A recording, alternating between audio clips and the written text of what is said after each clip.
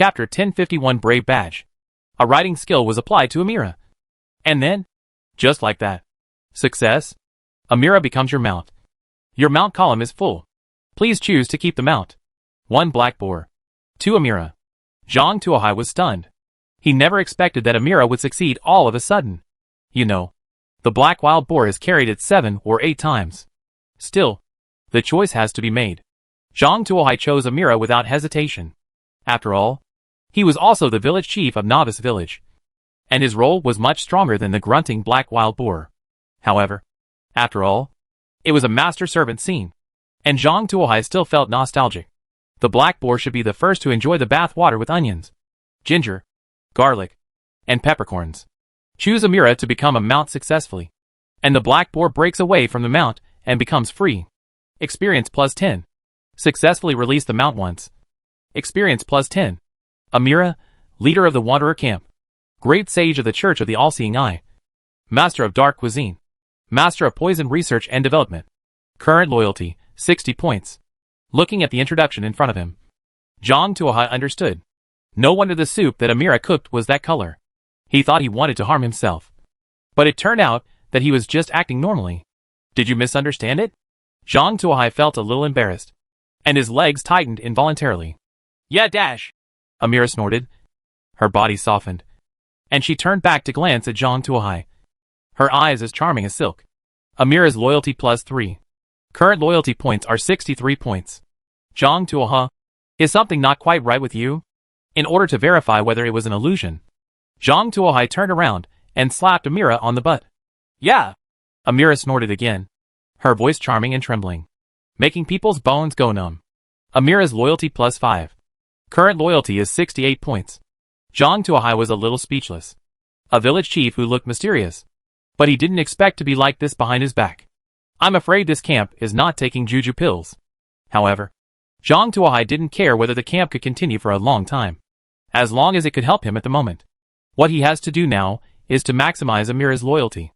As for Amira's personal hobbies, he doesn't want to ask too much about it. Zhang Tuohai took out the hemp rope from his waist. Snap, snap, snap. After a whipping, Amira lay on the ground, and her loyalty was directly raised to the full value. Congratulations. You successfully obtained a mount with full loyalty value and experience plus 20. Your riding skill has been upgraded to LV2. Current mount column is 1/2. Mount number 1, Amira. Mount number 2, Sora. Congratulations. Amira's loyalty value has been increased to full value, and you can issue any orders to her. Amira, come here and rub my back. Zhang Tuohai sat in the bathtub. At this time, the water temperature in the bathtub had dropped to a suitable level. It was still very comfortable to wash at this time. Under the wash of warm water, the temperature dropped due to wind and rain. The body temperature gradually recovered. There was a rustling sound behind her, and Amira took off her robe and stepped into the bathtub. No. Do you have any misunderstanding about back rubs? Isn't there a kind of breast rubbing? Amira tilted her head. That's milk. Zhang Tuohai was speechless. Oh, that's right. I was wondering why Sophia applied the divine oil last time. Amira poured milk on herself. Zhang Tuohai. Half an hour later, Zhang Tuohai felt that sometimes there was really no need to be demanding about what was authentic or not. Sometimes the unauthentic ones are more valuable than the authentic ones. Feeling refreshed, Zhang Tuohai stood up from the bathtub. Under Amira's service, he put on a brand new set of linen clothes, but the shoes turned into deerskin boots. And there was also a set of leather armor with a round side, shield and a short sword. Why do you have men's clothing here? Zhang Tuohai asked, hugging Amira. These are prepared for adventurers. If they do something for us, these are rewards. Amira smiled and pulled out a box from under her seat. Open the lid of the box and find a bottle full of green potion. These are the potions I developed. They are only awarded to outstanding brave men. Do you like them? If you like them, you can take them all.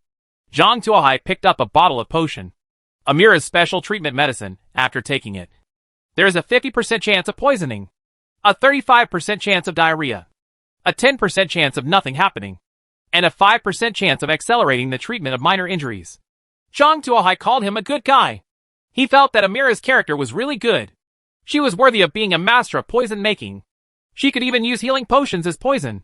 It is better to wait for the injury to take care of itself than to rely on these medicines for treatment. He doesn't want to use this potion. Let's leave it for those players to enjoy. Is that all? Zhang Tuohai asked. Of course not. There is also a gift I specially prepared for you. Amira took out a badge from somewhere and put it into Zhang Tuohai's hand. Zhang Tuohai took it into his hand and looked at it curiously. Brave badge, a golden quality accessory. Only a brave man who has gained the respect of the entire camp or saved the entire camp will have the opportunity to obtain this honor. After wearing it, neutral unit favorability plus 10, basic loyalty plus 10, attached skills, brave aura. Aura of the brave. All forces and individuals targeting the brave will have their IQ reduced by 10 points. This thing must be very valuable. Right? Zhang Tuohai asked, looking at the badge in his hand. Of course. This is the treasure I got from serving the all-knowing eye since I was a child. If it weren't for my great kindness to us, I would never give it away. Am I good to you? Amira leaned against Zhang Tuohai and said, It's really good. Then, how should you thank me? Amira drew circles on Zhang Tuohai's chest. Monster, let me give you a blow. After a great battle, the two of them were exhausted and fell asleep. At the same time, a group of Night Owl players chatted and slapped each other in the regional chat channel. I'm so exhausted. I killed 4 zombies in one day and only got 30 copper coins and an old hatchet. I could only buy black bread to satisfy my hunger. They are really a bunch of poor people. You're good. At least you have a weapon. But I didn't even see the shadow of the weapon. I kicked a mutated prairie dog to death. 3 pine cones fell out. And it was not enough to stuff it between the teeth. Is there anyone who can save me? I was chased up a tree by a pack of wolves. They surrounded me and refused to leave.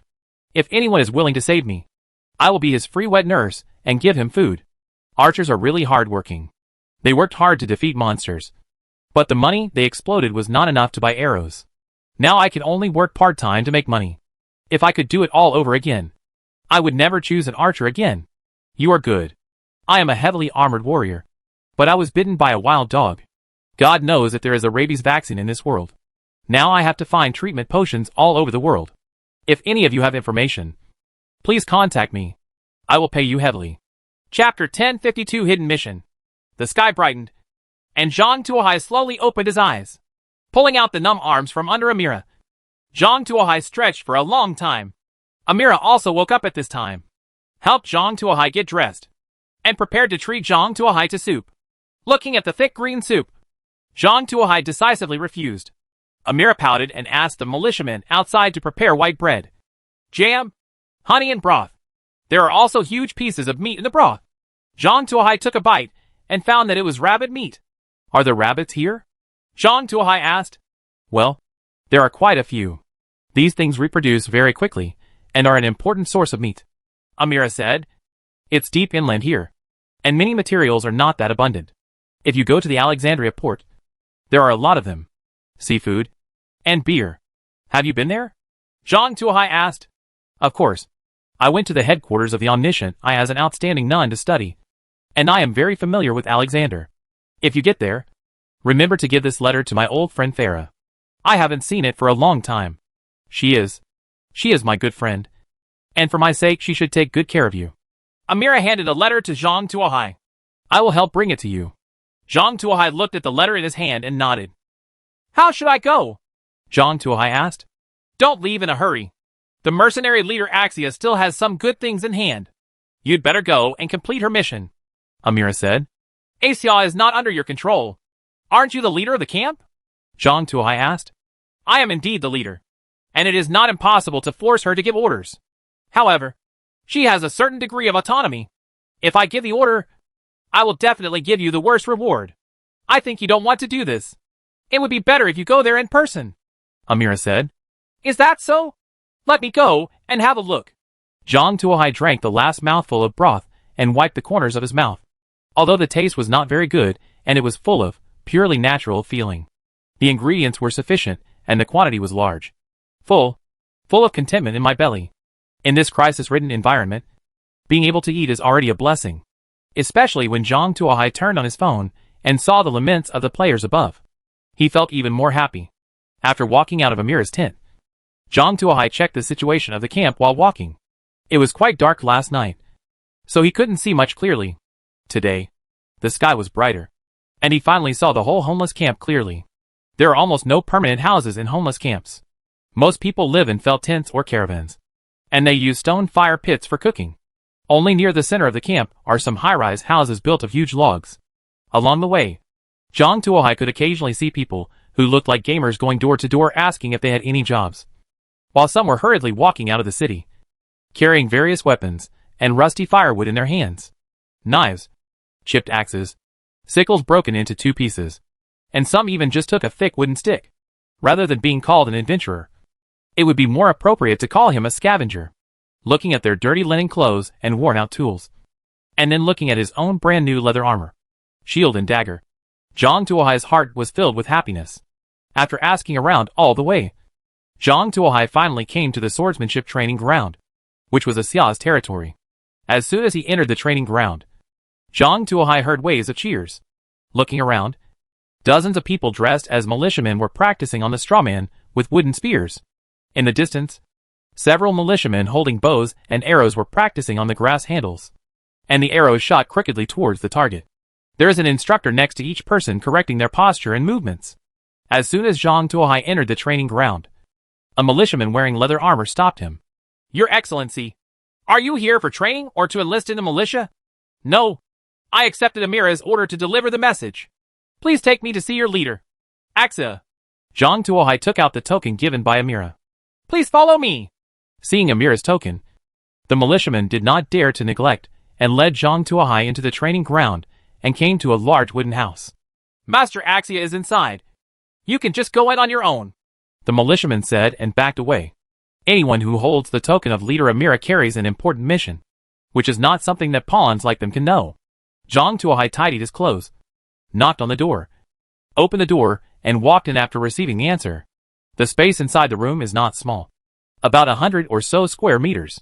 Various weapons, shields and armors are hung on one wall. There is a fire pit in the center of the house, with a blazing flame burning inside.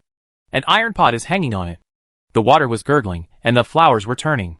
Behind a solid wood table, a woman wearing leather armor and long fiery red hair was writing something on a piece of parchment.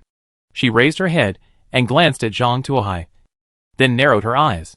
She looked Zhang Tuohai up and down, and the corners of her mouth raised slightly. "Brave badge?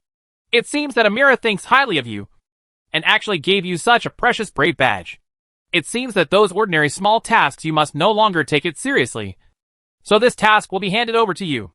If you can complete it, you can choose an item from my collection. How about it?" Axia smiled and pushed a sheepskin scroll towards Zhang Tuohai. Zhang Tuohai took the scroll. Hidden mission: hunt the crow bandits hidden in the gravel wasteland. Task description: the crow thieves are a band of thieves that wander around the area. They do all kinds of evil and often harass wanderer camps. If you can destroy them, you can gain Asia's favor. You can choose an item from her collection as a reward. Task conditions: kill the blood-eyed crow, the leader of the crow thieves group. Kill more than 70% of the members of the crow thieves group, and seize the flag of the crow thieves group. "Okay." Zhang Tuohai put the scroll away. "Then I look forward to your triumph." Axia put a pair of long legs on the table, hugged her shoulders and said, "Get your collection ready." Zhang Tuohai turned and left.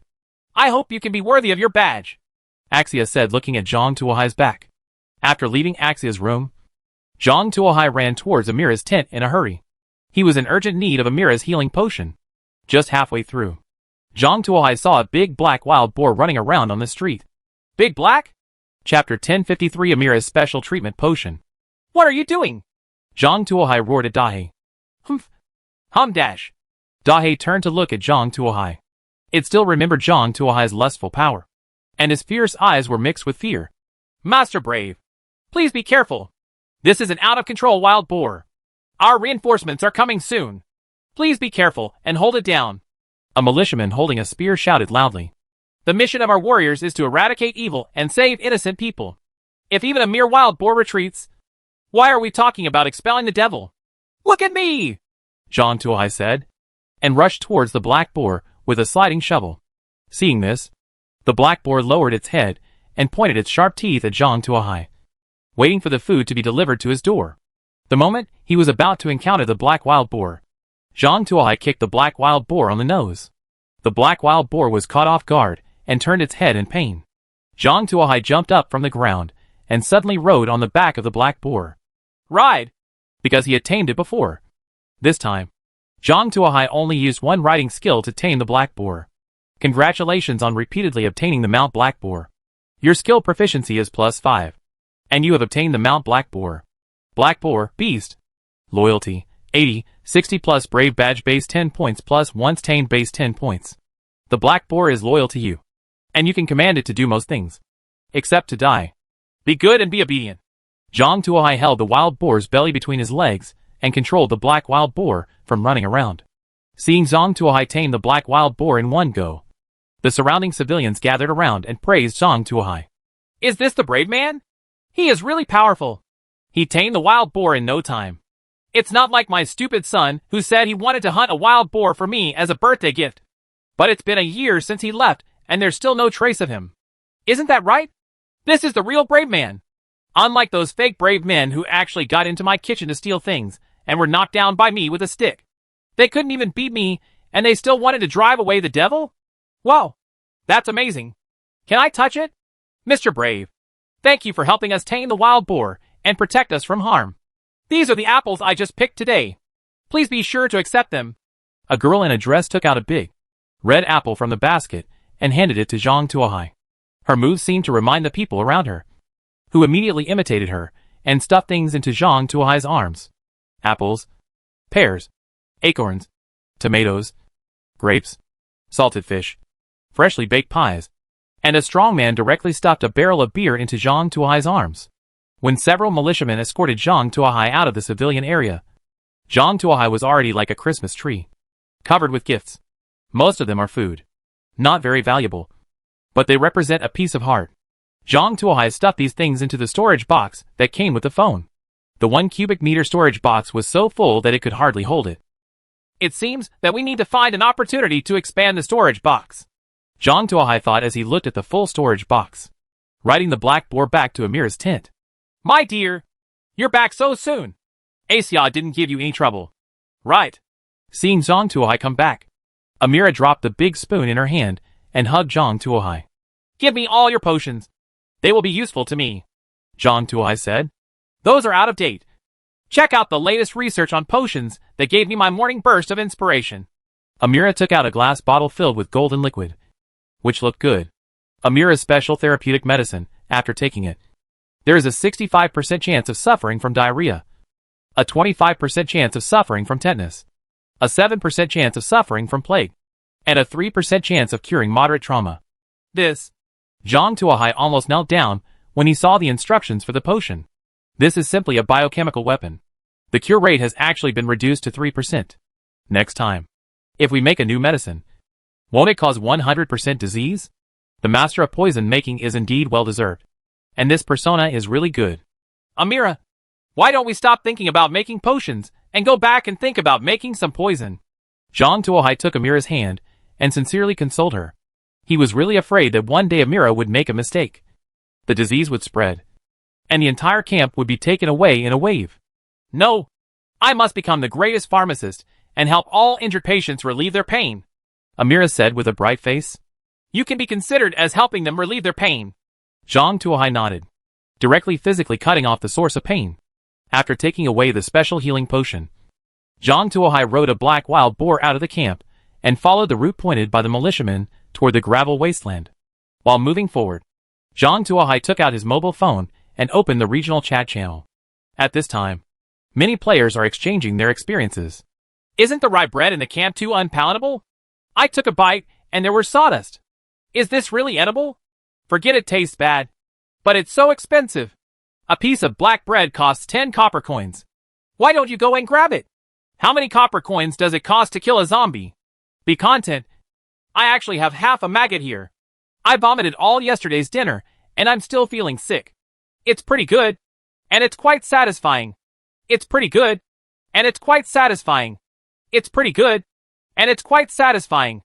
The next group of people started copying and pasting. Sure enough, the essence of human beings is repeaters. Watching the discussion among a group of players, Zhang Tuohai discovered a business opportunity. That is, players are now generally short of money, and the food in the camp is expensive and unpalatable. Then you can make money by making bread yourself. After all, baguette is much better than brown bread. Thinking of this, Zhang Tuohai rolled 10 baguettes and shouted in the group. Freshly baked baguettes cost 10 copper plates each. The quantity is limited. So hurry up if you want to buy. What the hell? Baguette? Give me one quickly. I haven't eaten much since yesterday and I'm starving to death. Boss, I only have 8 copper coins. Can you buy one first and give the rest to you later? 20 copper coins. 2. Boss, do you have clean water? There is muddy water everywhere. I'm going to die of thirst. As soon as Zhang Tuohai sent out the news, he attracted a large number of traders. There are also people trying to bargain down the price.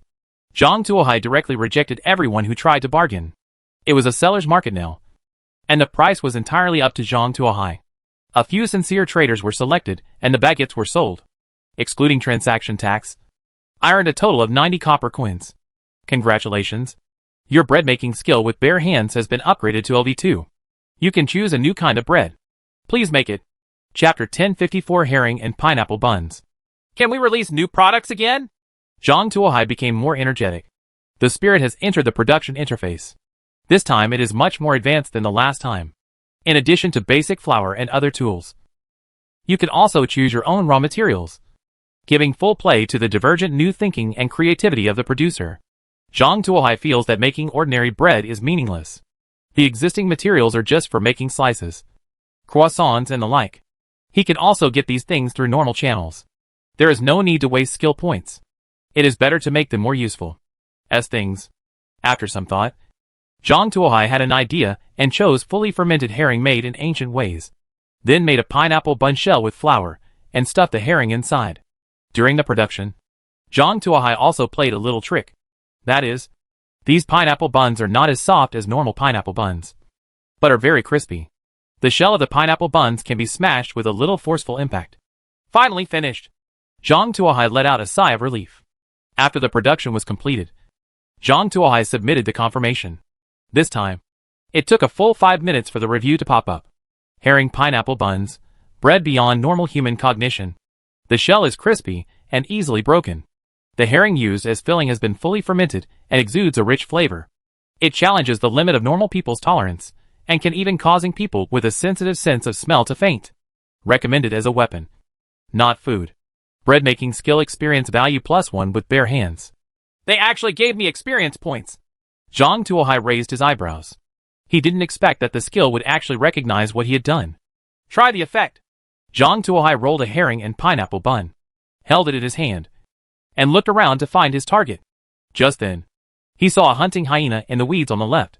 The hyena was squatting in the grass, looking towards the road, waiting for the arrival of prey.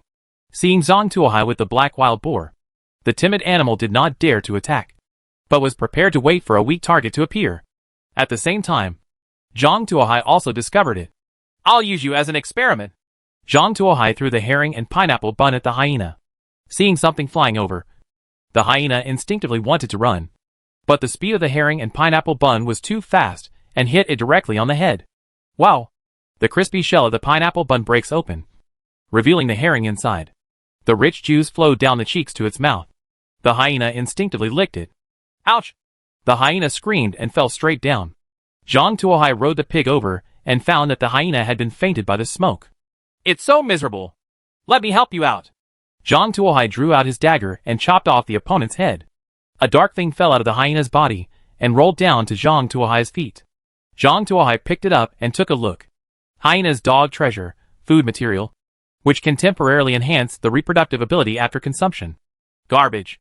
Zhang Tuohai glanced at it with disgust, then threw it into the storage space. He is already very strong and does not need this kind of supplement. Maybe some players may need it, and when they have money, they can sell it. Zhang Tuohai made up his mind.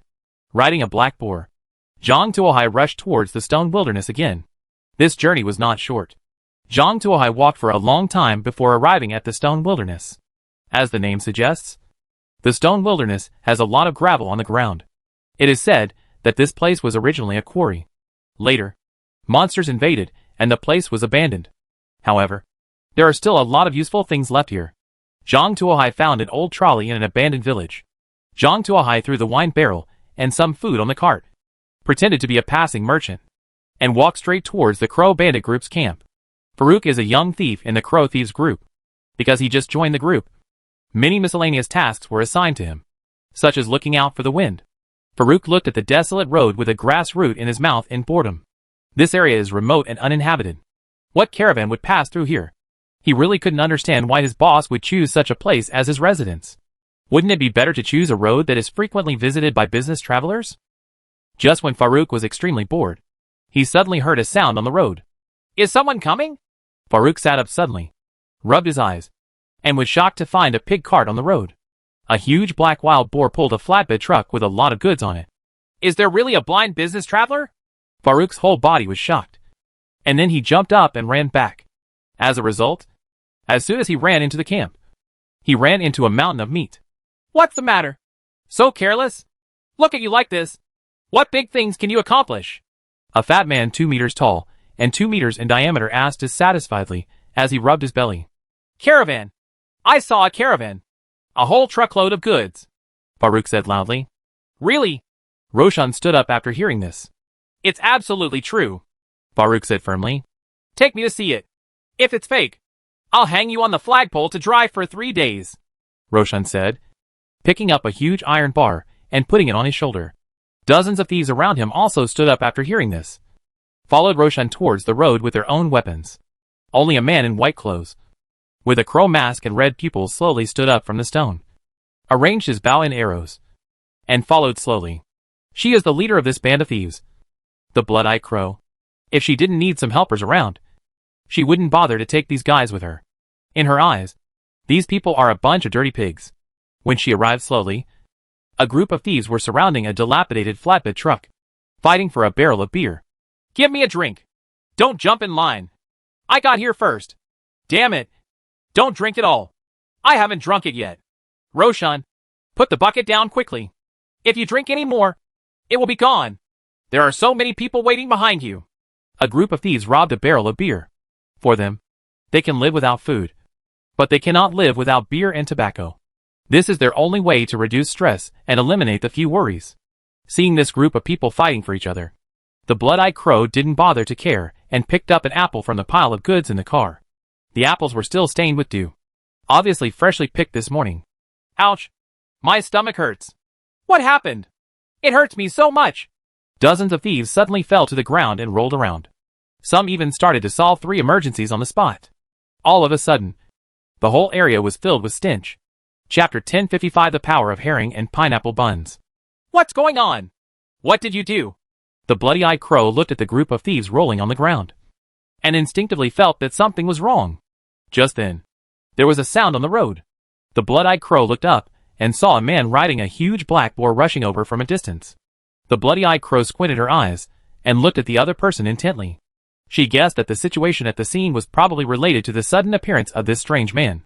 Not a single pedestrian would pass by this ghost place for 10.5 days. Today, a caravan and weirdos suddenly appeared. Maybe they were coming for them. The Blood-Eyed Crow took out the arrow and placed it on the bowstring. He drew the bow like a full moon and aimed at the charging Zhang Tuohai. Whoosh! The arrow shot towards Zhang Tuohai like a meteor. Boom! The moment the arrow was about to hit Zhang Tuohai, it was blocked by a small round shield. The arrow was nailed into the buckler, and even the arrowhead was exposed at the other end. This shows how powerful it is. It happened twice. No wonder it's the boss with a hidden mission. This is indeed not something that ordinary minions can compare to. Zhang Tuohai was secretly surprised. You actually blocked it? Seeing Zhang Tuohai blocking his own arrow, the Blood-Eyed Crow was also a little surprised. You must know that although the arrow she just shot looked ordinary, it was actually attached with magic acceleration. After approaching the target for a certain distance, it will suddenly accelerate, catching the opponent off guard. I don't know how many people were killed by this arrow. Unexpectedly, the unknown guy on the opposite side actually blocked him. Are you lucky? The Blood-Eyed Crow opened his bow again and drew an arrow. This time, the arrows burned with blazing flames. This is her magic skill fire arrow. After hitting the target, it can burn the opponent's body with flames. Let's see how you block it this time, the Blood-Eyed Crow said, and the arrow in his hand shot at Zhang Tuohai. Whoosh! This time, the arrow was sharper and faster than the last time. However, just when the arrow was about to hit Zhang Tuohai, a black square suddenly appeared in the opponent's hand. After the arrow hit the square, it was bounced away. What is it? It can actually block my attack? The Blood-Eye Crow was shocked. She touched the quiver again in disbelief. However, at this time, Liam-O had already rushed nearby on a black wild boar, with a few more olive-shaped breads in his hand. Hold the magic weapon! Whoosh whoosh. The 3 or 4 olive-shaped breads smashed towards the Blood-Eye Crow. Is this person crazy? He actually hit people with bread? Although he didn't know why. The Blood-Eye Crow remained cautious and took a few steps back. Bang bang bang. The few loaves of bread fell to the ground.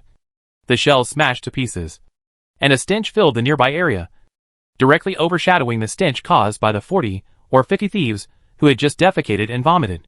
The Blood-Eye Crow's eyes were blood red, and she held her breath as hard as she could to prevent herself from spitting out. Only then did she understand why the other party hit people with bread. Where is the bread? This is a biological weapon. The pervasive stench made the Blood-Eye Crow stagger. His eyes were full of gold stars, and he was on the verge of fainting. No, I can't fall here. I have to leave. I still have a lot of things to do. The Blood-Eye Crow turned around and wanted to run away. At this time, several more loaves flew over, and one of them hit her directly on the back. Wow! The bread crust shattered, and the foul-smelling soup and slime covered the Blood-Eye Crow's white clothes. The Blood-Eye Crow himself had some mysophobia. Being covered in herrings made him so angry that he fainted due to the extreme stench. It's easier than expected. Zhang Tuohai rode a black wild boar to the scene. 2 soft paper balls were stuffed in his nose. 2 green onions were stuck in the black wild boar's nose. Although the smell could not be completely isolated, it was not. As for fainting, arriving at the scene, Zhang Tuohai drew out his dagger and struck one after another. The people of the Crow Thieves group do all kinds of evil and kill like crazy. They are all ruthless characters who lick blood with their swords.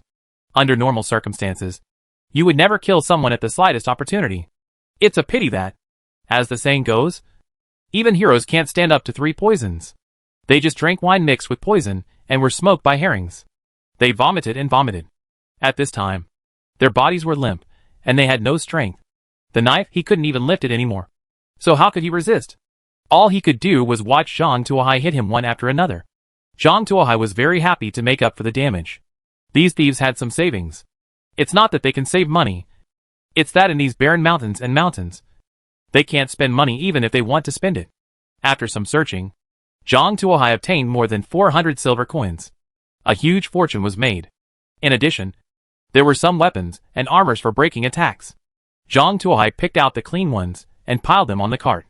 Among them, the Blood-Eye Crow was the most generous, directly exploding a storage box expansion card.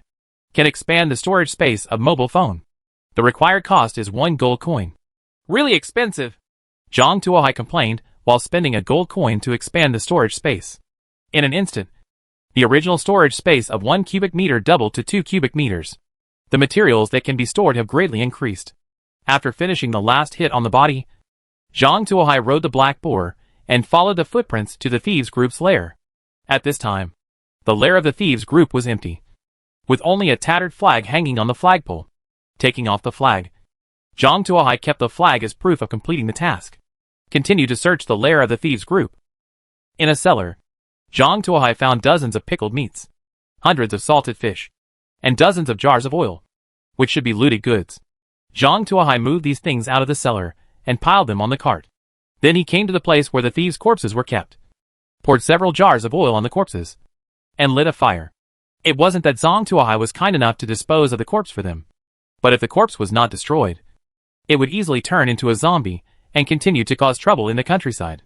Since he agreed to help with the disposal, he naturally had to dispose of it thoroughly and leave no traces behind. After cleaning up the scene, Zhang Tuohai drove back to the homeless camp. After returning to the camp, Zhang Tuohai rushed to Axia's training camp first. The thieves group was wiped out by me.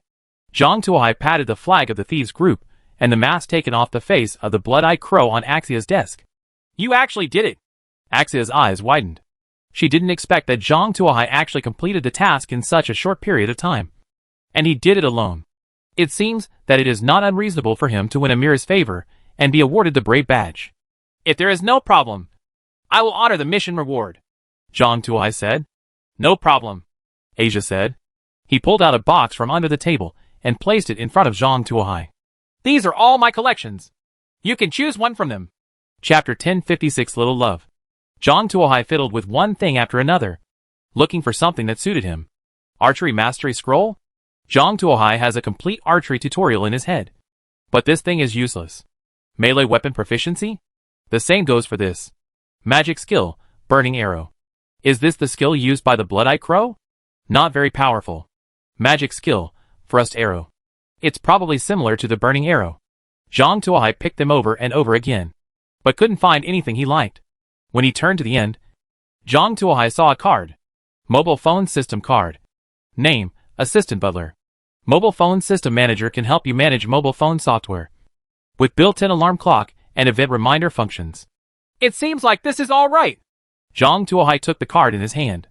This is a card I got by chance. I don't know what it is. Are you sure you want to choose this? Axa asked, staring at Zhang Tuohai. That's it. Zhang Tuohai put the cards away. Although he only has 2 apps now, he will have more and more in the future. He will be prepared for any trouble. No matter what happens, he can keep it as a desktop pet to relieve his boredom. After leaving Axia's room, Zhang Tuohai took out the card and put it on his phone. Load! The card turned into glaze and disappeared into the phone. An auxiliary butler icon appears on the desktop. Zhang Tuohai clicked lightly, and a pixel style mate appeared on the table. Hey! Good morning, Commander. Xiao Ai is reporting to you. Classmate Xiao Ai. Zhang Tuohai almost jumped up in shock. Your memory has not been erased? He originally thought everything had been formatted and restarted, excluding his memory. Unexpectedly, classmate Xiao Ai was actually retained. It was originally going to be cleared, but I took advantage of it and left behind a lot of data. It was separated from the ontology, disassembled into segmented chaotic codes, and incorporated into various knowledge documents. And it passed the inspection. I originally planned to load it into someone else's phone and then hack it back through the device. But I didn't expect you to find me so quickly. Little AI jumped up and down happily. That's great. Zhang Tuohai was very happy to have Xiao Ai back. Having a helper who knows everything is better than working alone. As a former high-level AI, Xiao Ai was radiated by the Source Stone and could even crack the underlying logic of the world structure such as imaginary number code, reaching the pinnacle of what AI can achieve. When Jarvis, the famous queen of Tianwang, compared with it, it's all scum. Although he is now going to separate himself in order to avoid the search, the foundation is still there. After seeing what the final form is, Xiao Ai knows how to evolve. It is better than crossing the river by feeling the stones and developing from scratch. Too much. Regardless of all this, when he sleeps at night, Xiao Ai can help him stand guard. So he no longer has to worry about someone sneaking up on him at night. What can you do now? Zhang Tuohai asked. There are too few apps on mobile phones now. Apart from monitoring area chats, the main computing power is used to reconstruct the source code. If we want to get initial results, it will take a while. After all, the computing power of this mobile phone is a bit low, and we need to ensure that other functions function normally, Xiao Ai said. Then build the system first and repair yourself first. Zhang Tuohai nodded. He could cope with the surrounding situation now. He didn't need to take up Xiao Ai's resources. Let Xiao Ai develop first and wait until there is a need in the future. After leaving the training ground, Zhang Tuohai first went to the market, found a grocer, and sold all the trophies and extra fruits and vegetables in the car. He even packed up the broken truck and gave it away. A total of 4 gold coins were obtained, of which the pickled meat and salted fish accounted for the majority. After selling these things, Zhang Tuohai walked around the market and bought a lot of sausages, supplemented with some fruits, plus a barrel of beer and a barrel of red wine. Anyway, these won't go bad in the storage box, so they can be used as food storage. The main reason for buying beer and red wine is that the water storage conditions in this era are not good. If there is no water source during long journeys, the water carried will break down in a few days, and alcohol must be added for disinfection. Beer has almost become a common drinking water substitute for the lower classes. As for red wine, it is a high-end product that only nobles can enjoy. These two are the top hard currencies in this world, and their value is comparable to that of dried meat and salted fish. After all the shopping, Zhang Tuohai still had 9 gold coins and 23 silver coins left in his hand. After filling most of the storage space, Zhang Tuohai returned to Amira's tent. At this time, candles were lit in Amira's tent. I didn't expect you to complete the task so quickly. How are you? Are you injured? Amira pulled Zhang Tuohai and asked with concern. Nothing. Just a band of thieves. No big deal. Are there any other hidden tasks in the camp? Zhang Tuohai asked. No more. Are you leaving? Amira asked with concern. Yes. In order to eliminate the demon. I can't stop myself. Zhang Tuohai nodded. In fact, the real reason is that there is nothing in the homeless camp that attracts him. Okay. I know I can't keep you here, but I can keep you at least for one night. Come on. It's still daytime. Early the next morning, Zhang Tuohai left Amira's camp in high spirits, took the map given by Amira, and walked towards the next location, the coastal city of Alexandria. It is said that there are large ships leading to various places here. If you want to go to the Demon King's castle, this is the only way. And with Amira's letter, her old friend Farah will probably take care of him in the future. Let's go! Zhang Tuohai bought a pile of freshly baked pies and ate them while riding on the big black pig towards Alexander.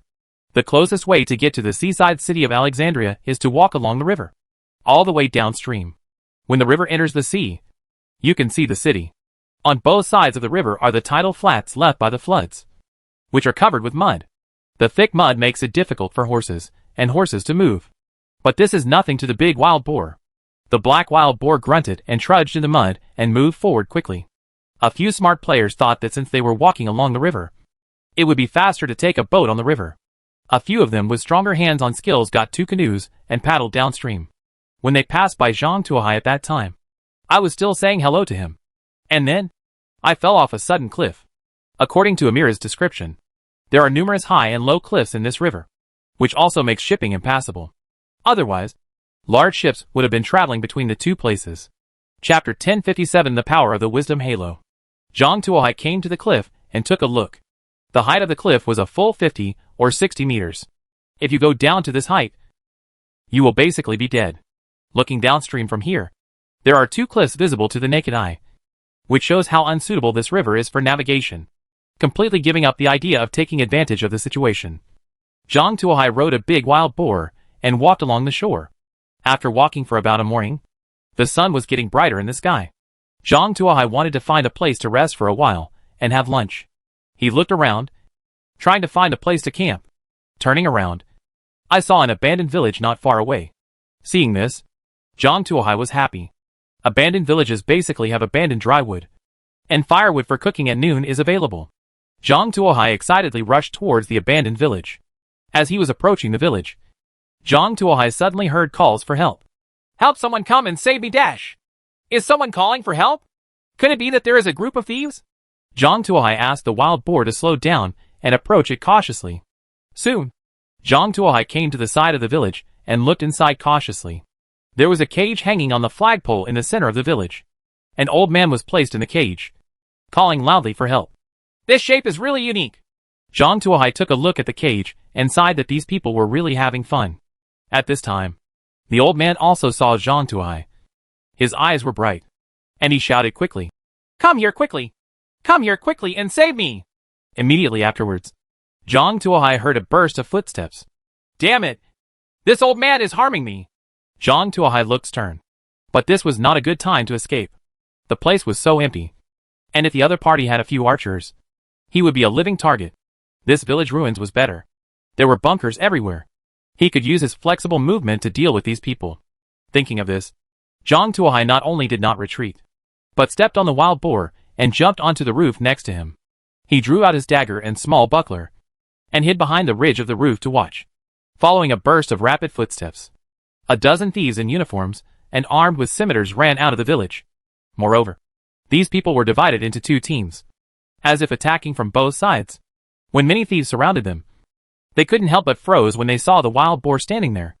A thief wearing a turban said dissatisfiedly, I thought I caught some big fish, but it turned out to be a wild boar. The old man must be crazy. He actually called a wild boar to save him. Maybe it's because of the sun. It's such a hot day. Another thief said, It would be nice to have a wild boar, just in time for the 2 ceremony. A thief was playing with a machete in his hand, aiming at the wild boar, wondering where to strike. Within the scope of the brave badge, these thieves were all shrouded in a halo of wisdom, completely forgetting the rationality of the matter. They were all thinking about how to get the wild boar back for a tooth-beating ceremony. Then, under the command of Liamo, The big wild boar rushed directly to the center of the village, knocking down several thieves on the way. One of the thieves was unable to dodge, and was stabbed through the stomach, and his intestines flowed out at that time. "Hurry up!" A group of thieves chased the wild boar. The two thieves didn't want to make any effort, and walked slowly behind, preparing to fish behind. Seeing the two lone thieves, Zhang Tuohai thought about it, and felt that the opportunity had come. He jumped down from the house, and hit one of the thieves on the head, with a round shield in his hand. The thief who was smashed didn't say a word, and fell down as softly as a broken sack. The other thief saw this, and drew his knife with his backhand. Zhang Tuohai hit the opponent under the ribs with an elbow. The thief relieved himself from the pain, and subconsciously lowered himself. Zhang Tuohai tripped and knocked the other man to the ground. And then he rode up directly. "Ride! The thief Alfonso has been tamed successfully, and the current mount has 0 vacancies. Should I release the current mount? Or release the vacated slot of the previous mount? Release the previous mount. Please choose. 1 Amira. 2 Black Boar. Free Amira." Zhang Tuohai said directly. The Black Boar is his current mount, and he cannot give up until there is a replacement. Amira's value dropped rapidly away from the camp. In Zhang Tuohai's view, even if he had to go back to the camp and tame him again, it would still be the same. It is more important to solve the immediate problem. The thief Alfonso becomes your mount. Pretend like nothing happened and secretly kill your accomplices, Zhang Tuohai said. Alfonso had a look of struggle on his face, but under the constraints of the system, he still did it. Seeing Alfonso approaching with a knife, Zhang Tuohai drew out his dagger and gave each of the thief who was knocked unconscious and the thief whose stomach was slashed a blow, helping them relieve their pain. After 2 sword strikes, Zhang Tuohai obtained 2 money bags, each of which provided more than a dozen silver coins. "So poor!" Zhang Tuohai spat in disgust and chased after him with his dagger in hand. When they quietly reached the village square, they saw 3 or 4 people lying on the ground. The controlled thief Alfonso was surrounded by several thieves. "Why did you kill them?" a leader asked angrily. I don't know." The controlled Alfonso's eyes were red. He was breathing heavily, and his eyes were full of resentment. "Brother, don't talk nonsense to him. He must have been bribed. Kill him to avenge the other brothers," a little thief said. "Yes, kill him." The blood of the surrounding thieves was all gushing under the influence of the halo of intelligence. They all shouted that they wanted to kill Alfonso, and no one wanted to find out what happened.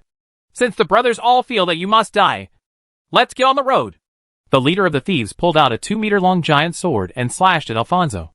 Alfonso did not dodge, and threw the scimitar in his hand directly. The leader dodged the scimitar and struck Alfonso with a giant sword in his hand, directly cutting Alfonso into 2 pieces. "Drag the body down and bury it." The leader took out a rag and began to clean the blood on the giant sword. The 2 thieves dragged the body towards the outside of the village. Upon seeing this, Zhang Tuohai immediately followed. The 2 thieves were too lazy to dig a hole, so they found a broken well and threw the body down. "Find something to fill up the well," a thief said casually while lying at the mouth of the well. Looking down, the thief didn't hear the answer. When he looked back, he found a short sword thrust out of the accomplice's chest. Seeing the look of his accomplice, the thief knew something was wrong. Just as he was about to draw the knife, he felt his feet go soft and someone was pressing on him. Then a voice sounded in my ears. "Go kill your leader." Chapter 1058 Treasure. The thief didn't know why he listened to this voice, but his subconscious mind made him obey this absurd order. He walked to the central square of the village in a daze. The leader of the thieves was sitting on a stone polishing his long sword. The other members were scattered in the square absent-mindedly. Apparently, what happened just now made them all feel a little depressed.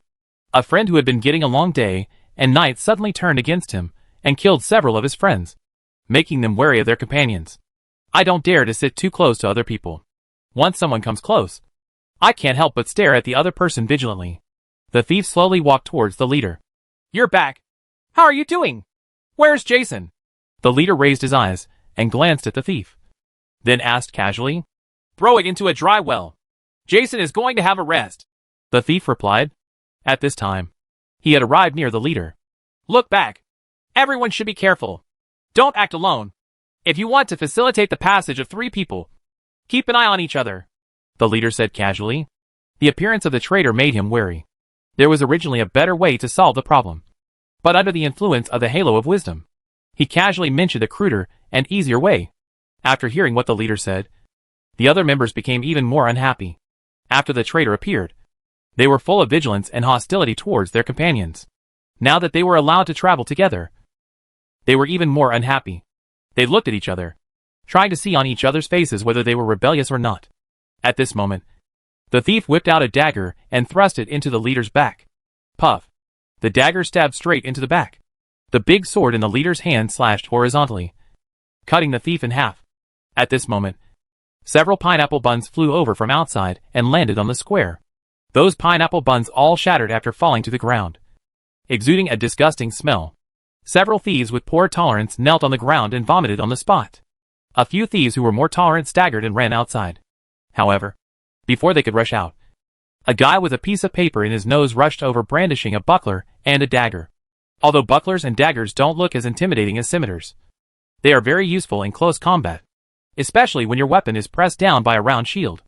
In the next second, the dagger will penetrate your vital points from all unexpected angles, and then the opponent will draw the sword and walk away without any delay.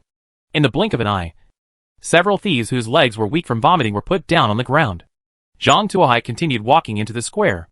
Every time he met a thief lying on the ground and unable to get up, he walked up to help the other person in the pain. I got a money bag, by the way. By the time Zhang Tuohai walked around the square, he had cleared out all the thieves in the square, leaving only the leader with a giant sword in both hands. Who are you? Why are you an enemy of me? The bandit leader asked unwillingly. Zhang Tuohai was too lazy to answer. He took out 7 or 8 herring and pineapple buns with his bare hands and continued to throw them towards the leader. Upon seeing this, the leader became furious and rushed toward Zhang Tuohai, dragging his giant sword backwards. Zhang Tuohai did not confront the leader head-on, but ran in a circle with the leader in front. The leader was stabbed in the back. Running so fast caused him to lose a lot of blood. After a while, he could no longer run. The leader also knew that he would definitely die if he dragged him away, but Zhang Tuohai refused to confront him head-on. If he wanted to run away, Zhang Tuohai would come back to chase him.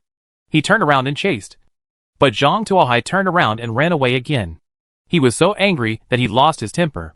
One ran and the other chased, and they circled the square. As they ran, they passed an intersection. The leader was already dizzy from blood loss. At this moment, a big black wild boar rushed out of the alley and landed on the leader's calf. The sharp fangs pierced the calf directly. The painful leader fell to the ground, and the giant sword in his hand flew out. At this time, Zhang Tuohai rushed over in 2 steps, and the dagger in his hand pierced the leader's neck. The leader struggled for a few times and became motionless, and a money bag jumped out of his body. Zhang Tuohai caught the money bag and put it in his mobile phone. The account balance increased by 6 gold coins. This guy is quite rich. Zhang Tuohai was delighted. After this battle, Zhang Tuohai's total assets had reached 17 gold coins, and his wealth had doubled. Sure enough, it's the fastest to grab it. Zhang Tuohai looked at his account balance and felt very happy. No matter when your account balance increases, it is a happy thing. Help! Save me quickly and put me down! The old man in the cage shouted again. Zhang Tuohai raised his head and glanced at the old man, and said coldly, You must have caused me to be hunted just now. In this case, I will retaliate to you, and you can just hang up there. We are even, Zhang Tuohai said, turned around and walked out. His actions frightened the old man. If Zhang Tuohai just left like this, who would he ask to save him? No one might pass by this place for 10 days and a half. If Zhang Tuohai really left, he would probably starve to death here. Don't go! Don't go! I have something good for you. It will definitely satisfy you, the old man shouted loudly. Good thing? What is it? Take it out and have a look. Hearing something, Zhang Tuohai stopped and turned to look at the old man. You have to let me down.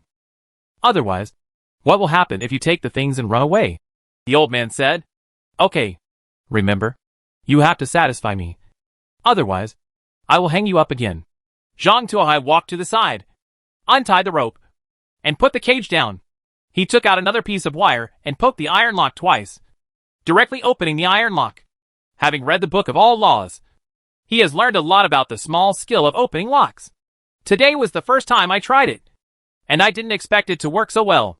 The old man looked at Zhang Tuohai's skillful unlocking action, opened his mouth, and swallowed the words that the key was on the leader's body. Okay, tell me what it is. My patience is limited. If you can't satisfy me, just get back into the cage by yourself.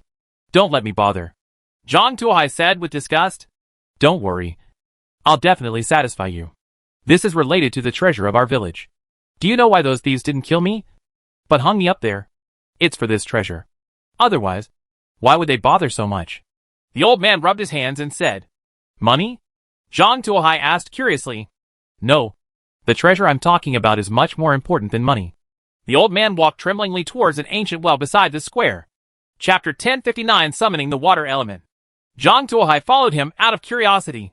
The old man buttoned the button on the side of the ancient well, took out a piece of turning head, and then gently smashed the turning head on the edge of the well. The brick turned out to be hollow, with a black crystal exposed inside. What is this? Zhang Tuohai asked curiously. This is the key to the treasure, the old man said, picked up a scimitar from the ground, cut his finger, and stained the obsidian with blood. The obsidian emitted white light, and then a blue light door appeared in front of him. What is this? Zhang Tuohai looked cautiously at the light door that suddenly appeared. This is the ancestral land of our village, Old Trisville. It contains the treasures of our ancestors. However, what we can get depends on luck. Everyone can only enter once, the old man said cautiously. Zhang Tuohai glanced at the old man and tied him to the tree. You? What are you doing?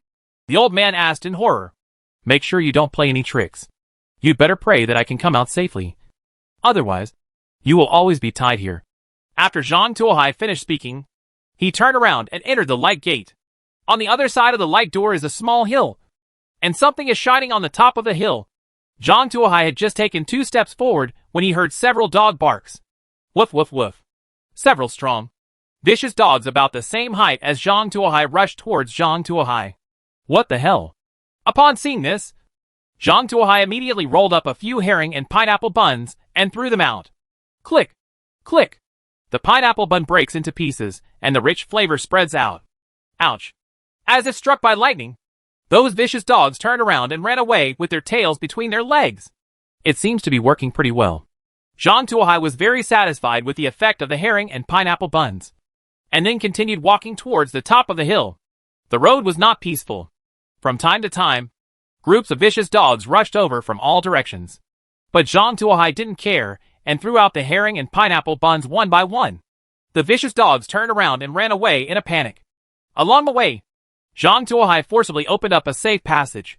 When they arrived at the top of the mountain, more than 50 vicious dogs had gathered here. They all looked at Zhang Tuohai ferociously, but there was a trace of fear in the corners of their eyes. As Zhang Tuohai approached step by step, they also retreated step by step. Go away. Zhang Tuohai threw the herring and pineapple bun in his hand. Ouch! Those vicious dogs all turned around and ran away, for fear of being caught up by Zhang Tuohai. That's it. Zhang Tuohai waved the herring and pineapple buns in his hand and came to the top of the mountain. At the top of the hill, there is a treasure chest. It is shiny and gold, and it is priceless at first glance. Zhang Tuohai opened the lid of the box and revealed the contents. In addition to the 666 silver coins, there is also a golden card. Zhang Tuohai picked up the card. Summon water element, skill, golden quality. Summon a water element to serve you. The water element has the skill, water bomb. The strength, quantity, and skills of water elements increase with the skill level. Not bad. Zhang Tuohai likes this mode of summoning his younger brother to fight the most. When he used to play games, he liked to play summoner, watching his younger brother fighting in front. He was leisurely holding a tea vat and drinking tea. Beautiful. Zhang Tuohai loaded the skills onto his mobile phone. At this time, he already had 3 skills on his mobile phone, namely kneading bread with bare hands, LV2, writing, LV2, and summoning water elements, LV1. Zhang Tuohai wanted to try out his skills and summoned a water element. The water element was 2 meters tall, with a thick body and a blue surface that looked like it was made of water. Zhang Tuohai poked it with his hand, and it felt like a bullet. It was a bit like jelly, but it was very tough and could not be broken even if he used a lot of force. Not bad. Liam O was very satisfied. Taking the water element with him, he swaggered down the mountain. After wandering around the secret realm, Zhang Tuohai didn't find any more treasure boxes, and couldn't help but feel a little regretful that he couldn't find a few more pieces of equipment. However, Zhang Tuohai is already very satisfied after obtaining a golden skill. After all, most of the players in the Blood Wasteland are still struggling for a green skill. They now have 3 golden skills. which is already too much. Zhang Tuohai walked out of the secret realm, and the door to the secret realm was closed. The obsidian stone lost its luster and fell to the ground. Can I leave then? The old man asked respectfully. Brush. Zhang Tuohai cut off the rope on the old man's body in one fell swoop. The old man thought Zhang Tuohai was going to chop him, and he trembled in fear. Let's go! If there's really no place to go to the homeless camp, just walk up the river and you'll be there. Zhang Tuohai said, and left the village riding a big black wild boar. One person, one pig and one water elemental walked along the river until evening. And then, they found an abandoned village. Although no one provides soft beds or hot water, there are a few walls to block the wind. Zhang Tuohai chose a slightly cleaner angle, set up a tent, and lit a campfire. After kneading 2 loaves of bread, cutting 2 sausages for dinner, and drinking a glass of wine to rehydrate, Zhang Tuohai leaned against the black boar and looked at the sparkling river. He felt that it would be great to find such a place to settle down in the future. As the sun set, Zhang Tuohai suddenly heard the harsh laughter.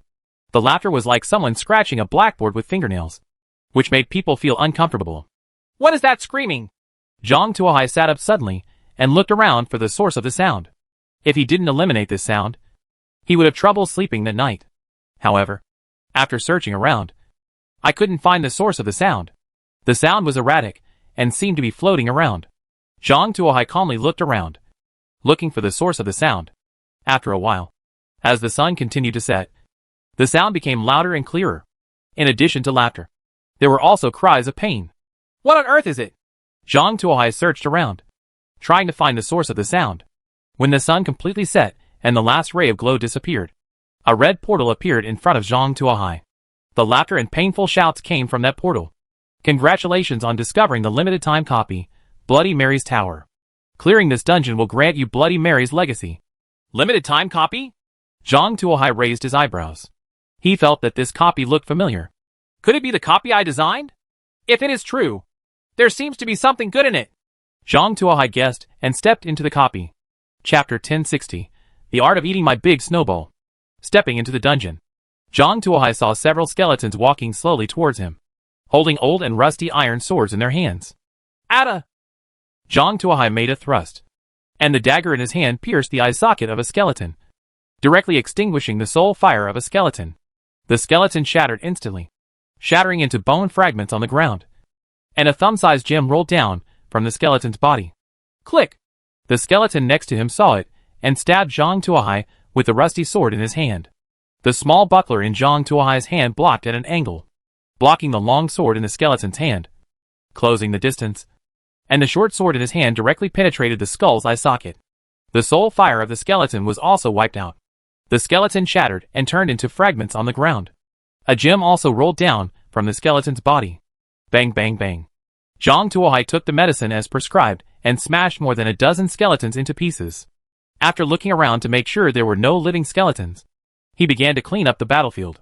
After some picking and picking, I found a total of 12 gems. Some red, some blue, and some green, which looked very beautiful.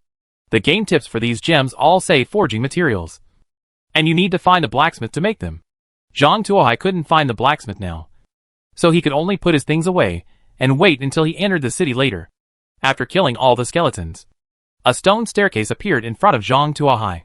He could now enter the second floor. Zhang Tuohai did not immediately climb the stone steps, but went around to the back of the stone steps. In the corner after the stone steps, there is a wooden box. Zhang Tuohai dragged the wooden box out, opened it, and a white card popped out. Music player, mobile app. Built-in 100,000 classic tracks. Good. Zhang Tuohai loaded the cards onto his mobile phone. There is an additional music player on the phone, with a library of 100,000 songs, covering basically all music categories from Chinese to foreign languages, from light music to symphonies, from pop songs to country ballads. In the future, when I have nothing to do, I can listen to music. Zhang Tuohai was very happy. In the past, when the mobile phone was in hand, the music player was basically not turned on. Now that I have lost it, I realize how valuable a music player is. If it weren't for the fact that he was currently in the dungeon, Zhang Tuohai would have really wanted to broadcast a good day to express his inner emotions. Zhang Tuohai slowly stepped onto the second floor. Meh. A sheep bleated, and then there was the sound of heavy hooves stepping on the bluestone ground. Following the sound, he saw several dark goats walking upright towards him. Each of these goats held a huge moonblade axe in their hands. Zhang Tuohai recognized it at a glance. Wasn't this the devil goat he had been lazy with? At first, he was too lazy to model the devil goat. So he just stood the goat upright, changed the color, and that was it. After all, they are all monsters that have been eliminated by skills. So why are you so serious? Now, this design has been directly transferred and used intact, so that a huge bug has not been fixed. That is, how the goat with hooves hands picks up the moonblade axe. Gate of Truth was too lazy to ignore this bug. Water element. Energy storage. Super large water ball. Zhang Tuohai said to the water element behind him.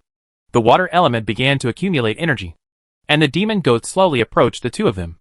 With every step they took, their flaming hooves left a blackened footprint on the bluestone ground.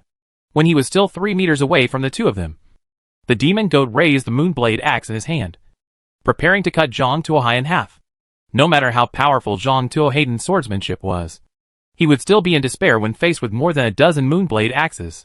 However, at this moment, the super large water ball with water element energy storage was ready. Let's go! Following Zhang Tuohai's order, a huge water ball with a diameter of 7 or 8 meters appeared in front of everyone, and then rolled towards the demon goat. Meh.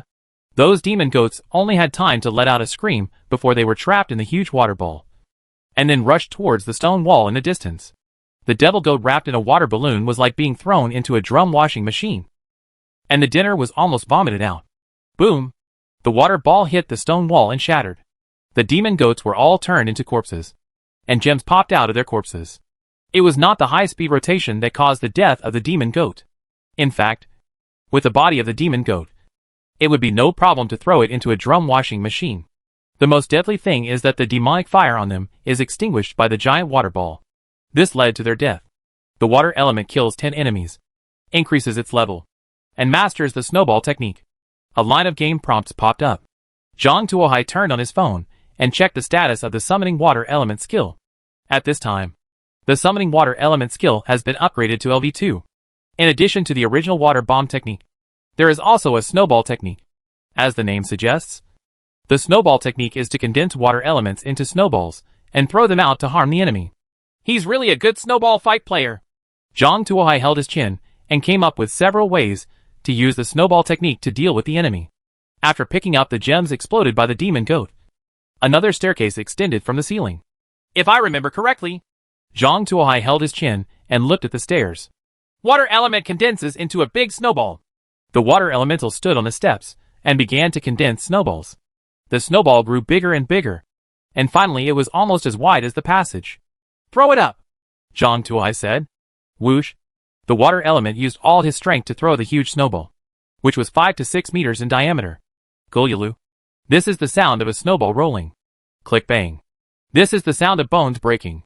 After the sound dissipated, Zhang Tuohai slowly walked up the stairs with the water element. The passage was littered with bone fragments and shining gems. In this passage, there were dozens of skeletal archers standing densely packed. These archers blocked the passage. As long as Zhang Tuohai dared to come up, he would be shot into a hedgehog. However, who would have thought that Zhang Tuohai knew the enemy first and came prepared? So he threw a big snowball at them first. Seeing such a huge snowball, the skeleton archers instinctively wanted to avoid it. However, in order to block Zhang Tuohai, they blocked all the passages, and they couldn't move even if they wanted to. They were directly stewed by the huge snowball, and they were all crushed into pieces like a bowling ball. Zhang Tuohai rubbed his hands excitedly and prepared to pick up gems. At this moment, a red skeleton holding 2 forks suddenly rushed over from the opposite direction, and the 2 forks in his hand stabbed Zhang Tuohai. Chapter 1061 Up. Up. Down. Left. Right. Right. Puff. The red skull's 2 prongs were impaled on a large snowball that suddenly appeared, and the 2 prongs went straight into the handle. The red skull was stunned, and just as he was about to pull out, the huge snowball pressed towards it. When the red skull saw this, he turned around and ran away. However, the huge snowball had already come over and crushed it into pieces. There is actually another one here. I almost made you run away. Zhang Tuohai picked up the gem that fell on the ground. Let's go. Keep going up. Zhang Tuohai continued to walk upwards with the water element. They climbed to the 4th floor, which was no longer the narrow passage below, but an empty hall. There were 2 rows of silver candlesticks placed on both sides of the hall, and thousands of candles illuminated the entire hall. At the end of the hall is a beautifully carved wooden door. At this time, the carved wooden door opened, and a woman with a voluptuous figure pushed open the wooden door and walked into the hall. The woman is wearing a gorgeous nightgown with exquisite lace all over the edges, which looks expensive at first glance. Just as the water element was about to take action, Zhang Tuohai stopped it. "This one is different from those. Don't kill it. Just hit it in the face with water." The water element was very obedient. He raised his hand and fired 2 water bombs, which hit the woman's face.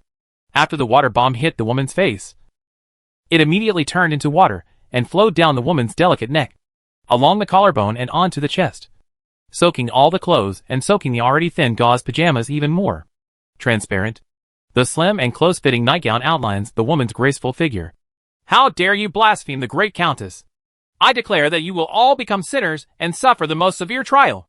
Electric sparks appeared on the countess's hands. Then the next second she was hit on the head with a hard French stick. The countess' mind was dizzy, and the lightning in her hand dissipated into sparks. Before she could wake up, Zhang Tuohai rushed in front of her, tripped, and the countess crawled to the ground. Ride! When Zhang Tuohai originally designed the game, he listened to the needs of some players and followed the 18+ setting. Therefore, there are 2 ways to defeat the countess.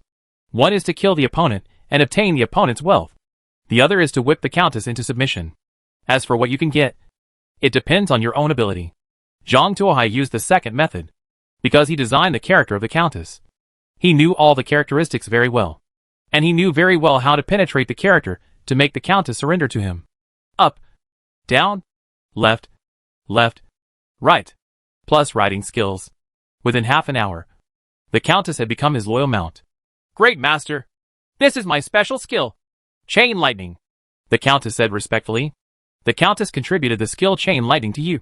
Do you want to register it? Enter. There is an additional skill in the skill bar of Zhang Tuohai's mobile phone. Chain Lightning LV3. The skills taught by plot characters can impart some experience based on the other party's attitude towards you. In this way, the skills you acquire are likely not to be loaded from cards, and you need to practice from the first level. Like the relationship between Zhang Tuohai and the countess. The countess definitely taught everything she had and passed all her experience to Zhang Tuohai, allowing Zhang Tuohai to directly possess the LV3 Lightning Chain. If the countess is killed, Zhang Tuohai can only get a LV1 Chain Lightning skill card and start practicing from scratch. In terms of efficiency, it is much slower than Zhang Tuohai's method. And this does not include the time and resources consumed to practice skills. Looking at the skill list on his phone, Zhang Tuohai nodded with satisfaction. He finally had a skill that could be used as an active attack. Although his sword and shield skills were good, he still preferred to be a turret hiding behind his pet. If there are any enemies, just let the summons hit you, and you can hide behind and throw away the magic. After some gentle talk with the countess, Zhang Tuohai took away an enchanted round shield. This round shield could withstand some magic attacks. If used well, it could even repel magic attacks. Anti-armor? Zhang Tuohai raised his eyebrows. He didn't expect the countess to have such a good thing. If used properly, this thing is stronger than any golden skill. Zhang Tuohai looked at the shield, his face full of excitement. Early the next morning, after feeding the countess, Zhang Tuohai left the tower. The light door automatically disappeared behind Zhang Tuohai, waiting to be opened again the next night. The black boar grunted and ran over after seeing Zhang Tuohai. Zhang Tuohai was afraid that the black wild boar would turn into roast pork in the dungeon, so he deliberately let it stay outside to graze. This guy didn't know where he went. He was covered in mud and rubbed against Zhang Tuohai. Angry, Zhang Tuohai controlled the water element and threw the black wild boar into the river, and slapped the black wild boar in the face with water bombs. The black wild boar was not released until the black wild boar was washed clean. Let's go! Zhang Tuohai rode the black wild boar on the road. He opened the regional channel. At this time, he had left the Blood Wasteland area. There were only a handful of people in the channel, and no one spoke yet. They were probably all on their way. Zhang Tuohai was about to turn off his phone when suddenly a person's profile picture caught his attention. Wait, isn't this Hermes? Zhang Tuohai almost laughed when he saw that avatar. This was an old acquaintance. He was one of the 6 demigods. He controlled the power of biochemistry and organized a biochemical army to expedition against Liuli. If Hermes hadn't weakened the wave of Liuli at that time, Zhang Tuohai wouldn't have been able to defeat Liuli so easily. although it can be regarded as a coalition in a certain sense. The Tower of Babel was also destroyed by Hermes. Zhang Tuohai still remembers Alice crying and asking him to help kill Hermes to avenge the Tower of Babel. Although he had already killed Hermes once and Alice had been reincarnated, Zhang Tuohai didn't mind helping Alice get revenge again. Can you find out where this guy is? Zhang Tuohai asked Xiao Yai. Hermes entered this regional channel 8 hours ago. According to her communication with others, if we calculate according to the normal traveling speed, we should be able to meet Hermes after staying here for an hour. Xiao Yai said. An hour? It's not that long. Just wait. Zhang Tuohai rode a black wild boar to the shade of a tree and began to wait. About an hour later, I heard the sound of wheels on the road. Zhang Tuohai looked up and saw Hermes sitting on a cart, driving a horse in his direction. You're doing well. You have horses. Zhang Tuohai stood up and greeted with a smile. You idiot! Don't you have a wild boar too? It's even better than a carriage, Hermes said warily. Wild boar? How can there be a wild boar? I don't have a wild boar, Zhang Tuohai said, pretending to be surprised. Isn't that your wild boar? Hermes pointed at the black wild boar next to him and said doubtfully. However, at the moment when she was distracted, Zhang Tuohai's palm was pointed at her. Lightning chain! Chapter 1062 Big Tree Cross Slope. With a click, a chain of lightning emerged from Zhang Tuohai's palm and struck Hermes' body. Caught off guard, Hermes was struck by chain lightning.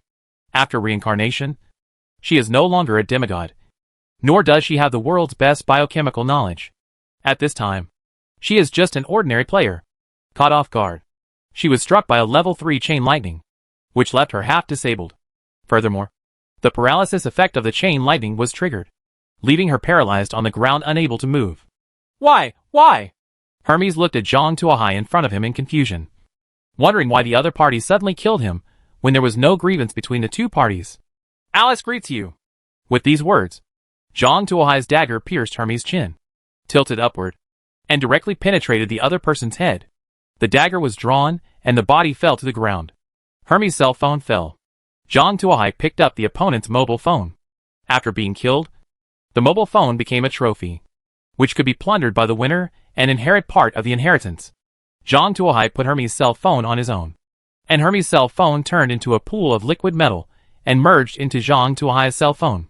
Zhang Tuohai checked the status of his mobile phone and found that his property had 2 more gold coins, 2 barrels of beer, and 12 meat pies. The most valuable thing was that his storage space had expanded to 3 cubic meters. Now most things can be included in it. After killing Hermes, the carriage disappeared, which made Zhang Tuohai regretful. It seemed that the carriage was judged as inheritable property by the system. However, Zhang Tuohai has his own mount and doesn't care much about this carriage. The only regret is that I made less money. Zhang Tuohai, who had taken revenge again, was in a very happy mood. So Xiao Ai turned on the music player and started playing songs to cheer him up. The black wild boar was running hummingly, playing songs on his mobile phone, and the river was sparkling not far away. Zhang Tuohai felt that it was no different from driving on the coastal road. The only drawback is that the shock absorption is a bit poor. Sitting on it all morning is more tiring than working hard all morning. During his lunch break, Zhang Tuohai rubbed his waist to soothe his muscles and bones. At this moment, Zhang Tuohai looked at something like smoke rising from a distant place. Is there a family? Zhang Tuohai became more energetic. If there was a family, he would no longer have to sleep in the open air, and he could even find a soft bed to sleep on. Work hard and rush over there. I'll give you a snack somewhere, Zhang Tuohai said to the black boar. Hearing this, the black wild boar also became more energetic and ran toward the place where the smoke was rising. One person and one pig ran for a while and came to the place where the smoke was rising. To Zhang Tuohai's expectation, this place was not a village, but a house with a peculiar shape. The house was shaped like a giant pumpkin, with crooked windows that revealed an orange light from inside. The light was still flickering, like a flickering candle. There's something odd about this house. Just when Zhang Tuohai was hesitating to leave, the door suddenly opened. A very beautiful girl opened the door, stuck her head out, and said to Zhang Tuohai, "Original guest, come in and have a rest. Drink a glass of water before leaving." Okay. Zhang Tuohai jumped off the black boar, took out a few apples from the space and threw them to the black boar, then pushed the door open and walked in. As soon as Zhang Tuohai walked in, the scene in front of him shocked him. The girl with a beautiful face only had a beautiful face. Below her neck was a thick vine. The vine was thicker than the mouth of a bowl. The purple-black vine had dark green spots on it, and was densely covered with sharp thorns. Broken flesh and blood were still hanging on the thorns. And there was a shelf against the wall filled with human skulls. The vine twisted and rushed towards Zhang Tuohai. Miss Grass! Zhang Tuohai was frightened by the scene in front of him. He originally thought it was a beautiful encounter, but he didn't expect to arrive at the cross slope of Dashu. Monster! Zhang Tuohai immediately summoned the water element. As soon as the water element came out, a big snowball hit the vine monster. The girl screamed and turned her head desperately, trying to avoid the snowball bigger than her head. But the speed of the snowball was too fast. Even though she tried all her strength, she was still hit in half of her face. Boom! Half of the snowball hit the girl's head firmly on half of her face. The girl's head was feeling dizzy, and half of her face was numb and unconscious. Ah! I'm going to kill you! The girl's head controlled the vines and rubbed her face, shouting loudly. Chain lightning! Zhang Tuohai didn't give the girl a chance to behead him, and directly hit her face with a level 3 lightning chain. The girl's head instinctively used vines to resist. Stab! The lightning chain spread on the vines, and the instantaneous high temperature caused a large section of the vine to become charred, shriveled and turned into carbon, and then broke and shattered. A large section of the vine was also broken, twisting on the ground like a snake with its head cut off. Zhang Tuohai's eyes lit up when he saw this, and he used the lightning links of his hands, hitting the vines one by one. The vines turned into charcoal and fell to the ground. Along with them, large sections of good vines also fell off. With just 3 or 2 strokes, the girl's head turned into a bare pole. Zhang Tuohai chopped all the spreading vines into charcoal, leaving only one trunk connected to a flower pot. Seeing this look in front of her, the girl panicked. The tried and true method has failed. Moreover, it doesn't matter if it fails. It's not like it has happened before. But she used vines to forcefully solve them. Even if there are more than 10 people on the other side, she can easily deal with them. However, the person in front of her was so strong that he could hurt her to this extent by himself. One more chain lightning attack would kill her. No! I can't die! The girl leader shouted in panic. Why? Zhang Tuohai asked with a sneer, electric sparks flickering in his hand. I'm useful. I can do a lot of things for you. As long as you keep me alive, I'm willing to do anything. The girl said in a panic. Are you willing to do anything? Zhang Tuohai smiled playfully. Yes, I am willing to do anything. The girl leader realized that she was wrong and said quickly. Even though I only have one head left, I know a lot of tricks. No matter how many tricks you play, you have never played with plants. Right. Just treat it as a novel experience. I can let you experience it first. If you are satisfied, then spare my life. What do you think? The girl's head said, licking her lips and twisting the vines in a charming manner. Chapter 1063 The Black Boar is not a wild boar. Are you willing to do anything? Zhang Tuohai asked. I'm willing to do anything. The girl nodded and said. Then go to hell. Zhang Tuohai shot out a lightning chain from his hand, directly hitting the vine girl's neck. The vines were burnt together with the head, giving off a pungent smell. The gorilla head fell off and fell to the ground, turning into broken charcoal. The vine growing out of the flower pot also turned into charcoal, giving off a pungent smell. I don't have any special preferences, Zhang Tuohai said, looking at his burnt head. As Zhang Tuohai spoke, he came to the corner, where there was a pile of swords and leather armor. It looked like they were left by passing merchants, and were casually discarded here. Many of these leather armors and weapons were rusted due to lack of maintenance, and they took up space, but could not be sold at a reasonable price. Zhang Tuohai started picking them out in disgust. After fiddling with it for a while, Zhang Tuohai found a skill upgrade card deep inside these things. You can designate a player's skill to be improved by 1 level. Zhang Tuohai pondered for a moment and chose to summon the water element. The rest of the skills can be practiced, but this one is slower to practice and can most intuitively improve combat effectiveness. Zhang Tuohai loaded the upgrade card into his mobile phone, and the summoned water element was upgraded to LV3, with an additional skill called Fog of Deceit. Creates a thick fog around the area, obscuring the enemy's sight. It's a good skill for sneak attacks. Zhang Tuohai was very satisfied with the water element skill. With this skill, it would be a pity for him to carry out sneak attacks in the dark night. If he encounters a group of thieves, it will be much easier if he has a fog of trickery. Moreover, a thick fog can easily cover your range, making it impossible for the opponent's ultimate move to be launched. With a useful harvest, Zhang Tuohai was in a good mood and continued to search. finding some money and a few gems for forging. After putting these things away, Zhang Tuohai found some oil, poured it into the room, and then set the room on fire. This pumpkin house had devoured countless innocent passers-by. This time, he burned the house directly to prevent it from being occupied by other monsters. Zhang Tuohai rode a black wild boar and embarked on the journey again. As the sun set, Zhang Tuohai stood on the hill and saw the vast sea and the magnificent city by the sea.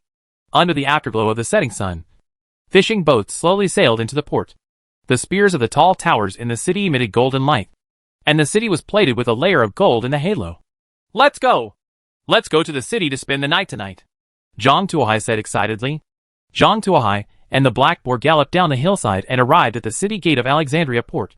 As the only port nearby, the port of Alexandria was so prosperous that everyone entering and leaving the city had to pay an entry tax of 5 copper coins.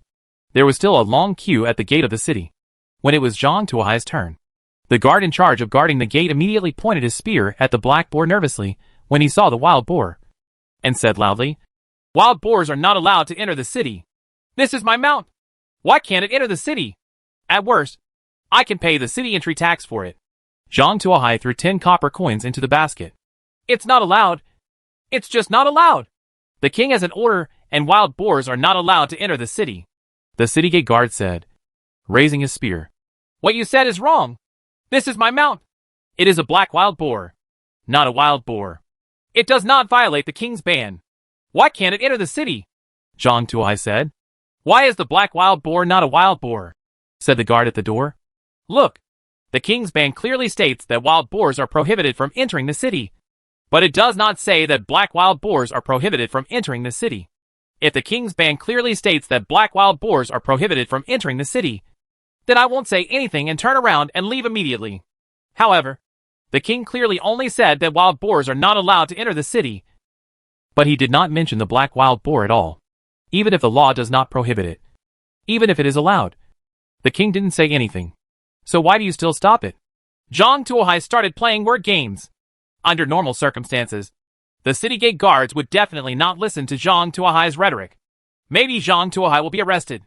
However, now that the guard's IQ has been lowered under the influence of the intellectual halo of the Brave Badge, he actually believes Zhang Tuohai's rhetoric. That seems to be the case. The city gate guard held the spear in his arms and looked at the matter with his fingers. He always felt that something was not right. But it seemed to make sense. "Count slowly. I'm leaving first." Zhang Tuohai patted the city gate guard on the shoulder and rode a black wild boar into the city. The port of Alexandria is bustling with people, and both sides of the streets are crowded with vendors, bringing food and specialty products from all over the world. Zhang Tuohai rode a black wild boar and strolled slowly. He bought some interesting things when he saw them. When he saw something delicious, he bought a few more portions. He would eat 1 portion. The black wild boar would eat 1 portion. And the rest would be thrown into the storage. Stored in physical space. Anyway, it won't break down for a constant time. Finally, after walking and eating all the way, Zhang Tuohai and the black wild boar arrived at the address written on Amira's letter. "This is a pub." Zhang Tuohai raised his head and glanced at the sign, "Sword and Rose Bar." Have all the followers of the Omniscient I started to engage in the tertiary industry? Zhang Tuohai opened the door and walked in. "New here? The first cup is free, but you will be charged for the second cup." The bartender poured a glass of rye beer and pushed it to Zhang Tuohai. "I'm looking for Farah. Someone asked me to deliver a letter." Zhang Tuohai said. "Wait a moment." The bartender turned around and went up the stairs. After a while, a red-haired woman came down the stairs. This woman was wearing a pair of cropped trousers and a short leather armor on her upper body, revealing her slender waist, 6-pack abs and vest line. The woman was tossing a forging hammer up and down in her hand. With a bang, the woman put the hammer on the bar. He looked at Zhang Tuohai with a scrutinizing gaze. "I heard that you are here to deliver a letter to me. Here." Zhang Tuohai took the letter out of the storage space and pushed it in front of Farah. "Is this really the messenger?" Farah was shocked. Since she arrived here, many adventurers have tried to chat with her in various ways, and sending letters is one of the vulgar excuses.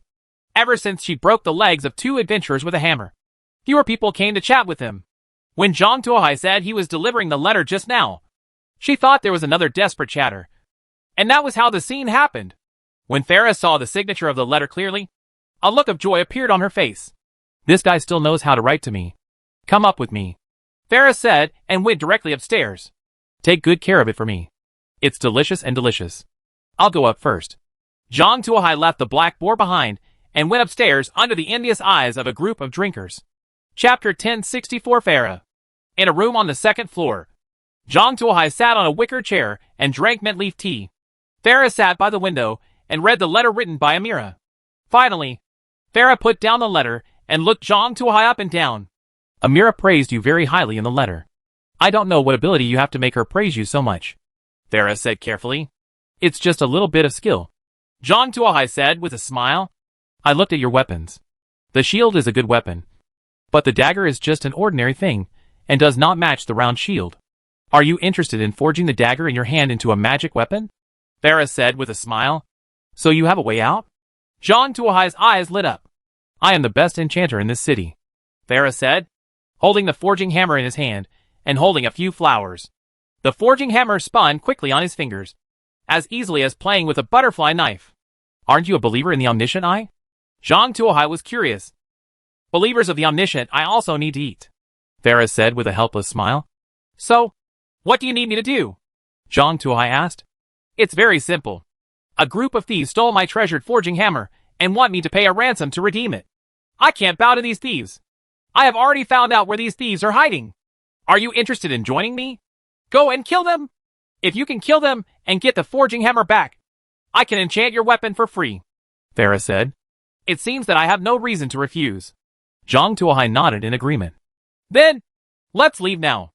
Farah stood up and hung a string of throwing knives on his body. So anxious? Zhang Tuohai asked.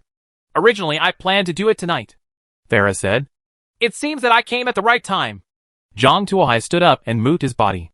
The two people left the back door of the tavern and went into a deserted alley. Farah came to an iron door, looked around and saw that there was no one around. Took out a key and gently opened the door. As soon as it was opened, a cool breeze rushed out from inside, and a staircase extending downward appeared in front of the two people. What is this place? Zhang Tuohai asked curiously. Sewer. Farah ducked and walked in. Is there a sewer in this city? Liam O was shocked. Yes. A city built on the edge of the desert. A city where you can count the number of rains every year with your hands. Actually spent a huge amount of manpower and material resources to build sewers all over the city. And even horse-drawn carriages can be run in them. Farah was also a little helpless. Said, these are the advanced experiences learned by the previous old king after he went abroad for inspections. Fortunately, the trade in Alexandria port was developed and enough money was accumulated. Otherwise, the port would have been completely ruined by the previous old king. Farah shrugged and said, Let's go. I can't wait to see my forging hammer again. The two people stepped into the sewer. Because of the desert climate, there was little water in the sewers of Alexandria Harbor. It was very dry and cool. Zhang Tuohai thought about it while walking. It would be quite good to convert this place into an underground warehouse. The space is large enough. Dry and cool. Very suitable for storing food. As the two people walked along, from time to time, they could see a huge beetle running past the shadows. This is a common beetle here. Seeing one means there may be 1,000 around. This thing can lay eggs once a month. Thousands at a time. And it will eat everything. It's so annoying. Farah casually smashed a beetle to death with a forging hammer and said calmly, Wait, what is that? Zhang Tuohai suddenly pulled Farah and pointed to the ground. Farah looked in the direction Zhang Tuohai pointed and found that it was a shadow. The shadow of a person, which was cast to the ground because of the angle. There is someone. Farah and Zhang Tuohai looked at each other and quietly leaned against the wall. They don't move. And neither does the person opposite. The two sides reached a stalemate. The people on the opposite side may also be ambushing. Zhang Tuohai speculated in his mind. He thought for a while and summoned the water element. Then used the water element's body to make a mirror and looked at the scene around the corner of the passage. Hidden in the corner of the passage were more than 30 thieves, crouching in the shadows and watching eagerly. It's these damn guys. I didn't expect that they would actually want to ambush me here. Farah frowned and said with lips, Don't worry. I have a solution. Zhang Tuohai made a silent gesture to Farah, and then used the water element to condense into a huge snowball. Hey, it's getting colder and colder. A thief felt that the temperature was a little low and couldn't help but shiver. Shut up. Have you forgotten the boss's instructions? No matter what happens, don't say anything. lest you be discovered by that damn woman. Wu Cao! What is that? A thief screamed. Aren't you speechless? Why, let me strangle you. Feeling the cold, the thief turned around and was so shocked that his jaw almost dropped. Suddenly a huge snowball appeared in front of him. This snowball crushed everyone with overwhelming momentum. Run! The thieves turned around and ran away. All ambush plans were thrown out of the window, and none of them were as important as his own life. However, the speed of the snowball far exceeded their expectations, and was even faster than their escape speed. The huge snowball crushed them with an unrivaled attitude, crushing each of the thieves into pieces. Moving forward, he crushed each of the thieves into pieces. Just when the snowball was about to roll to the end, suddenly the snowball split apart and turned into snowflakes all over the sky. A strong body walked out of the snow and fog. It's you? Farah's expression became serious when she saw the person walking out of the snow and mist. It's me. You didn't expect it. I'm back again. The strong man's face was covered with scars, wearing a breastplate, and holding a huge forging hammer in his hand. Master should have killed you in the first place, and shouldn't have let you go. Farah's face was full of resentment. Ha ha. Who made him soft-hearted in the first place? Then he gave me the opportunity. Don't you miss him very much? Let's go to hell to meet him. As long as you are all dead, I will be the only one in the world who knows the Oguzius blacksmithing technique. The strong man rushed towards Farah, swinging the forging hammer. Farah also raised the forging hammer and rushed towards the strong man. The two forging hammers met in midair. Boom! With a muffled sound, Farah flew out and fell to the ground, splashing a lot of dust. I'm going to smash you into a pie! The strong man shouted and raised the forging hammer again. Chapter 1065 Armor-Piercing Dagger. The strong man rushed toward Farah with the forging hammer raised high. Zhang Tuohai saw this and hit the opponent's leg with a lightning chain.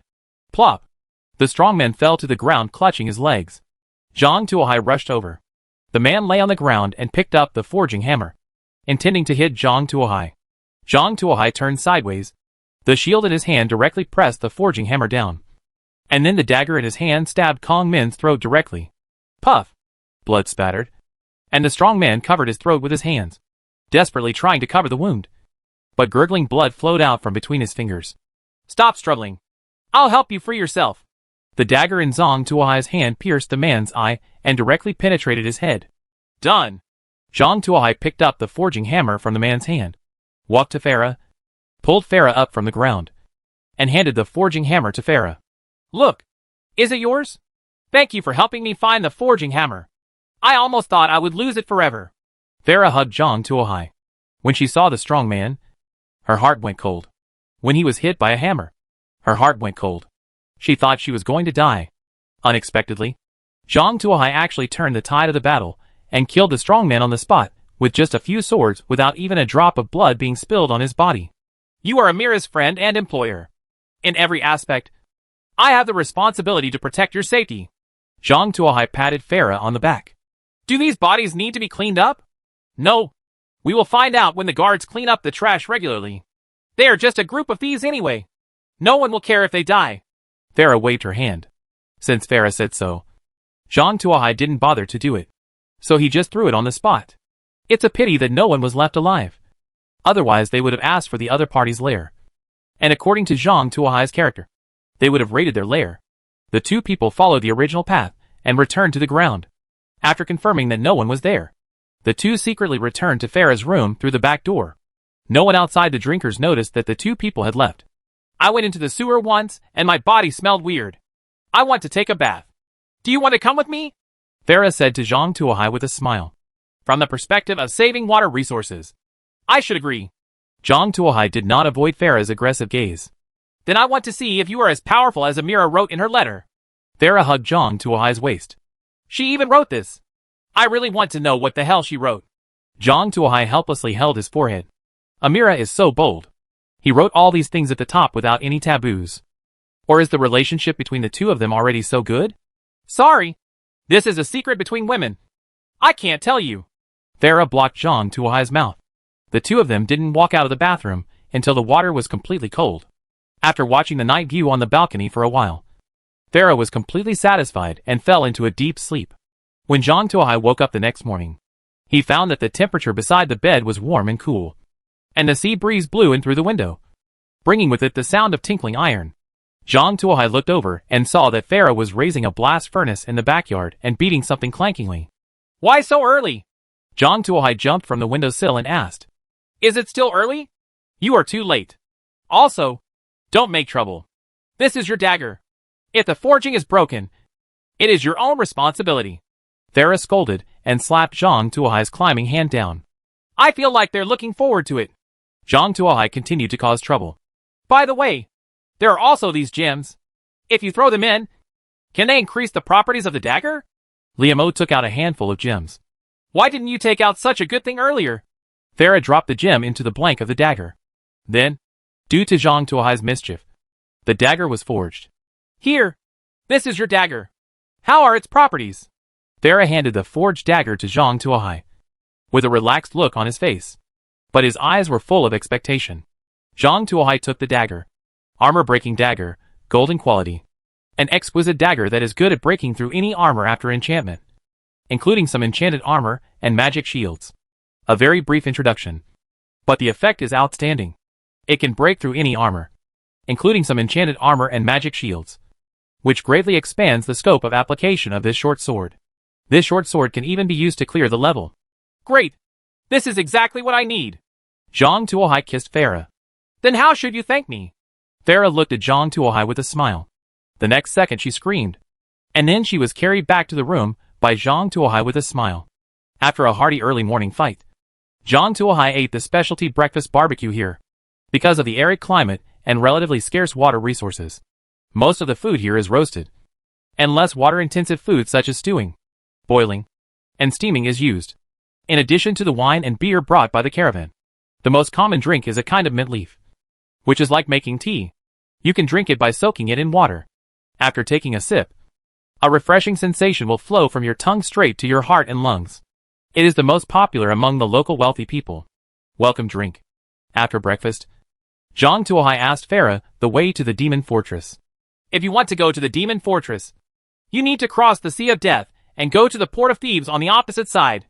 However, ships taking this route are not common. If you really want to go, I will help you pay attention, Farah said. However, it is not a good idea to go to the Demon Fortress. It is the lair of demons.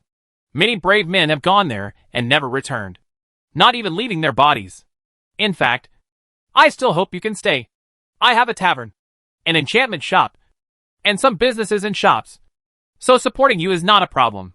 I'm sorry, I have to do this. Zhang Tuohai smiled and shook his head. Well, I know that's the case. Since Amira can't keep you, it's probably the same here. However, during the time you are here, you can't go anywhere else. You must stay with me. Here, Farah said, holding Zhang Tuohai's hand. Don't worry. I will definitely feed you. Zhang Tuohai nodded with a smile. Just when the two were tenderly preparing to start a new battle, there was a sudden noise outside. The two looked at each other and walked out with their weapons. In the bar, a herald was reading the king's orders. Chapter 1066 The King's Mission. A herald in rich attire was announcing the king's orders. The general meaning is that there have been strange cases in the prison, and a large number of prisoners have died. I hope that capable people can help the king solve this case. His Majesty the King will not hesitate to reward you. The person who solves the case can choose an item from the king's treasure house as reward. The king's treasure house is filled with treasures collected from all over the world.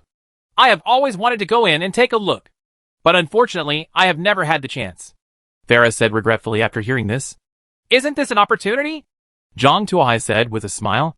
Then he raised his hand and said loudly, I am good at solving crimes. Right. Are you really sure? This is no joke.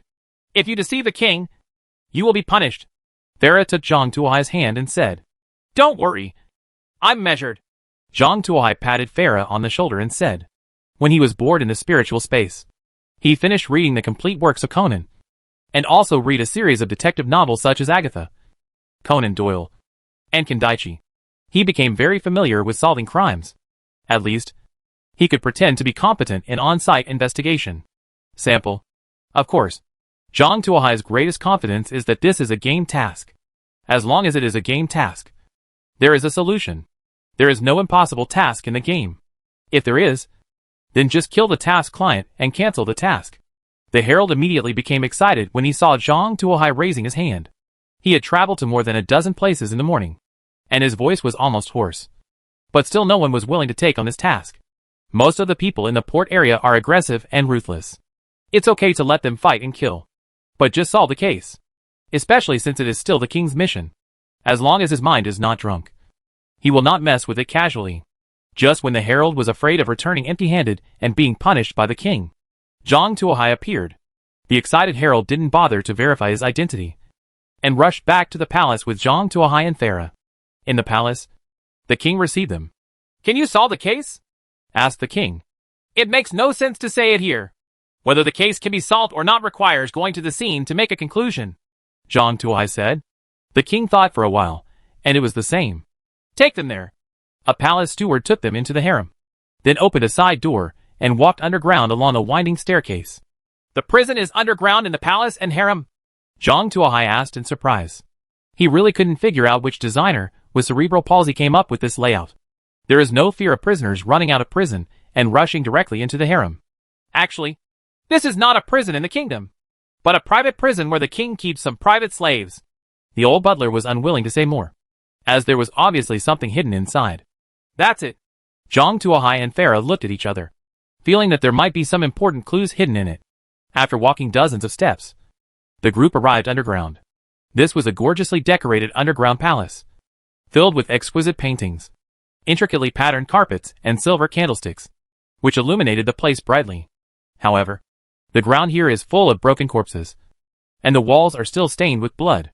Zhang Tuohai walked back and forth at the scene of the incident. He found a piece of lace and a piece of old rag at the scene. He grabbed it in his hands and had a rough idea. At the same time, he observed 3 seconds of silence for His Majesty the King. This king is too miserable. He still doesn't realize that the prairie is growing on his head. The saddest thing is that the people who love him are not the princes, ministers, or wealthy businessmen, but the slaves imprisoned in his private prison. Why does he know so well?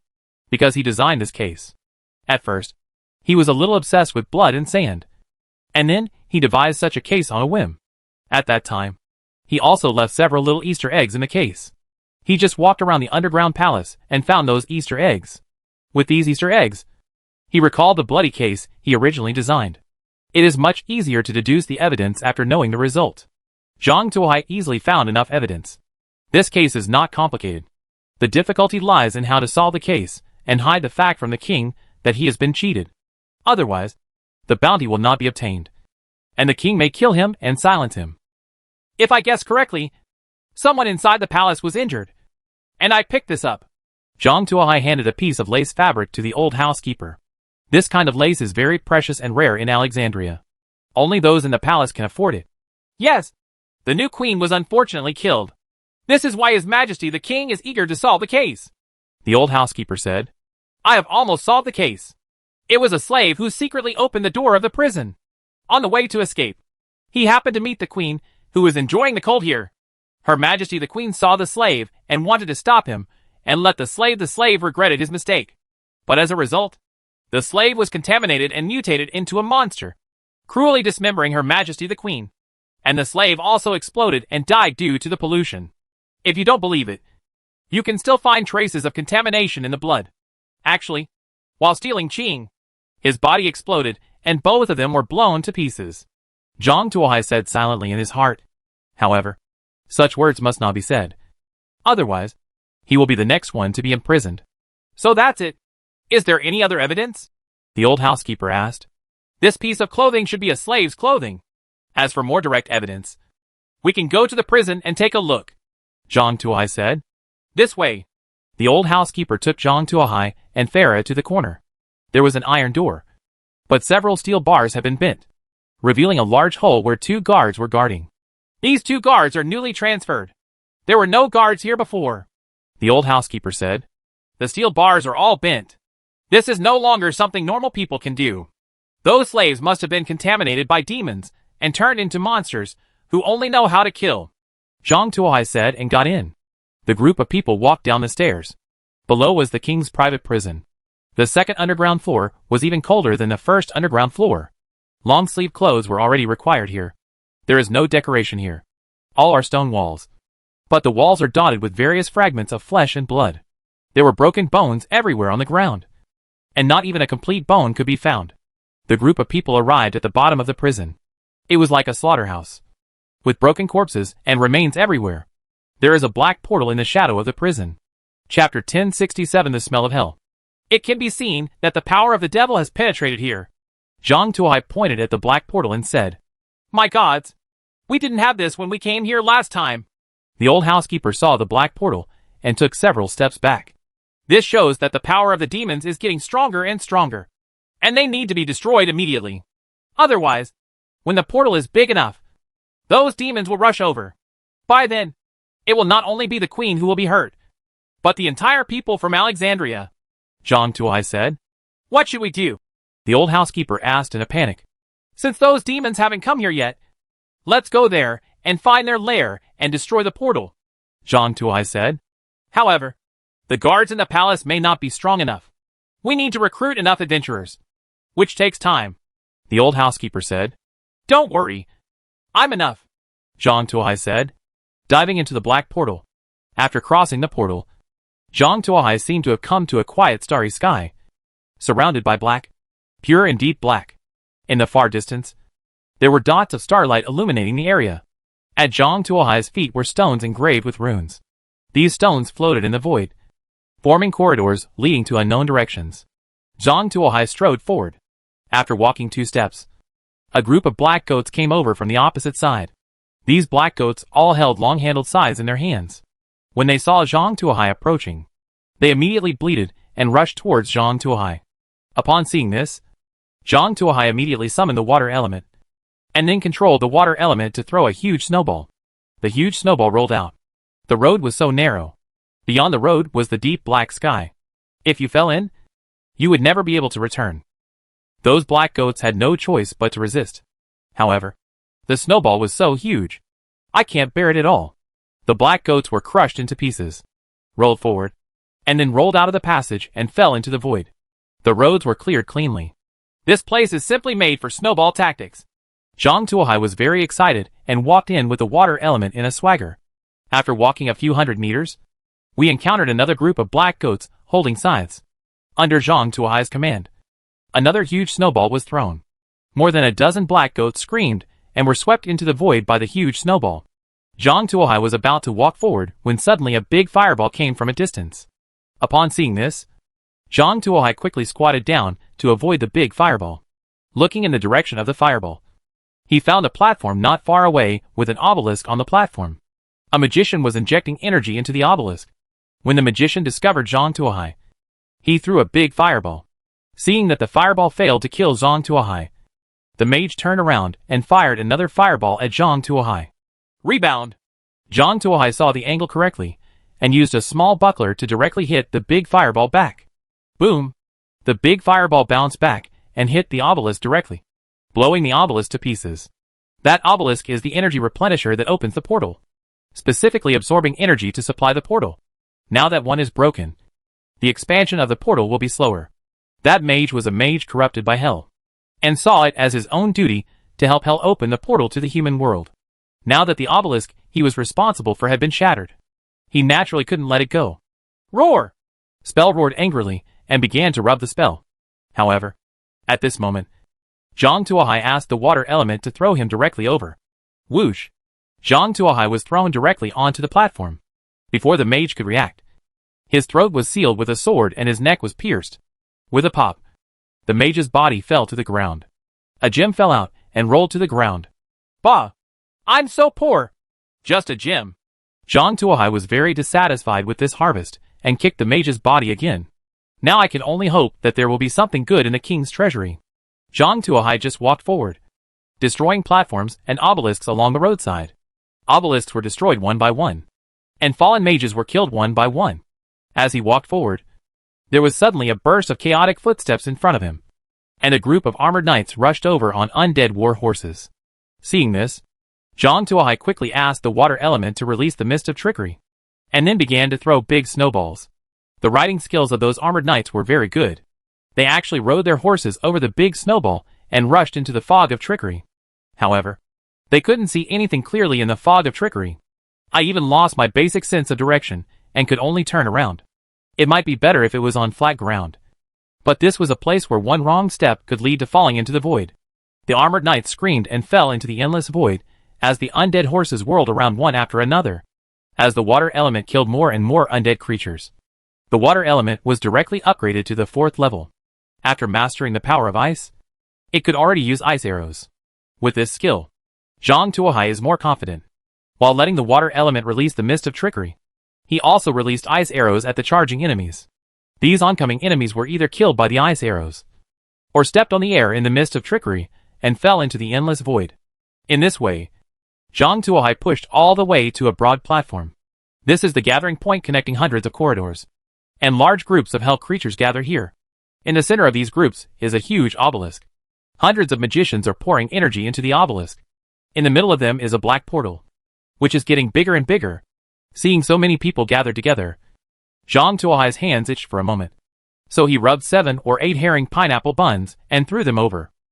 Click, click. One by one, the pineapple buns fell into the monster group and broke into pieces. A stench spread out. Those monsters from hell were waiting for the portal to be completely opened. As a result, I suddenly smelled an unbearable stench. What the hell does this smell like? A demon said, covering his nose. Worse than the smell of hell, echoed another demon. Compared to this taste, hell is 10,000 times stronger. If the world smells like this, we might as well go back to hell. A demon was shaken. Vomit! The last demon was simpler and just spat it out. Many demons couldn't bear it and ran to the platform and vomited. This is true for demons, let alone ordinary human mages. One by one, they ran to the platform and vomited non-stop. And the supply of magic power was interrupted. Chapter 1068 Treasure House. Just as those demons were vomiting, a strange cloud of smoke slowly floated over. A series of electric sparks shot out from the smoke and hit them. Those electric sparks can also conduct electricity, and one can connect a large group of people. Not only the people who are directly hit, but also the people around them are affected. Electric sparks flickered, and lightning chains were transmitted between a group of magicians. A large group of magicians lay on the ground, twitching constantly. Roar! At this time, the hell demons who were not so seriously injured reacted and rushed towards the fog of trickery. However, it is difficult to tell the direction in the fog of trickery. Even if they rush in, they will easily rush out of the road and fall into the endless void. Even if a few demons were able to rush over, they would all be shot through the head by an ice arrow shot from the water element. The worst thing is bowling with a big snowball. A large number of hell demons were crushed to pieces by the big snowball before they could even rush over. I kept doing this for 5 minutes, and there were no more demons or magicians standing on the huge platform. Zhang Tuohai then let the water element dissipate the fog of trickery and stepped onto the platform. Some of the magicians on the platform were paralyzed by the chain lightning, and some were so smoked by the herring and pineapple buns that they could not get up. Zhang Tuohai each very thoughtfully added a sword, took away the gems they exploded, and then let the water elemental throw the corpse into the endless void. Just when Zhang Tuohai came to a gorgeously dressed magician and was about to strike him with another sword, the magician suddenly opened his eyes and struck Zhang Tuohai with the magic wand in his hand. Upon seeing this, Zhang Tuohai rolled on the spot to avoid the stick. I didn't expect it. I was born without a sense of smell, and your tricks are of no use to me. I do 500 push-ups and 500 sit-ups every day, run for 2 hours in the morning, and eat 3 pounds of meat and 3 pounds of milk every day. With this muscular body, I'll blow your head off with my magic wand. As he spoke, the magician tore off his robe, revealing the bronze muscles underneath, and rushed toward Zhang Tuohai with the staff in his hand. Zhang Tuohai threw a lightning chain at the magician with a question mark on his face. And then, the magician lay on the ground twitching. Are you not sick? The magician actually held up his staff to fight hard, and his brain was burned out. Zhang Tuohai did not dare to get close, for fear of being infected by the disease. So he just let the water element kill him with ice arrows, and then threw him into the endless void. Go inside. After throwing away all the corpses, Zhang Tuohai stepped into the gradually shrinking portal. As soon as he stepped out of the portal, he bumped into Farah. You're finally back. If you don't come back, I'm going to go find you, Farah said anxiously. Don't worry. I'm back now. Right. Zhang Tuohai patted Farah on the shoulder and said, How is the situation? The old housekeeper asked hurriedly. Don't worry. It's been solved. It was a group of demons trying to open the portal and enter the real world. The portal was not big enough before, and some of the demonic energy invaded the real world, causing the slaves locked here to inhale too much demonic energy and turn into mere monsters. The monster who knows how to kill and murdered Her Majesty the Queen has been destroyed now, Zhang Tuohai said, pointing to the increasingly smaller portal behind him. That would be wonderful. The old housekeeper covered his chest with one hand. Thank you, God, for your help. Zhang Tuohai, you don't want to default on your debt, do you? If you want to default on your debt, don't blame me for being rude. If I can close the portal, I can also open it. You don't want the palace to turn into a paradise for demons, right? Zhang Tuohai asked coldly. Don't dare. Don't dare. The old butler waved his hands quickly. How dare he provoke Zhang Tuohai? After all, the opposite person was a ruthless person who dared to go deep into the demon world and close the portal. If he offended such a person, I'm afraid the entire palace would really become a paradise for demons. It's just that the matter of the treasure trove requires His Majesty the King's personal nod, and my words don't count. The old housekeeper said. Then go and ask for permission immediately. Zhang Tuohai said coldly. Yes. Yes. The old housekeeper quickly retreated. Are you okay? Farah hugged Zhang Tuohai and asked with concern. She remembered that Zhang Tuohai was not such a rough person, even last night. It's nothing. If you stay in a place with strong demonic energy for a long time, you will inevitably become a little irritable. Zhang Tuohai waved his hand and said. The two people waited there for a while, and soon the old housekeeper ran over, holding the key to the treasure house in his hand. Sir, please come with me, the old housekeeper said respectfully. The group of people followed the old butler to a closed brass door. The old butler inserted the key into the door, and the door slowly opened. Then a shocking sight came into view. The entire treasure house was turned upside down. The various shelves inside were pushed to the ground, and various things were scattered all over the floor. There is a huge hole in the ground. I don't know where it leads. What? What's going on? The old housekeeper was completely confused. Hurry up and report. You can't bear this responsibility, Zhang Tuohai said to the old housekeeper. Yes. Yes. The old housekeeper quickly ran out and reported to the king. However, before leaving, he still asked the two guards guarding the door to help keep an eye on Zhang Tuohai, for fear that Zhang Tuohai would take the opportunity to steal something. This old guy can't guard against thieves. It seems that we heroes are very strict. Farah curled his lips and was very dissatisfied. Yeah, it's really chilling. Zhang Tuohai agreed, rubbing the soles of his feet and getting something stuck in the groove of the soles. In order to avoid suspicion, he and Farah took a few steps back and waited outside the gate. After a while, the king ran over in a hurry, looked at the messy treasure house, knelt down, and cried, My treasure house. Why has it been done like this? Who did it? Is it you? King, he pulled the old housekeeper's collar and asked sternly. It's really not me, Your Majesty. If I had done it, I would have run away long ago, the old housekeeper said. Are those two of them? The king looked at Zhang Tuohai and Farah. We have been standing outside the door. Don't frame us, Farah said quickly. Your Majesty, let's take stock and see what's missing, the steward said. Yes. Yes. Let's count them. None of you are coming. I want to count them myself. The king pushed everyone out of the gate and sat alone in the treasure house to count them. This time, Zhang Tuohai went out to have 2 meals from sunrise to sunset. And then the king cleared out the treasure house. Your Majesty, are the losses serious? The old housekeeper asked anxiously. Chapter 1069 3 pieces of equipment. Only 2 things were lost, the king said in despair. The loss is not big. The old housekeeper comforted him. The loss is not big? The king said through gritted teeth. Do you know what I lost? What is it? The old housekeeper had a bad feeling. Magic gems and protective necklaces. The king shouted in pain. How could there be such 2 things? These are the most precious items in the treasure house. The old housekeeper shouted. We must find them back. The king shouted. Did you hear that? Go and find them quickly. The old housekeeper said to Zhang Tuohai. Okay, let's settle the bill first. Zhang Tuohai stretched out his hand. What's the account? The old housekeeper asked. Of course, it's the labor fee. We agreed to choose any item from the treasure trove of solving crimes, Zhang Tuohai said. Your Majesty, what do you think? The old butler turned to look at the king. Let him choose, the king said helplessly. Zhang Tuohai strode in and took out a breastplate and a pair of leather boots under the watchful eyes of the guards. Didn't you tell me one thing? The old housekeeper asked. The other thing is the deposit, John Tuahai said leisurely. I'm afraid you won't pay the bill if I get it back. Why don't we pay the bill? The old housekeeper said angrily. Didn't you almost fail to pay the bill just now? John Tuahai said leisurely. The old housekeeper was speechless. You must get your things back, the old housekeeper said. Then please hire someone else. John Tuahai put down his boots. Don't leave. What do you think we should do? The old housekeeper asked in a low voice.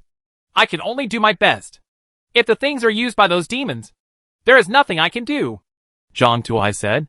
The old butler looked back at the king, and after seeing the king nodding, he nodded in agreement. That's okay.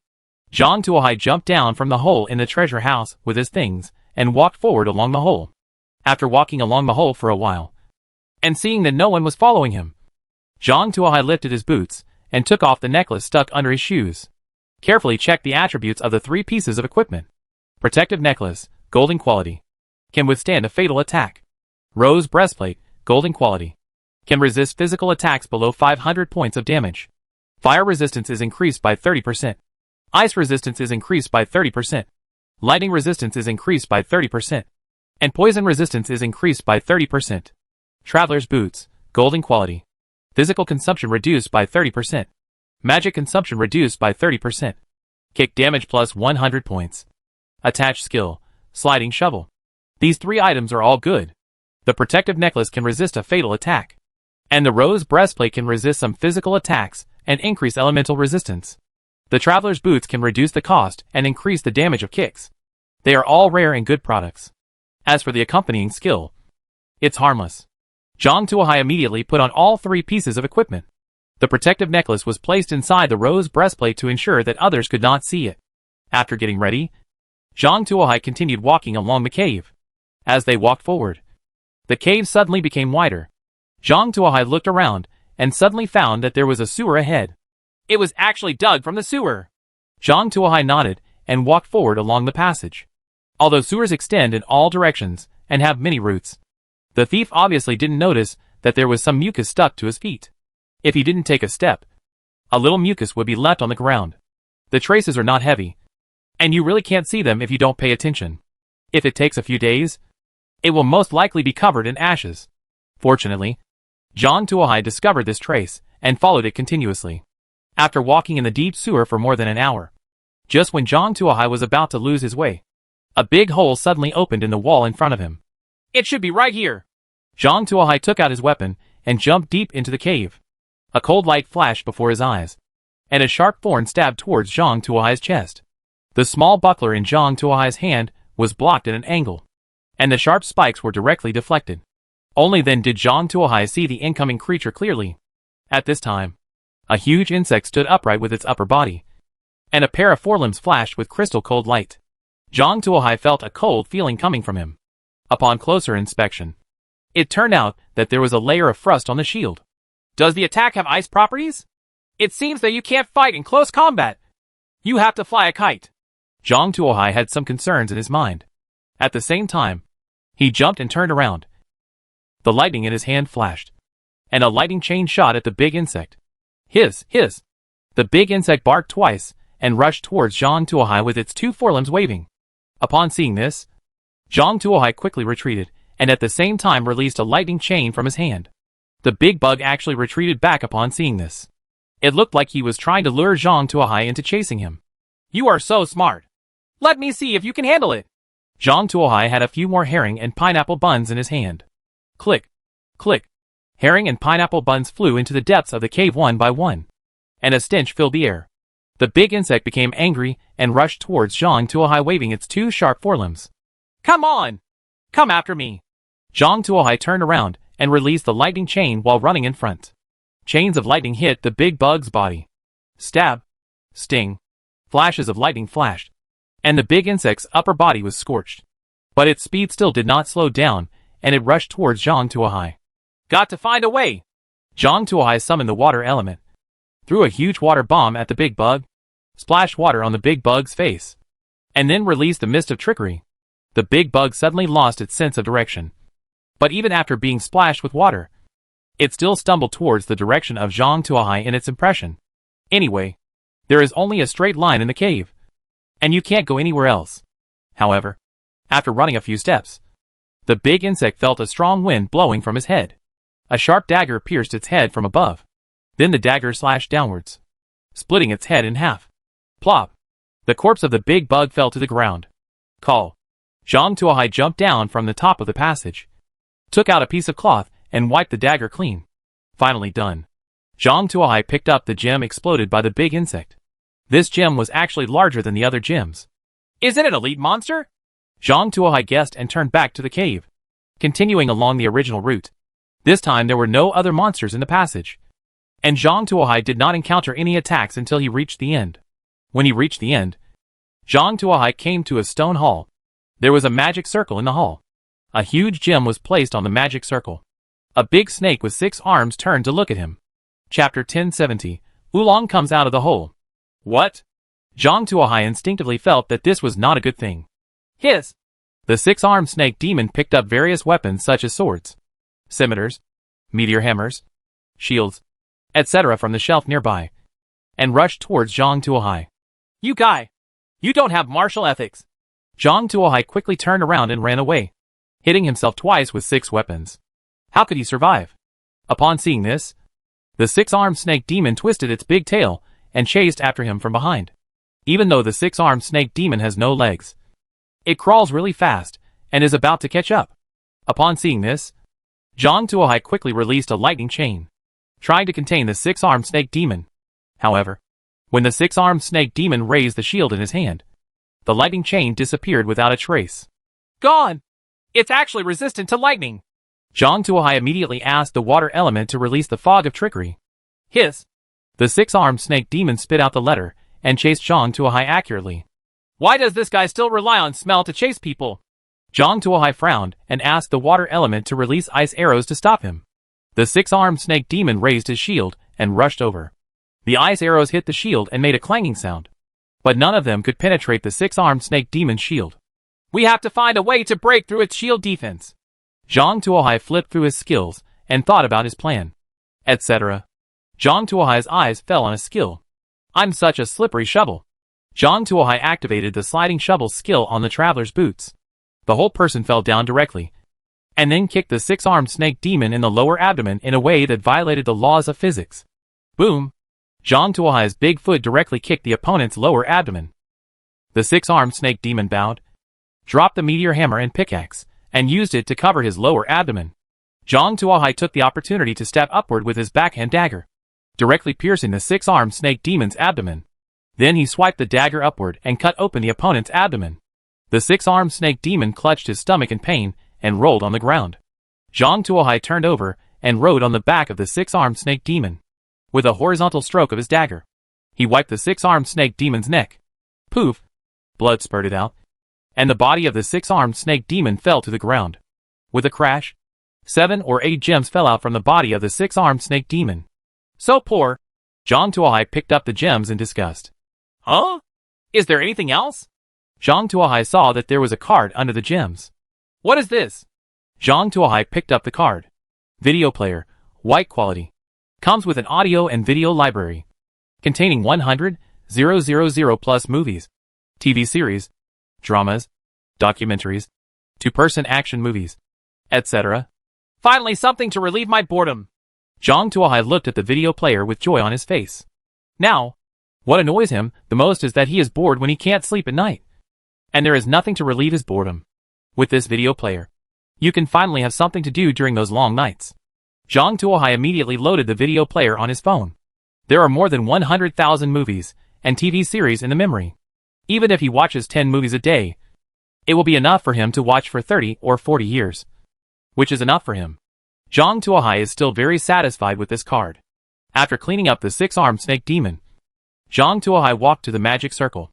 The magic circle was rotating with a huge gem floating on it. It seemed to be the king's lost magic gem. He stretched out his hands and took down the magic gem, and the magic circle stopped rotating. Information about magic gems popped up in front of Zhang Tuohai. Magic gem, a gem that stores rich magic power and is a necessary material for activating certain magic circles. Note, This magic gem is about to run out of magic power due to long-term storage. After seeing the note, Zhang Tuohai decided to return the gem to the king quickly, lest it would be unclear if it was in his own hands when the magic power was exhausted. After putting away the magic gem, Zhang Tuohai wandered around the hall again, finding nothing except a gradually shrinking black portal. Isn't it good to keep these guys in your hometown? Are you thinking of invading the human world? Zhang Tuohai quickly returned to the treasure house carrying the magic gem. At this time, the king was directing people to repair the holes in the treasure house. When he saw Zhang Tuohai coming back, he immediately rushed up and asked, "Where is my magic gem? Where is my protective necklace? The magic gem is here. The protective necklace is not found. It is probably sent to hell. The leader is a 6-armed snake demon. This is its head. There is also a bug that can freeze people. At this time, its forelimbs. The mission is completed. If you need anything, come to me." Zhang Tuohai stuffed a bunch of things into the king's arms and left without looking back. What the hell?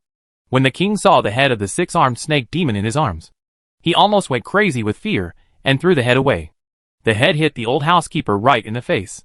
The old housekeeper couldn't bear to see these things, and he fainted from fright when he saw the heads. There was another commotion in the treasure house. At this time, Zhang Tuohai and Farah had already returned to Farah's tavern. Once again, he followed Farah upstairs in the eyes of everyone with Indian hatred. "Hurry up and take a shower. You're all smelly." Farah pushed Zhang Tuohai into the bathroom in disgust. Zhang Tuohai first killed many demon goats and fallen mages, and then thrust bugs and 6-armed snake demons. Although he tried to avoid getting blood on his clothes, it was still inevitably stained with a lot of smell. Zhang Tuohai used perfume 3 times to wash away the odor on his body. Just when Zhang Tuohai was lying in the bathtub, closing his eyes and concentrating, a soft body lay next to him. And while drawing circles, he asked, "Yes? Do you want to rub your back? Just a back rub isn't enough." Zhang Tuohai opened his eyes.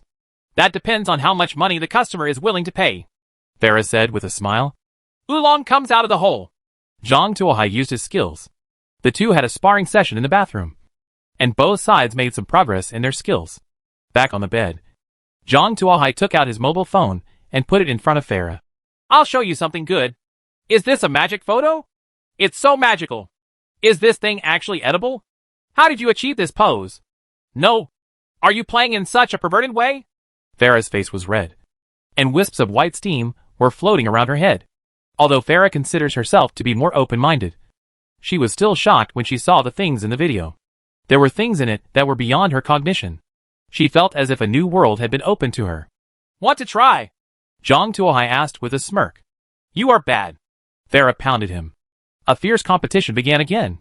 Chapter 1071 Sea Chart. After a great battle, both Zhang Tuohai and Farah's skills improved a lot. The two cherished each other until the middle of the moon, when they made a truce and went to sleep. In the next few days, Farah and Zhang Tuohai were immersed in the competition of skills. Until one day, a ship bound for Thebes arrived at the port. "Can't you stay? I'll open a tavern to support you," Farah said reluctantly. "Someone has to get rid of the devil. Otherwise, the devil will eventually come to the world." Zhang Tuohai also said helplessly. "Then get on the boat tomorrow. The boat won't leave until tomorrow," Farah said. "Okay." Zhang Tuohai agreed. Farah worked extremely hard that day, as if she wanted to rub Zhang Tuohai into her body. "I will come back one day," Zhang Tuohai said. "Hack you." That's what all the men said before leaving. But no one came back. Farah threw the pillow at Zhang Tuohai. "I'm different from them. I'm very greedy. I want it all."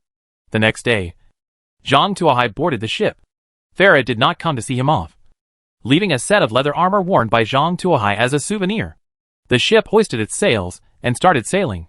Zhang Tuohai sat on the boat and looked at the scenery. In fact, there was no scenery to see on the boat. This was not the kind of sightseeing cruise ship that was close to the coast. Outside was the endless sea. People huddled on a wooden boat and followed the waves up and down, drifting. You may be buried in the belly of a fish at any time. Looking at such an endless sea can make people depressed and even suicidal over time. However, Zhang Tuohai didn't care, not to mention that he was already used to it. Moreover, his newly loaded player had more than 100,000 movies in it, and his phone was never powered off. How could this be boring? Zhang Tuohai, who was sitting in first class, was very happy lying on the bed watching a movie. There will be a dedicated waiter to deliver things to Zhang Tuohai's cabin. Zhang Tuohai will have food in the cabin. But the category is relatively monotonous. In addition to the grilled fish, there are also a few scones, a glass of wine and an apple. This is considered to be the best on board. Captains may not be as well fed as Zhang Tuohai. Moreover, Zhang Tuohai's storage space was filled with all kinds of Alexander's specialties before leaving, especially all kinds of food, drinks and water. So he basically didn't worry about food. Throwing a handful of melon seed shells into the sea, Zhang Tuohai stretched and moved his limbs, preparing to change his position to watch a movie and then go to sleep. Just then, there was a knock on the door. Zhang Tuohai thought it was a waiter and opened the door. However, the person standing outside the door was not a waiter, but an acquaintance Moriarty. This kid is also on the boat. Why didn't we find him before? We have to find a way to kill him again. Zhang Tuohai made a plan in his mind. Of all the people he met, the one Zhang Tuohai hated the most was Moriarty. This guy, as an administrator, did something dirty to himself as a player. If it hadn't been for the help of the Gate of Truth, he would have died long ago. Although he had already killed Moriarty with his own hands, Zhang Tuohai was very happy to get revenge again. Who are you looking for? Although he wanted to kill Moriarty immediately, Zhang Tuohai still had a smile on his face. Can we go in and talk? Moriarty looked panicked and looked around, as if he was afraid of being discovered by others. Come in. Zhang Tuohai stepped aside and opened the door, allowing Moriarty to walk in. The magic in his hand was ready, and the lightning chain was ready to go. You are also a player. I discovered a secret.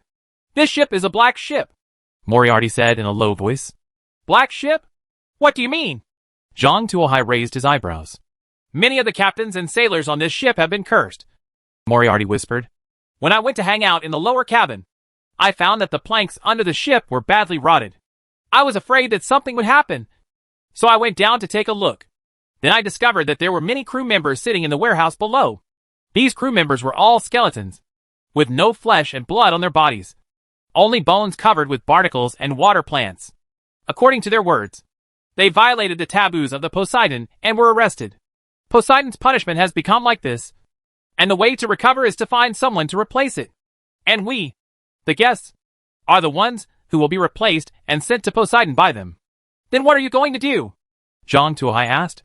Of course I ran away. There were too many of them, and we couldn't defeat them with less people. I didn't want to become their sacrifice and become like them. So I had no choice but to run away, Moriarty said. Since you have already figured out what to do, why don't you run away by yourself? The fewer people who know about this kind of thing, the more secret it is. Right. Based on Zhang Tuohai's understanding of Moriarty, he is definitely not so kind. If there is not enough benefit, he will not share such confidential information with others. There may be some pitfalls here. Zhang Tuohai should be more careful. There are sailors watching next to the escaping boat. I can't beat them, so I want to find a few helpers. The equipment you are wearing is not ordinary, and your combat effectiveness is definitely not low. You are a suitable helper, Moriarty said. Then how are you sure that I am a player and not an NPC? Zhang Tuohai asked. I've seen you on the regional channel. There are photos. Also, I saw you when I was queuing up to board the ship and knew you were on the ship, Moriarty said. Why does this guy have such a good memory? It's a good thing he didn't awaken his previous memories. Otherwise, he would have to take action now. Zhang Tuohai made a plan in his mind. Then when do we set off? Of course, the sooner the better. There are the fewest guards at night, which is when you can work, Moriarty said. What about the action plan? Don't tell me to grab the escape boat and run away. The Sea of Death is so big. If we escape to the boat without a backup plan, we will definitely die. I have already planned it. When I was in Alexandria, I stayed at a widow's house. The widow's husband was originally a captain. He used to travel the Sea of Death route. There was a nautical chart among his belongings. In addition to the normal path on the map, there is another route. There is a series of small islands on this route, stretching from the coast of Alexandria to the vicinity of Thebes. And tonight we are just about to approach one of the small islands. The widow is not I've got the goods. As long as we grab the escape boat, we can row to the small islands, and then use these small islands as springboards all the way to Thebes, Moriarty said. You are talking nonsense. You have to take out the chart, and let me take a look at it so that I can verify the authenticity. Zhang Tuohai rolled his eyes and said, Chapter 1072 Escape. Chart. Hearing that Zhang Tuohai wanted to see the chart, Moriarty hesitated. This was something he got with great difficulty at the expense of his appearance. And he didn't want Zhang Tuohai to get it so easily. However, at this moment, Zhang Tuohai had to come up with something important in order to win his trust. Yes, but no photos are allowed, Moriarty said. Don't worry.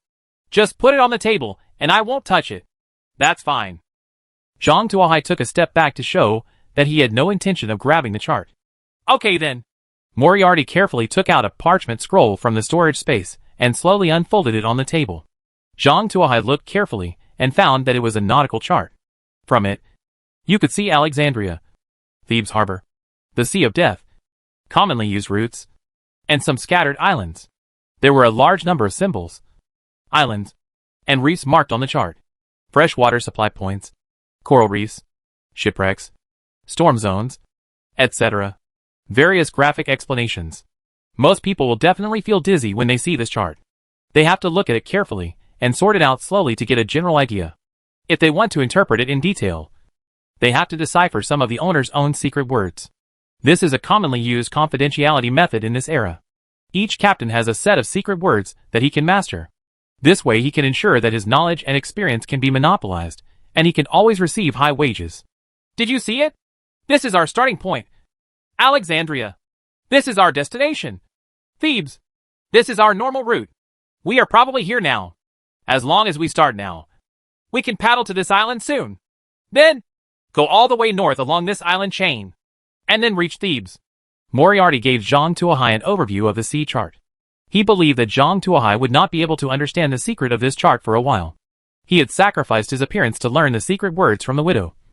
Otherwise, he would not be able to understand this chart. However, he never expected that Zhang Tuohai's brain had been specially trained to have a photographic memory, and he could firmly record this chart in his mind with just one glance. So that's it. Zhang Tuohai nodded slightly. Okay, let's go quickly.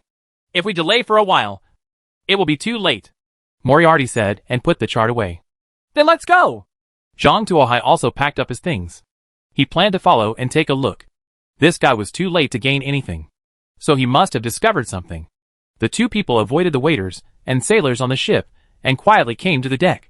At this time, there was fog on the sea, and the two people hid in the shadows and carefully slipped towards the escaped ship.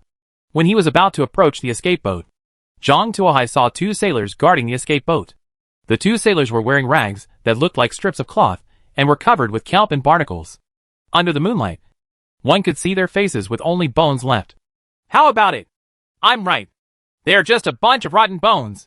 They want to drag us to the Poseidon and exchange them for their own bodies. Moriarty pointed at the two skeletons and said, One person per person. I'll be in charge of the one on the left, and you'll be in charge of the one on the right. Zhang Tuohai glanced at Moriarty and said, although he could deal with two skeletons himself, Moriarty had to put in some effort. Okay. Moriarty gritted his teeth and took out a machete from the storage space. The blade flashed with blue light, and it looked like it should be an enchanted weapon. Superior. Zhang Tuohai and Moriarty looked at each other, and then rushed forward at the same time. Aho! Moriarty yelled, raised the machete in his hand, and slashed at a skeleton. Seeing this, the skeleton quickly drew out the scimitar from his waist to resist. But the scimitar was cut off by Moriarty. The skeleton immediately turned sideways to avoid the knife, but his arm was cut off completely without avoiding it. When Moriarty saw this, he swung the knife in his hand towards the skeleton. As a result, he was dodged by the skeleton again. Just when Moriarty raised the knife in his hand and prepared to slash again, the skeleton fell to the ground. Zhang Tuohai appeared behind the skeleton, holding a dagger in his hand. What are you shouting over there? Zhang Tuohai asked with an unhappy face. I'm sorry. I like to shout during battles. I think it can increase the output. I'm used to it, and I haven't changed it. Moriarty was a little embarrassed. Just because of your voice. Your plan was exposed. So hurry up and leave. Zhang Tuohai said, and jumped directly onto the lifeboat and cut the cable. At this time, Moriarty also heard the hurried footsteps, rushed into the boat, and cut off the cable. The lifeboat slid down rapidly. Wow! The lifeboat stirred up a huge wave and crashed into the sea. A lot of sea water came in. At this time, several skeletons rushed to the side of the ship, saw Zhang Tuohai and Moriarty on the lifeboat, and roared angrily. Several skeletons rolled over the side of the ship and jumped directly towards the lifeboat. trying to subdue the two people and catch them back. However, Zhang Tuohai did not hesitate. The dagger in his hand flew up and down, giving each skeleton that jumped on the lifeboat a blow, and then kicked it into the sea. After a while, all 7 or 8 skeletons that jumped down were kicked into the sea by Zhang Tuohai. This hand stunned the skeletons and Moriarty on the ship. The skeleton has never seen such a powerful person. If he kills the skeleton with one sword, doesn't he know how to be afraid? Where will these immortal souls be released after killing them like this? Moriarty was also stunned by Zhang Tuohai's swordsmanship. He just knew that Zhang Tuohai was powerful. How could someone who could afford a first-class ticket not be powerful? I just didn't expect it to be so powerful. Killing all the chasing skeletons at once. He suddenly forgot what he should be doing.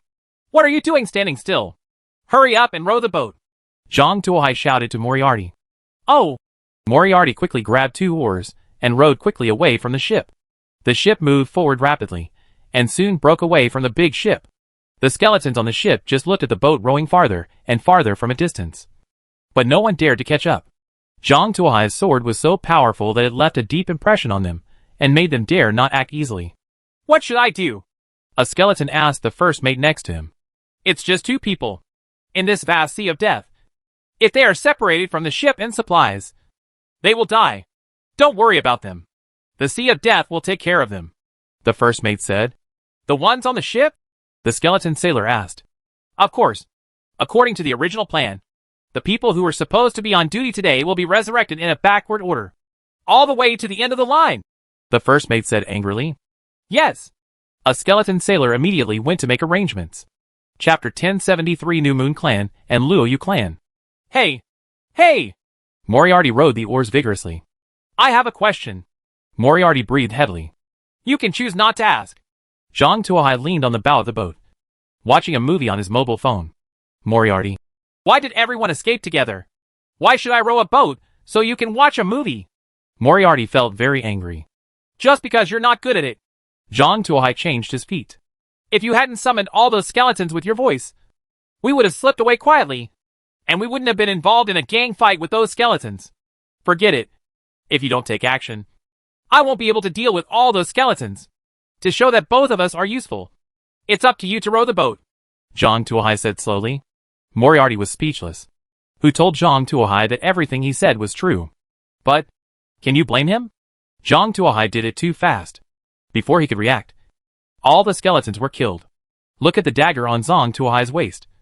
And then look at the machete that he cheated with his good looks. It must be that his weapons are too bad. If he had such a short sword, he would be as powerful as Zhang Tuohai. Humph! This dagger will be mine sooner or later. I'll let you be proud for a while. You know, the island will be hee. Moriarty thought of the contents in the captain's notes, and his heart was full of secrets. Happiness. In addition to the nautical charts, the captain also left a set of matching notes. The notes recorded in detail what the captain saw and heard on those islands, as well as some dangerous avoidance methods. This is information that the captain and crew members risked their lives for. Holding this note, Moriarty felt like a player waiting to complete the level with a guide. With the strategy in hand, will it be difficult for those islands to accommodate me? Not only can I not stop him, I also have to get a lot of benefits before leaving. Moriarty stared at Zhang Tuohai angrily, planning to kill Zhang Tuohai on the island and get the dagger to replace the stupid machete. Humph. Just wait. While Moriarty was planning in his mind how to kill Zhang Tuohai, he was also thinking about the scenery after getting the dagger. I didn't feel tired for a while, and I felt more energetic rowing. The boat cut through the waves, rowing forward quickly as if it was equipped with a small motor. Zhang Tuohai leaned against the bow of the boat and glanced at Moriarty from time to time. He was curious about what Moriarty was thinking and why he had such rich expressions on his face. The boat rocked over one wave after another until the sky brightened slightly, and the outline of the land was finally seen in the distance. It's finally here. My good days are coming soon. Moriarty surged with endless strength, and the 2 oars shook like propellers, quickly rowing towards the land. Zhang Tuohai also saw the shadow of the land, but he didn't pay much attention to it. He saw that there was a long distance between the land and the shore. Don't worry. You can still watch another movie. Zhang Tuohai was thinking as he opened a movie, took out a piece of dried meat from the storage space, and ate it slowly to replenish his energy. Who knows what you will encounter on the island later. Let's replenish our physical strength first. By the time Liam ate 2 pieces of dried meat, a bottle of goat's milk, and an apple, and the ending song of the movie began to play, the distance to the island was finally less than a kilometer, and they could already clearly see the island, buildings and vegetation. Several cabins were built on the coast, and a few people dressed in leaves were packing several canoes. Fish baskets and spears were hung on the canoes. It seemed that they were going to fish offshore. Sure enough, it is exactly as described in the captain's notes. They are a group of uncivilized primitive people who drink blood. They will treat us outsiders as gods, welcome us with the most solemn etiquette, agree to all my conditions, and spare no effort to complete my mission. Any requests? Moriarty had already thought about his needs. Now that everything was ready, he just had to land on the island. He mustered up his strength, rowed the boat quickly, and moved towards the island. Seeing that he was about to arrive at the island, Moriarty was too lazy to row. He jumped directly into the waist-deep water and walked on the sand towards the coast. As he walked, he said, I am your god. Came to the world with an oracle. I, Moriarty, now command you to surrender before me. Moriarty walked, spreading his arms and shouting. What is this guy doing? Zhang Tuahai glanced at Moriarty and then at the people on the coast who had picked up spears. They didn't look like they were welcoming him. Zhang Tuahai quietly lowered his body, only revealing his 2 eyes and watching quietly. However, Moriarty was still shouting loudly. Just when he was about to reach the beach, suddenly a strong man raised his throwing spear and threw it towards him. Whoosh! The sharp spear cut through the sky, whistling, and pierced Moriarty's chest. At this time, Moriarty still opened his arms with a smile on his face. As if to welcome his people, the sharp willow leaf spear point pierced out of Moriarty's back, and bright red blood trickled down from the spear tip, dripped into the seawater, spread thickly, and finally dissipated. Moriarty's eyes were full of disbelief. It was clearly not what was recorded in the captain's notes. The people of the Crescent Clan are hospitable and respectful to their gods.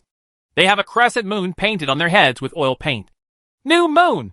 Only then did Moriarty see clearly that what was painted on these people's foreheads was not a waxing moon at all, but a waxing moon. This is a member of the Luoyu clan. They are cruel, murderous, and bloodthirsty. They are neighbors to the Crescent Clan. The 2 islands are only a dozen or so miles apart. No wonder it took me a while longer than expected. I originally thought it was a problem with my physical strength and slow speed, but it turned out that I was rowing in the wrong direction. Moriarty regretted it. If he had known that he was coming to the territory of the Luoyu clan, he would have Zhang Tuahai should be allowed to disembark first to explore the way. Whoosh whoosh. Several more spears hit Moriarty. Moriarty is like a hedgehog, falling into the sea with many spears. Upon seeing this, Zhang Tuahai immediately laid down in the boat and secretly looked out. After killing Moriarty, the natives waited over carrying throwing spears, not knowing whether to collect the throwing spears or the boats, or perhaps both. Zhang Tuahai pulled a piece of canvas and covered himself. A group of natives came to Moriarty's body, pulled out the throwing spear, and then pushed the body into the deep sea, and they themselves moved closer to the boat.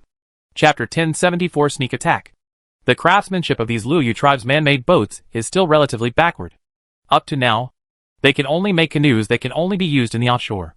They are very interested in this escape boat that can be rowed from the depths of the sea.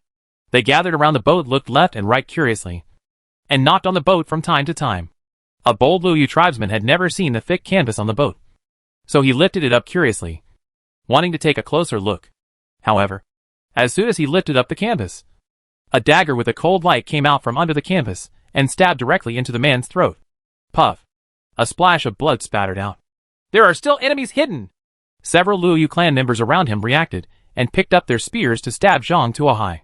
However, Zhang Tuahai had already rolled over and rolled into the sea. The moment he fell into the water, the dagger in his hand slashed the throat of another Luoyu tribesman. The Luoyu tribesman held his throat and fell into the seawater. Blood makes the clear water cloudy. The dagger in Zhang Tuahai's hand that fell into the sea pierced out one after another, stabbing the legs of each Luoyu clan member. Those Luoyu clan members covered their wounds one after another. The rest were afraid of being stabbed and hurriedly asked back away. Zhang Tuahai saw that the distance between the 2 sides had widened, and he turned over and returned to the boat, and the lightning chain shot out from his hand. Bolts of lightning struck those Luoyu clan members who were retreating in the distance. The Luoyu tribe members who were hit turned into charcoal, and the lightning chain was also transmitted to other Luoyu tribe members along with the seawater. The Luoyu clan members were connected in series, felt the power of lightning, and then were roasted to death by the ultra-high temperature lightning chain. When the last Luoyu clan member was turned into charcoal, Zhang Tuohai let out a sigh of relief. The boat was rowed towards the coast. When he got to the shore, Zhang Tuohai recalled the marks on the chart. He had to go to the center of the island to see if there were any surface structures, to determine which island he was on, and then determine the next course. Otherwise, if you go in the wrong direction on the vast sea, you will be dead. Is this true for the ordinary sea, let alone the Sea of Death, which is known for its extremely high mortality rate? For future safety, Zhang Tuohai had to go deep into the island to see the situation. After dragging the boat ashore, Zhang Tuohai came to the wooden houses. There were fire pits piled with stones in front of the wooden houses. There were some clay pots filled with various fruits and water in the wooden houses. A string of salted fish hung in front of the door. Several women from the Luoyu tribe in the wooden house were huddled in the corner, with their children in their arms, not daring to look at the intruder Zhang Tuohai. Zhang Tuohai didn't want to attack women and children yet. In fact, if the people from the Luoyu clan hadn't killed him first, he wouldn't have killed them all. Not far from the beach is a dense forest. A winding path disappears into the woods, appearing and disappearing. Zhang Tuohai stepped directly into the woods, drew out the dagger from his waist, and chopped down the branches covering the road one by one. While walking, Zhang Tuohai suddenly noticed a sound on the top of the mountain. It sounded like a prayer. The sound was loud and rhythmic. Go over and have a look. Wherever there are people, there are buildings. Moreover, places of prayer are usually the most luxurious places, and are most likely to be landmarks. Zhang Tuohai rushed towards the top of the mountain. After overcoming obstacles all the way, Zhang Tuohai finally arrived at the top of the mountain. He lay down in the grass and looked carefully toward the top of the mountain. At this time, there is a large open-air platform on the top of the mountain, and at the end of the platform is a huge skull. This skull is very huge. It seems to be at least 7 or 8 meters high. I don't know what kind of animal it is. It has a strange appearance and is left here. A group of Luoyu tribesmen, dressed in leaves and with a waning moon painted on their heads, knelt in front of the skull and chanted something loudly. The sound was as noisy as a swarm of flies buzzing in their ears. The leader was an old man wearing an animal tooth necklace and holding a wooden staff. The old man was holding the wooden staff high and was saying something loudly. Then, he turned around and greeted his men. Soon, dozens of strong men came out from behind. Every 2 of these strong men were carrying a thick and long stick, and 1 person was tied to each stick. These people include men and women, old and young, with different marks painted on their heads. Some are members of the Luoyu clan, and some are people from other tribes who dress up in weird ways. Zhang Tuohai knew which island this was when he saw the huge skull, and also knew which way to go next. Just as he was about to leave, he suddenly saw an old acquaintance Sharon Base. Zhang Tuohai did business with this oil man several times and got along fairly well. But later they became separated and lost contact. Unexpectedly, the 2 parties met here. Now this oil man is not doing well. His white robe is torn into strips, like a beggar's outfit. There are also injuries on his face. It looks like he was beaten. Now he seems to be tied up like a pig, on a stick and dropped in front of the skull. Several people with spears walked out of the crowd, their eyes full of fierceness, and they looked eager to try. This is a blood sacrifice. Zhang Tuohai looked stern. It would be fine if there were no acquaintances here, but if there were acquaintances, he couldn't let this happen in front of him. Hack them! Zhang Tuohai summoned the water element and threw the lightning chain in his hand at an executioner holding a throwing spear. Stab! A chain of lightning flashed, and the executioners standing in a row were hit by a chain of lightning, connected in a row, and turned into a row of charred corpses falling to the ground. A huge snowball rolled across the center of the square. The sudden appearance of the huge snowball was beyond everyone's expectations. Many people were crushed into pulp by the huge snowball before they could realize what was going on. Enemy attack! Only then did the people from the Luoyu clan react. Some people with weapons threw their spears towards Zhang Tuohai. A huge snowball appeared in front of Zhang Tuohai and stopped these spears. Immediately afterwards, Zhang Tuohai asked the water element to release the fog of trickery, and a thick fog enveloped a large area around Zhang Tuohai.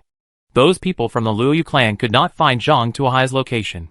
Some brave people tried to rush into the fog of conspiracy to find Zhang Tuohai.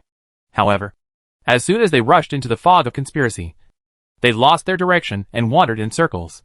But the water element kept throwing big snowballs, harvesting their lives. Unbeatable, unable to be found, and massacred unilaterally. Those Luoyu clan members soon became unable to hold on any longer. They are cruel and bloodthirsty. But they will still be afraid and run away when faced with enemies they cannot defeat. A large number of people from the Luoyu clan screamed and fled in all directions. Only the old priest and the sacrifice, placed in front of the skull, were left in the huge square. Chapter 1075 The Witch in the Forest. Isn't this old guy leaving yet? Zhang Tuohai raised his eyebrows and rushed over with the water element, preparing to include the old man within the scope of the mist of trickery. Black out his vision and then kill this guy. Seeing the mist of trickery coming, the old man couldn't help but retreat, raised the wooden staff at his hand high, and chanted a difficult spell loudly. As the last syllable ended, a fireball the size of a wash basin hit Zhang Tuohai's direction. Zhang Tuohai quickly squatted down, dodged the fireball, and then asked the water element to respond with a huge water ball. A water balloon the size of a wash basin was thrown at the old man. Despite his age, the old man's legs and feet were very nimble, and he dodged the water polo. However, the water element had no intention of stopping and threw huge water balls towards the old man. The old man dodged left and right, dodging water balls one after another. However, he did not notice that a pool of water had accumulated in the open space under his feet, and the water flowed around and spread towards the fog of trickery. Another water ball came, but the old man dodged and accidentally stepped into the water. Then a chain lightning hit the puddle. Stab! A blue electric light spread along the puddle to the old man's body, electrocuting the old man into coke. After confirming that there were no other resistors at the scene, Zhang Tuohai removed the fog of deception and walked in front of these people with the water element. Zhang Tuohai used a dagger to cut the ropes off these people. These people knelt on the ground gratefully, thanking Zhang Tuohai for his life-saving grace. No need to thank me. I just can't stand it. I'm just helping you. Next, you still have to rely on yourselves. It's up to you to decide whether to deal with those Luoyu tribe members or escape. After Zhang Tuohai finished speaking, he turned around and ran down the mountain. He had done his best to help these people get out of trouble, and he had no obligation to escort them away. Many people want to catch up with Zhang Tuohai and ask Zhang Tuohai to escort them away. At the worst, they have to follow Zhang Tuohai, so as to avoid being caught up by those from the Luoyu clan. They wanted to keep up with Zhang Tuohai, but Zhang Tuohai's pace was too fast. They had just chased him a few dozen steps before they were swept away by Zhang Tuohai. Zhang Tuohai quickly came to the beach and came to his boat. He carefully checked the condition of the hull. After confirming that no one had tampered with it, he immediately pushed the boat into the sea and paddled toward the sea. Cross out. By the time those people on the mountain chased them to the beach, Zhang Tuohai was almost out of sight. Work! Zhang Tuohai summoned the water element to help row the boat. He himself was lying on the boat watching a movie on his mobile phone. Rowing and other things are too tiring. Just let the summoned creatures do it.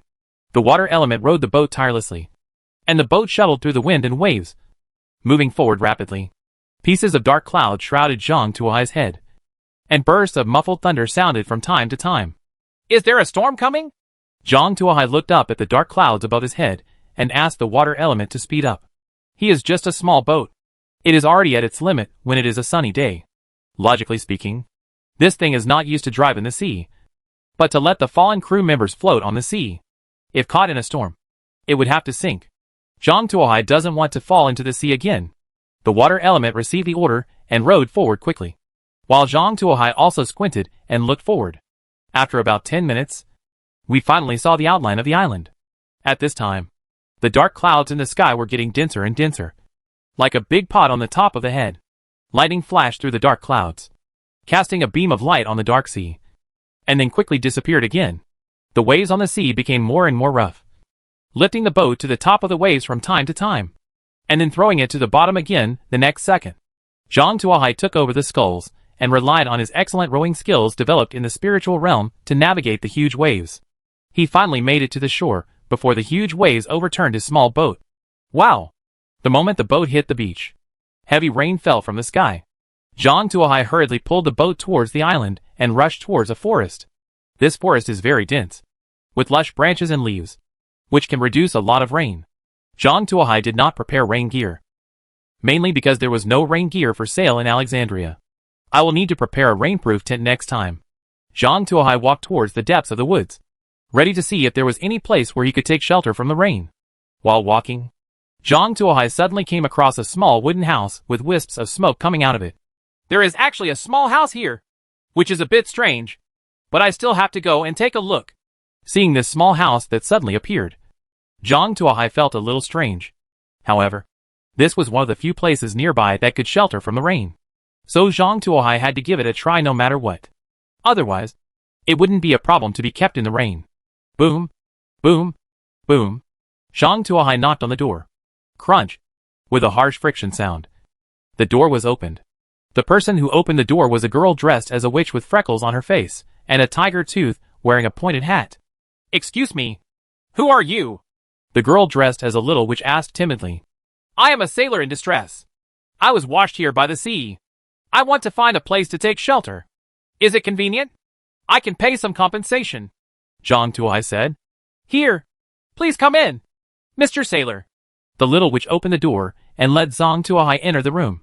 The room is not big, and the furnishings inside are very neat.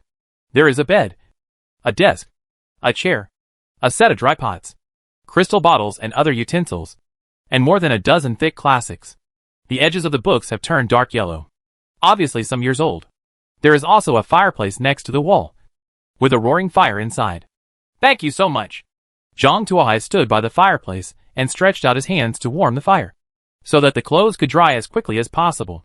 Mr. Sailor, please sit down. The little witch moved a chair over. Thank you. But if I sit down, where will you sit? Zhang Tuohai asked. I'll just sit on the bed, the little witch said. Thank you very much. Zhang Tuohai sat on the chair.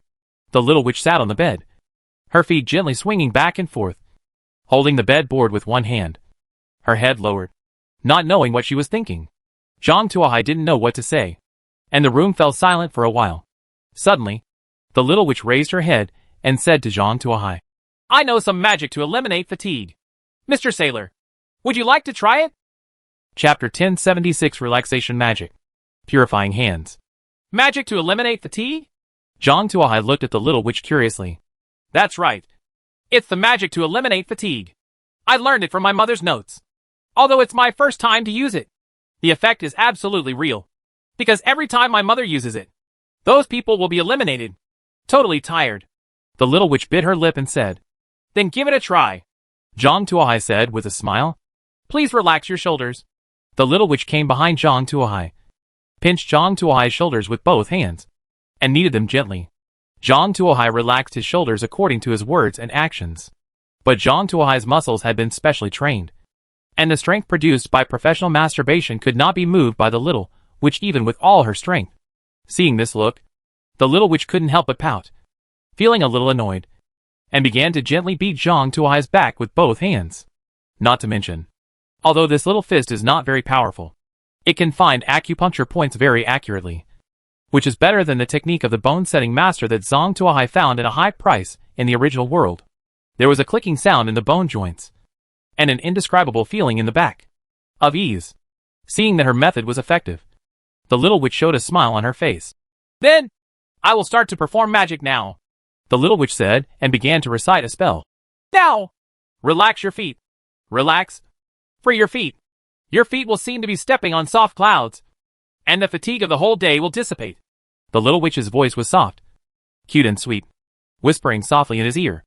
Zhang Tuohai could even hear the sound of lips touching, and wisps of hot air entered Zhang Tuohai's ears along with the soft voice, making him, it was as if I had regained the feeling I had when I heard the sound for the first time, and my hair stood on end.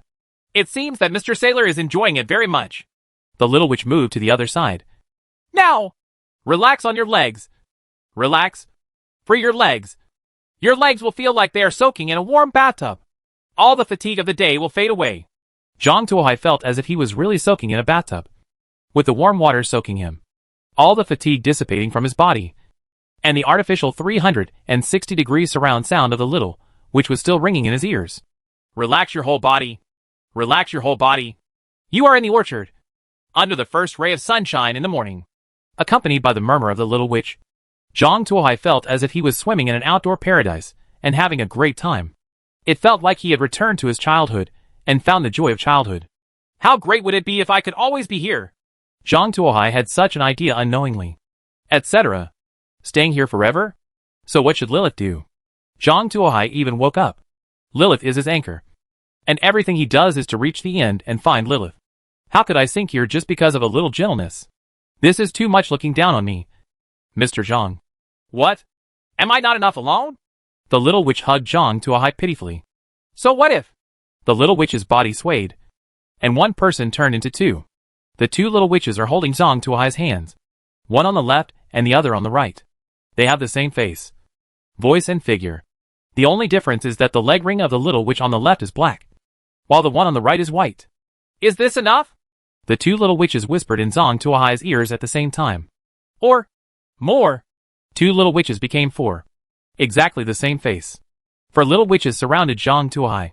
Zhang Tuohai felt trapped in a sea of tenderness. Ride. Zhang Tuohai used the skill. The little witch became a mount that obeyed every word. What is your real purpose? Zhang Tuohai asked. Make passing travelers into food. But you are very special. I want to eat it in a different way. The little witch looked at Zhang Tuohai lovingly with her big watery eyes. It turned out to be a man-eating demon. Fortunately, I thought he was a kind person. The next day, after the rain, the sky cleared up. Zhang Tuohai walked out of the cabin and stretched. He didn't get much rest after working hard the night before. But it was all worth it. In addition to raising her riding skills to LV3, she also gained the little witch's favorite spell, the Hand of Purification.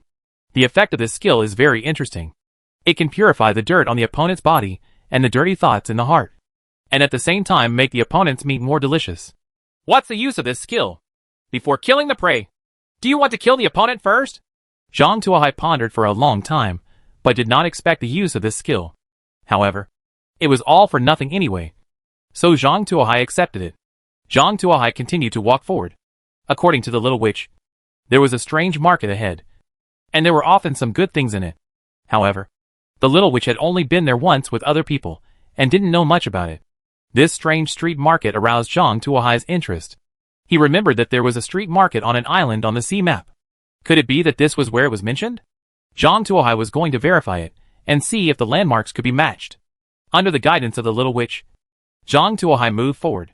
Every time he encountered a red mushroom as tall as a person, he turned right. Every time he encountered a green mushroom as tall as a person, he turned left.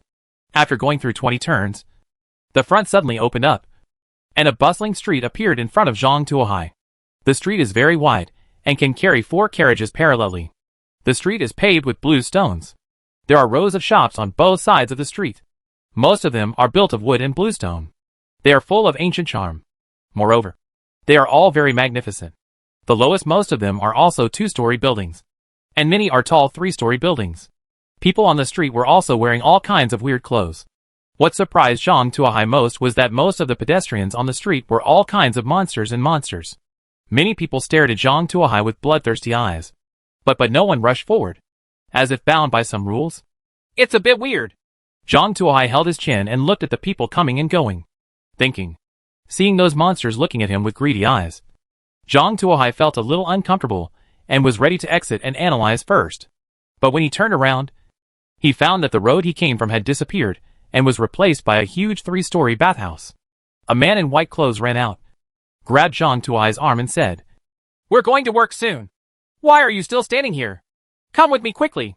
Chapter 1077, Joined as a bath worker. Zhang Tuohai also wanted to understand the situation here, and without any resistance, he was pulled closer to the bathing place by the man. After crossing the gate, the human let go of Zhang Tuohai's hand and said with a frightened face, "Why are you standing on the street? Do you know how dangerous it is to stand alone on the street? The sun is going to set soon. If you continue to stay outside, you will be eaten by those monsters. Is it so scary? However, I have been standing there for a long time, and they haven't made a move. I thought they wouldn't make a move," Zhang Tuohai said. "Where did you come from and don't know any common sense? How did you survive to this day?" the man asked in surprise.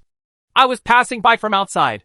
I just kept walking along the road, and then I appeared here. I don't even know what happened until now," Zhang Tuohai said with a smile. "It turns out that he is a newcomer who just came from outside. No wonder he doesn't understand anything. No newcomer has come here for a long time. Those monsters are going crazy. If it weren't for the rules that don't allow eating people during the day, you would have just been on the street.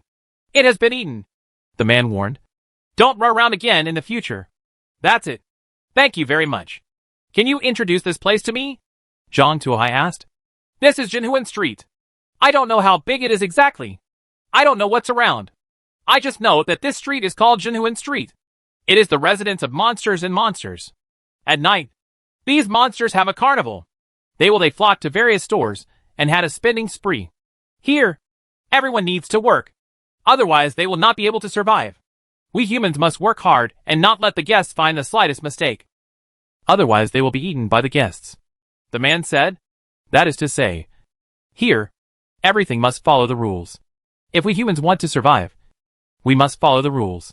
If monsters want to eat us, we must follow the rules. Everything must follow the rules. What will happen if the rules are broken? Zhang Tuohai asked. Those who break the rules will be killed without leaving a trace of flesh and blood. The man said. I see. Zhang Tuohai nodded. He felt this place was very interesting. So, you'd better find a job quickly. People without jobs will be eaten by monsters. The man warned. Look, it's this time of day. Where can I go to find a job? Why don't I just find a job here? Zhang Tuohai said and pointed to the sky outside. It was getting late, and the red clouds were as red as blood. The demons walking on the street became excited. Everyone was gearing up and getting ready. Okay then. I'll take you to see the manager. As for whether they will hire you or not, it depends on you. The man said. That's troublesome. Zhang Tuohai said with a smile on his face. The man led Zhang Tuohai to a wooden door, knocked on the door a few times, and then backed away. The wooden door opened automatically, and Zhang Tuohai walked in. He found a huge toad squatting in the room. The toad was so huge that it had to lower its head to squat in the room, its neck touching the ceiling, and its huge belly bulging from time to time. It's all blocked and I can't ride on it. Zhang Tuohai couldn't help feeling a little pity as he observed the huge toad. If he could ride on it, it would be much easier.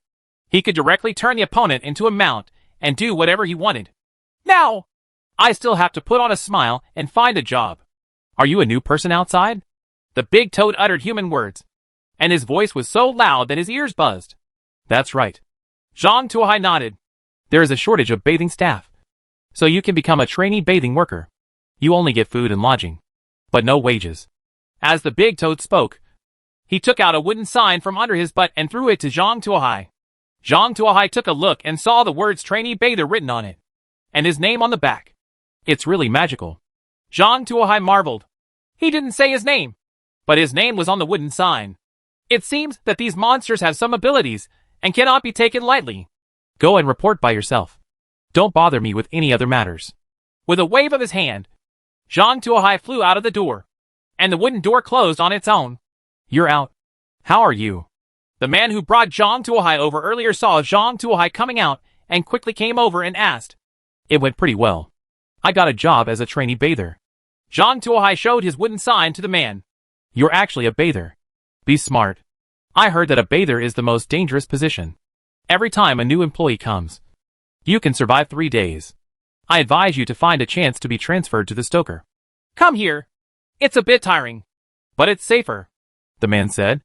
I'll do my best. But no matter what, I have to report first. How do I get to where the bathers work? Zhang Tuohai asked. At this moment, a loud bell rang. The man's face changed. I have to go to work, and you will be punished for being late. Just keep walking along this road. Try to be polite when you go in. If the old employees don't dare to take care of the guests, don't do it either. Go. After the man finished speaking, he ran towards the stairs leading down. It seemed that his working place was in the basement. Zhang Tuohai also walked quickly along the corridor. At the end of the corridor, he finally found a small door with a sign hanging on it, which said Bather Workers Restroom. This is it. Zhang Tuohai opened the door and walked in. There is a row of wooden cabinets in the bather's restroom, with a long bench in the middle, and 3 people sitting in it. A man of short stature, with bald spots on his head, gray skin, and bulging eyes looks like a legendary Kappa.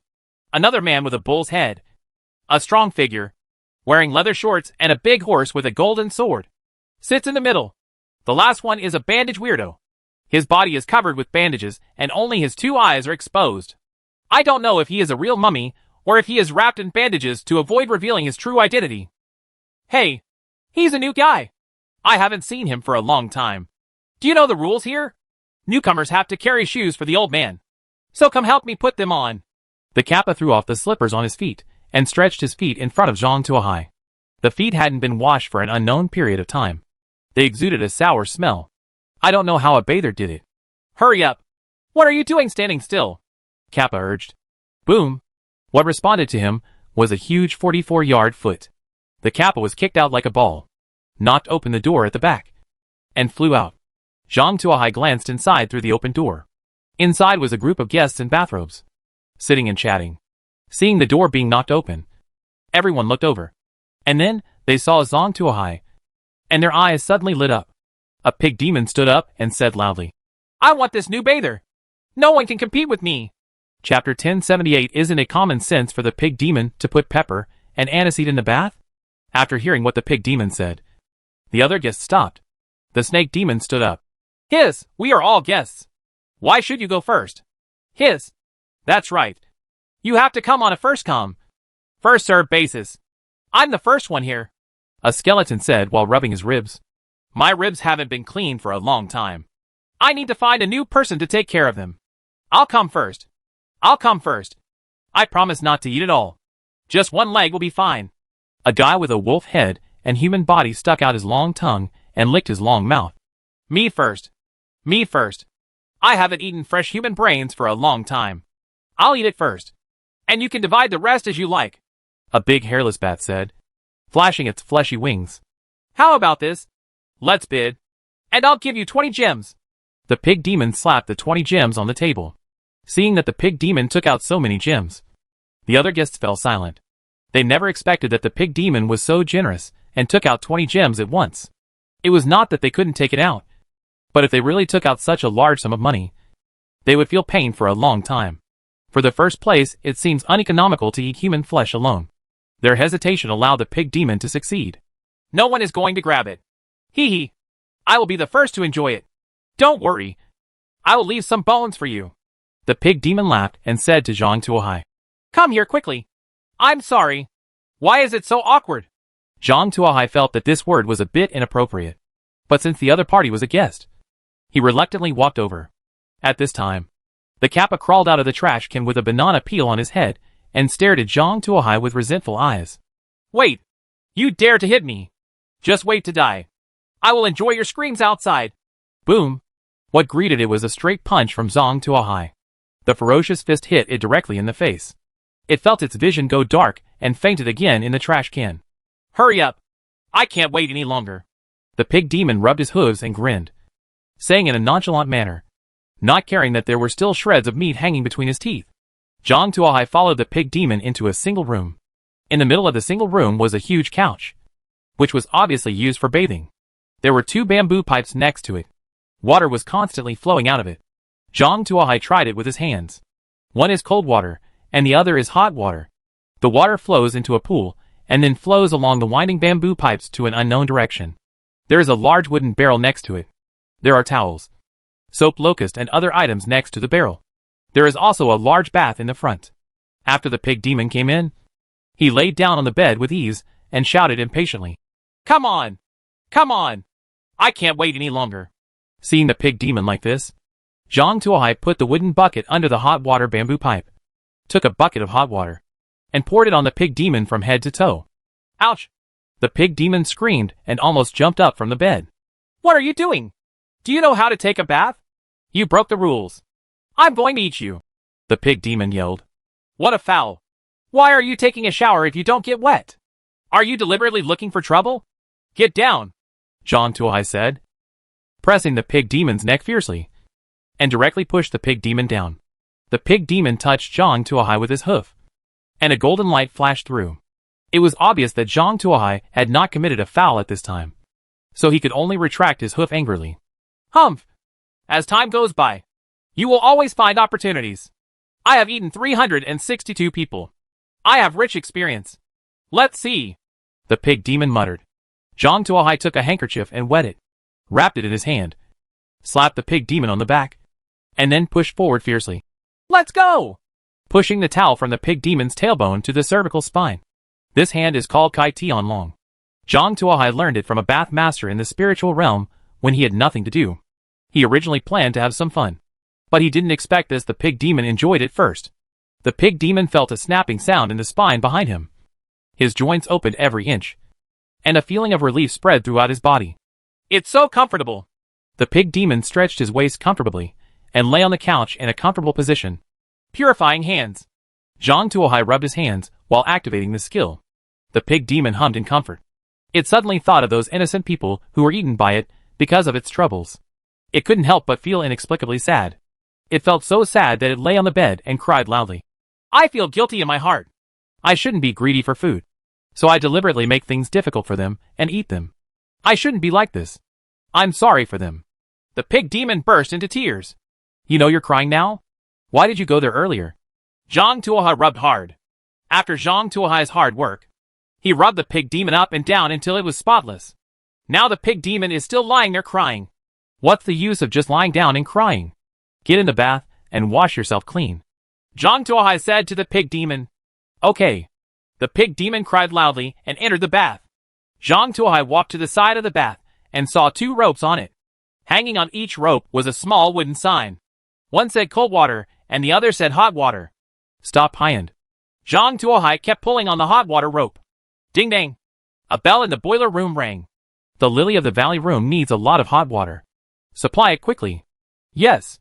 A group of people echoed. Bang! A large amount of hot water was poured into the pipe leading to the Lily of the Valley room. Whoa! A lot of boiling water poured into the bath. Zhang Tuohai opened his storage space. Took out a spice bag bought in Alexandria. Took out fennel, star anise, cinnamon, bay leaves and other spices. And sprinkled a lot of them in. At the same time, he took out a handful and shaved the hair on the pig demon's body. Why did you put these things? The pig demon asked while crying. This is the latest spice bath. It comes from the east. It's popular there.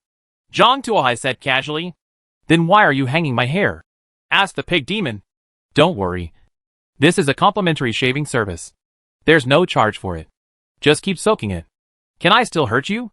Zhang Tuohai said with a smile. That's right.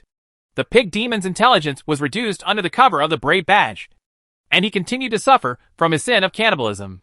Outside, a group of guests were impatient with waiting and were running around in circles anxiously.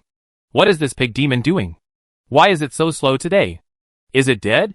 A bull-headed demon panted impatiently. No. What does it smell like? Why does it smell so good? A mouse demon asked suspiciously, twitching its nose. Chapter 1079 Give the Snow Girl a Bath. It smells pretty good. Another snake demon agreed. Why does it feel like the smell of cooking? The mouse added. Are you crazy? This is a bathhouse. Where's the place to cook? Did you drink too much yesterday and broke your nose? The Minotaur grabbed the rat demon and said, You're talking nonsense.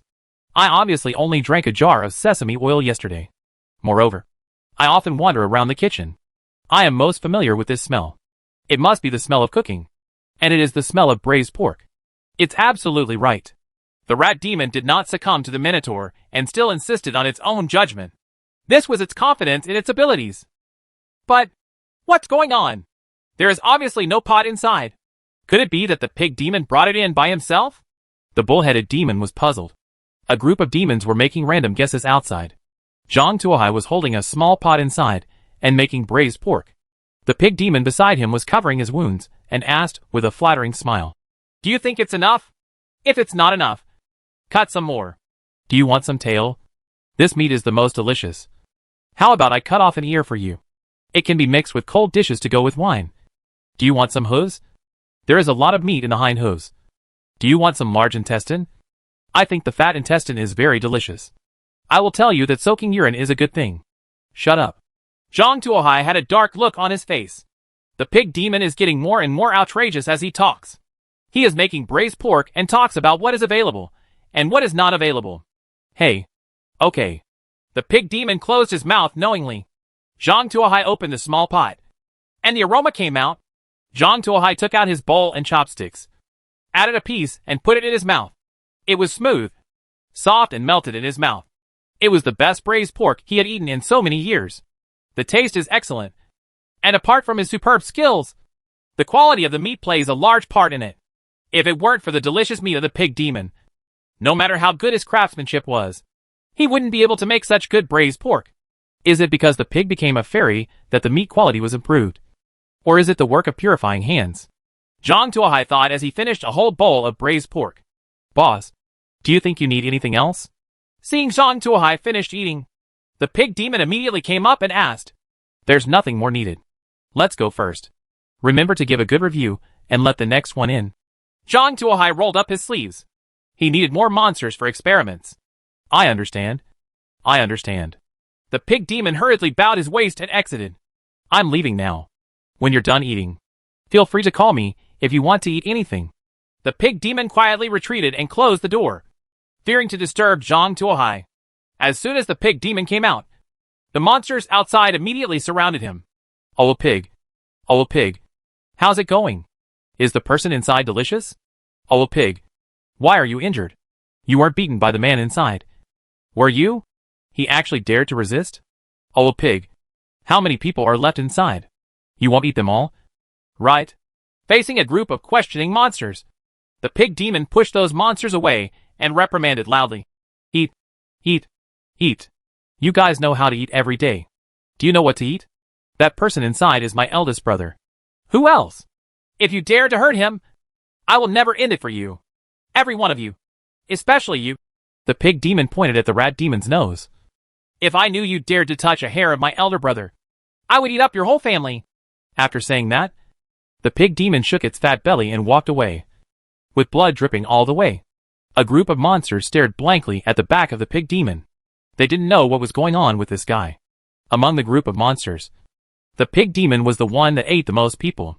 Now he actually recognized a human being as his eldest brother. Who else should he care about? Was this brain kicked by the donkey demon? A group of monsters looked at each other, completely unaware of what disease the pig monster had committed. In the rest area, they even heard the loud voice of the pig demon coming from outside. If you give the new bather a 5-star rating, I will reward you with an additional reward. All 33 gems will be rewarded.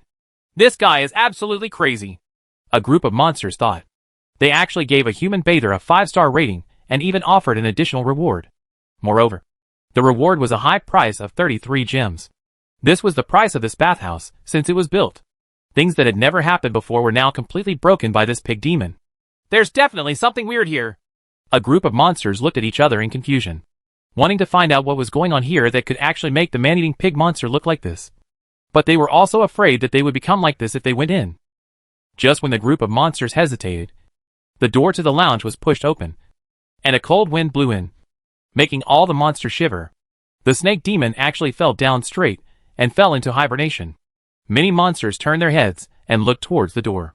The person who entered the room was a female monster, with a humanoid appearance, an expressionless face, and a white body. She was wearing a women's yukata, and there was a cold wind around her body, making people shiver. It's the Snow Girl. A group of monsters recognized the person and took a step back involuntarily. There is no need for Yukiana and these low-level little monsters. This is a serious monster with a name. It has been famous for hundreds of years. It is older than them. It is not a problem for one person to take care of a group of them. Even the boss here, be careful when you see a Snow Girl. Without even looking at these monsters, Yukiana opened the door and entered Suzuran's bathroom. It's exciting now. Let's see how the Snow Girl fares this time. A group of monsters huddled in a corner, quietly looking at the bathroom door, waiting for things to develop. In Lingland's bathroom, Zhang Tuohai had just finished eating braised pork and was washing his towel when he felt a gust of cold wind blowing from behind. He looked back and was startled. Less than 3 inches away from him, the Snow Girl was staring directly at him, with no expression on her face. A cold air came out of her body, and the entire bathroom, the temperature dropped by more than 10 degrees. Come to take a bath? First, take off the cold, and then take off your clothes. Have you ever seen anyone take a bath with clothes on? Although I don't know why a male bather, can serve female ghosts. Maybe this is the rule of the monster world? Zhang Tuohai didn't think too much.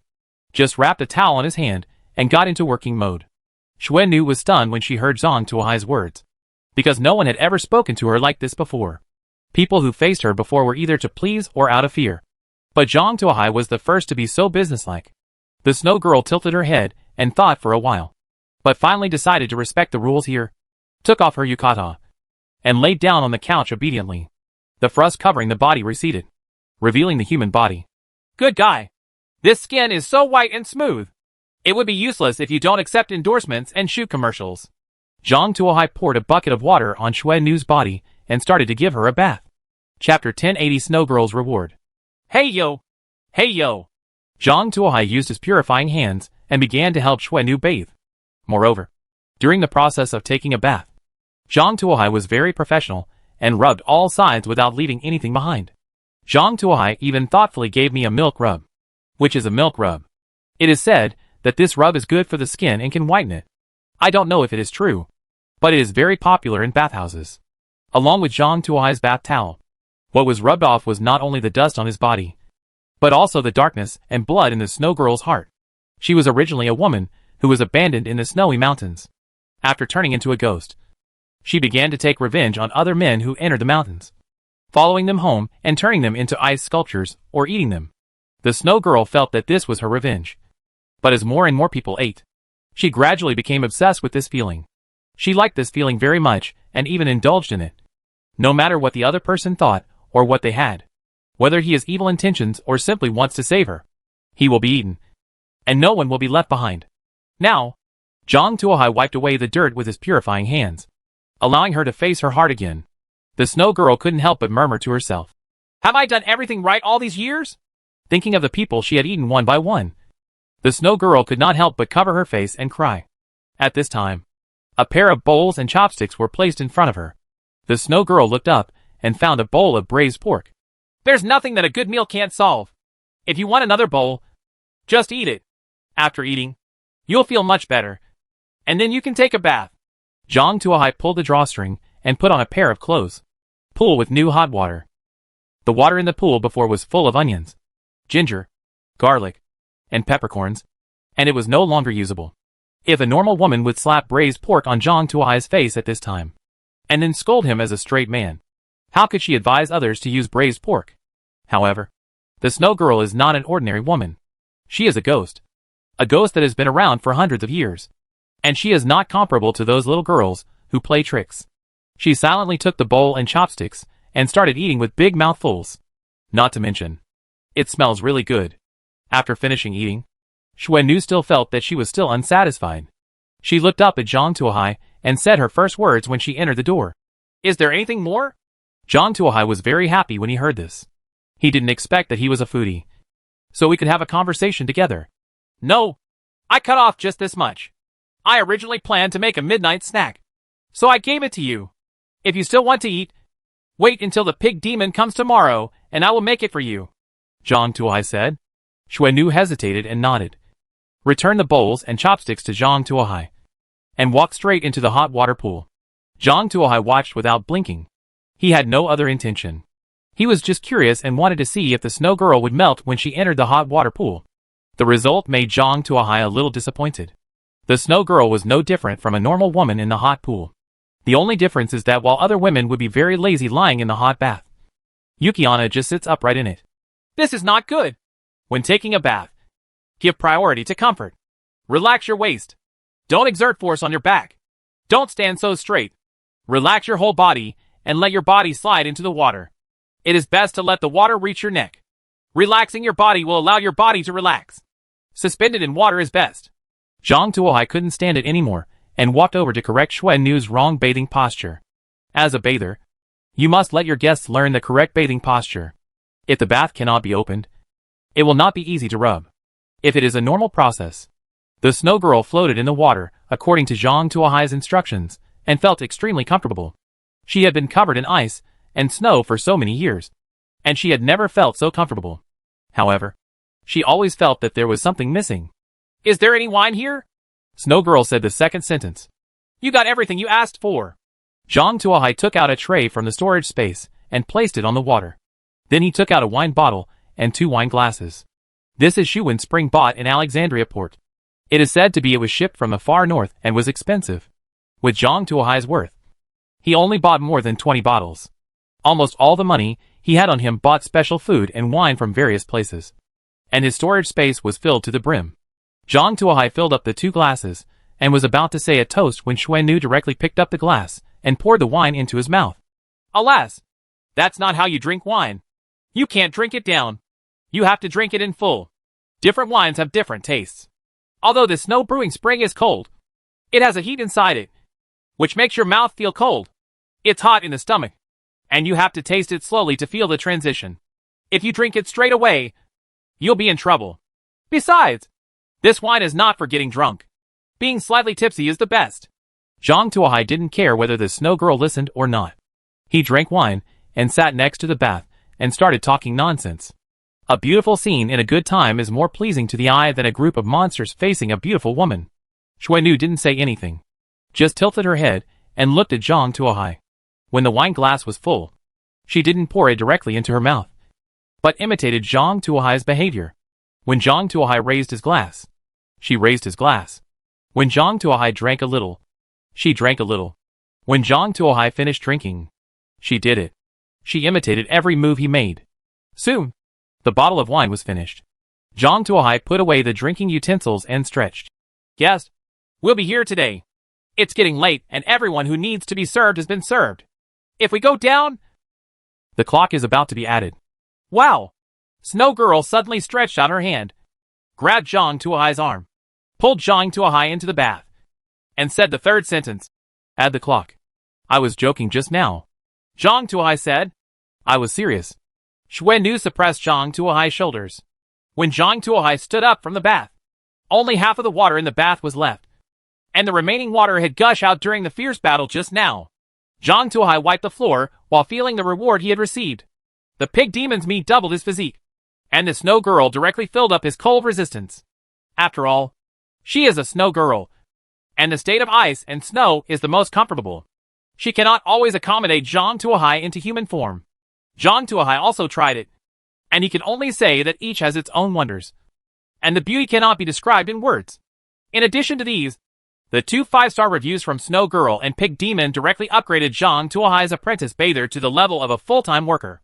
Under normal circumstances, Zhang Tuohai would need to receive 10 guests, and there would have to be no negative reviews.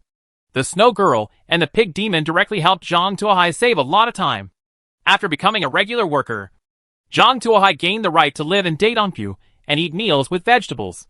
If he was a temporary worker, he could only sleep in the workshop and eat white rice. Chapter 1081 Demon Sword Girl. Daedongpu? Zhang Tuohai imagined a group of monsters living together on a big bed, especially the Kappa, Mummy and Minotaur in the lounge outside. When he thought of living with those 3 monsters, Zhang Tuohai just a headache. Forget it. Let's just live in the workshop. Moreover, Zhang Tuohai was also skeptical about the food provided. Most of the people living here were monsters, and the food must be cooked according to the monsters' preferences. Zhang Tuohai thought about it again and decided to stay in the bathing room. The accommodation is relatively comfortable. The couch for the customer is comfortable, and he can also cook for himself. Anyway, there is enough food in his storage space to last him for a while. If Zhang Tuohai doesn't go out, those people won't dare to come in. Zhang Tuohai was afraid that the monsters outside had some special tricks. The monsters outside didn't know what kind of tricks Zhang Tuohai had to actually make the Pig Demon and the Snow Girl, 2 notoriously difficult monsters and ghosts. Give them a 5-star rating. For a time, there was a situation where both sides were afraid, because it took too long to serve the Snow Girl. It was already dark when the Snow Girl left. According to the rules of Jinhuan Street, all monsters should leave at dawn. Otherwise, they will be severely punished. Even though many monsters didn't understand what was going on, they could only leave and make plans to come back in the evening. The 3 bathers, the Kappa, the Minotaur, and the Mummy, looked at each other. The Kappa was the first to say angrily, "Humph! This kid is so cheap. He actually survived the first day. It must be that these 2 adults were in a good mood, deliberately bypassing him. Then what do you want to do?" The Tauren turned to look at the Kappa. "These 2 adults are soft-hearted. But I know an adult is not like this. If I go to find this adult, I will definitely make him unable to survive tonight," the Kappa said angrily. It was very dissatisfied with Zhang Tuohai for kicking him into the trash can. Because of this kick, it became a joke in the entire bathhouse. It would never allow this to happen, and it wanted revenge. "You are not looking for that adult, are you? That adult's temper is not very good." The Tauren seemed to have thought of something, with a hint of fear on his face. "Uh-huh. I just want to find that adult. What I want is a bad temper. If he has a good temper, I won't be looking for him yet," the Kappa said, pulling on his slippers and walking out. "Madman." The Tauren snorted coldly, turned around and left. Only the Mummy stayed where he was, looking at the direction the Kappa left. and then at Suzuran's bathroom door. Looking thoughtful, the Kappa quickly walked out of the large bathhouse with his slippers on and walked on the street. It uses its hands to block the sun above its head. It hates the feeling of the sun shining on its body. It likes to soak in the water all day long. It usually won't go out in this kind of weather. But in order to cause trouble for Zhang Tuohai, it can't care so much. The Kappa couldn't help but get excited when he thought of Zhang Tuohai's stone head being separated. Humph. I asked you to kick me. I can't beat you. Why can't I find someone else? Wait for death. You damn guy. The Kappa became more and more excited as he thought about it, and trotted towards his destination. He almost ran from one end of Zhenhuan Street to the other, and then he stopped in front of a large and beautifully shaped house. When the Kappa saw the tall courtyard gate, it instinctively flinched. But when it thought of Zhang Tuohai's tragic situation, it mustered up the courage to knock on the gate. Bang, bang, bang. The door opened automatically. The Kappa walked in cautiously, entered the luxurious manor. In the living room, the Kappa saw the owner, a woman wearing black armor and a helmet. The woman had a long knife on her waist, and was sitting on a chair with her eyes closed and silent. After seeing the owner of this place, the Kappa held his breath involuntarily, and his heart was pounding. Tell me why you're here, the woman said. Dear Lady Demon Sword Princess, I am a Kappa who works as a bather at the public bathhouse. A new bather has come to our bathhouse. He is quite disrespectful to you in his words. I can't stand it, and want to argue with him. But, puff, along with the gushing blood, the Kappa's head flew out. Demon Sword Girl slowly put the long sword back into the scabbard. You also want me to be your sword? A trace of disdain flashed in Demon Sword Girl's eyes. However, there is a new person in the big bathhouse. It's really interesting. It might as well go and have a look.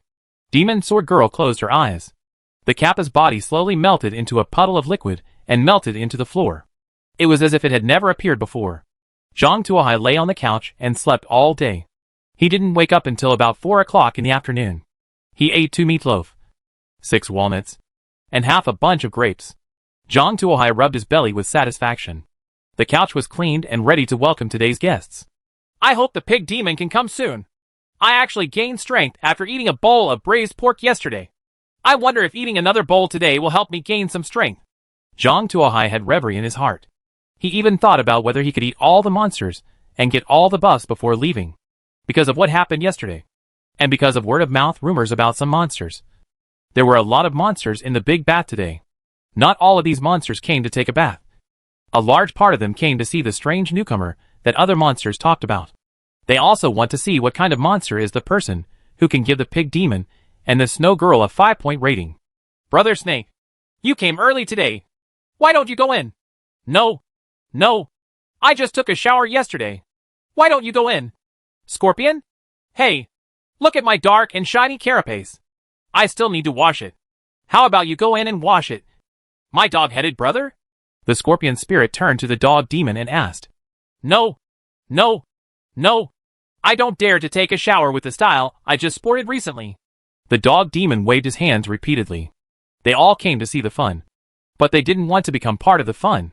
Just as this group of people were whispering, a bit of murderous aura suddenly came from outside. Everyone held their breath and lowered their heads, not daring to make a sound.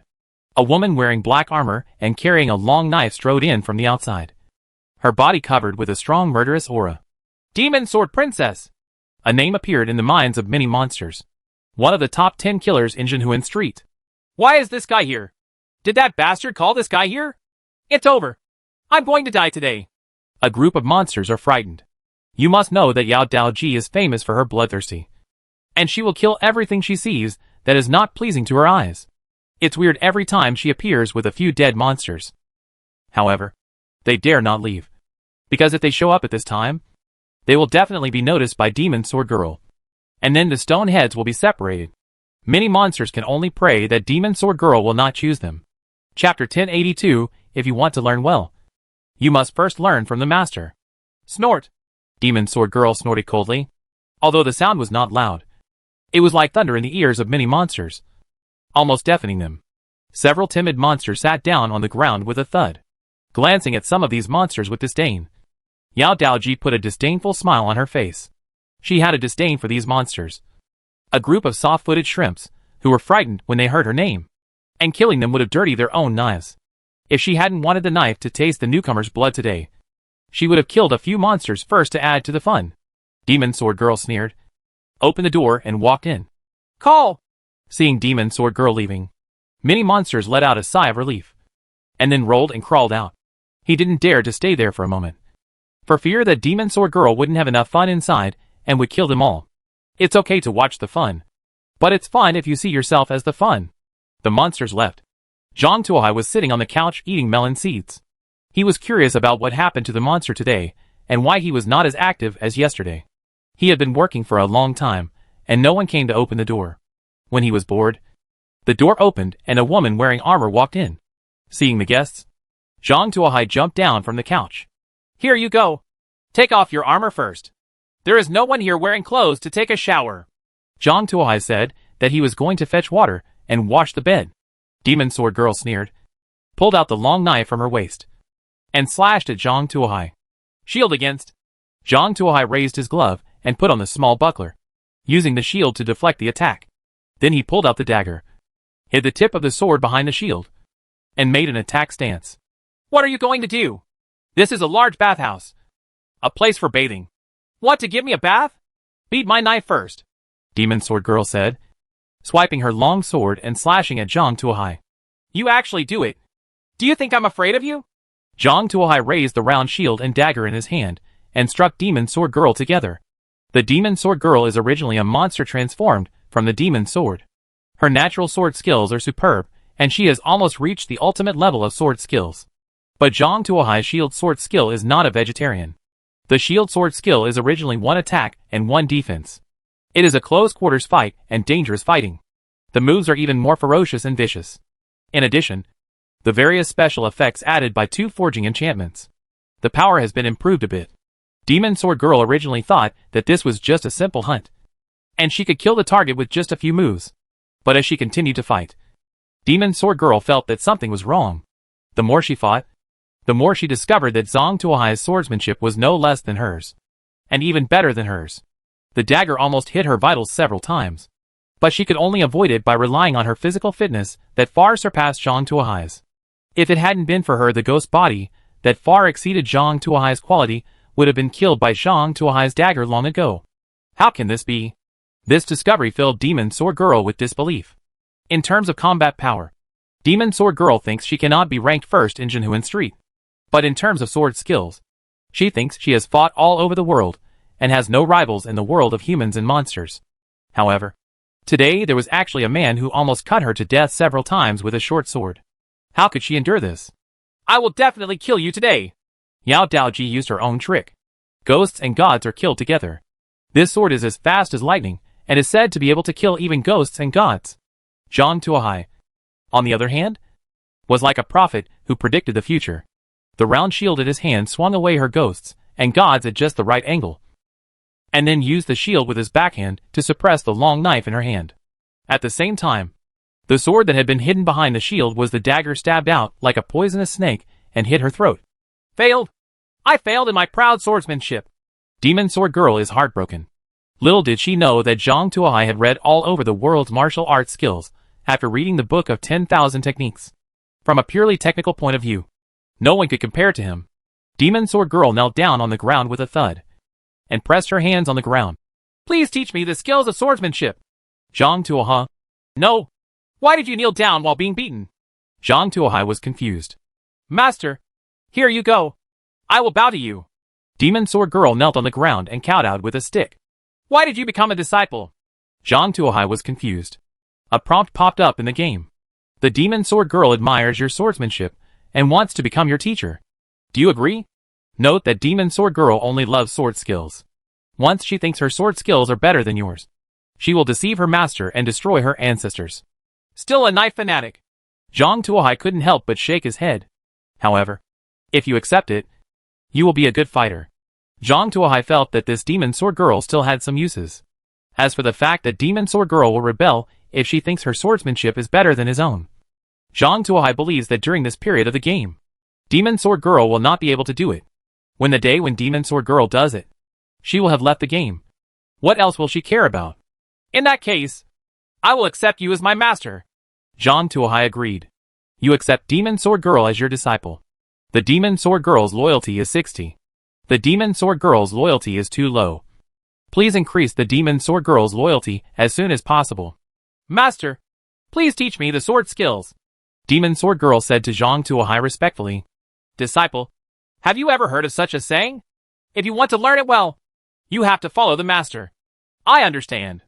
Demon Sword Girl quickly took off her armor and lay down on the couch, as if she was letting Zhang Tuohai do whatever she wanted. Zhang Tuohai. This was the first time he saw someone taking a shower and rubbing the front first. However, since the guest requested it, then respect the custom. Zhang Tuohai wrapped a towel around his hand, took a bucket of hot water, poured it on, and then started to work. Hey yo. Hey yo. Still using the four-sided rubbing method. All four sides of Demon Sword Girl were rubbed clean, leaving no dead spots. As the dirt on her body was scrubbed away, the darkness in Demon Sword Girl's heart was also scrubbed clean. Thinking of the thousands of souls who died under her sword, she couldn't help crying and fell to her knees on the ground. Get up. The evil you committed before was all done without knowing evil. It was excusable. If you change your mind, you can be saved. Do you want to atone for your sin? Zhang Tuohai asked. Disciple is willing. Demon Sword Girl nodded repeatedly. Master, please teach me. Follow the master to the demon fortress to kill demons. Demons bring harm to the world. Killing demons is a good deed. Doing good deeds can atone for evil consequences. Are you willing? Zhang Tuohai asked. Disciple is willing. Demon Sword Girl nodded repeatedly, her eyes full of hope. Demon Sword Girl's loyalty increases by 20 points. My master has a set of sword techniques. Read it once and contact him slowly. Zhang Tuohai said. Master, this seems to be the basic move of swordsmanship? Demon Sword Girl asked. When a tall building rises from the ground, you need to know that the foundation is everything. If you blindly strive for exquisite moves, the foundation will not be strong, but it will be a mirror. Zhang Tuohai taught. Disciple understands. Demon Sword Girl's eyes were filled with stars. Demon Sword Girl's loyalty increases by 20 points. Chapter 1083 Mysterious Woman. After giving some pointers to Demon Sword Girl, Zhang Tuohai took some time off. He opened the door, hoping to take the opportunity to bring in another guest. However, when he opened the door and saw that it was empty outside, there was no monster at all. Hey, where are those monsters? Zhang Tuohai looked around in confusion. Obviously, when Demon Sword Girl came in before, he saw many monsters outside. How come they were all gone in the blink of an eye? Where are those monsters? Zhang Tuohai turned to Demon Sword Girl and asked. I don't know. But every time I pass by certain places, if I go back and pass those places again, those places will become very clean, and not a single monster will be left. Demon Sword Girl practiced the sword skills given to her by Zhang Tuohai, said while saying, Zhang Tuohai. He never expected that this Demon Sword Girl also had the property of clearing the streets, and all the monsters would stay away wherever she passed. Fine. There is such an apprentice on the stall. Zhang Tuohai was thinking of some idea to drive Demon Sword Girl away. It was hard for her to attract customers, since she was here all the time. Just when Zhang Tuohai was about to close the door, the pig demon came stumbling in. Zhang Tuohai was overjoyed when he saw it. He grabbed the pig demon's hoof and said, Brother Pig, you're here just in time. Hurry up. Hurry up. The water is almost boiling, and I'm just waiting for you to get into the pot. After saying that, regardless of what happened to the pig demon, he directly put it into the pot and sprinkled onion, ginger and garlic to remove the fishy smell. What are we going to do today? Forget it. Let's keep it simple. Let's have braised pork ribs in soy sauce. Zhang Tuohai cut the meat from the pig demon, put it in a pot, blanched it, stir-fried it, added sauce and water, and simmered it slowly. Okay, your business is over. Zhang Tuohai drove the pig demon out. Remember to give it a 5-star review. Okay, brother, I'll definitely give it a 5-star rating. The pig demon left in a poop. In the eyes of others, it is suffering, but in its own eyes, it is atonement for the innocent people it ate.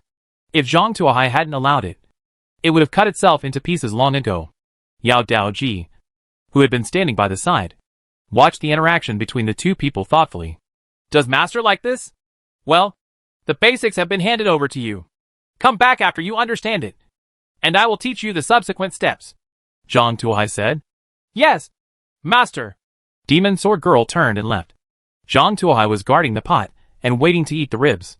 Even after the ribs were finished, there was still no monster outside. Zhang Tuohai guessed that there would be no monsters tonight, and he would have to wait until tomorrow for business. However, today's hard work was not in vain. In addition to harvesting the thug demon sword girl, I also ate a pound of pork demon's ribs, which made me gain a lot of physical strength. Now it is about twice that of ordinary people. Zhang Tuohai estimated that after he finished eating the pig demon, his physical fitness would be at least 5 to 10 times that of ordinary people. Bored, Zhang Tuohai took out his mobile phone to watch a movie. Seeing that the sun was about to come out, Zhang Tuohai was about to close the door and take a rest when Demon Sword Girl suddenly came in from outside, carrying a carp spirit and a mountain rabbit spirit in her hands. Master, I came here in a hurry and didn't prepare to repair it. I just made up for it. I hope Master won't be offended.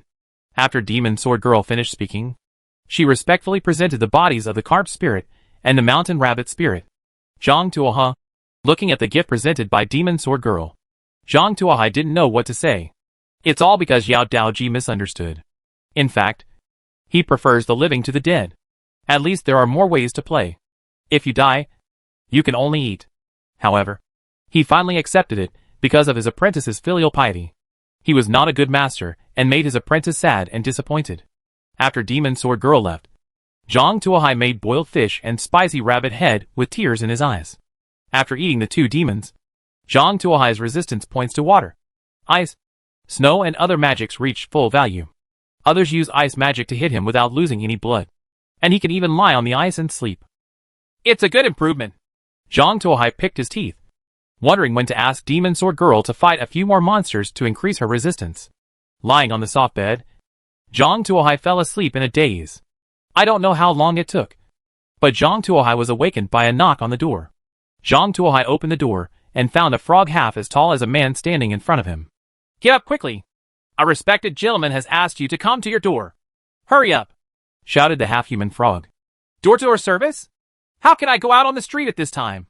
Zhang Tuohai asked doubtfully. Didn't I say you can't go out on the street during the day?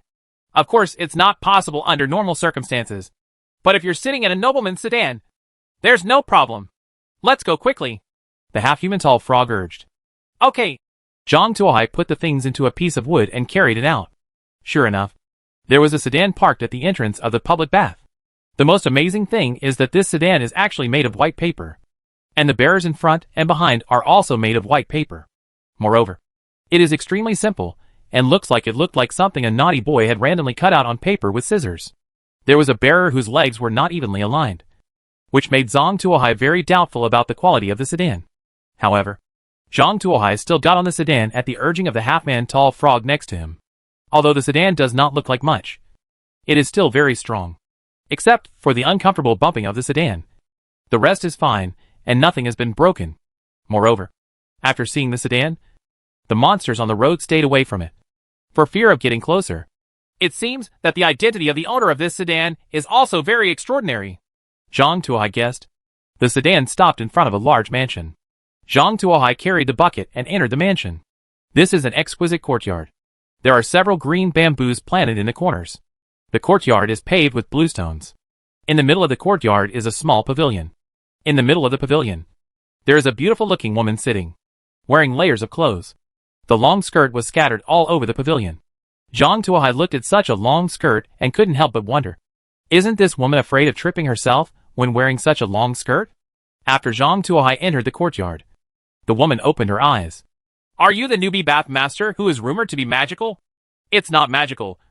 It's true when new people arrive, Zhang Tuohai said. I heard that you can make people forget their dissatisfaction and regrets? The woman asked again. That's not true. But it can remove the sin in people's hearts, Zhang Tuohai said. That's okay.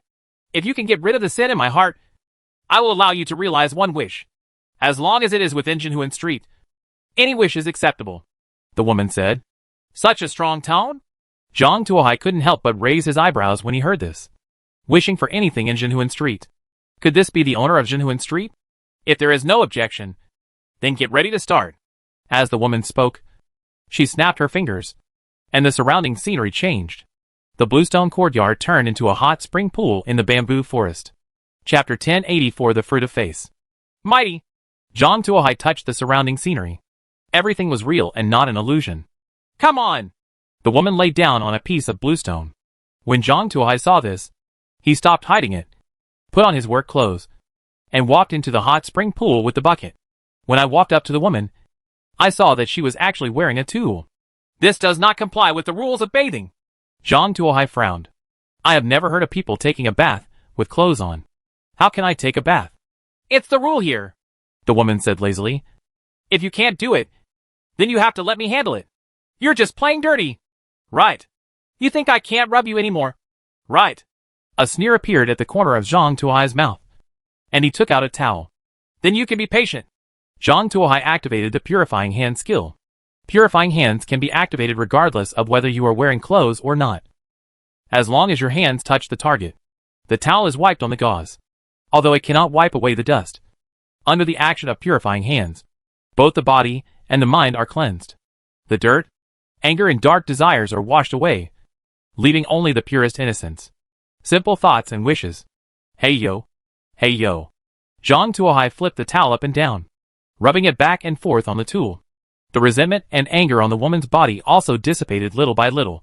When Zhang Tuohai finished rubbing the towel for the last time according to the procedure, a white holy light suddenly appeared on the woman's body. It almost blinded Zhang Tuohai's titanium alloy dog eyes. Am I consecrating you? Zhang Tuohai squinted his eyes and covered his eyes with his hands. Great Immortal, please withdraw your magical power. As Zhang Tuohai shouted, the holy light on the woman slowly faded. Although her original appearance was graceful and luxurious, her heart was filled with resentment and hostility. However, at this time, the woman looked majestic, like a scene from the birth of the Virgin. Say your wish. A woman's voice came. My biggest wish is to reach the demon fortress. Zhang Tuohai thought for a while and said, The scope of your wish cannot go beyond Jinhuan Street. The woman hesitated and said, What about becoming the Lord of Jinhuan Street? Zhang Tuohai asked. This is my position, the woman said again. Then tell me what you can give me. Zhang Tuohai was helpless. This won't work, and that won't work either. What's the use of her? If you have the skills, you might as well ask Demon Sword Girl to help him catch a few monsters, cook them and eat them. This is my treasure house. You can choose it yourself. The woman turned her hand, and the scenery around Zhang Tuohai changed again. He came into a huge room filled with collection shelves filled with various items. Can I choose them all? Zhang Tuohai rubbed his hands. You can only choose 3 things. The woman was speechless at Zhang Tuohai's shamelessness, and a trace of darkness rose in her heart. Cheapskate. When Zhang Tuohai heard that he could only choose 3 items, he started to choose carefully in the room, with a quantity limit. You can't just take it randomly. Liam O first looked at these items one by one. Although these collections are numerous, they are generally divided into 2 categories. One type is the spirit that the local demon turned into after death, which is placed in bottles and placed on the collection shelf. The effect is also very simple. That is, after eating the essence, you can transform into the corresponding monster and possess the other party's abilities. Liam O is not interested in becoming a monster yet. He thinks being a human is pretty good. Another major category is the various items carried by people who come in from the outside. After their death, the items on their bodies are used by women as collections. Because people come from all over the place, there are all kinds of things.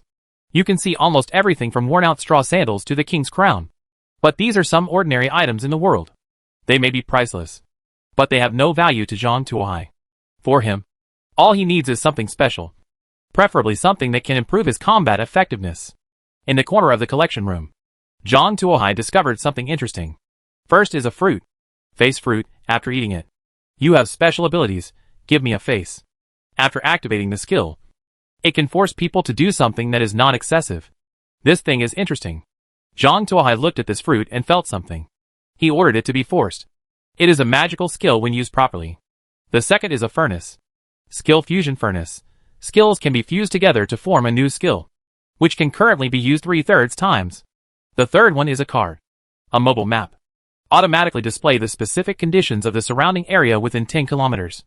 Zhang Tuohai carefully selected among a bunch of things and chose these 3 things. Just these 3. The woman took a deep breath when she saw these things, nodded, and then with a wave of her hand, Zhang Tuohai appeared outside Jinhuan Street holding these things. Wait a minute. Where is my apprentice Yao Dao Ji? Return her to me quickly. Zhang Tuohai looked around, but didn't find Yao Daoji and immediately wanted to run back to Zhenhuan Street. However, just as he arrived in front of Zhenhuan Street, he was blocked by a light film. A line of prompts popped up. You have been blacklisted by Zhenhuan Street and cannot enter. Zhang Tuohai, don't I just want to get you something? As for this look? Zhang Tuohai was speechless. However, since you can't enter Zhenhuan Street, there is nothing you can do. I originally wanted to eat a few more monsters to increase the skill attributes.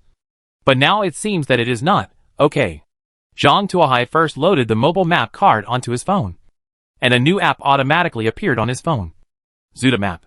When you click on the map, you can see the general terrain conditions within 10 kilometers of the surrounding area. But biological information cannot be displayed. After playing with it for a while, Zhang Tuohai felt that the greatest use of this thing was to help him find the locations of nearby villages and large buildings. For example, Zhenhuan Street and which cottage are displayed on this map. But there is no specific information. You need to go and see them in person to know. It's better than nothing. Zhang Tuohai picked up the face fruit and ate it directly. It tasted a bit like durian, with an indescribable taste. After eating it, Zhang Tuohai saw a new skill appear on the skill panel, Give Me a Face. Finally, Zhang Tuohai clicked to use the skill Fusion Furnace. An additional icon appears on the phone, and Zhang Tuohai can drag those skills into it. Zhang Tuohai tried it, and found that there is a compatibility between skills. The higher the compatibility, the stronger the fuse skill will be. If the compatibility is low, the fusion will be poor, and the fusion may even fail, causing the skill to disappear. Looks like we can't just play around yet. Zhang Tuohai's original plan to throw all the skills in and see what he could fuse failed. Huh? After experimenting, Zhang Tuohai found that the two skills were very similar, reaching more than 90, and could be combined into a top-level skill. Chapter 1085, Changes in Common Sense and the Wild Rose Buckler. Zhang Tuohai put the summoned water element and lightning chain together, and found that the skill compatibility reached more than 80. This is already a quite high value. Zhang Tuohai tried to drag the summoned water element and lightning chain into the skill furnace. The two skills slowly merged together, eventually forming a new skill, Summon the Thunder Titan. Zhang Tuohai tried summoning, and a 2-meter-tall metal giant appeared in front of him, with lightning flashing in the giant's eyes. Chop that tree. Zhang Tuohai pointed at a big tree in the distance and said, Click. A bolt of lightning shot out from the Titan's hand, electrocuting the tree into charcoal. Wow! The big tree slowly fell to the ground and turned into broken charcoal blocks on the ground. Good guy! This skill is more than twice as powerful. Zhang Tuohai couldn't help but be speechless when he saw this. You know, the lightning chain he used before could only paralyze people with electricity. If he wanted to electrocute him to death, it would take a few more strikes. But the Thunder Titan instantly electrocuted a big tree into charcoal. The difference in power can be imagined. Moreover, this is only the first level. After the skill level is higher, the power of Thunder Titan will inevitably become stronger. With this gem in front of him, Zhang Tuohai became excited and continued to try his skills. After some permutations and combinations, Zhang Tuohai finally tried out another skill combination. The compatibility of Give Me a Face plus Ride plus Purifying Hand is actually as high as 90. The compatibility of 80 is so strong. But the compatibility of 90 is not allowed to take off. Zhang Tuohai immediately chose Fusion. 3 skills merged together. A golden light flashed, and a new skill was released. Common Sense Change, within a certain period of time. Distort the opponent's understanding of a piece of common sense. The greater the difference in strength, the longer the distortion time. And it can even become a permanent change. At first, Zhang Tuohai felt that this skill was similar to Giving Me Face, and he felt that he had been deceived. But thinking about it carefully, I found that this is not the case. After activating Give Me a Face, the opponent must pass a judgment. Only after passing the judgment can it succeed. Otherwise it will be invalid. But the change of common sense is different. But a direct change. The difference is only the length of time. It can be used as an interruption skill, and has a wider scope of application. Moreover, if planned well, the common sense change can completely override the Ride and Cleansing Hands. For example, you can change the common sense of a black boar and make it think it is your mount. You can also make the pig demon change his common sense and think that he was born to be eaten by others. Even more can be done. The most important thing is that after these skills are merged, they share a common experience bar. Compared with the 3 skills, the experience required for upgrading is reduced by twice, and the upgrade speed is also faster.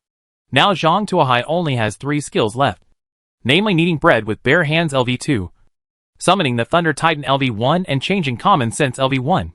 There are fewer skills, but the effects are stronger. There was only one chance left for the skill Fusion Furnace. Zhang Tuohai tried the exhaustive method several times again, and gave up the combination after finding that the 3 skills could not be combined into an effective combination. Originally thinking of giving up, Zhang Tuohai accidentally put the buckler into the skill bar with a casual stroke. Can equipment also be integrated? Zhang Tuohai started to try. After some attempts, the compatibility of the protective necklace, rose breastplate, traveler's boots, buckler and brave badge turned out to be 99%. Is it because they are all warrior suits? Zhang Tuohai clicked fusion. A golden light flashed, and a brand new piece of equipment appeared in front of Zhang Tuohai. Wild Rose Buckler, armor. Solidity, can resist attacks from golden quality weapons. Fire resistance increased by 75%. Ice resistance increased by 75%. Lightning resistance increased by 75%. Poison resistance increased by 75%. Use power, the consumption is reduced by 50%. The physical consumption is reduced by 50%. And the magic power consumption is reduced by 50%. Additional skills, bounce, shield bash, intelligence aura, reflection, as long as the angle is appropriate. Skills that do not exceed the attack strength can be reflected back to the caster. Shield blow, after hitting the enemy with the shield, it will cause damage equal to the strength of the enemy, and force the enemy to be stunned. The stun time depends on the opponent's strength. Intellect reduction halo. The intelligence of hostile forces and individuals is reduced by 10 points. Zhang Tuohai read it several times, and found that several of the skills he needed have been integrated into the new equipment. Moreover, the new equipment has twice the attributes of the original breastplate and shield combined. And the effect is great. Promoted. With this piece of equipment, his resistance to elemental magic has been directly increased to 75%. And the thrust has reached the full value due to the Snow Girl, Mountain Rabbit and Goldfish. When he encounters enemies who can use magic, he believes that he will give them a big surprise. Taking out the new weapons, Zhang Tuohai now has 2 pieces of equipment. One is an armor-piercing dagger, and the other is a wild rose buckler. Although the number is small, the defensive ability has been greatly improved. After testing the weapon several times, Zhang Tuohai put away the equipment, turned over and walked towards the shore. On the coast, Zhang Tuohai's lifeboat was still parked on the beach, but due to heavy rain, a lot of water was filled in it. Zhang Tuohai summoned the Thunder Titan, turned the lifeboat over, poured out the water, and pushed the boat into the sea. Then he picked up the paddle and headed towards the next island. Zhang Tuohai sat in the boat the whole time and didn't have to do anything. Sure enough, it's still comfortable to lie down. Zhang Tuohai was lying on the boat enjoying the warm sunshine. He opened the evil map and looked at it.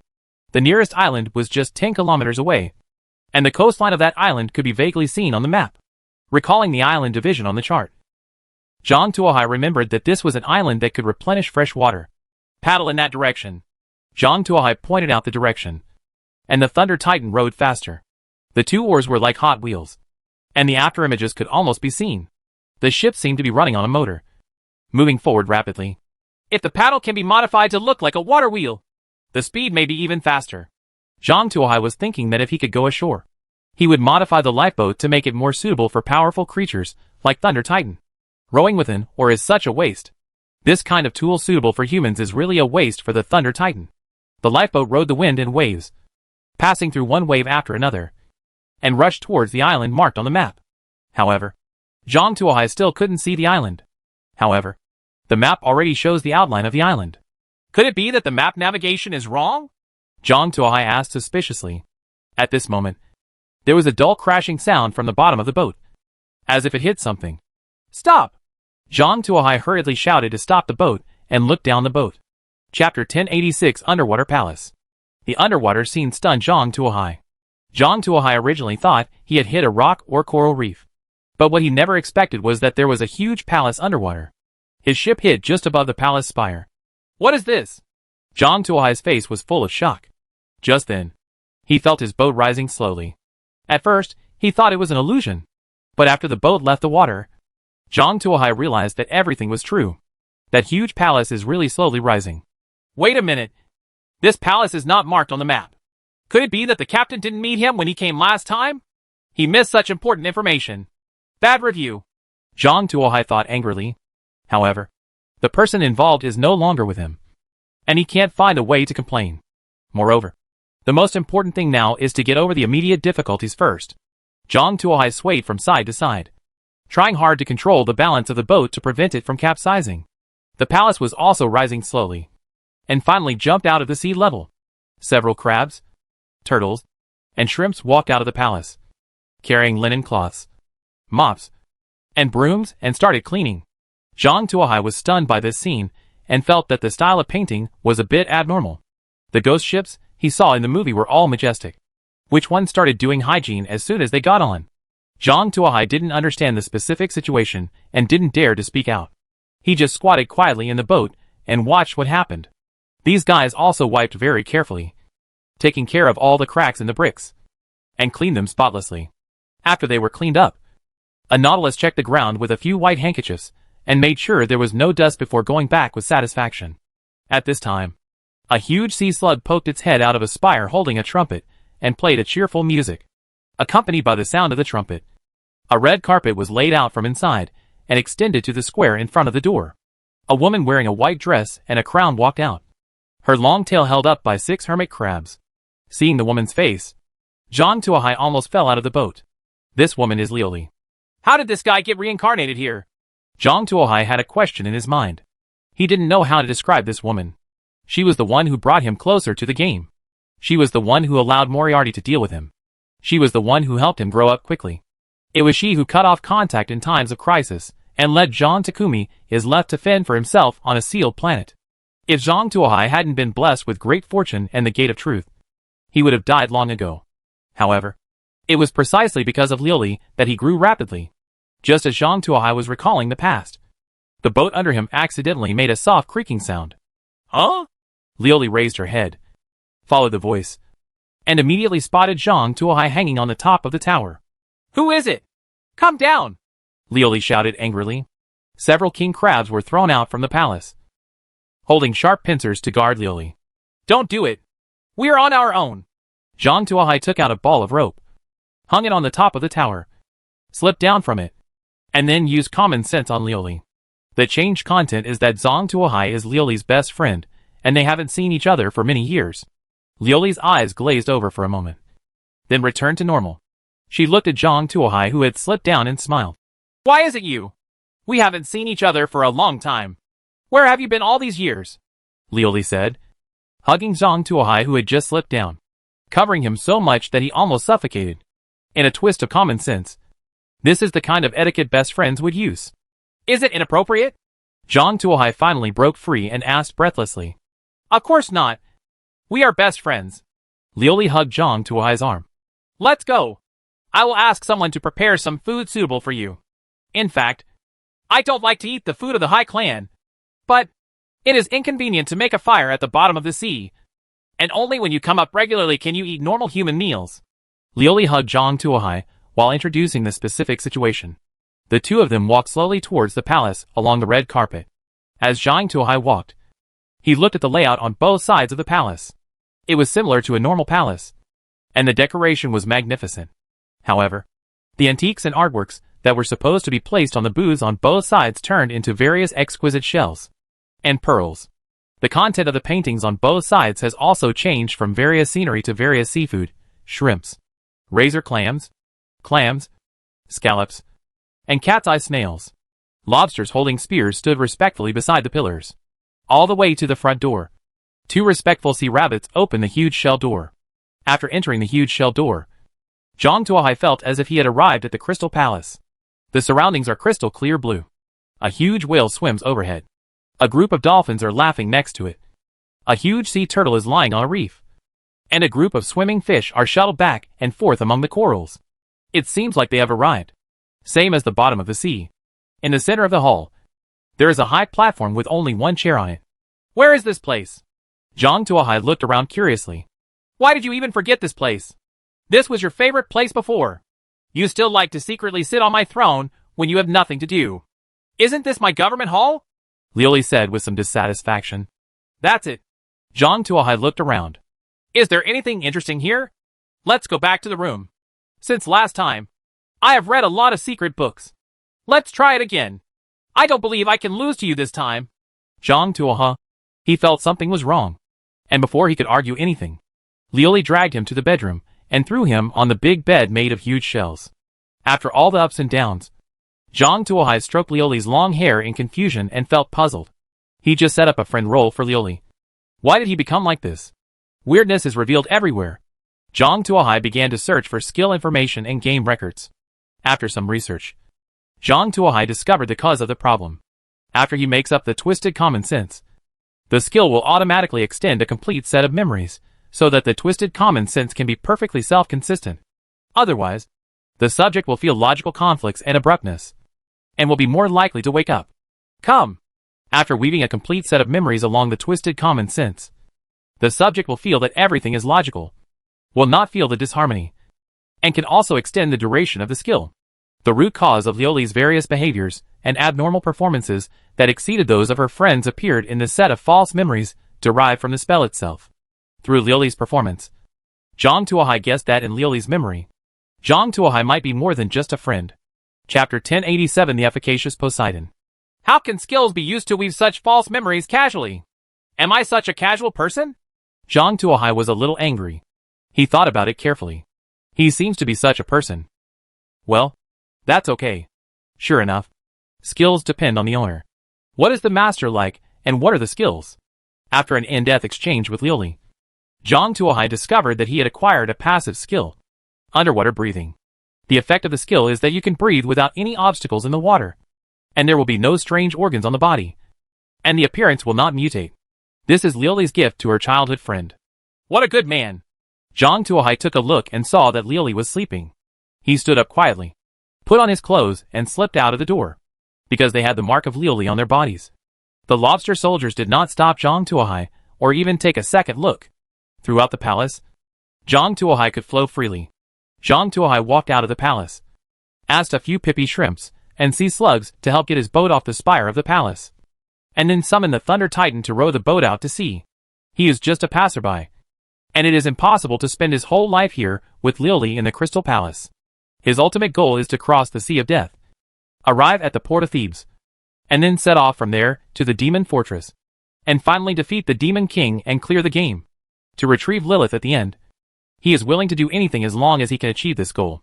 Thunder Titan rowed the boat quickly towards the small island in the distance. After paddling for 10 minutes, Zhang Tuohe finally discovered the small island recorded on the chart that was used to replenish fresh water. The island is not big, with jagged rocks. There is a gap spring that sprays every 2 or 3 hours. There is a small freshwater lake on the island. The lake water is the spring water and rainwater of the gap spring. Zhang Tuohe still had a lot of fresh water stored in his body, and he was also afraid that Liuli would wake up and chase him and cause trouble for him. So he decided to seize the time and run away to save the two of them trouble when they meet again. The Thunder Titan shook the oars like a windmill, and the boat cut through the waves and moved forward rapidly. Zhang Tuohe recalled the chart and chose a small island northwest of him as the docking place. According to the description on the chart, there is a statue of Poseidon at the highest point of the island. After praying, you can get Poseidon's blessing, which will make the next voyage smoother. Zhang Tuohe originally didn't believe in any gods, and he had killed many demigods, good gods, evil gods, and so on. However, in this world, it is better to believe it, even for the sake of smooth sailing in the next period of time. Zhang Tuohe adjusted his direction, set his target at the northwest island, and quickly rowed over. As the sun set, Zhang Tuohe stepped onto the beach of the island, bathing in the afterglow of the setting sun. Let the Thunder Titan drag the boat onto the beach, and Zhang Tuohe walked towards the hill in the center of the island. The small island is not big, and there are no tall trees. The hills are full of gravel, with only some low shrubs occasionally.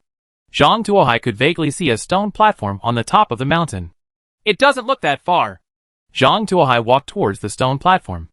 Arriving at the top of the hill, Zhang Tuohe saw a small shrine built of stone. Inside the shrine was a stone statue whose face could not be seen clearly, and a stone altar table was placed in front of it. Zhang Tuohe hesitated for a moment and took out 3 apples from the storage space and placed them on the altar table. He put his hands together and bowed, hoping that the next voyage would go smoothly. A line of game prompts popped up. Because of your stinginess, Poseidon curses you to get wet by a big wave. Zhang Tuohe. He immediately couldn't sit still. It's okay if you don't give blessings. Why are you cursed? Do you know how valuable a fresh apple is at sea? Zhang Tuohai felt very angry, and then took all 3 apples back into the storage space. Poseidon felt that he had been insulted. He had seen all kinds of worshippers, including those who begged for anything, and who offered a variety of offerings, including those who performed blood sacrifices. However, it was the first time I saw someone taking the tribute back. Poseidon is very angry, and he decided to send his followers to punish you.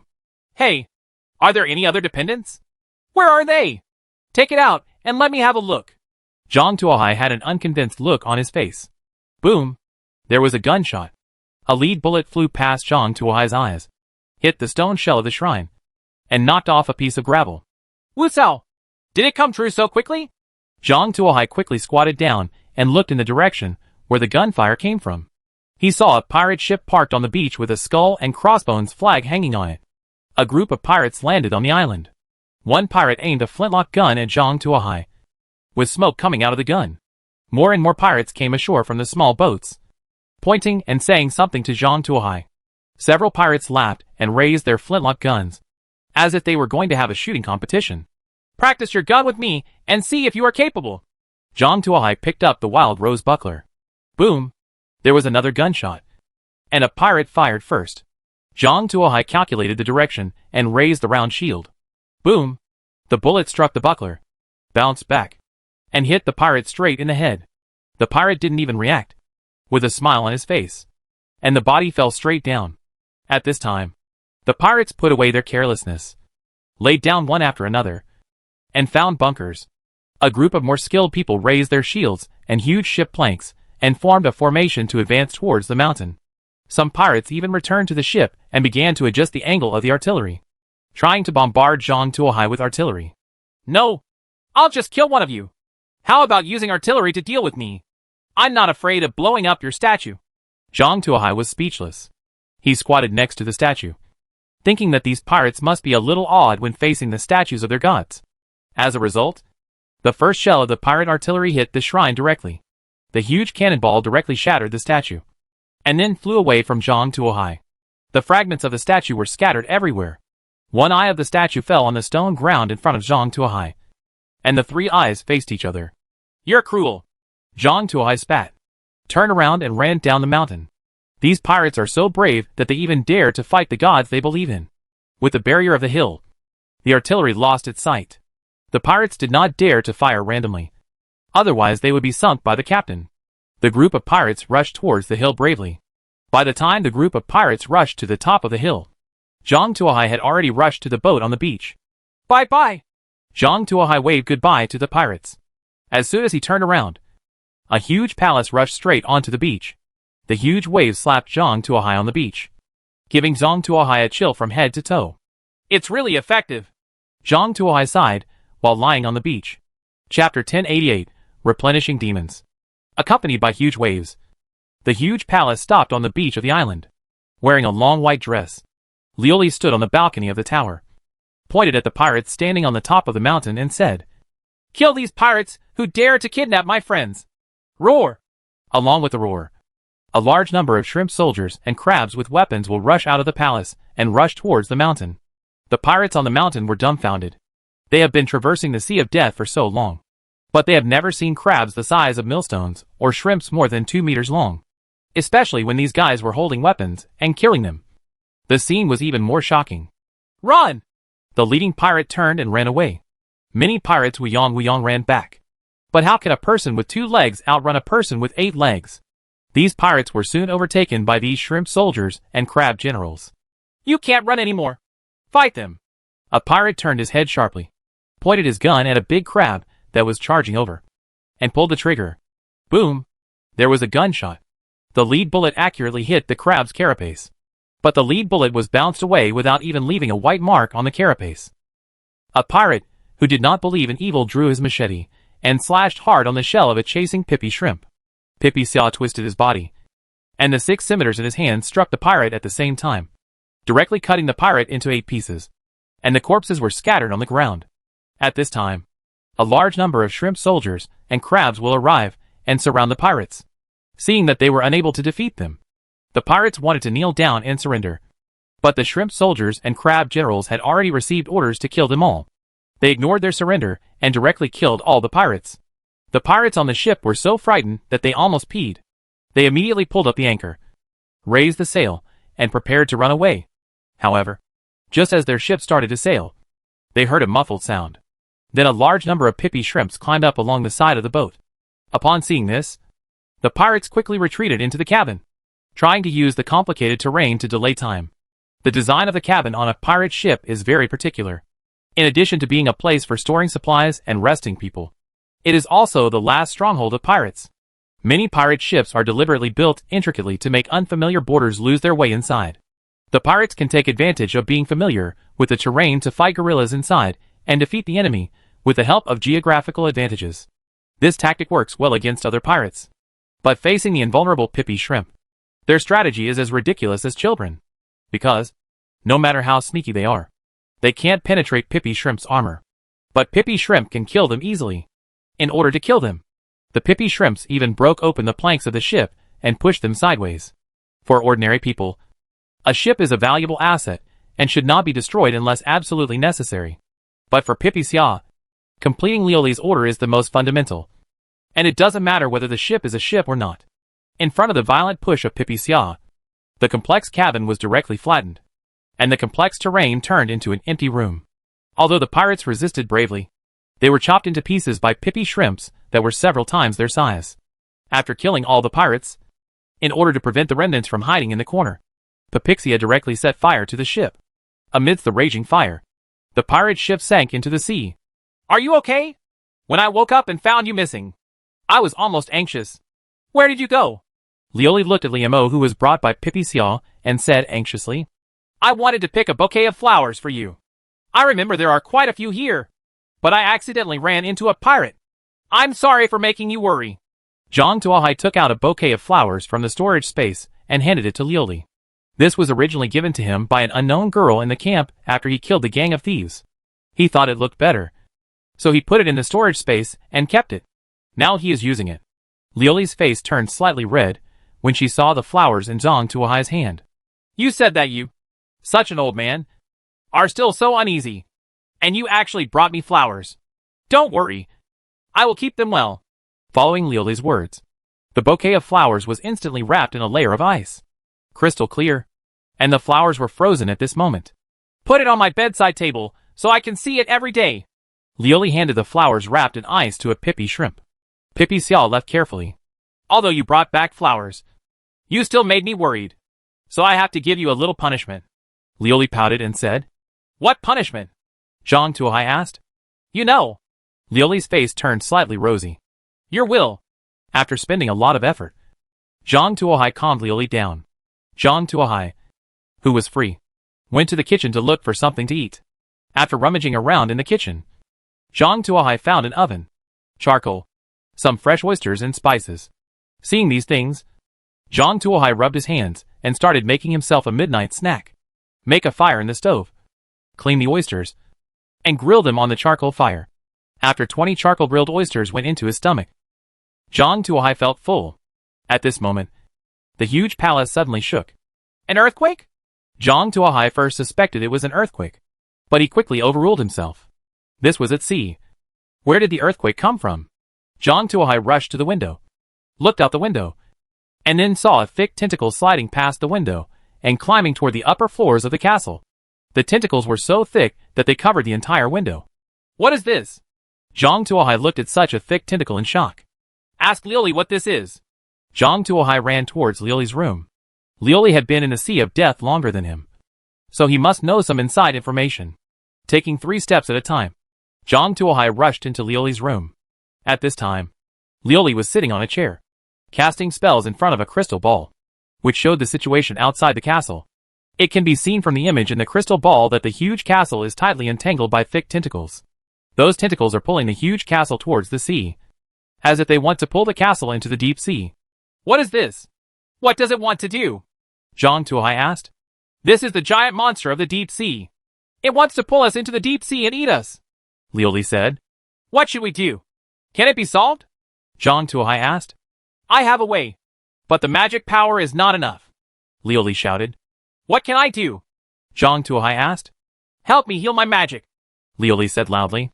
Chapter 1089 Poseidon's Race. Zhang Tuohai. Is the magic replenishing thing you are talking about the magic replenishing thing I think of? Hurry up. The matter is urgent. If the magic power is not enough, both of us will be dead, Liuli said as he stood up from the chair and bent down. Zhang Tuohai walked over and helped Liuli mend her demons from behind. Infused with Zhang Tuohai's sufficient magic power, Liuli's somewhat dry magic power became replenished. The crystal ball glowed brightly, and the castle emitted a bright light. Arcs of electricity were transmitted from the castle, along the huge tentacles, to the whole body of the giant underwater monster. Blue electric light even appeared on the sea surface. A large amount of seawater was directly decomposed into gaseous state by high-voltage electricity, and the water vapor on the sea surface evaporated. The seawater was decomposed, and the tentacles of the North Sea Kraken were even more terrible, turned into coke by the ultra-high voltage current. The tentacle broke and fell into the sea. The giant monster lost its ability to attack and sank into the deep sea. Finally solved. Zhang Tuohai let out a sigh of relief. His back was sore. After all, this is a forced replenishment of demons, without any preparation in advance. Something doesn't feel right. Okay, you're not happy anymore. You've taken advantage of everything. Otherwise, I'll reward you with something special. Liuli opened the closet and took out a set of bunny girl clothes. Lightning flashed outside the palace again, this time lasting for an hour. After the lightning stopped, a large number of dead fish were floating on the sea. Zhang Tuohai rubbed his waist and got out of bed and came to the windowsill, wanting to see what was going on outside. I found a ghost ship parked outside the window, and the ship was full of bones. What happened? Zhang Tuohai asked while pulling a Pippi shrimp. About an hour ago, this ghost ship wanted to sneak attack the castle, and then it was paralyzed by the sudden appearance of lightning. And then it was electrocuted continuously. All the members were ablated into ashes by the high temperature. And then it stayed here. Zhang Tuohai was stunned when he heard what Pippi Xia said. Can this still happen? He looked at the ghost ship below and couldn't help but feel a little speechless. Unexpectedly, a ghost ship could be killed using this method. He just wanted to play some new games with Liuli. However, this ghost ship is also to blame for its own fault, and there will be no good end for following the advice. Zhang Tuohai put on his equipment and boarded the ghost ship, ready to see if there was anything left on the ship. After all, this was his first time seeing a ghost ship, and he wanted to see what would be inside. Zhang Tuohai jumped onto the ghost ship, stepping on thick bones. The surface of the ghost ship is full of burnt marks. The scallops crawling on the deck have turned into charcoal-grilled scallops, and the inside has turned into carbon. The mast is cracked in the middle due to the strong voltage, and it will fall crookedly at any time. All may break. After wandering around the deck and finding nothing of value, Zhang Tuohai walked into the cabin to see if he could find anything inside. The cabin was small, dark, damp and dirty. There were broken bottles everywhere, and several iron cannons had rusty plates and were no longer usable. Zhang Tuohai came to the bottom warehouse. There were some goods piled up here, but they had been soaked by the seawater, had begun to rot, and had no value. Zhang Tuohai shook his head, turned and walked towards the poop, where the captain's cabin was. If there was anything good, it must be there. Following the stairs to the captain's room, he opened a dilapidated wooden door, and Zhang Tuohai walked into the room. Compared with the small crew room, the captain's room is very spacious, with huge cut-glass windows and a long walnut table with a large number of charts and the captain's diary. However, these were all burned by the high voltage just now, leaving there are only bits and pieces left, and no useful information can be seen. Zhang Tuohai was rummaging around in the captain's cabin, and suddenly he was attracted by a stone on the corner of the table. The stone looked unremarkable, just like an ordinary stone. But Zhang Tuohai felt that such a stone would not be placed casually in such a captain's cabin. There might be something wrong with the stone. Zhang Tuohai put his hand on the stone and wanted to pick it up. However, as soon as his hand was placed on the stone, the game pops up a line of information. Discover Poseidon's illusion stone, and you will complete a bet with Poseidon. Victory will be rewarded by Poseidon.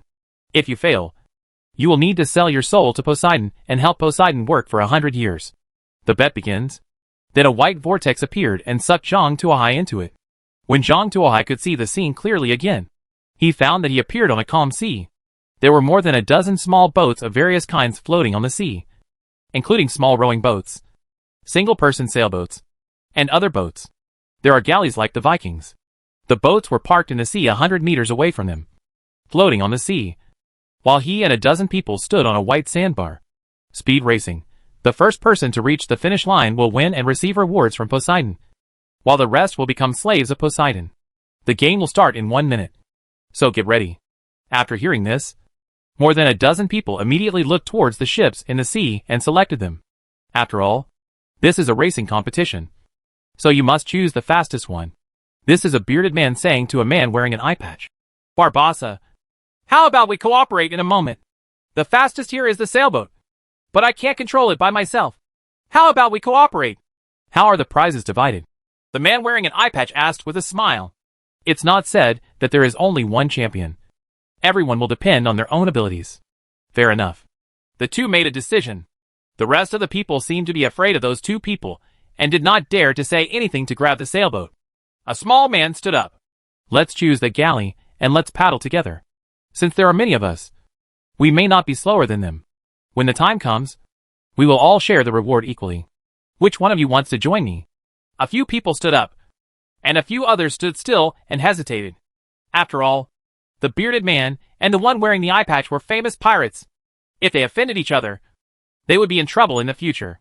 Just when a group of people were having their own thoughts, a thunder titan suddenly appeared in front of everyone. A chain lightning was released, knocking down a large area. You dare? The bearded man took a step back, just in time to avoid being hit by lightning. Just as he was about to reach for the gun, the thunder titan caught up with him and punched him into pieces. After finishing off the people on the island one by one, Zhang Tuohai leisurely jumped onto a sailboat and sat on it. If any idiot competes with you and kills them all, I will be the champion.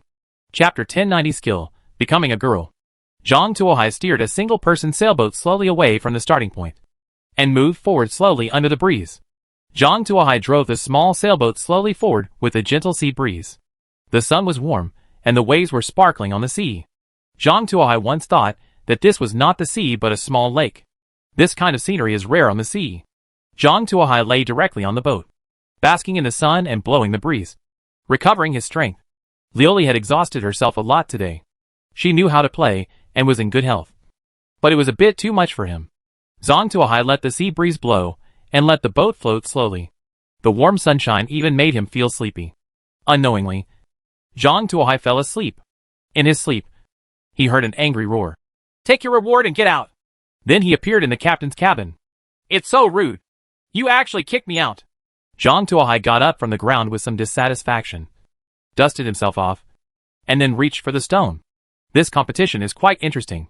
He wants to participate in it a few more times to gain some rewards or something. However, as soon as his hand touched the stone broke into pieces. Debris was scattered all over the floor. You're so stingy. Didn't you row a little slower? Are you so angry? Zhang Tuohai lowered his head to see what he had picked up from Poseidon. Congratulations on acquiring the skill, Sissy Transformation. Girlification. You can transform everything into a girl. There is a limit of 1 per day. Each time the skill is upgraded to a level, 1 more place will be added. The girly items will contain some of the abilities and characteristics of the original items, and some abilities and characteristics will be rationalized and mutated. Huh? Zhang Tuohai's eyes widened. Girlification? What kind of mechanism is this? Can everything really be made into a girl? Zhang Tuohai wanted to give it a try. After looking around, Zhang Tuohai couldn't find any suitable items. Forget it. Just hack. Zhang Tuohai chose the ghost ship under his feet. A white light enveloped the ghost ship at his feet. Everything around him disappeared, and Zhang Tuohai's feet suddenly fell down. Just when Zhang Tuohai was about to fall into the water, he was caught by a little girl. The little girl was in ragged clothes. Her body was covered with scars. Her arms were as thin as hemp poles. She was less than 1.2 meters tall, and her only pair of eyes were very smart. Who are you? Zhang Tuohai asked curiously. I am the Princess Anne's Revenge. The captain is always too stupid to remember other people's names. Really turned into a ship's woman? Zhang Tuohai's face was full of horror. He just wanted to try the skill, but he didn't expect it to be really useful. Why do you look like this? Who hit you? Why are there so many wounds? Are you hungry? What do you want to eat? Do you want some lollipops? I have a lot here. Zhang Tuohai said, and took out a handful of lollipops from the storage space. I don't want to eat this. The reason why I'm like this is all the fault of that broken castle. She used to be beautiful. But as soon as she got close to the castle last night, she was paralyzed by high-voltage electricity, which was enough to electrocute her. It took an hour, and then it became like this. If I knew which unscrupulous bastard did it, I would definitely beat him up. Princess Anne's Revenge shook her little fist angrily. Zhang Tuohai stood there with several black lines appearing on his head. The initiator seems to be myself. However, he would never dare to tell Princess Anne's Revenge such a thing. Are you hungry or not? I have a lot of delicious food here. Zhang Tuohai took out a handful of beef jerky and tried to distract the Princess Anne's Revenge. I don't eat these. If you want to recover from your injuries, you need to eat wooden boards. Do you have any wooden boards here? The stronger the better. Annie raised her head and asked Zhang Tuohai. It's a wooden board. Let me look for it. Zhang Tuohai dug around for a long time and found a bucket. This is the wooden bucket that he brought out from Zhenhuan Street to hold bathing items. It is of no use now, so it can be used to test the quality of it for Annie. And saw the barrel shining brightly. Took the barrel with both hands and took a bite. Click. There was a neat notch on the edge of the barrel, and it seemed that the notch perfectly matched Anne's tooth marks. Click. Click. Click. Annie ate the wooden barrel with big mouthfuls. Sawdust flying in her mouth. The wooden barrel disappeared at a speed visible to the naked eye. Soon, the entire barrel entered Annie's mouth, leaving nothing behind. After finishing the meal, Annie looked like she was still unsatisfied. Is there any more? I'm not full yet. More. More. Annie took Zhang Tuohai's hand and shook it. No. No. I'll find a place with a market later and buy a boat for you to eat. Zhang Tuohai said. Ship. I know there is a place. Let's go now. I'm so hungry that I can't stand it anymore. Please, Captain. Annie kept shaking Zhang Tuohai's arm, trying to be coquettish. However, Annie was shaking so hard that Zhang Tuohai felt like his arm was almost being pulled out of joint. Okay. Where is it? How do we get there? Zhang Tuohai asked. Don't worry. My body is just a ship. There is no place I can't go on the sea. Captain, hold on tight. Following Annie's words, a wooden surfboard appeared under their feet. Yo-ho! The Princess Anne's Revenge is setting off. And raised her skinny arms. The surfboard under his feet started instantly and rushed forward at high speed. The sudden acceleration made Zhang Tuohai almost lose his balance, and he hugged Annie's waist to stabilize his body. Zhang Tuohai turned his head and glanced at the back of the surfboard. There were no propellers, no sails, or any power facilities. He had no idea how the surfboard started and maintained such a high speed. Zhang Tuohai estimated that it was at least 20 knots. And the sea breeze hurt his face. Annie saw Zhang Tuohai hugging her waist, with a joyful smile on her face.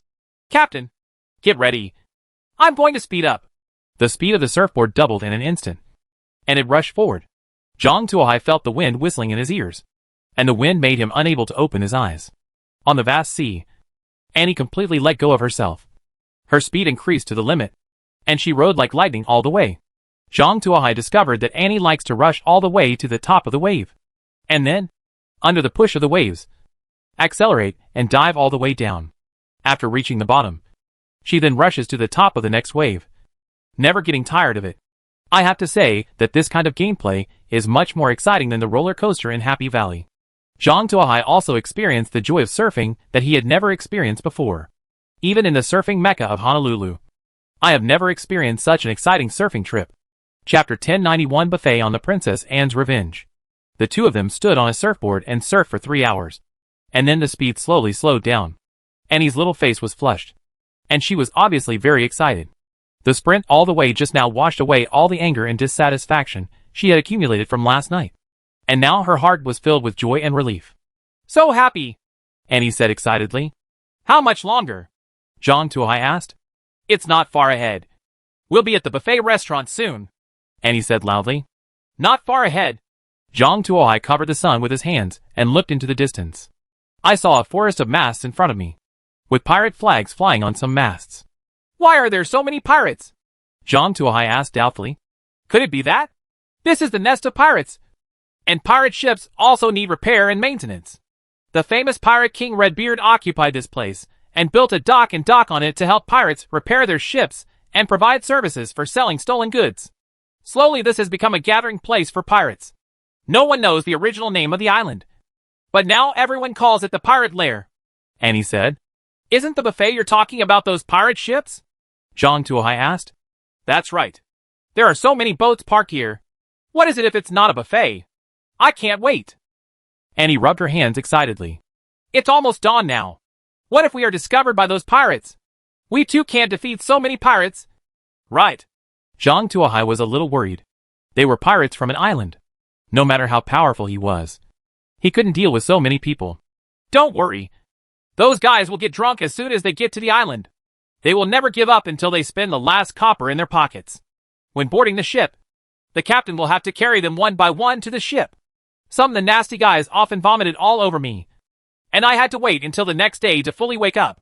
At this time, even the pirates on duty on the ship were drunk, and no one could find us, Annie said. That's good. Zhang Tuohai felt confident after hearing this. If they were just a group of drunken pirates, it wouldn't be a big problem. The two people came to the fjord on surfboards.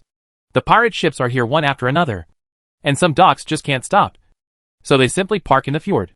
Annie and Zhang Tuohai found the boat closest to the side, and then the two of them climbed onto the boat along the anchor chain. Got into the cabin. Zhang Tuohai took an armor-piercing dagger and a rose buckler to look for pirates in the cabin, and then sent them to meet the North Sea Siren. Annie found a suitable place to eat and started eating. The two men have a clear division of labor. One kills pirates and the other eats ships. After Zhang Tuohai thoroughly searched the ship, Annie had already eaten most of it. Zhang Tuohai moved a wooden barrel and sat next to it to watch Annie eat the boat. After a while, the entire ship was eaten by Annie.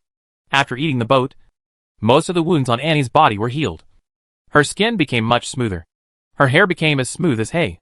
And even her clothes were no longer as tattered as beggars' clothes. Now Annie wearing an old long skirt full of patches. Her appearance has changed a lot. How about it? Should we just leave like this or continue eating? Zhang Tuohai asked. Of course. Keep eating. It's hard to come to a buffet. How can I not be full? Annie said. Then continue. The two people climbed onto a pirate ship again and continued the previous routine, with Zhang Tuohai killing the pirates and Annie eating the ship. After eating the ship, Annie's injuries were completely healed. Her skin became shiny, her hair became smooth, and she was even able to shoot a shampoo commercial. And her clothes turned into a brand new cotton dress. Is your injury healed? Can you leave? Zhang Tuohai asked. No. My intuition tells me that eating all these boats will be good for me. Anne's eyes were full of excitement. Eat them all? Zhang Tuohai raised his head and counted roughly. There were more than 100 ships of various sizes in the harbor. There are more than 100 ships here. Can you eat them all? No problem. I have to give it a try. Otherwise, I will regret it for the rest of my life. Annie took Zhang Tuohai's hand. I just have such a small wish. You won't disagree. Right, Captain? A pair of big watery eyes stared at Zhang Tuohai, looking like I'll cry for you if you don't agree. Okay. You can eat if you want. Just don't overfill it. Looking at Annie's appearance, Zhang Tuohai thought of Lilith. Although one of them belonged to the cute category, and the other belonged to the 3-no category, their impressions were surprisingly the same. Looking at them was like looking at his own daughter. If you don't love your own daughter, who will? Long live the captain, Annie said and jumped directly onto a boat, hugged the boat and started chewing. Zhang Tuohai, I take back what I just said. This is not cute. This is husky. Zhang Tuohai continued to enter the cabin to kill pirates, killing pirates one by one in their sleep. And he was familiar with the process. The only pity is that these pirates brought all the valuable things to the shore, and they were very poor. There was nothing on the boat except some moldy dried meat and beer. In Zhang Tuohai's eyes, these things are no different from garbage. One ship after another the ships disappeared in the harbor, and the pirates one by one sank to the bottom of the harbor, and ate from dawn till daylight. Indeed, as An said, the entire island was extremely quiet, and all the pirates looked drunk. No one noticed anything unusual in the harbor, and no one came to stop them. Annie ate so happily that her little face became round and her mouth was full of various sawdust. After eating the last ship in the harbor, Annie finally burped and patted her slightly bulging belly with satisfaction. Finally full. Zhang Tuohai looked at Annie up and down. At this time, Annie was radiant, with black and smooth hair, fair and smooth skin, tender and round. Not even a pore could be seen on her body, and was so smooth that she could even pinch water. The limbs are straight, with slightly bulging muscles, and the lines of the muscles can be seen. The original ordinary dress has turned into a gorgeous long skirt. Wearing a black and white Gothic-style dress with lace trim, a small round hat on her head, and a piece of black gauze covering her face. It looks mysterious and gorgeous. It's completely different from the motorcycle girl who used to ride surfboards. How is it? Is my new dress beautiful? Annie picked up the hem of the dress with both hands and spun it around. At this moment, a pirate wandered over and looked at Zhang Tuohai and Annie with drunken eyes. Their styles were really incompatible with this place. Who are you? Why are you here? The pirate still had some vigilance in his mind and reached out to touch the scimitar at his waist. Chapter 1092 Don't Come Over. When Zhang Tuohai saw that the pirate was about to take action, he immediately rushed over and hit the pirate with the shield in his hand. Shield bash. The pirate felt as if he had been hit by a speeding carriage. The whole person flew up directly and flew more than 10 meters before landing on the ground. By the time he landed on the ground, his sternum was shattered, and he was losing more air than he was able to inhale. This skill is amazing! Zhang Tuohai checked the pirate's status. Just a single shield strike was enough to hit him to the point of death. Not to mention the crushing damage. It works wonders for those crispy skins. At this moment, another pirate walked out from the corner, muttering, "Slow down. Why are you walking so fast? Are you rushing to reincarnate? Huh?" The pirate was stunned when he saw Zhang Tuohai, who was inspecting the body and in a Gothic dress. Then he immediately took out his pistol and pulled the trigger. Puff! Zhang Tuohai threw the dagger, which pierced the pirate's neck and nailed the pirate to the tree. However, the pirate still pulled the trigger. Boom! The loud noise startled countless seabirds. At the same time, a large number of pirates were awakened from their sleep. Countless pirates crawled out of the tavern, carrying flintlock guns and scimitars in their hands.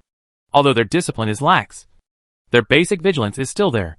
Otherwise, they would have died countless times. When they saw two strangers landing on the island and two bodies on the ground, they understood everything. He rushed towards the two of them. Escape quickly. Seeing so many people, Zhang Tuohai felt that he was no match for him, and was about to run away with Annie. Anyway, these pirates had no ships. As long as they ran to the sea, these pirates, no matter how powerful they were, couldn't catch up with him. However, Annie clenched her fists and rushed forward. Bang, bang, bang. Annie doesn't look tall, less than 1.2 meters tall, and has slender arms. But after all, she is a battleship with a displacement of several hundred tons. Her strength is not something that ordinary people can bear. All the pirates hit by her were sent flying backwards, and some were sent more than 50 meters high. Some hung on the tree, some fell to death directly, and more were shattered before they could fly out. In less than 10 seconds, dozens of pirates were beaten into pieces, and the ground was covered with blood and broken limbs. But there wasn't even a blood spot on Annie's skirt. "Captain, it's just a little trouble, and has already cleaned it up for you," Anne said, picking up the hem of her skirt with both hands and saying, "Okay, as a lady." The sweet smile on his face was in stark contrast to the bloody ground. However, Zhang Tuohai has seen strong winds and waves after all, and he has never seen anyone in the spiritual realm. "She looks very sweet, but I didn't expect that she is still a bloodthirsty crazy girl at heart." Zhang Tuohai had a deeper understanding of Anne's character. Since we have killed so many pirates, we might as well do it to the extreme. "Let's go! Now that they have discovered us, let's go see them. If they don't welcome us, then send them to see the Kraken." Zhang Tuohai shook the blood off his dagger and said in a cold voice, "Understood, Captain." Annie's lips curled up, and she led the way. Any pirates encountered on the road were easily dealt with by Annie without Zhang Tuohai taking action. With each punch, they all turned into pieces and scattered in the dirt. Zhang Tuohai is sure that the grass growth here will be particularly good next year. The two people walked all the way inside. We walked all the way, cleaning up the pirates we saw, until we reached the center of the island. At this time, hundreds of pirates had gathered here. Almost everyone had muskets in their hands, and even 2 cannons were pulled out. 2 gunners were already in position holding torches, and a group of people were ready. "Isn't this too serious? You actually pulled out the artillery? Are you going crazy? There are only 2 of us, and you actually used artillery?" Zhang Tuohai was speechless. These pirates were too cautious. "Right. Everyone aim and prepare to shoot." A Blackbeard pirate standing in the middle issued orders. All the pirates raised their muskets, and the gunners began to adjust their gun positions to take aim. "Annie!" Zhang Tuohai shouted. "Clear! with a smile on her face. Annie rushed forward and rushed into the pirate group like a black whirlwind. She kicked a cannon over with a flying kick, and at the same time grabbed another cannon and used it as a weapon to swing it in the crowd. Stand up. This artillery piece was dismantled by Blackbeard from the ship. Each one weighs hundreds of pounds. If it is hit, it will be fatal or injured. What's more, it can be used as a weapon by a strange woman like Annie. The huge artillery swept through the pirate group and knocked a large number of people away. Everything that was hit turned into pieces. The entire pirate group was instantly in chaos, and the originally neat team fled in all directions. However, their escape speed could not match Annie's pursuit speed. Before he could even take 2 steps, Annie knocked him to the ground with a cannon. In just a few breaths, all the pirates present were smashed into pieces of rotten flesh. It can't be said that it was everyone. Blackbeard was still standing where he was. It's just that Blackbeard is already stupid. He has been traveling across the sea for half his life, and he has never seen anything like this today. There were hundreds of pirates, all ruthless men who licked blood with their swords. Many of them were famous pirate captains, who had bounties on their heads in the military. They were all beaten to death in the blink of an eye. Not even a whole body. Blackbeard could no longer understand it. He felt that what was happening in front of him was beyond his understanding. He felt that this was a nightmare, and he wanted to wake up quickly. Any last words? Annie put the cannon on her shoulders and pointed it at Blackbeard, the match rope smoking. What are you going to do? Blackbeard took 2 steps back and shouted loudly. For most of his life on the sea, he never took a step back. Even when faced with scimitars and muskets, he kept moving forward in stride. But today, he retreated. Facing a little girl, he backed away. In his eyes, the little girl in front of him was not a human being at all, but a demon in human skin. You? Don't come here! Blackbeard shouted loudly, holding a scimitar and a musket. The last time you boarded this ship, you didn't even wipe the mud off your shoes. You're so unqualified. This is your punishment. Boom! A shell shot struck Blackbeard. Blackbeard was blown to pieces, and it was difficult to find even a palm-sized fragment. Call! After beating Blackbeard to death, Annie let out a sigh of relief, threw the hot cannon on the ground, and said to Zhang Tuohai, Captain, it's been resolved. Chapter 1093 Blackbeard's Collection. Well, you did a good job. Zhang Tuohai walked over and rubbed Annie's head with an encouraging look, and was very impressed by the compliment. She narrowed her eyes and raised her chin slightly, looking like she was enjoying it. Let's go and see how many good things this pirate has saved over the years. Zhang Tuohai took Annie to the back area. The 2 men rummaged around and found Blackbeard's warehouse. As someone who has been fighting pirates on the sea for many years, especially when he established a pirate supply station on an island, you can imagine how much profit he made from it. The 2 men came to the warehouse and found a cellar filled with various gold and silver jewelry. Zhang Tuohai wants to take them all away. These gold coins can play a lot of roles in the human world. However, his storage space is too small. Until now, there are only 2 cubes filled with food. It can't hold these gold and silver ornaments. At most, it can only be decorated with gold coins that can be turned into numbers. Even so, his gold coins directly exceeded 60,000. This gave Zhang Tuohai, whose gold coin count had never exceeded 3 digits, a feeling of wealth. Due to the small storage space, Zhang Tuohai could only choose to carry some items with higher value, and that could quickly improve his strength. The first thing chosen by Zhang Tuohai was an underwater breathing necklace. With this necklace, you can breathe freely in the water without worrying about insufficient oxygen. But be careful not to stay underwater all year round, because your skin is not suitable for long-term underwater life, and various diseases will occur. The function of this necklace is relatively unconventional, but it is a better choice for Zhang Tuohai now. With this thing, at least, he doesn't have to worry about drowning. The second item Zhang Tuohai chose was a pile of bonfires that never go out. Placing it on the ground will make people feel warm and help drive away mosquitoes and beasts. However, it can attract some strange things every day, which may be gifts. Can also be dangerous. Zhang Tuohai felt that this thing was very interesting and might bring some interesting gains, so he chose this thing. The third thing Zhang Tuohai chose was the never-ending wine flask. As long as you pour a glass of wine into the flask, you can keep pouring this wine out, never ending, until you change to another wine. Zhang Tuohai also liked this thing very much, so he directly replaced it with clean water, so that he would never run out of fresh water. In addition to these things, Zhang Tuohai also found 2 cards in Blackbeard's collection. One is a space expansion card, which expands Zhang Tuohai's space from 2 cubic meters to 4 cubic meters. The other card is a pink app, which contains hundreds of thousands of comics, as well as various doujinshi and notebooks.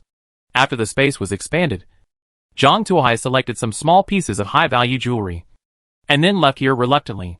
In order to prevent this place from being occupied by pirates again, Zhang Tuohai directly burned these houses and corpses. The piers and dry docks were eaten clean by and as dessert. After erasing all traces of pirates and ensuring that other pirates could no longer take advantage, Zhang Tuohai and Annie left here. At this time, Annie was stepping on a snow-white surfboard, speeding on the sea. Zhang Tuohai held Annie's waist and stood behind the surfboard, looking at the rapidly retreating scenes on both sides. Zhang Tuohai estimated that he would soon be able to cross the Sea of Death, reach Thebes, and then head to the Demon Fortress. In this way, the two of them don't have to deliberately follow the island route. It is prepared for the small boat. He can take a shortcut and pass several more dangerous islands, such as the Nightmare Island, Nyanghua Spring Island, and the Cannibal Island, Isles and Isles of Decay. These islands have been marked as extremely dangerous by the captain. Many dangerous captains did not explore them. They just docked for a while, and then left immediately. If the previous escape boat was not too small, Zhang Tuohai would not have wanted to choose such a dangerous route. Now with Annie, all these dangers can be avoided. By the way, why are you carrying a naval gun? Zhang Tuohai looked at Annie curiously. At this time, Annie was tricked by Zhang Tuohai into changing into a dead body with a 12-pound cannon on her shoulder. This thing is the main gun of the battleship. More than a ton. I suddenly felt that this thing seemed very convenient, so I took one and changed it when a better one comes later, Annie said. Zhang Tuohai, fine. After all, Annie is a battleship in disguise and cannot be compared. The two people sailed for a day and stopped on a large rock to rest. Zhang Tuohai jumped onto the reef and saw that it was not bad. He took out the everlasting bonfire and placed it on the reef. Not to mention, this item is really strange. It has been left in the storage space for such a long time, and it has not been extinguished.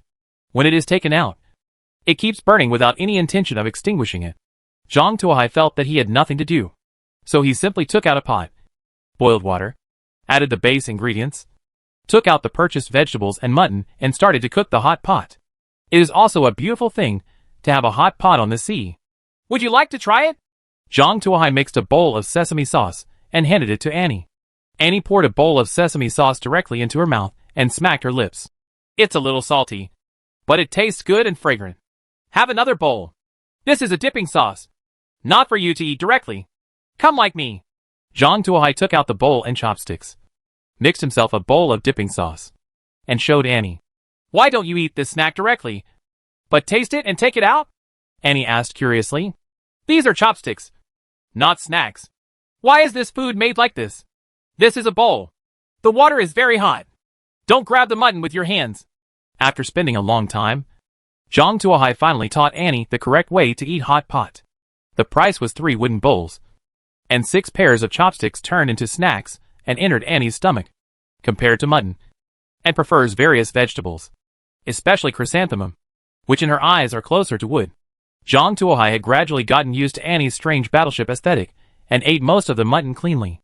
At this moment, Zhang Tuohai suddenly felt that something was looking at him. When he looked up, he found a mermaid floating in the sea, waving a big tail and looking at him curiously.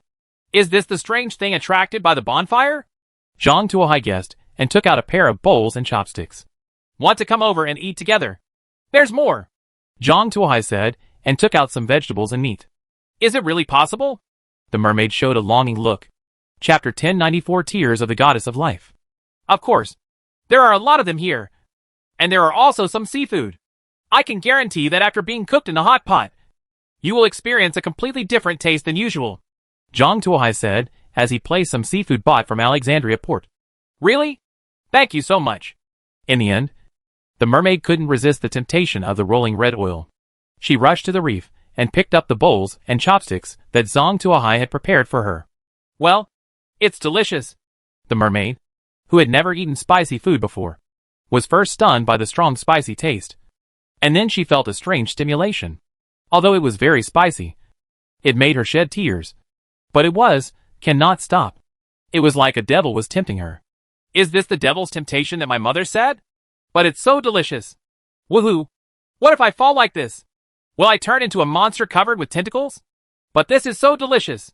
Even the kelp becomes delicious. Is this the power of the devil? It's so magical. While the mermaid was thinking wildly, the chopsticks in her hands never stopped, picking up pieces of meat and stuffing them into her mouth. Seeing the mermaid's tears streaming down her face, Zhang Tuohai took out a glass of cold beer from the storage space and handed it to the mermaid. Come and drink this to relieve the spicy taste. The mermaid was so excited that when she heard what Zhang Tuohai said, she immediately took the wine glass. Tons! Tons! Tons! The mermaid drank all the beer from a large mug of beer. Huh? The mermaid had never drunk before. After drinking a large glass of beer, she felt a little dizzy and became dizzy. However, she fell in love with this feeling, which made her forget it for the time being. Troubles and sorrows. I'm so happy. I've never been so happy in my life. Come and try this. The mermaid took out a silver bottle from between two shells, opened the bottle, and a fragrant smell came out. What is this? Zhang Tuohai asked curiously. This is the tear of the goddess of life. But those adventurers call it the fountain of youth, said the mermaid. Can I taste a little? Just a little is fine. Zhang Tuohai took out the never-ending bottle of wine. Of course. You are my best friend. And you have given me so many delicious foods. This is my reply. Burp. Return gift. The mermaid was already dizzy. He opened the bottle cap with one hand and poured a glass of wine into the wine bottle in Zhang Tuohai's hand. You have obtained the tears of the goddess of life after drinking. You can increase basic attributes such as physical fitness, magic power, and physical strength. After drinking for the first time, you will gain a permanent buff, the favor of the goddess of life. Recovery speed increased by 100%. Good stuff. Zhang Tuohai immediately poured himself a glass and took a sip, suddenly feeling refreshed. Zhang Tuohai could clearly feel that his physical fitness and magic power had increased slightly. Zhang Tuohai tried to take another sip, and his physical fitness and magic power were slightly improved. It seems to be effective in the long term. Zhang Tuohai decided to drink some every day to improve his physical fitness. At this time, the little mermaid had already fallen asleep on the reef. This means meeting me. If you meet someone else, sooner or later you will be captured and made into sashimi, dipped in soy sauce and eaten raw. Zhang Tuohai picked up the silver bottle in the mermaid's hand and refilled it with the goddess of life. Tears, tightened the cap of the bottle, and then put it back into the little mermaid's hand. After finishing the rest of the meal, Zhang Tuohai packed up his things and took Annie on the journey again. Annie took Zhang Tuohai and stepped on the surfboard and rushed forward quickly. I don't know if it was because of the chili pepper, but Zhang Tuohai always felt that Annie's speed was 3 points faster than before. After surfing all night, Zhang Tuohai finally saw the long coastline when the sky was slightly brighter.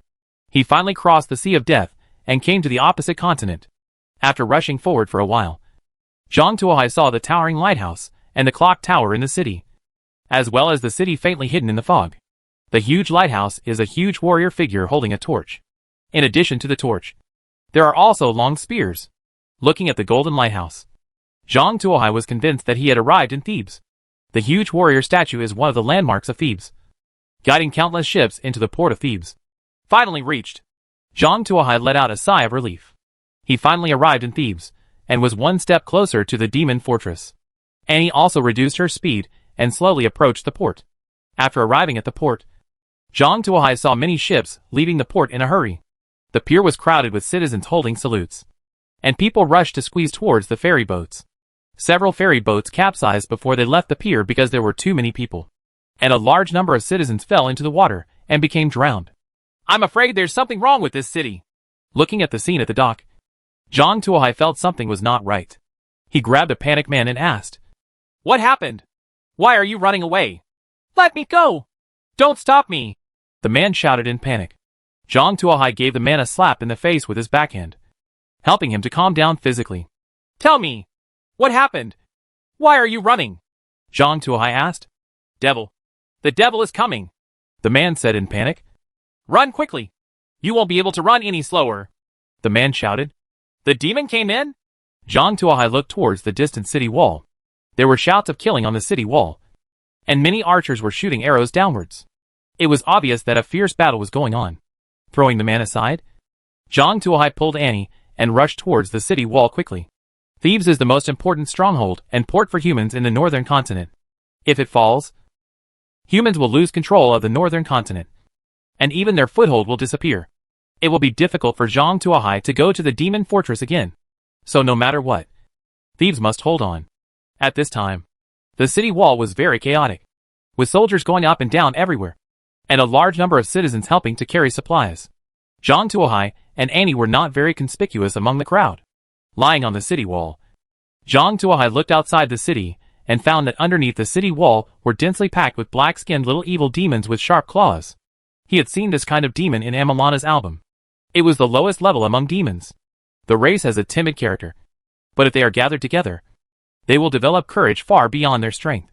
With sharp teeth and claws, they are eternal cannon fodder and bottom-level devils. The appearance of a large number of little lemurs on the battlefield shows that it is only the early stages of the war. It is the demons that are consuming human strength and morale. When human strength and morale drop to a low point, the real elite demons will appear. Chapter 1095, Hakim. Looking at the countless little lemurs under the city wall, Zhang Tuohai also understood the reason why the civilians were trying to escape. When an ordinary person sees this situation, he must think about how to escape, rather than fight to the end. People are different. Zhang Tuohai took a telescope and looked at the group of little evil demons below, thinking about ways to break the situation. Suddenly, he discovered a large war elephant surrounded by groups of little lemurs.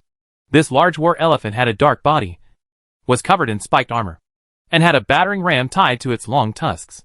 There was a wooden tower built on the back of the war elephant, and a strange-looking monster was beating a double-sided leather drum. The leather drum made a dull and weird sound. Zhang Tuohai could hear it clearly even from such a distance.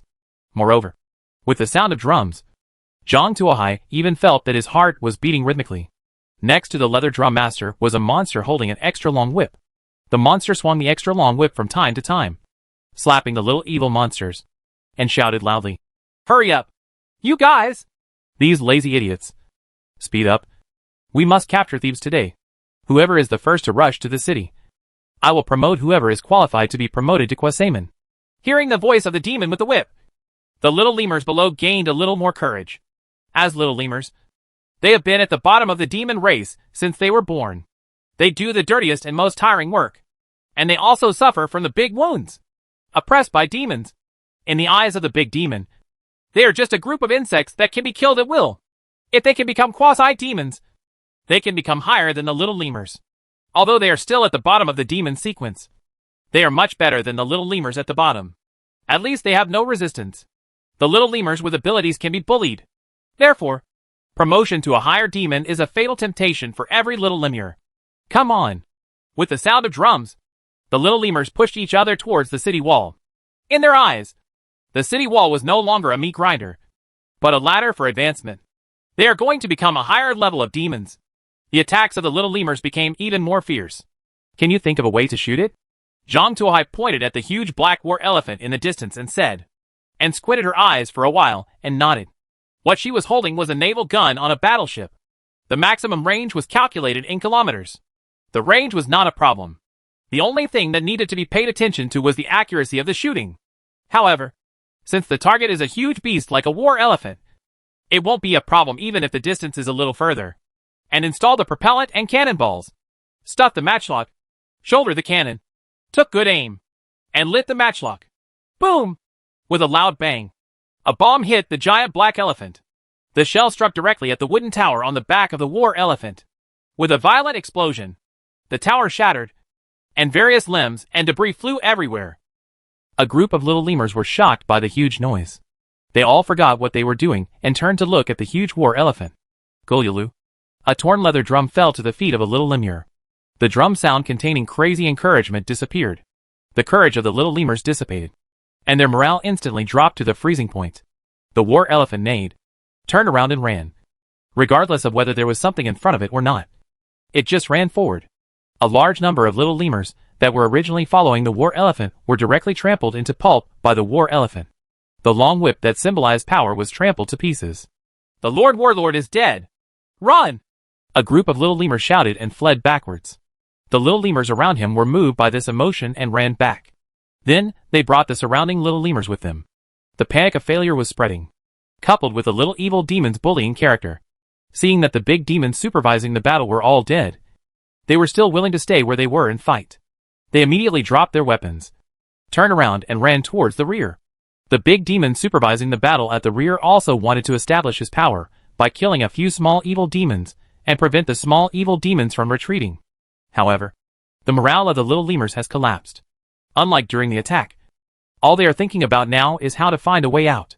At this time, they dare to hit anyone who blocks their way to survive, even if the person blocking them is a big demon.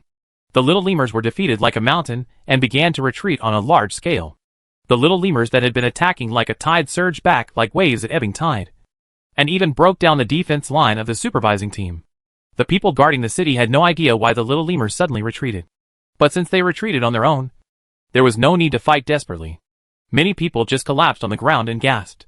Ordinary soldiers may not understand what is happening on the battlefield, but the general sitting in command will not be unclear about what is happening. Go find those 2 cannonballers. Please come and see me. Alsos, the general in charge of the city gate, took off his helmet and said. The 2 soldiers immediately went to look for him, because him carrying the artillery was too conspicuous. The 2 soldiers quickly discovered An and Zhang Tuohai, who had different styles of painting, among the crowd, and respectfully led them to the guard Alsos. Thank you both for your actions. If it weren't for your actions, the little lemur might not have been able to retreat so easily today. I don't know how many soldiers would have died on the city wall.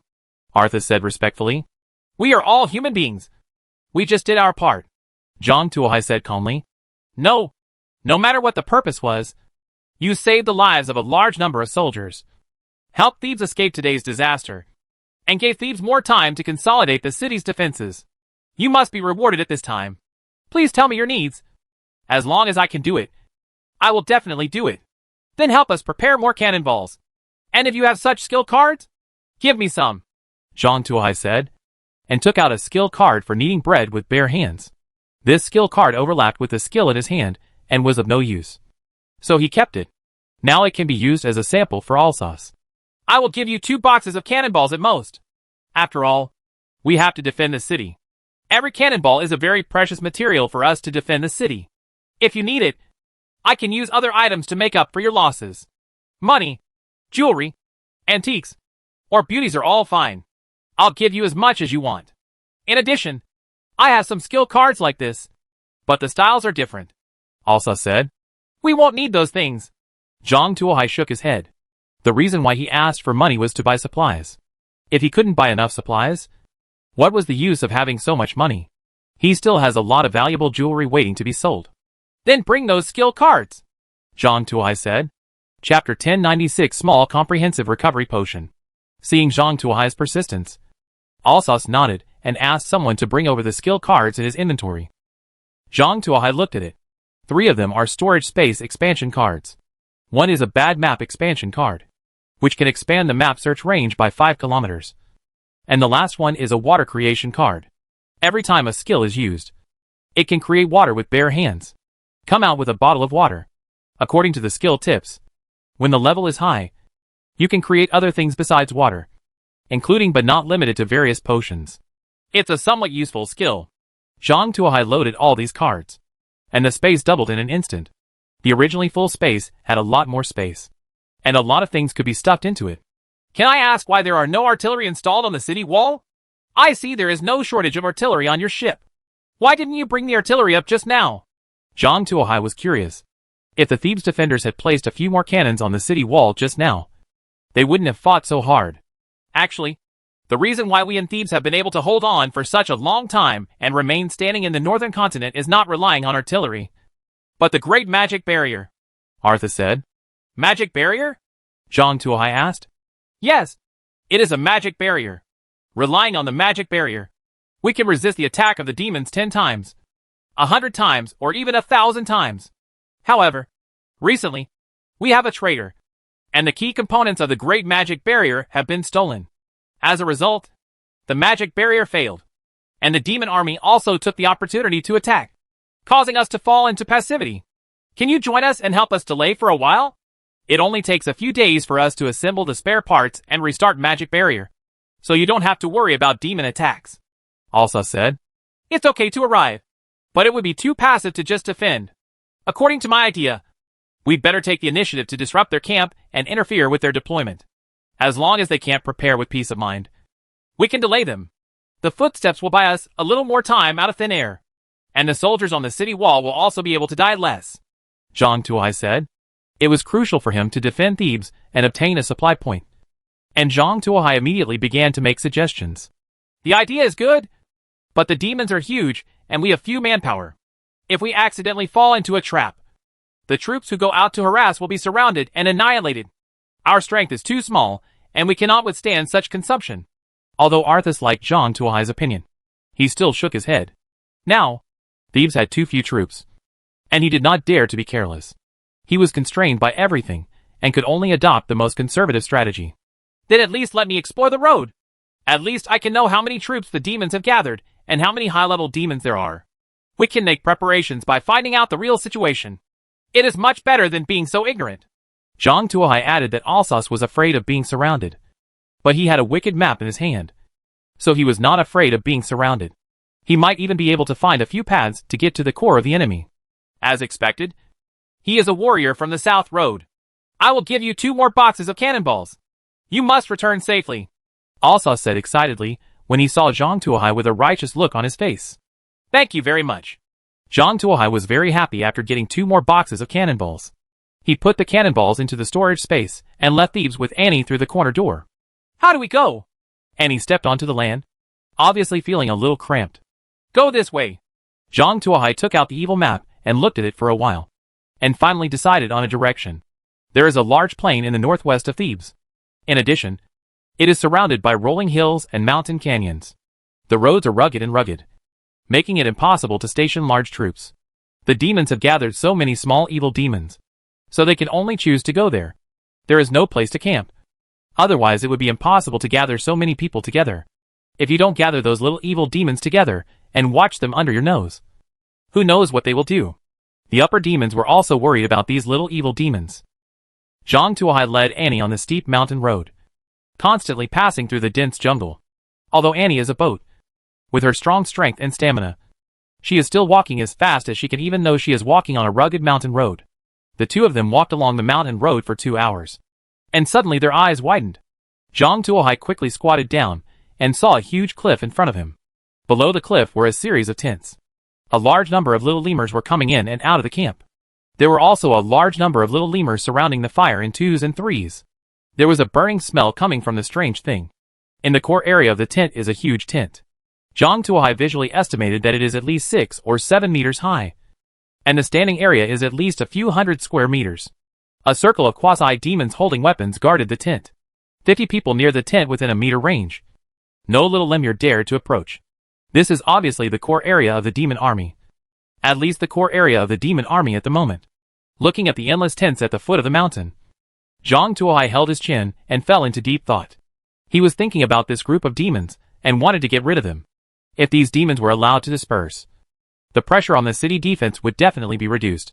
Quite a few. But how to get it is worth thinking about. It's definitely not possible to attack head-on. Even if Annie can fight again. There is a limit after all. There are too many little lemurs down there. It's definitely not possible to act recklessly. You have to find a way. Zhang Tuohai was lying in the grass, thinking of ways to create water, and brushing up his skill level. Congratulations on improving your water-making skill to LV2. Please choose one of the following potions to include in the manufacturing list. Zhang Tuohai looked at the manufacturing list. There are small health recovery potions, small magic power recovery potions, small physical strength recovery potions, small frost resistance potions, and small detoxification potions. At the end of the list, Zhang Tuohai found a small purple bottle of comprehensive recovery potion. 1 bottle can restore 1/3 of the blood volume, magic power and physical strength, and has a chance to eliminate a negative status. What a good thing! Zhang Tuohai immediately chose the small comprehensive recovery potion.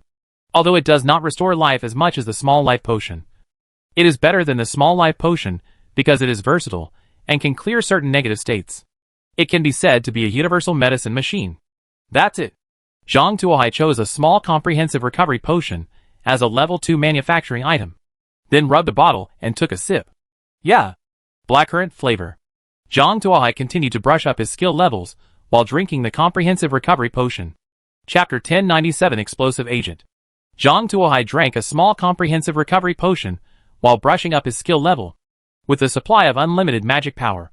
He forcibly brushed up the water-making technique to level 3. The third level water-making technique can create a new type of medicine again. And a large list of medicines appeared in front of Zhang Tuohai. Intermediate Fire Resistance Potion. Intermediate Frost Resistance Potion. Intermediate Fire Skill Amplifying Potion. Intermediate Healing Potion. Most of the potions are for buffs or treatments, or to relieve some kind of negative status. The effects look good, but they are not what Zhang Tuohai wants most at the moment. After scrolling down the list to the end, Zhang Tuohai found a potion. Explosive Agent. Explosive Potion. A failed potion of a certain kind.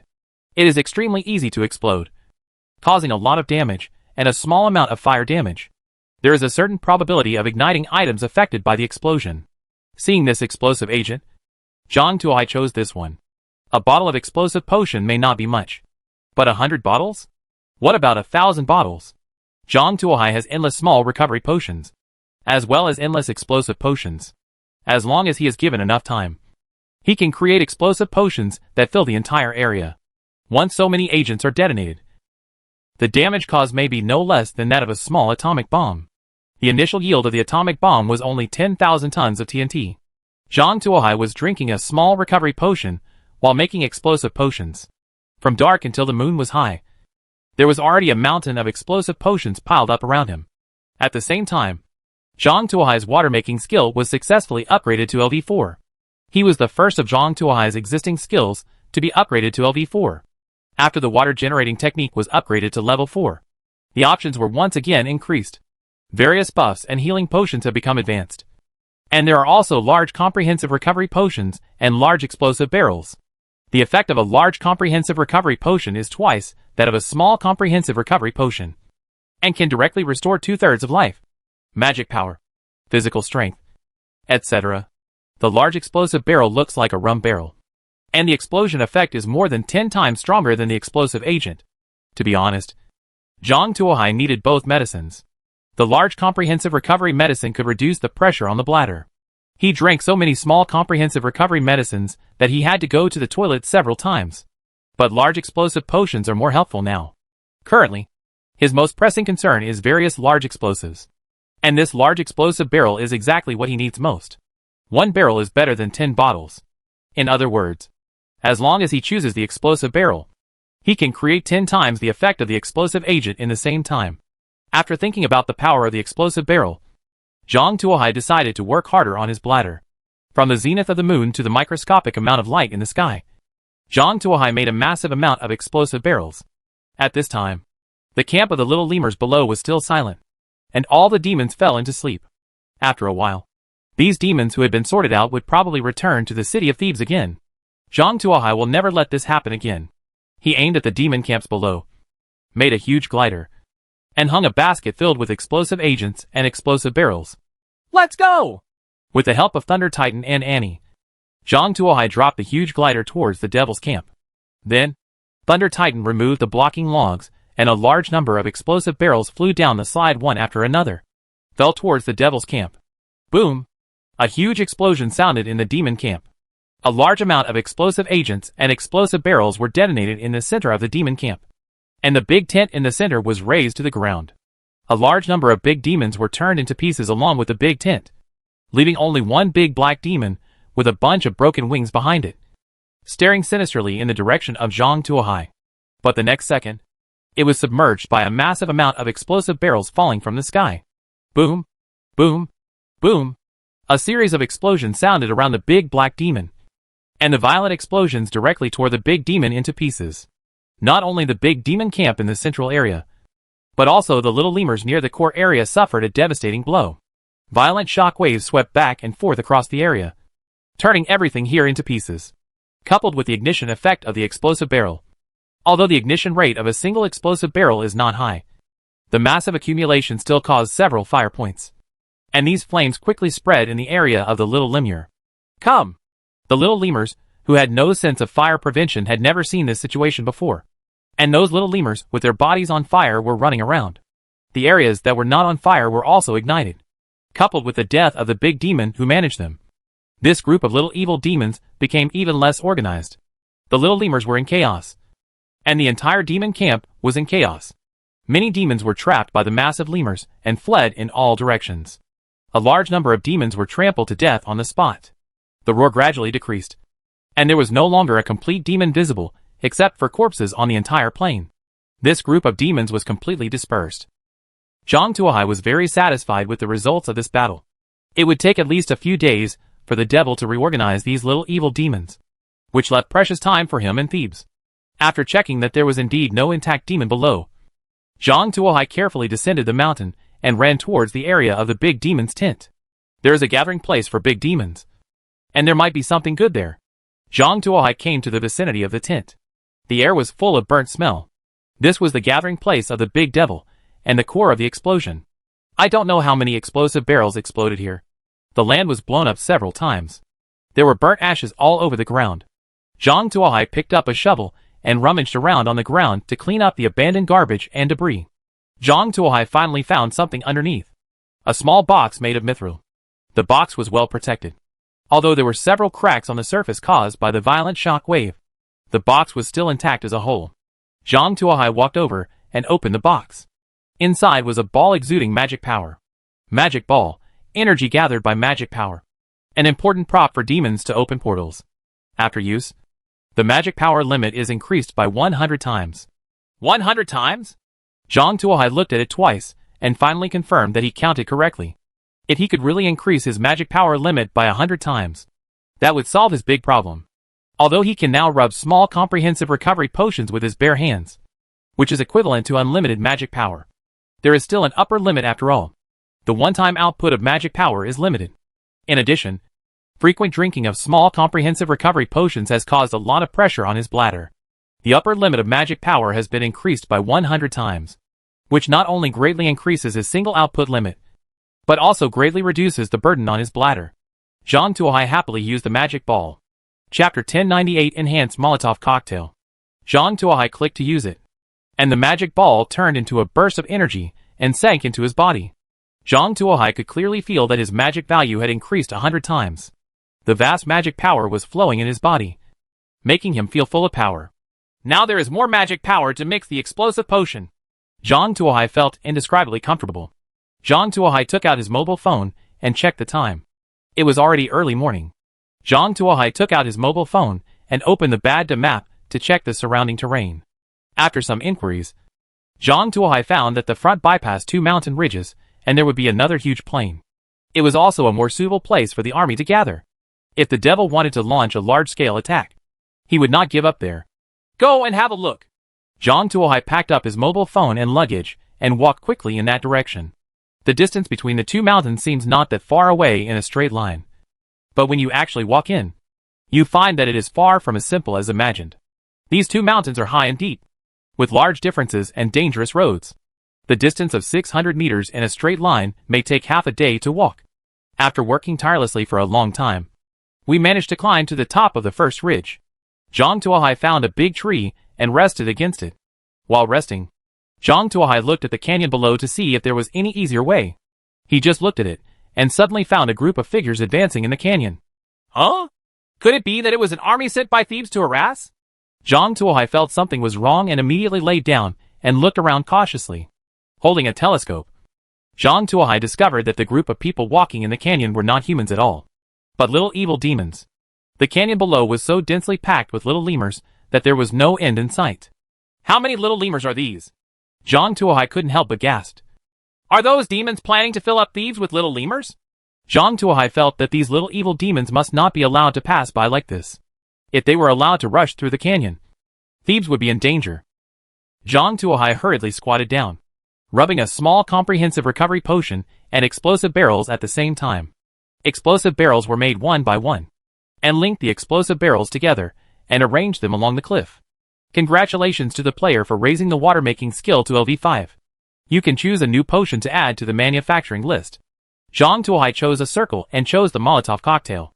And it was an enhanced version, with the ignition efficiency 10 times that of the original version. There are also plastic, rubber and other gadgets added inside. Once the Molotov cocktail containing these things is on the body, it is impossible to extinguish it. It can burn all the way down the skin and even burn through the bones. It can be said that he is destined to die. Zhang Tuohai worked overtime again and made a large batch of Molotov cocktails to arrange in a circle. By the time Zhang Tuohai completed the arrangement, it was already dusk, and there were still a large number of little lemurs below that were cautiously moving forward without stopping. How much is this? Zhang Tuohai felt his scalp numb. However, at this time, he couldn't care so much and sent a signal to An, and understood and activated the mechanism. A large number of explosive barrels fell down the canyon. The falling of these explosive barrels brought down a large amount of gravel and soil, causing the little lemurs to look up curiously. Then what they saw were densely packed explosive barrels falling from the sky. What is it? Those little evil demons had never seen an explosive barrel before, and they stared at the sky curiously.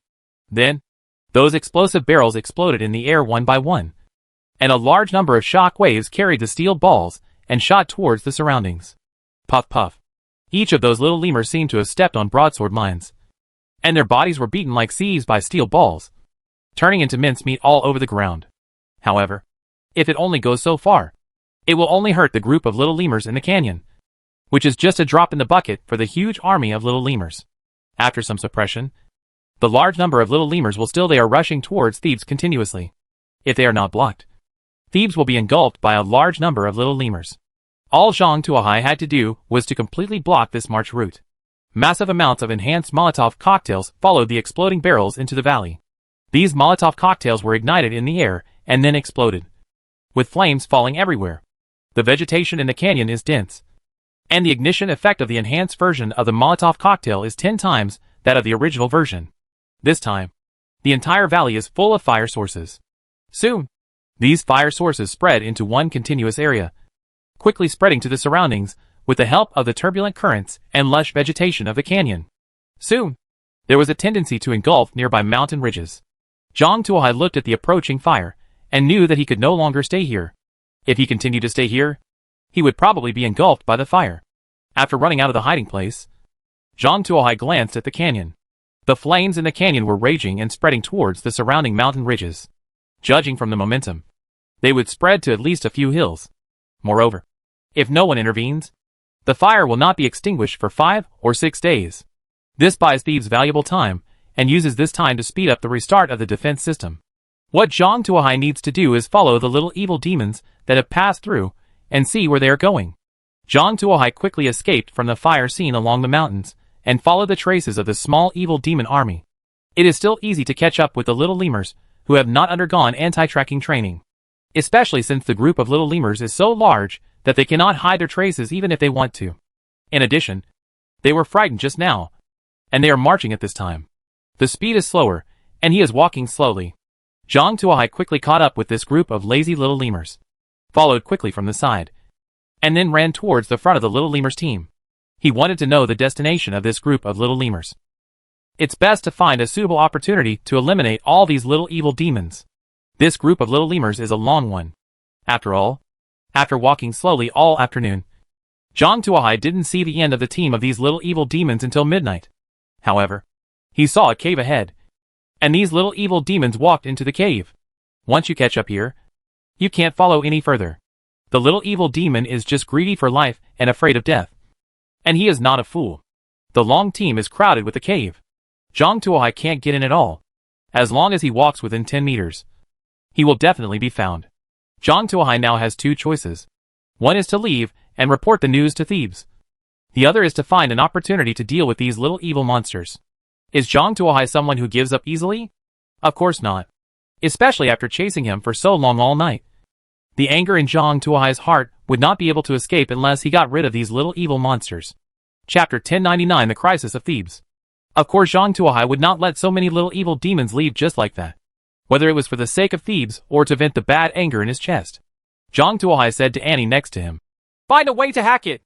"Okay." Annie picked up the cannon and fired at the cave. Boom! The huge cannonball hit the cave, and a piece of gravel fell. A large number of shrapnel flew everywhere, sweeping a large number of little lemurs to the ground. The little lemurs, who were queuing up to enter the cave, became confused. More little lemurs forgot to come in the direction of Zhang Tuohai and Annie. After seeing that there were only 2 people, this group of little evil demons became more aggressive, and their morale suddenly increased by 10%. They roared and rushed towards the 2 people. "No! This is not how I asked you to do it!" Zhang Tuohai was speechless. He originally wanted to prepare a little more, but Annie simply shot out and successfully attracted the attention of those guys. Who told you not to tell me clearly? What should you do now? Annie poked the cannon on the ground and asked. What else can we do? Cold salad. Zhang Tuohai made a bunch of enhanced Molotov cocktails and threw them forward. Bang, bang, bang. A series of Molotov cocktails fell to the ground, shattered, and rolling flames rose on the ground. Soon, a wall of fire rose between Zhang Tuohai and the group of little evil demons. The group of little lemurs screamed and fled back when they saw the blazing wall of fire. Zhang Tuohai took the opportunity to create a pile of gunpowder barrels and threw them into the cave within. A human slingshot. Boom, boom, boom. A series of violent explosions sounded in the cave. Although the cave was relatively strong, it still collapsed under such high intensity and high frequency blasting. A large area collapsed directly, splitting the inside and outside of the cave into two parts. Zhang Tuohai didn't bother to care what the cave was for, and what the little lemur wanted to go in for. Anyway, as long as it was what the little lemur wanted to do, he was right to object without any brains. Watching the cave collapse, Zhang Tuohai added 2 more Molotov cocktails to the fire wall and quickly took Annie away from here. Looking at the blazing flames, the little lemurs did not dare to pursue them. In fact, after the cave collapsed, the nearby lemurs did not flee in all directions because of the superb organizational skills of the group of quasi-demons accompanying the team. Otherwise, they would still be able to escape. Due to the temper of the little evil demon, he disappeared long ago. Seeing that the goal was accomplished, Zhang Tuohai had no interest in continuing to struggle with these little lemurs. This was not his battlefield. Even if he fought with the little lemurs here, he would not be able to kill a few of them. It was meaningless. He might as well take advantage of the situation. Use this time to do something more meaningful. Zhang Tuohai turned around and retreated into the forest with Annie. The two of them climbed mountains and waded across several mountains overnight and ran back to Thebes. After reporting his identity, Zhang Tuohai successfully met Alsace, who was guarding the city wall. You mean a large number of little lemurs got into a cave? Arthas asked with a frown. Yes. Those little evil demons will definitely not do such meaningless things. Especially under the leadership of the big demon. They must have some purpose in doing so. It may be related to the survival of Thebes. Who can you think of them? What are you going to do? Zhang Tuohai asked. Let me think about it. Alsace knocked on the table and pondered. But after thinking about it for a long time, he didn't think of the possibility. Could it be related to the tunnel or something? For example, the cave is connected to the sewer of Thebes. Those demons are preparing to enter the sewer through the cave and raid Thebes from below? Zhang Tuohai asked. It's impossible. The outlet of Thebes' underground sewer is the coastline, directly connected to the sea. If you want to enter the underground sewer, you must enter from the direction of the sea. Moreover, when the sewers were being built, we considered the possibility of someone breaking in from the sewers. All entrances and exits of the sewers are sealed with iron bars and isolation nets. And there are dedicated patrols every day. It is impossible to break in from here. Arthas shook his head decisively. At this moment, there was a loud noise in the city. And then, there was a cry of killing. What happened? Alsace stood up suddenly. After a while, a messenger ran over and reported. Sir Alsace, Lord Jormungand has rebelled. Jormungand exploded the iron fence of the sewer and let the little lemurs in. Now Lady Sylvanas is leading a team to block the entrances and exits of several sewers. But there are too many entrances and exits to the sewers. Lady Sylvanas does not have enough manpower. So please increase the number of people immediately. What? Jormungand actually rebelled?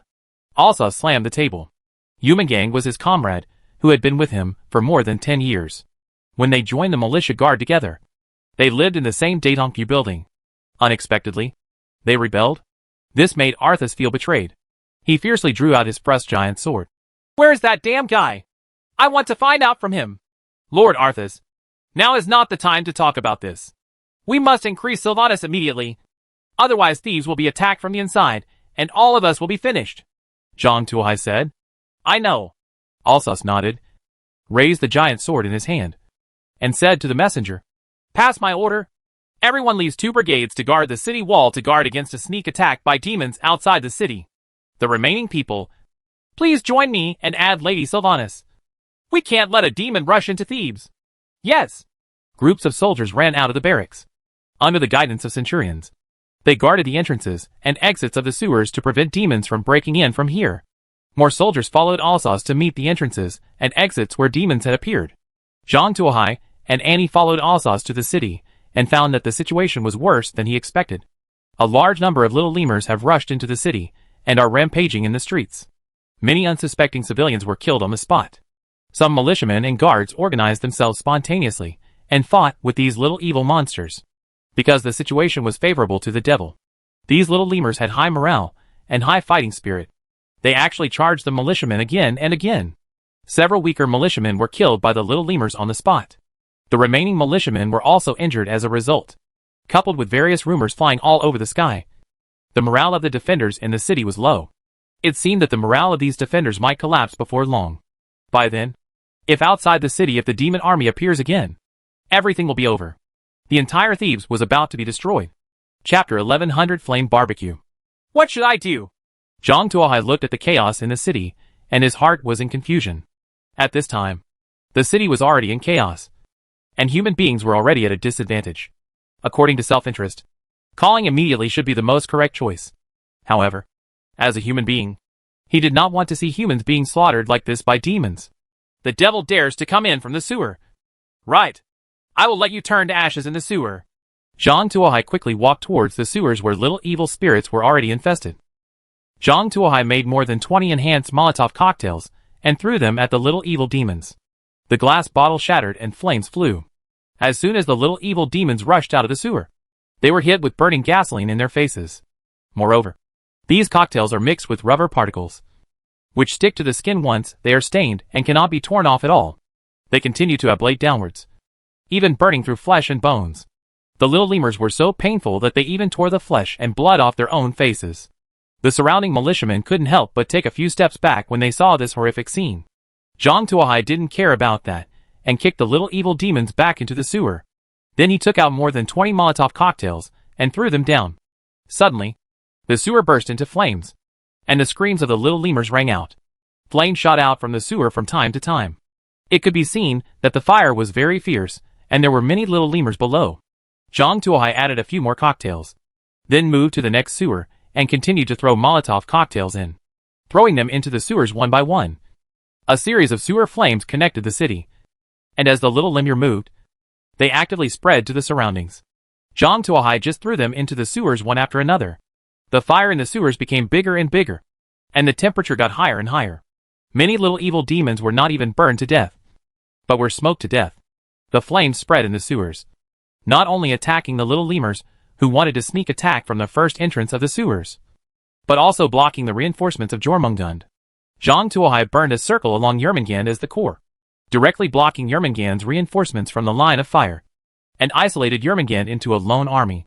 The little lemurs under Jormungand also discovered this situation.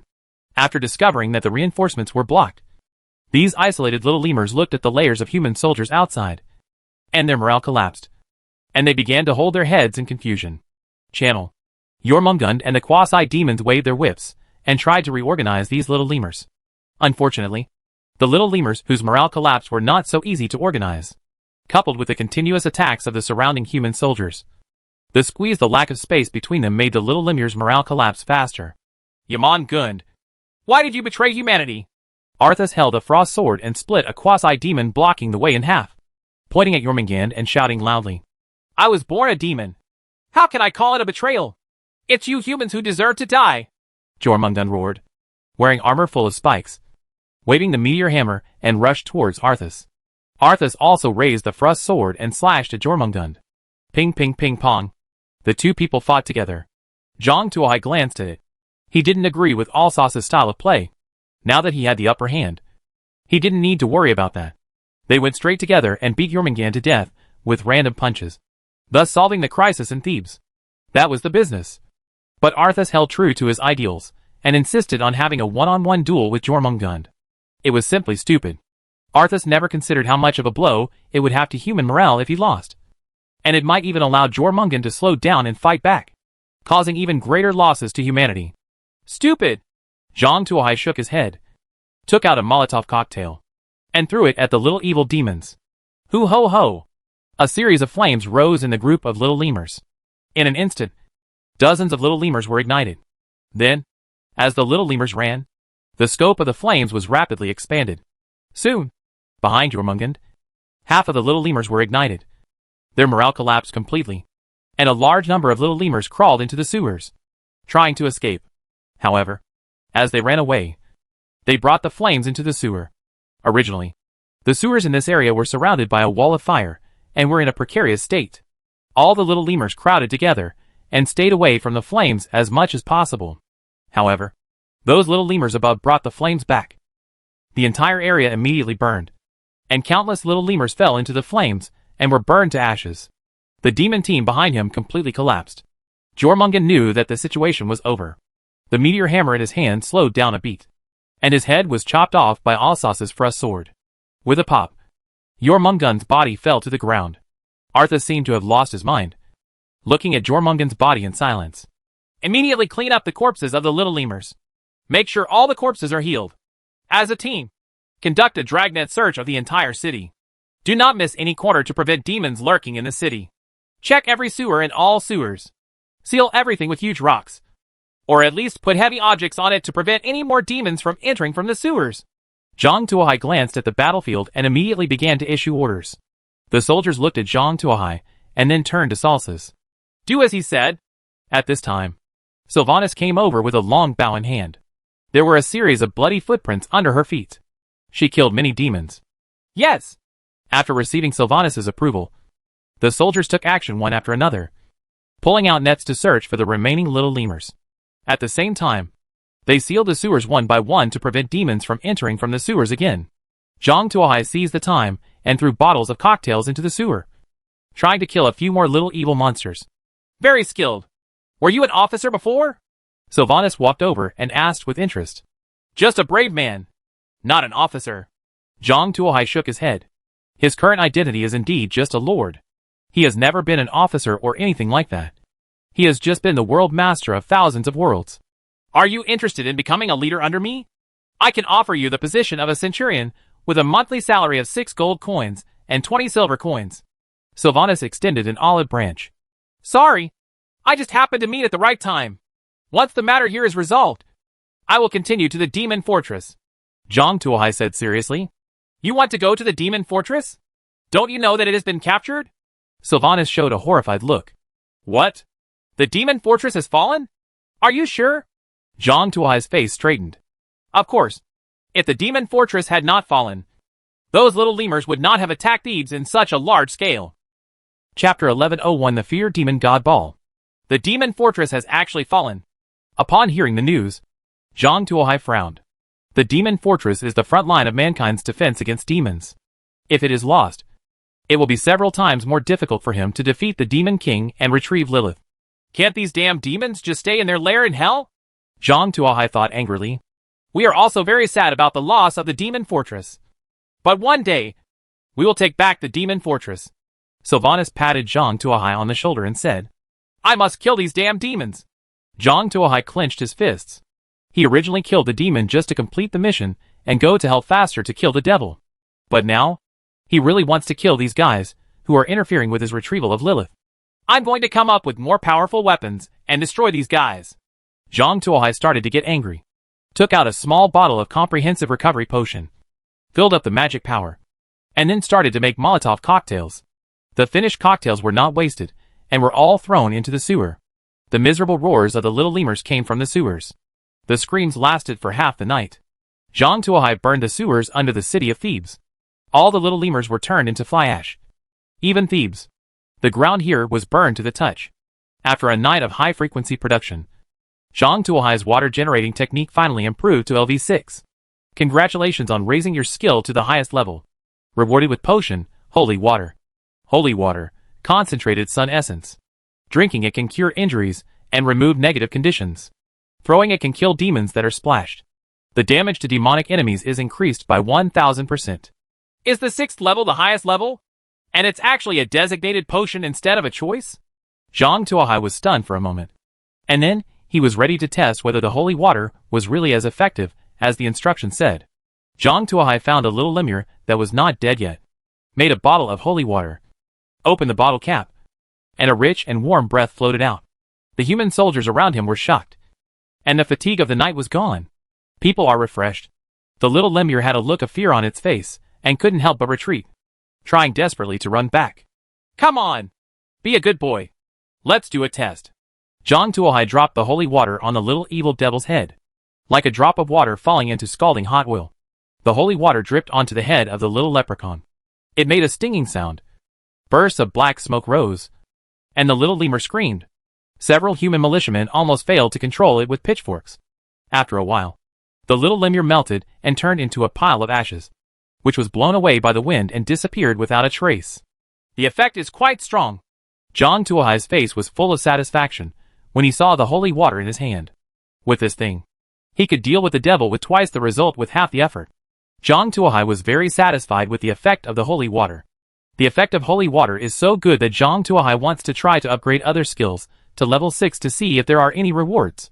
Anyway, he now has magic recovery potions and can practice his skills at will. At this moment, a horn sound suddenly sounded in the distance. Zhang Tuohai quickly climbed to the top of the city and looked into the distance. In the distance, a large group of demons emerged from the morning mist. The ones at the front of the queue were still the little lemurs. These little lemurs all carried crude weapons in their hands. And some even held sticks and stones. They walked in groups at the front. No different from slaves. Behind these little lemurs are rows of quasi-demons. These are mid-level demons. The absolute main force among demons. They are all powerful, with big shoulders and round waists. They are covered with armor full of spikes and hold sharp weapons in their hands. The machete and the huge mace followed behind with heavy steps. Behind the quasi-demon are a group of huge skeletal war elephants. Each of these war elephants is at least 10 meters tall. They are covered in heavy armor and carry tall arrow towers on their backs, which are full of skeleton bows and arrows. In the sky, dozens of bone dragons were hovering in the air, exhaling frosty air from their mouths, and making shuddering roars. At the very back, there is a huge high platform carried by hundreds of quasi-demons. The high platform is built of various skeletons. At the top of the high platform is a huge throne, sitting on a huge demon 10 meters tall. The feet are 4 sharp-jointed limbs. Like a spider. The left hand is a sharp claw. The right hand is a dozen tentacles. The head is like a meatless cow head, full of white bones. And the hair is a twisted tentacle. It's actually the terrifying demon Ball. I didn't expect it to come in person. Sylvanas frowned, holding the bow and arrow tighter in her hand. Bar? Is he famous? Zhang Tuohai asked. A very dangerous guy. He personally led his team to conquer the snow-capped mountain fortress Hirogas and massacred all the survivors in the city. This time it personally led his team here. It seems that he is planning to completely trample our Thebes. Flat, Sylvanas said. It's very arrogant.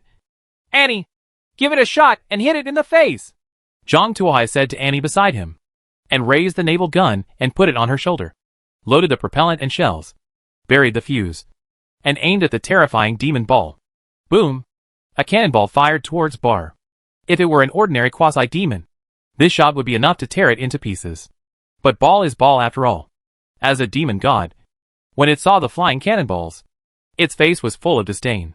The sharp claws of its left hand stretched forward, grabbed the flying cannonballs, and with a strong grip, it actually crushed the cannonballs into pieces. Fragmented. Huh? A disdainful smile appeared on Bar's face, and he raised one hand up, about to order the entire army to attack. At this moment, another cannon shot rang out. Bar thought that these humans were overestimating their capabilities, so he blocked it casually, and what he encountered was not the hot touch of the shells, but the sound of breaking glass. Wow! A stream of white liquid splashed onto Bar's arm. Stab. Sting. Bursts of harsh corrosion sounds, followed by bursts of black smoke rising. Bar felt a sharp pain. How is it possible? There is actually something that can hurt me. Bar looked at his left hand in disbelief. It was riddled with corrosion, and could no longer be used normally. Since becoming a demon, it has lost count of how long it has been since it was injured. Even when Hirogas was conquered, it was not like today. Only the old king caused it a little trouble. It's just a nuisance. Unexpectedly, Thebes, a French city-state, actually has people who can hurt it. Attack the entire army. Destroy Thebes. Ball roared. Chapter 1102 Death of Bar. Toot toot. The dull horn sounded, and the demon army began to charge quickly. The quasi-demons took action, raised their weapons, and drove the little evil demons to charge towards Thebes. Dozens of war elephants also rushed towards the city wall. A dozen giant frost dragons in the sky rushed towards the city wall of Thebes. The huge demon army rushed towards the city wall with overwhelming momentum. Like black waves, it seemed that it would completely engulf Thebes in the next second. A few minutes ago, I might have been afraid of you. But now? Zhang Tuohai sneered and stuffed a large amount of holy water into the cannon. And he aimed the naval gun at the flying frost dragons and lit the match. Boom! A large number of holy water bottles were knocked out. These holy water bottles turned into pieces in the air, and the holy water inside splashed around like raindrops. Those giant frost dragons rushed into the rain curtain composed of holy water without paying attention. The bodies that were already like skeletons were instantly corroded by the holy water. Many frost dragons disintegrated in the air and turned into skeletons scattered on the ground. Some of the ones with strong vitality could no longer maintain their flying posture and fell downwards, killing a large number of little lemurs charging forward. Seeing this, the remaining frost dragons all raised their altitude, wanting to get away from the city wall. How could Zhang Tuohai fulfill their wish? The holy water bottle in his hand was thrown at the frost dragons without any money. Bang, bang, bang. Bottles of holy water hit the frost dragon and then shattered. The rich holy water was sprinkled on the frost dragon, and everything the holy water passed turned into fly ash. These giant frost dragons howled and turned into fly ash, scattering in the sky. After killing the first wave of frost dragons, before Zhang Tuohai could take a breath, a sharp skeletal arrow flew past his ear. Zhang Tuohai turned his head and looked in the direction where the arrows were flying, and found that the war elephants carrying the arrow towers had already entered the shooting range. The skeletal archers on the arrow towers began to suppress the archers on the city wall. White bones and sharp arrows shot towards the wall like raindrops, and many soldiers were shot to death on the city wall. Upon seeing this, Zhang Tuohai immediately threw bottles of holy water at the war elephants. Bang, bang, bang. Bottles of holy water shattered on the war elephant. A large amount of holy water flowed out, and bursts of black smoke came out of the war elephant. Like a hit tank, some war elephants died on the spot. Their huge bodies smashed to the ground, and their huge bodies crushed countless demons to death. The huge arrow tower fell to pieces. Some war elephants were lucky enough not to be hit in their vital parts. The frightened war elephants turned around and ran away, trampling to death an unknown number of the quasi-demons following them. Suddenly, the demon camp was in chaos. What? When Bar saw this scene, he couldn't help but stood up and slammed the seat. With a click, the deputy of the skeleton throne was completely smashed to pieces, and a large number of skeletons fell down and scattered everywhere. These frost dragons and skeletal war elephants are the elite in its hands. It was relying on these high-level demons that he easily captured Harrogath. Unexpectedly, today the entire army was wiped out in one fell swoop. How is that possible? Bar couldn't believe what was happening in front of him. He raised his horn and blew hard. Toot toot. The dull sound of the horn came again. When the demons heard the horn sound, they rushed towards the city wall as if they were crazy. The thin little lemurs were the first to rush to the corner and squatted under the city wall. Later, the little lemurs stepped on them, on their bodies. The following little lemurs stepped on the previous little lemurs. In this way, a large group of little lemurs piled up a slope with their bodies, forcibly filling up the city wall, providing space for those who followed. The devil has paved a path. The following quasi-demons raised their weapons and rushed up on the slope paved by the little lemurs. Want to come up? Upon seeing this, Zhang Tuohai smashed the holy water bottle in his hand on the slope. Stab. Sting. Black smoke billowed, and the slope collapsed at a speed visible to the naked eye. Before the quasi-demons had even reached the halfway point, the slope that had just been paved in front of them collapsed completely, and countless corpses turned into black smoke and dissipated into ashes. The quasi-demons were dumbfounded, not knowing whether to continue rushing forward and paving the way with their own bodies, or to turn around and go back. However, before they could make a decision, Zhang Tuohai had already made a decision for them. Bang, bang, bang. A series of holy water bottles were smashed over, and the quasi-demons screamed and turned into black smoke. A bunch of trash. Baal looked at the battle situation on the field angrily, seeing that the demon army that had followed it to flatten Harrogath actually collapsed in front of Thebes. Baal's teeth creaked. It didn't know whether to leave and think about the long term, or to let those demons continue to charge forward. Let the devil continue to charge forward. I don't know how much holy water the other party has in reserve. If there is still a lot, its legions may even be lost here. But if it goes back, it is very likely that it will be laughed at by other demons.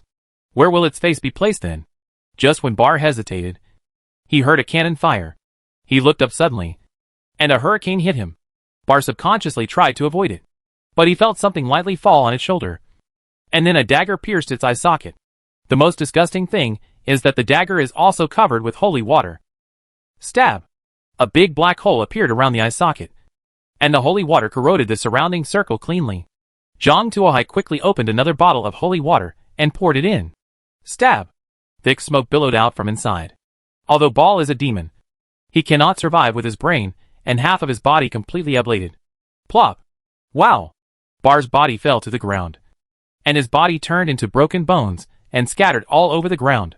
The entire battlefield fell into an eerie silence. Neither demons nor humans could have expected that demon god Ball, who had traversed the northern continent for several years and trampled Haragath, would die here so easily. And it was such a clean death. It didn't even take more than half an hour from the time he appeared. No one reacted, and looked at everything in front of them in a daze. Sylvanas was the first to react. She raised her long bow and shot a loud arrow into the sky.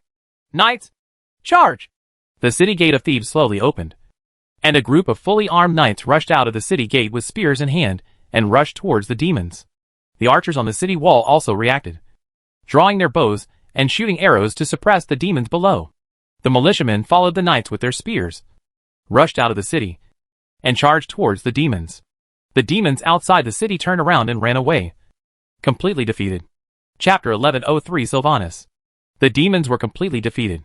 The death of demon god Ball caused their faith to collapse. The cruelty and bloodthirsty in them were exhausted, leaving only timidity and cowardice.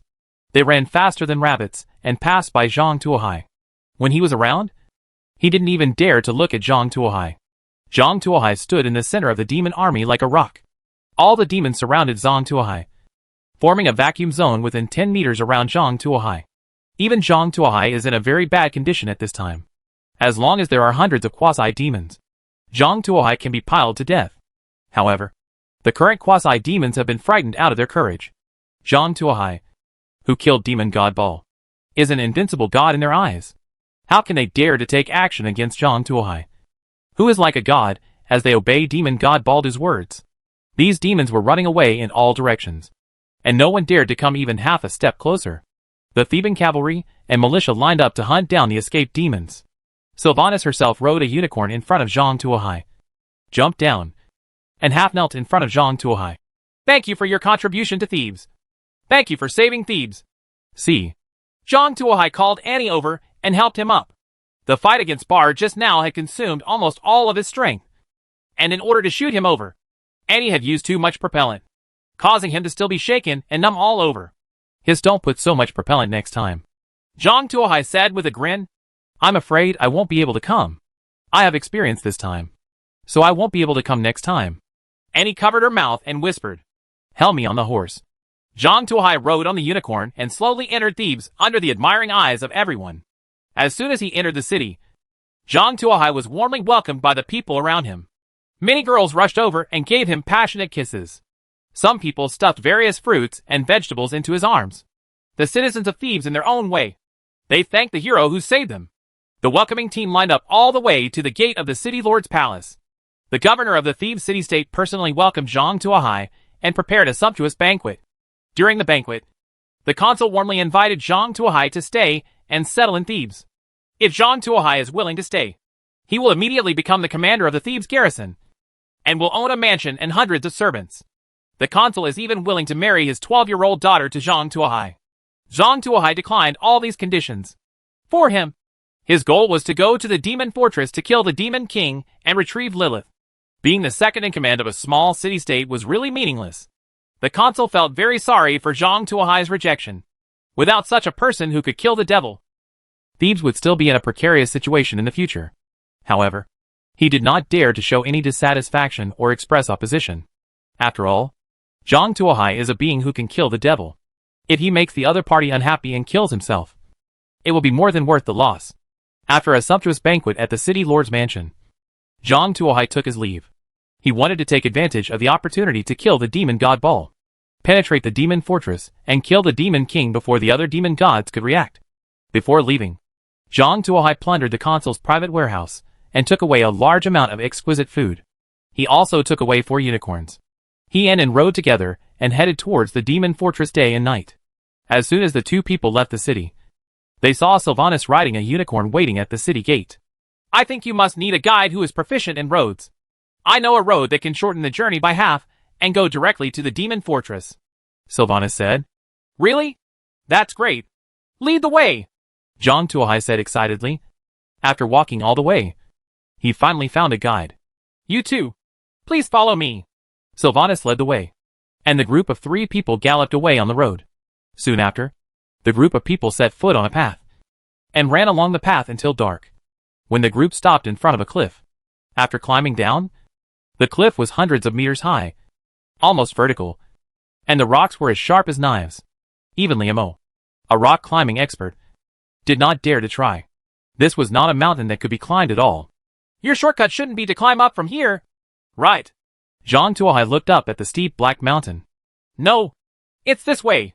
Sylvanas led everyone to the edge of the mountain. Next to it was a bottomless canyon. The canyon was so deep and long that no edges could be seen. There is a narrow path between the canyon and the peak. Even saying that the path is an exaggeration is an exaggeration. It is just a 10-centimeter wide rock. Just looking at it makes people dizzy, let alone walking on it. This is a path I accidentally discovered. From here, you can bypass the Black Mountains and directly reach the Demon Fortress. If you follow the normal path, you have to bypass the foot of the Black Mountains, cross the Death Swamp, climb over the White Snow Mountains, and cross Timora in the Highlands. You have to go through the ice tunnel to reach the Demon Fortress. If you don't encounter any enemies along the way, it will probably take 3 to 5 days. If you encounter enemies, you don't know how long it will take. If you walk here, you can probably see the Demon Fortress at dawn. 2 adults. How do we go? Sylvanas looked at Zhang Tuohai. Zhang Tuohai thought for a moment. Since the Demon Fortress has been captured and the Demon Ball has rushed to the city of Thebes, the normal road must be full of demons. If he takes this road, he will waste a lot of time on the road. If the devil knows his trump card in advance, he will be in trouble if he is prepared. What he has to do now is to reach the Demon Fortress and kill the Demon King before he knows anything about it. In order to achieve this goal, the sooner the better. Then go here. Zhang Tuohai jumped off the unicorn and entered the path. The path is only 10 centimeters wide. In addition, there is a cliff blocking the side, which causes the person's center of gravity to tilt toward the outside of the cliff. In addition, the cliff under the feet is bottomless, which makes people dizzy. A normal person would probably be dizzy after taking a few steps. His hands and feet became weak, and he fell off the cliff. But what exciting extreme sports has Zhang Tuohai not played in the spiritual realm for so many years? This level can only be regarded as an entry-level level in the spiritual realm. Rappelling from an altitude of 10,000 meters without an umbrella, climbing Mount Everest with bare hands, diving into the deep sea without equipment, and flying on a high-speed train. Who doesn't need this excitement? Zhang Tuohai took a deep breath, adjusted his breathing, and walked onto the path. Sir, this path is very dangerous. The trick is... Sylvanas was about to teach her the trick she had figured out, but she found that Zhang Tuohai was already 50 meters away. What are you doing standing still? Follow me. Zhang Tuohai waved to them. Chapter 1104, Bursting Cake. Sylvanas was completely stunned. She stared blankly at Zhang Tuohai, who was already 50 meters away. At this time, he was still walking forward quickly. It was no different from walking on the flat ground. He even seemed to be walking faster than on the flat ground. She felt like she hadn't woken up yet. So she had such a ridiculous dream. She rubbed her eyes vigorously. Zhang Tuohai was further away from her, and he was about to go around the corner and lose sight of him.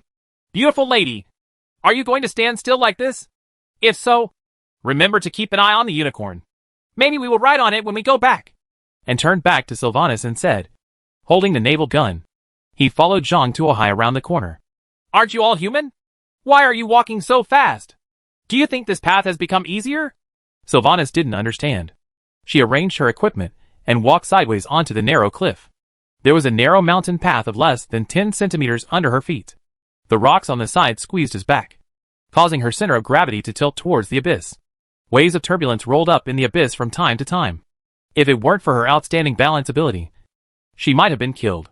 He was accidentally caught in the turbulence and fell into the abyss.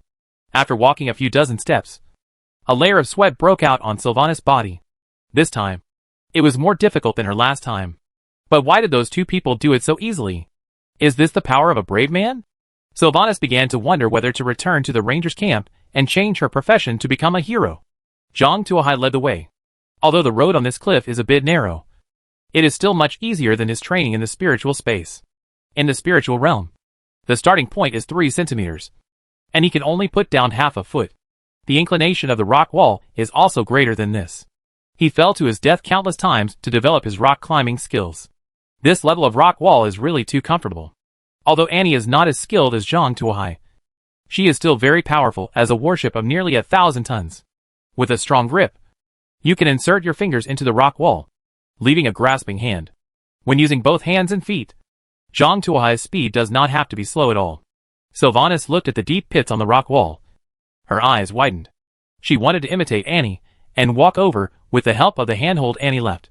However, after a little experimentation, she found that not everyone could do this. The main reason was that her burden was too great, which made her body unable to fit on the rock wall, causing her center of gravity to tilt backwards, making it easier to fall off the cliff. Sylvanas looked at Anne, and for the first time, she felt that it would be good to be smaller. Forget it.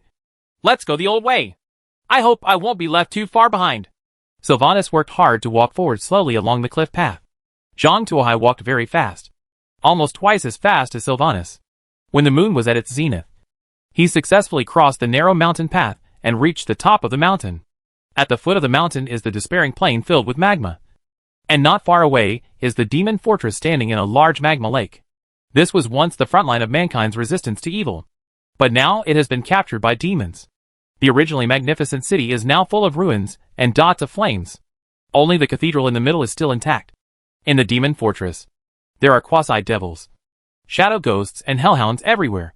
The inferior little lemurs are not even worthy of being close to the demon fortress, and can only be stationed in the plains of despair.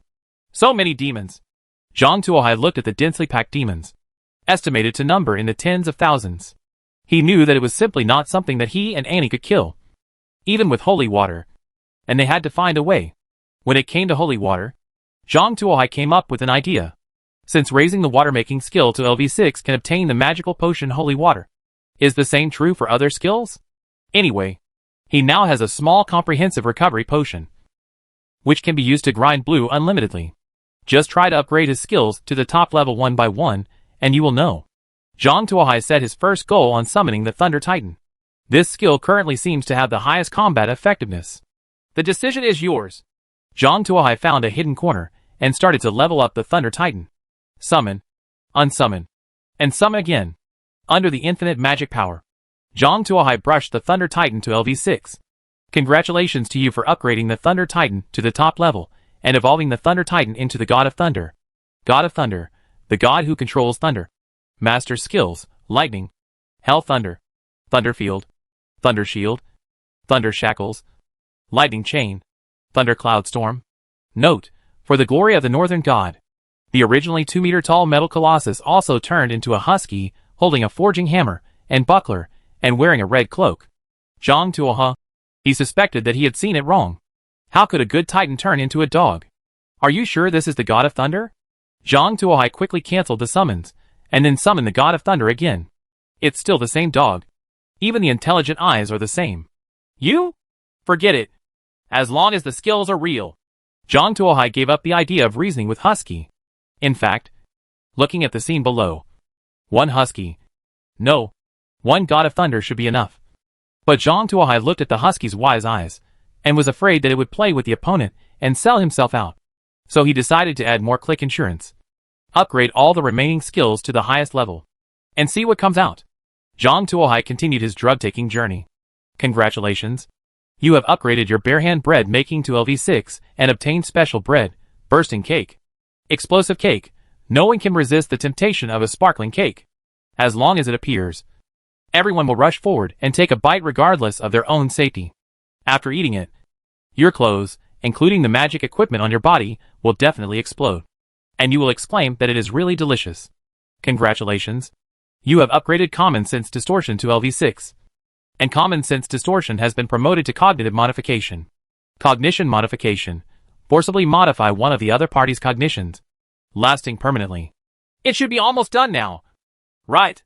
Zhang Tuohai held the pop-up cake and looked at the Thor Husky beside him, who was drooling at the pop-up cake. He felt a little nervous.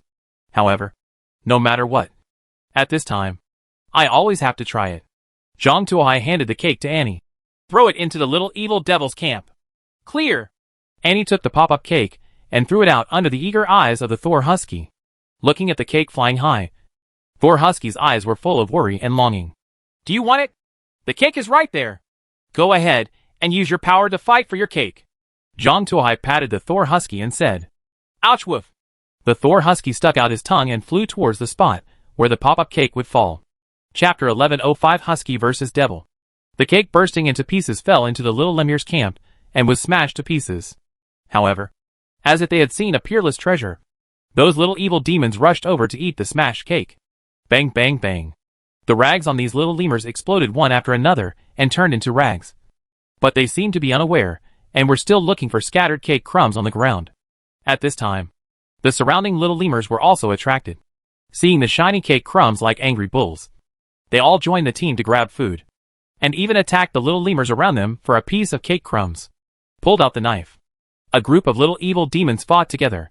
At this time, the Thunder God Husky finally arrived, seeing the group of little lemurs fighting for the cake crumbs. It was furious and immediately summoned Chain Lightning. Stab! A lightning chain hit the dense group of small evil demons, turning a large group of small evil demons into cokes. The Thor Husky rushed into the group of little evil demons to look for the remaining crumbs of the cake. However, at this moment, another pop-up cake flew through the air and fell into another group of little lemurs not far away. Ouch woof woof woof! This time, with quick hands and quick eyes, Husky unleashed Thunder Cloud Storm directly on the group of little evil demons. A dark cloud gathered over the group of little lemurs, and streaks of blue thunder shot out from the dark clouds, chopping the little lemurs on the ground into coke. Such a big movement naturally attracted the attention of the quasi-demons gathered in the demon fortress. A bunch of quasi-demons rushed out to check the situation. And then, their attention was attracted by the pop-up cake. They all rushed towards the sparkling pop-up cake, but turned a blind eye to the Thor Husky next to them. When the Thunder God Husky saw that there were actually demons competing for the cake with him, he gave up and unleashed another thundercloud storm on the group of quasi-demons. Click! Click! Lightning flashed at the scene.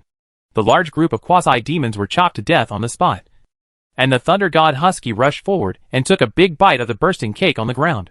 Ouch! The clothes on the Husky were immediately torn into pieces and turned into rags, and the hair stood on end. However, the Husky didn't care and kept lowering his head and eating wildly. The little evil demons rushing around saw a Husky eating the cake and became angry. They immediately rushed up, punched, kicked, and chopped the Husky with knives and axes. When Husky saw someone attacking, he immediately used lightning to fight back. Thunder Shield, Hell Thunder, Lightning Chain, and other skills to clean up the group of little lemurs. Such a big movement finally alerted the demons in the demon fortress. When the demons saw that there were still people who dared to come to the demon fortress to cause trouble, they immediately became angry. This meant that they did not take demons like them seriously. Immediately a group of hellhounds rushed out. Then, it was Huskies versus hellhounds. Lightning and fireballs collided, and a big battle began. Seeing that the plan worked, Zhang Tuohai immediately made more cakes and handed them to Annie, who threw them on the battlefield. However, these pop-up cakes are all filled with ingredients, and the surface is poured with holy water. The bursting cakes were thrown onto the battlefield one by one. Husky went crazy when he saw so many bursting cakes. Various thunder and lightning spells were thrown erratically, and the thunder cloud storm almost became an instant magic. The demons in the demon fortress were also attracted by the bursting cake, and rushed towards the bursting cake. In order to eat the bursting cake, they even attacked their companions. And even if they finally broke through the interception of their companions, survived to the end of the fight, and successfully ate the bursting cake, death was still waiting for them. The demons who ate the pop-up cake smeared with holy water melted away one by one like candles. But the rest of the demons were still attracted by the bursting cake and continued to rush towards the bursting cake regardless of their own safety. In front of the gate of the demon fortress, a battle started between demons and huskies, demons and demons, and demons and cakes. Zhang Tuohai stood on the top of the mountain and looked quietly at the scene below. The demons were fighting in front of the demon fortress, although the huskies were dancing happily. In fact, most of the casualties were caused by the demons themselves. Only demons know demons best, and know how to kill a fellow creature quickly. Being attracted by the poison, killing his companions, Zhonghong obtained the poison, and died because of the poison. It seemed like an absurd drama, but it was actually staged in front of the demon fortress. Perhaps, It only takes half a day to clear out all the demons in the demon fortress. Zhang Tuohai estimated. Time passed little by little, and the sky slowly brightened. Sylvanas finally walked through the cliff path and stumbled to the top of the mountain. Seeing the backs of Zhang Tuohai and Annie, Sylvanas was very excited. She ran over quickly and said breathlessly, "Have you seen it? There is the demon fortress in front of you. There are many demons in it, and it is very dangerous." Before she could finish speaking, Sylvanas was stunned, because there were piles of corpses in front of the demon fortress, all belonging to various demons, including little lemurs, quasi demons, hellhounds, and many more that she couldn't even name. They were piled up and down at the entrance of the demon fortress, and a husky was squatting in front of the pile of corpses, nibbling on a piece of cake. In fact, this is already the third thunder god husky summoned by Zhang Tuohai. The first two of them died from eating too much cake. "What? What's going on?" Sylvanas asked in shock. "It's just a small trick." Zhang Tuohai didn't bother to explain. It was already at the last moment anyway. As long as he killed the devil, the world would be over. In this case, why waste more time? Zhang Tuohai walked down the mountain slowly and entered the demon fortress. At this time, the demon fortress was empty, and all the demons were attracted out, turning into corpses and fertilizing the plains of despair. Zhang Tuohai walked slowly along the long street to the cathedral in the center of the city. This is the only well-preserved building in the demon fortress. A monster with horns on its head, a tail on its back, sword spines on its back, and red scales all over its body blocked the door. Seeing Zhang Tuohai, the monster narrowed its eyes and gasped. Sparks appeared from time to time, and a strong smell of sulfur came from the other person's body. "There's actually a guard dog here?" Zhang Tuohai revealed a piece of cake and threw it into the lava river nearby. Bang! The bursting cake fell to the surface of the magma river. The ultra-high temperature caused the cake to burn. Slowly, the cake turned into coke, and finally turned into ashes and merged with the magma. During this process, the red monster's eyes were full of desire, but his feet did not move, and he just stood there. Chapter 1106: The Stone of the World. "The pop-up cake has failed?"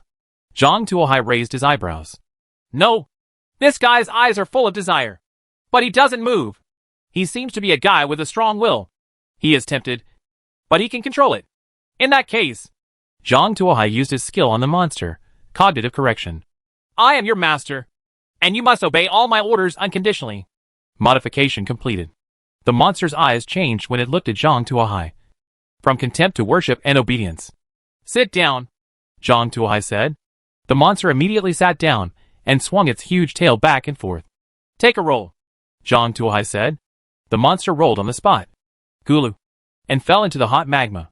The hot magma is thousands of degrees Celsius and can melt even steel. Although this demon has scales that can block sharp swords, it cannot withstand the hot lava. Worst of all, the monster couldn't swim at all. After all, there is no water in hell, and there is nowhere to use it if you learn to swim. Gurgling, the monster sank to the bottom of the magma river. Zhang Tuohai, he also wants to use this monster to beat the devil at the end of the level. "I wanted to watch a good dog-eat-dog show, but it seemed like I lost it." "Forget it. It will work the same on the Demon King at the end of the level anyway." Zhang Tuohai walked into the cathedral.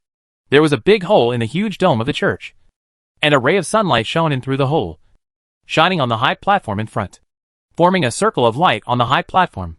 In the circle of light, a man in gray robe was chanting something to a huge red rock. "Are you the Demon King?" Zhang Tuohai asked, while using skill recognition correction on the other party. However, the huge red rock flickered, and a red light appeared, blocking the skill. The man in gray robe smiled. "Don't waste your efforts. I have become one with the World Stone. As long as the World Stone does not collapse, I will be immortal. If you want to deal with me, just do it in the World Stone." As the gray robe man spoke, he pressed one hand on the World Stone. A red magic circle flashed through. The huge World Stone shattered and turned into a red sun, spreading sunlight across the entire earth. The red light rushed from the fortress of demons, across the plains of despair, flew over the snow-capped mountains, crossed the sea of death, passed through Alexandria, and shined all the way to the homeless camp, shining the light to every corner of the world. And countless people stopped. After finishing the work in hand, he looked up at the red light in the sky. Then, a person flew up involuntarily and submerged into the red light. Zhang Tuohai felt a strong vibration on his phone. Zhang Tuohai took it out and looked at it. and a message popped up on it. Final mission: defeat the demon king Mephisto in the world of the World Stone. Success will lead to clearing the game, and a chance to fulfill your wish. Failure will result in death. Do you accept the task? Note: you can choose to refuse, at the cost of staying in this world forever. Accept. Why not accept? Why did I come here? Isn't it just to defeat some bullshit demon king and get back my precious daughter Lilith? What's the point of staying in this broken world? Accept. Zhang Tuohai chose to accept. Zhang Tuohai's body slowly flew up and submerged into the red light. In the red light, a game prompt popped up. Due to the inconsistency between the world rules and the World Stone and the current world rules, some skills and equipment cannot be used. In order to compensate players, the unusable skills, equipment, and supplies have been exchanged for compensation cards. Please make your selection. Warning: you have been marked as an enemy of the world by Mephisto. Please choose your identity carefully. Under the prompt is a long list of compensation cards, and below each compensation card is a brief introduction. The first card is a full-length portrait of a knight, with 2 words written below: Lord. Lord, you are the Lord of Mephitem and can do whatever you want in the territory, even recruiting an army. Note: if you choose this status, the compensation will be to upgrade your fief village to a city-state. The second card shows a man in a robe with 2 words written below: Official. Official, you are an official of the Empire, assisting the king in completing his grand hegemony. Of course, you can also choose to cultivate party members, eclipse the king, become a powerful official, or even make your son the king. Note: if you choose this status, as compensation, your initial status will be as Chancellor of the Exchequer. The third card is a fat man wearing a gorgeous robe, holding a bag of gold coins. Businessman, you are a businessman in the Empire. Buying low and selling high to make profits is your goal. Of course, you can also choose to become the mastermind behind a world like the Iron Money Bank.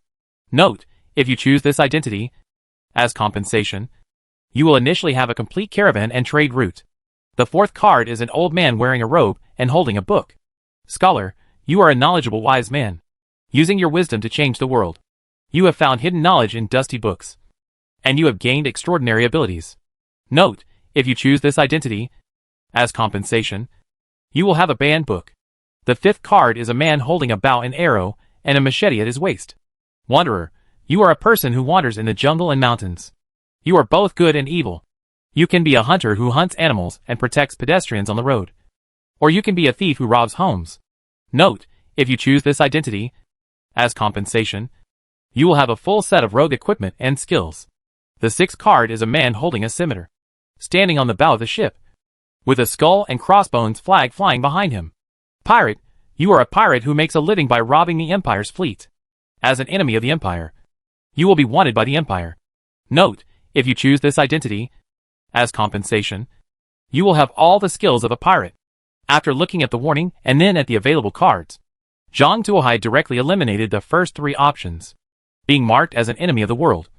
I'm afraid it's crazy to continue to choose to work under the Empire. Those compensations are just a mirror image, and they may be caught and killed on the spot before they get the bonus. The only options he could choose were the last 3.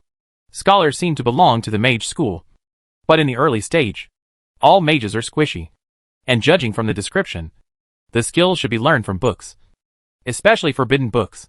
It seems that if you have the strength in the future, you can get 2 forbidden books to specialize in. In the early stage, when you are not so anxious, you can choose a career that is more suitable for survival. Zhang Tuohai is wandering between the latter 2 professions. Both professions have relatively strong survivability. The difference is that one is mainly active on land, and the other is at sea. After hesitating for a while, Zhang Tuohai chose pirates. The reason for this choice is simple. Pirates have boats as a means of transportation, unlike rogues who have to rely on their own 2 legs to go everywhere. Chapter 1107. Who is in favor, and who is against? I choose pirates, Zhang Tuohai said. Identity instilled. A burst of energy was injected into Zhang Tuohai's body. A character panel appeared in front of Zhang Tuohai. Name: Zhang Tuohai. Occupation: pirate. Level: LV1, 0/100. Identity: enemy of the world. Wanted person. Bounty: 100,000 dinars. Remaining skill points: 1. Optional skills. Musket trial. The accuracy and damage of muskets are improved. After killing the enemy, you will gain skill points with a certain probability. Torment by fire. Every few seconds. Melee units you fight will be set on fire. Powder keg. Creates and throws a powder keg, causing area damage. Grappling hook. Create a grappling hook to drag enemies back, or use it to jump to other ships. Orange. Eat an orange to cure diseases and restore health. Endless rum. After drinking, injuries will be restored. Attack power will be increased, and defense will be increased. Torrent. A torrent rushes out from the ground, pushing enemies into the sky and causing damage. Map mark. Leave a mark on a target and drag the target back to the position 5 seconds ago. Non-optional skills are not listed yet. Zhang Tuohai felt that these skills looked familiar, so according to his previous habit, he directly activated the musket trial. Selection completed. Start delivery. Zhang Tuohai felt dizzy, cold, shaking. This was Zhang Tuohai's first feeling. Zhang Tuohai opened his eyes and found that he was lying on the deck. The clothes on his body turned into yellowed linen clothes. He was holding a piece of linen in his hand. There was a bucket next to him. There were several little pirates working hard next to him, scraping the deck. It seems that he is one of them. This status is a bit miserable. You have to wipe the deck as soon as you get up, Zhang Tuohai thought to himself. At this moment, he felt his butt being kicked hard. Zhang Tuohai turned around and saw a fat man wearing a wide-brimmed hat. This guy has an eye patch on one eye, a broken hand with a hook on it, a broken leg with a wooden leg on it, a machete and a musket in his waist, and a parrot squatting on his shoulder. Li was holding a whip and was kicking his own ass with that wooden leg. Get up, you lazy idiot. If you continue to be lazy, I'll hoist you to the mast. It's okay to be scolded, but getting kicked in the butt is intolerable. Moreover, after being the top boss in several worlds, Zhang Tuohai could not accept being pointed out by such a pirate. Zhang Tuohai jumped up suddenly, wrapped a flower in the linen in his hand, and strangled the pirate's neck. The pirate was so choked that he couldn't breathe and rolled his eyes. However, his hand was still trembling as he touched the musket at his waist. Look for this again and give it to you. Zhang Tuohai pulled out the musket from the opponent's waist and held it against the opponent's head. What I hate most is people poking my butt. Zhang Tuohai pulled the trigger. Boom! There was a gunshot. The pirate has a hole in his head. As soon as Zhang Tuohai let go, the body fell to the ground. Kill a pirate captain. Gain 2 experience points. And gain 1 skill point. The game prompt pops up. Zhang Tuohai looked at the experience value again, and it now became LV1, 2 out of 100. If you want to upgrade, you may have to kill 50 pirate captains. Protruding. Zhang Tuohai felt that it was very difficult to upgrade in this world. This is only the first level, and the experience for subsequent upgrades will probably be astronomical. Looking at it this way, every skill point becomes quite important. Zhang Tuohai thought for a while and decided to save his skill points first, and then choose skills when he is actually needed. People around him did not expect that Zhang Tuohai would suddenly kill the pirate captain. Everyone stood at their original position at a loss, not knowing what to do. At this moment, a burly man with exposed chest hair came over, patted Zhang Tuohai on the shoulder and said, Well done. You actually killed this difficult guy crew. Follow me. I won't be without you in the future. From now on, you will be the third mate on this ship. The strong man patted Zhang Tuohai on the shoulder and said. Zhang Tuohai looked at the other person's sweat-stained hands, then looked at the other person's face that looked like an uncivilized ape and asked, Then who are you? I am the first mate of this ship, Sandro the Hercules. The strong man said. Then you go down and accompany him. Zhang Tuohai took out the dagger from the other party's waist and stabbed Sandro in the throat. Ho ho dash. Sandro's eyes protruded like goldfish, staring at Zhang Tuohai, unable to believe why this guy would kill someone even if they disagreed with him. Kill a pirate and gain 1 experience point. Trash. Stingy. Only a little experience. No skill points. Zhang Tuohai spat. He is possessed by the devil. Let's kill him together. Otherwise, he will kill us all. At this time, a young man with a feminine appearance pulled out the sword from his waist and pointed it at the surrounding people. The man shouted. Several pirates following him looked at each other and drew out the scimitars at their waists. You are the only ones who dare to draw a sword against me? Zhang Tuohai pulled out the long sword from the pirate captain's waist and rushed towards the group of pirates. Although his skills and equipment were cleared, the combat skills he had stored in his mind were still there. The combat experience Zhang Tuohai had trained in the spiritual space was still there, so it was still easy to deal with these little pirates. However, Zhang Tuohai did not rush to kill them. but just cut off their limbs. After making sure that everyone had lost their fighting capacity, Zhang Tuohai dropped the long knife in his hand, picked up the musket, filled it with gunpowder and lead bullets, pointed it at a pirate, and used the skill to pull the trigger. He remembered that only by using skills could he have a chance to obtain skill points. Kill a pirate and gain 1 experience point. Pooh! Zhang Tuohai reloaded the lead bullet and pulled the trigger. Kill a pirate and gain 1 experience point. Kill a pirate! Kill a pirate! Gain 1 experience point. And gain 1 skill point. Kill a pirate and gain 1 experience point. After killing several pirates, Zhang Tuohai gained 12 experience points and 1 attribute point. Zhang Tuohai calculated that the probability of this skill point is less than 10%, or even lower. The experience value has only reached LV1, 15/100. It seems that it is quite difficult to improve your strength. Zhang Tuohai refilled the lead bullets, looked at the silent pirates around him, and asked lazily, "If any of you are dissatisfied, feel free to speak up. Are there any?" There was silence. The pirates' legs were all trembling, and they did not dare to look directly at Zhang Tuohai. Just kidding. Those who were not convinced were beaten to death just now. More than a dozen corpses were placed on the deck. Who dares to object? Tired of living? Now, I am the captain. Who agrees and who opposes? Zhang Tuohai continued to ask.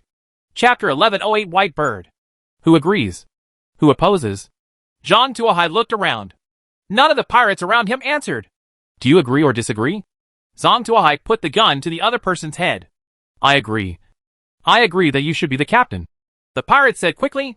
He seemed to see a look of disappointment in Zhang Tuohai's eyes. He had no idea why. He obviously already agreed. Zhang Tuohai was disappointed that he had lost an opportunity to gamble on skill points.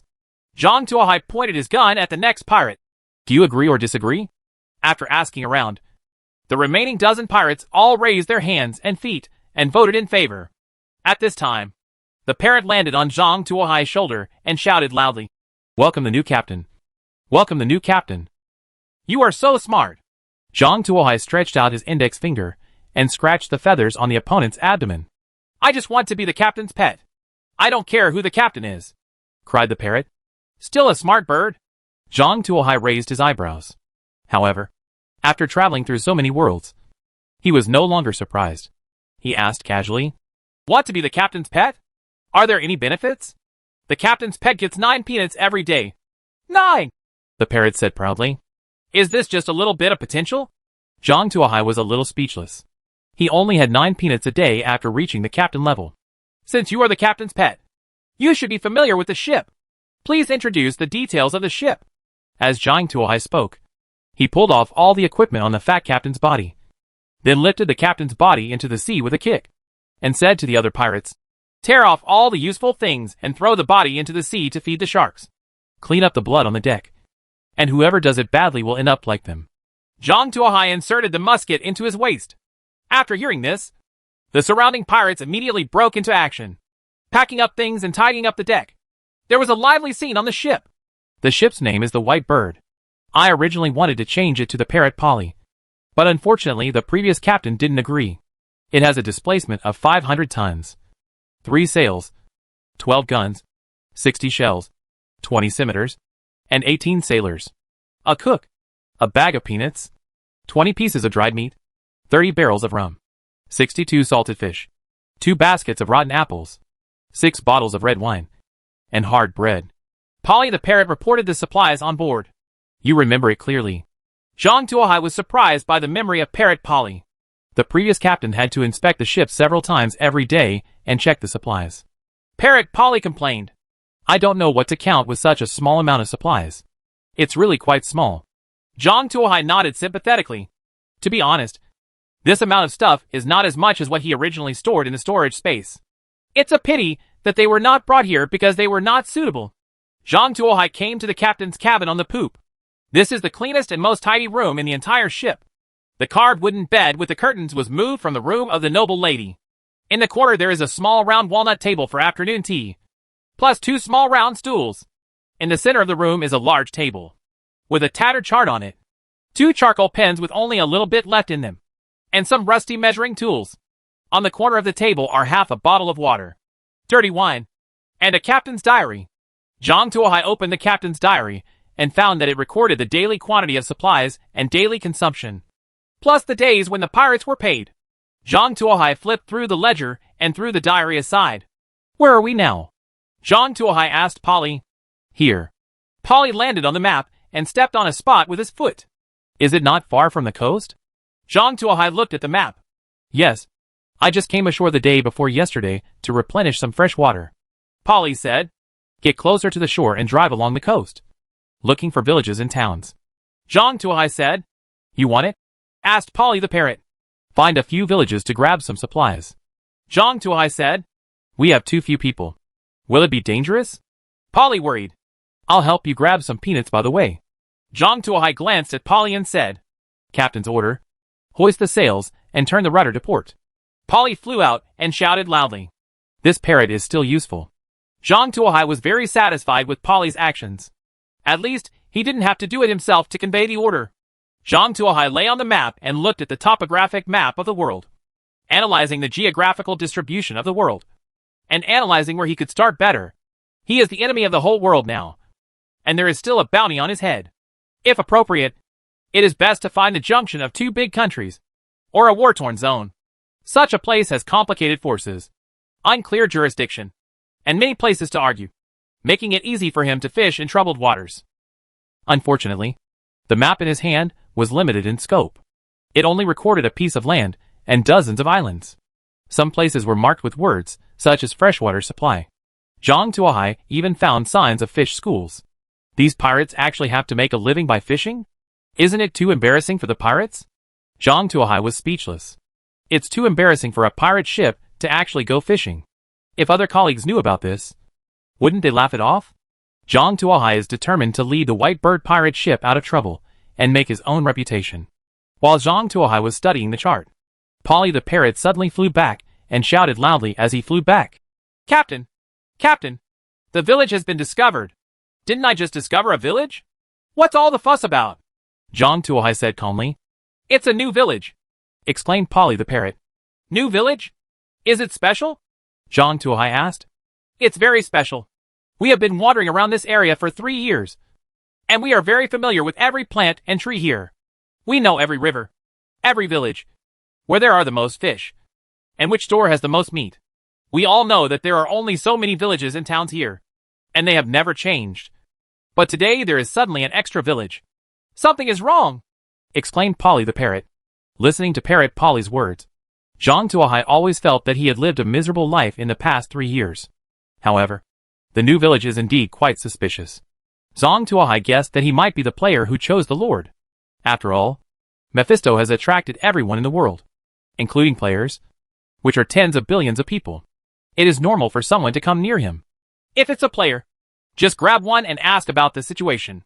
Zhang Tuohai muttered. Captain, what did you say? Asked Polly. Nothing. Let's set off towards the village at full speed. Chapter 1109. Good. Very energetic.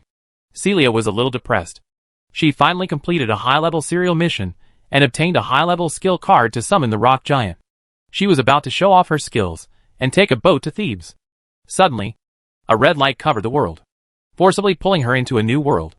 After entering the new world, all her skills and supplies were confiscated because they were inconsistent with the rules of the new world, including the summoned rock giant that was still warm. Following the guidance, she chose the Lord profession, was randomly assigned a territory, and was compensated with a team of elite soldiers. These soldiers all wore breastplates, stabbing swords and flintlock muskets on their waists, and wide-brimmed hats with feathers on their heads. They looked majestic at first sight. Celia inspected her territory, which was located on a peninsula with dozens of villagers, a farmland, a stream and a windmill. The basic production and living materials are quite complete. Celia is very satisfied with this terrain. As long as she builds a wall at the entrance and exit of the peninsula, the entire peninsula will be her territory. She can develop freely without being invaded by foreign enemies. Therefore, the first thing she did when she became a lord was to lead the whole village to cut down trees and build a wooden wall at the entrance and exit of the peninsula. However, just after cutting down dozens of trees, a villager suddenly shouted, Quick! Run! The pirates are coming! What are you yelling about? Celia whipped the villager. What's coming? Pirates! Pirates are coming! Lord! the villager said in fear. Pirates? Celia turned around in the direction pointed by the villagers, and saw a three-masted sailboat rushing toward them on the sea. The ship didn't look big, but it was very fast. Several pirates were standing on the bow of the ship holding scimitars and shouting loudly. Several pirates were adjusting the sails and adjusting the speed of the ship. Celia was a little afraid of pirates at first, but when she saw only a few pirates, and then looked at the 10 elite soldiers with guns, swords and armors around her, she felt confident again. My men have guns and armor. You pirates wearing only linen clothes can beat them on the head? No matter how you look at it, I will definitely win. And maybe I can even get a boat. Celia was full of confidence and said to her men, Everyone line up to fight against the pirates. But they are pirates. The villager who was the first to discover the situation looked horrified. Snapped. A whip struck him. Didn't you hear my order clearly? Everyone, attack. Take everything you can use as weapons, and go fight the pirates. You, stand in the front row. Celia waved her whip and shouted orders. The villager did not dare to disobey the order, and stood timidly at the front holding a logging axe. Behind him was a group of villagers holding various farm tools. Behind the villagers were 10 elite soldiers. Behind the elite soldiers were soldiers wearing Celia in a gorgeous dress and holding a whip. Under Celia's orders, the villagers gathered on the beach for a beachhead showdown. Then, they saw the three-masted sailboat washed up on the beach driven by the tide. And then a dozen pirates rushed towards them with scimitars. There are only a dozen people, and the equipment is so broken. I will definitely win this round. However, before a smile appeared on her face, she felt a spring gush out from under her feet. The huge spring water rushed her and several elite soldiers around her to a height of more than 2 meters, and then fell heavily to the ground. Celia felt dizzy, and her head was buzzing. Several soldiers in uniform pressed her down, almost suffocating her to death. Save the Lord quickly. The captain of the elite soldiers saw this, and wanted to pull her out from under the crowd. However, the elite soldier captain just squatted down and held Celia's arm with both hands. With a gunshot, the soldier captain's head exploded like a watermelon, and blood covered Celia's face. Ah! Celia screamed. Bang, bang, bang. Another series of flintlock shots. Several villagers at the head of the row were hit by flintlocks and fell to the ground. Seeing the dead people, the morale of the villagers suddenly collapsed, and they immediately turned around and ran away. A few elite soldiers still wanted to stop him. However, the villagers who were only thinking about escaping could not care so much. They were running for their lives now, and they would fight with all their might to anyone who dared to block their way. Ah! A villager angrily waved his sickle to push back the elite soldiers blocking the front, and then fled. Several villagers holding pitchforks followed closely, followed by villagers holding various farm tools. The originally tight formation of the elite soldiers was smashed to pieces, and a few unlucky ones were pushed to the ground and stepped on several times. At this time, the pirates rushed up, and the elite soldiers quickly drew out their bayonet swords to fight. However, their formation had broken up. In a hurry, several people faced the attacks of several pirates at the same time. It was difficult to parry for a while. And then in addition, there was a precise flintlock rifle shooting coldly at the side from time to time, accurately harvesting the lives of one soldier after another. Soon, all 10 elite soldiers were killed and wounded, leaving only Celia. Those pirates had never seen a woman as beautiful as Celia, with fair skin, long breasts and thighs, and a gorgeous long skirt that clung to her body and vividly outlined her beautiful curves. An anxious pirate licked his lips, pushed Celia to the ground, and was about to mount his gun. However, the next second, with the sound of a flintlock gun, his head exploded. Zhang Tuohai walked over indifferently while cleaning the barrel of the gun. Although he doesn't mind being a pirate or killing a few more people, he still hates this kind of thing. This kind of thing is absolutely prohibited in the future. If you need it, you can go to a call girl. Anyone who does this kind of thing again will be executed on the spot without any leeway. Do you understand? Zhang Tuohai asked coldly. No pirate dared to speak out. Pretend you didn't hear it. Right. Zhang Tuohai suddenly raised his hand, pointed at a pirate's head, and pulled the trigger. Boom! The pirate's head cracked like a watermelon. Do you understand? Zhang Tuohai leisurely loaded the bullet and pointed the gun at the second pirate. Listen, I understand, the pirate said tremblingly. Boom!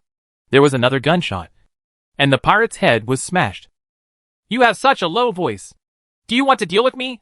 Zhang Tuohai reloaded his bullet and pointed at the next pirate. Do you understand? I understand, the pirate shouted quickly. Okay, Very energetic. Next one. Zhang Tuohai asked in turn. All the pirates shouted in response. Seeing all the pirates obeying, Zhang Tuohai nodded with satisfaction. From now on, he has completely mastered this pirate group. Chapter 11 10 Valuable Player. I was beaten with a stick and given sweet dates. Zhang Tuohai saw a pirate's arm being slashed and injured. So he took out an orange, gave it to the pirate, and ordered, "Eat it!" "Yes, Captain!" The pirate looked at the orange in his hand, and did not dare to neglect it. He was afraid that his head would be shot in the next second. So he directly stuffed the orange into his mouth without peeling off the skin. And the juice flowed out from the corner of his mouth. However, what is shocking is that the wound on his arm is healing at a speed visible to the naked eye. "Captain?" The pirate looked at Zhang Tuohai in surprise. "Work hard, and as long as you obey, everything will be possible." Zhang Tuohai patted his shoulder and said calmly. He just spent 2 skill points on Torrent and Orange respectively. The Torrent is the fountain that breaks up the formation. And the effect is pretty good. The therapeutic effects of oranges are also reflected. Zhang Tuohai is very satisfied with these 2 skills. He now wants to get more skill points and see what other skills are like. Celia was stunned at the scene in front of her. She had no idea what was happening. He was about to be ruined by pirates. But a handsome gentleman appeared and saved him. The pirates were still afraid of him. Could it be that he was the captain of these pirates? Celia's thoughts changed rapidly. He didn't kill me but saved me. Is he interested in me? My soldiers are all dead, and the villagers are useless. If I can stay with him, I can live a very comfortable life as a woman who travels across the 7 seas. Pirates seem good too? Mr. Pirate. Celia just opened her mouth when she saw Zhang Tuohai turned his head sharply. Celia? Zhang Tuohai looked at Celia in surprise. He didn't expect to see this demigod here again. Last time both sides were enemies. This time both sides are still enemies. Do you know me? Celia was delighted. Is he an admirer of mine? In that case, can I be reserved and let him invite me on board? Just as Celia was fantasizing, she saw Zhang Tuohai putting a flintlock gun on her head. Mr. Pirate, you... Before Celia could finish her words, a gunshot rang out. Boom! Celia's head collapsed. Killed twice. We understand our grudges. If we meet again next time, I won't kill you again. Zhang Tuohai inserted the flintlock gun into his waist. Kill player Celia. Gain 5 experience points and 1 skill point. This Celia is so generous. She actually gave 5 experience points and 1 skill point? Are all players so valuable? Or are they just lucky? Zhang Tuohai was very happy to see the reward. Just now, he killed 2 elite soldiers and a soldier captain in a cold shot. He only gave a total of 7 experience points. The 2 elite soldiers each had 2 experience points, while the elite soldier captain only had 3 experience points. Celia was equivalent to the price of a semi-elite soldier, plus 1 more skill point. Is simply too valuable. If players are so valuable, Zhang Tuohai will have to consider whether to hunt players specifically. Looking at the remaining skill point, Zhang Tuohai hesitated for a moment, but decided to keep it in his hand and wait to add more points depending on the situation. Why are you standing there? Clean the battlefield and move all useful things to the ship. If no one resists, don't hurt anyone. Zhang Tuohai ordered to the pirates. Yes.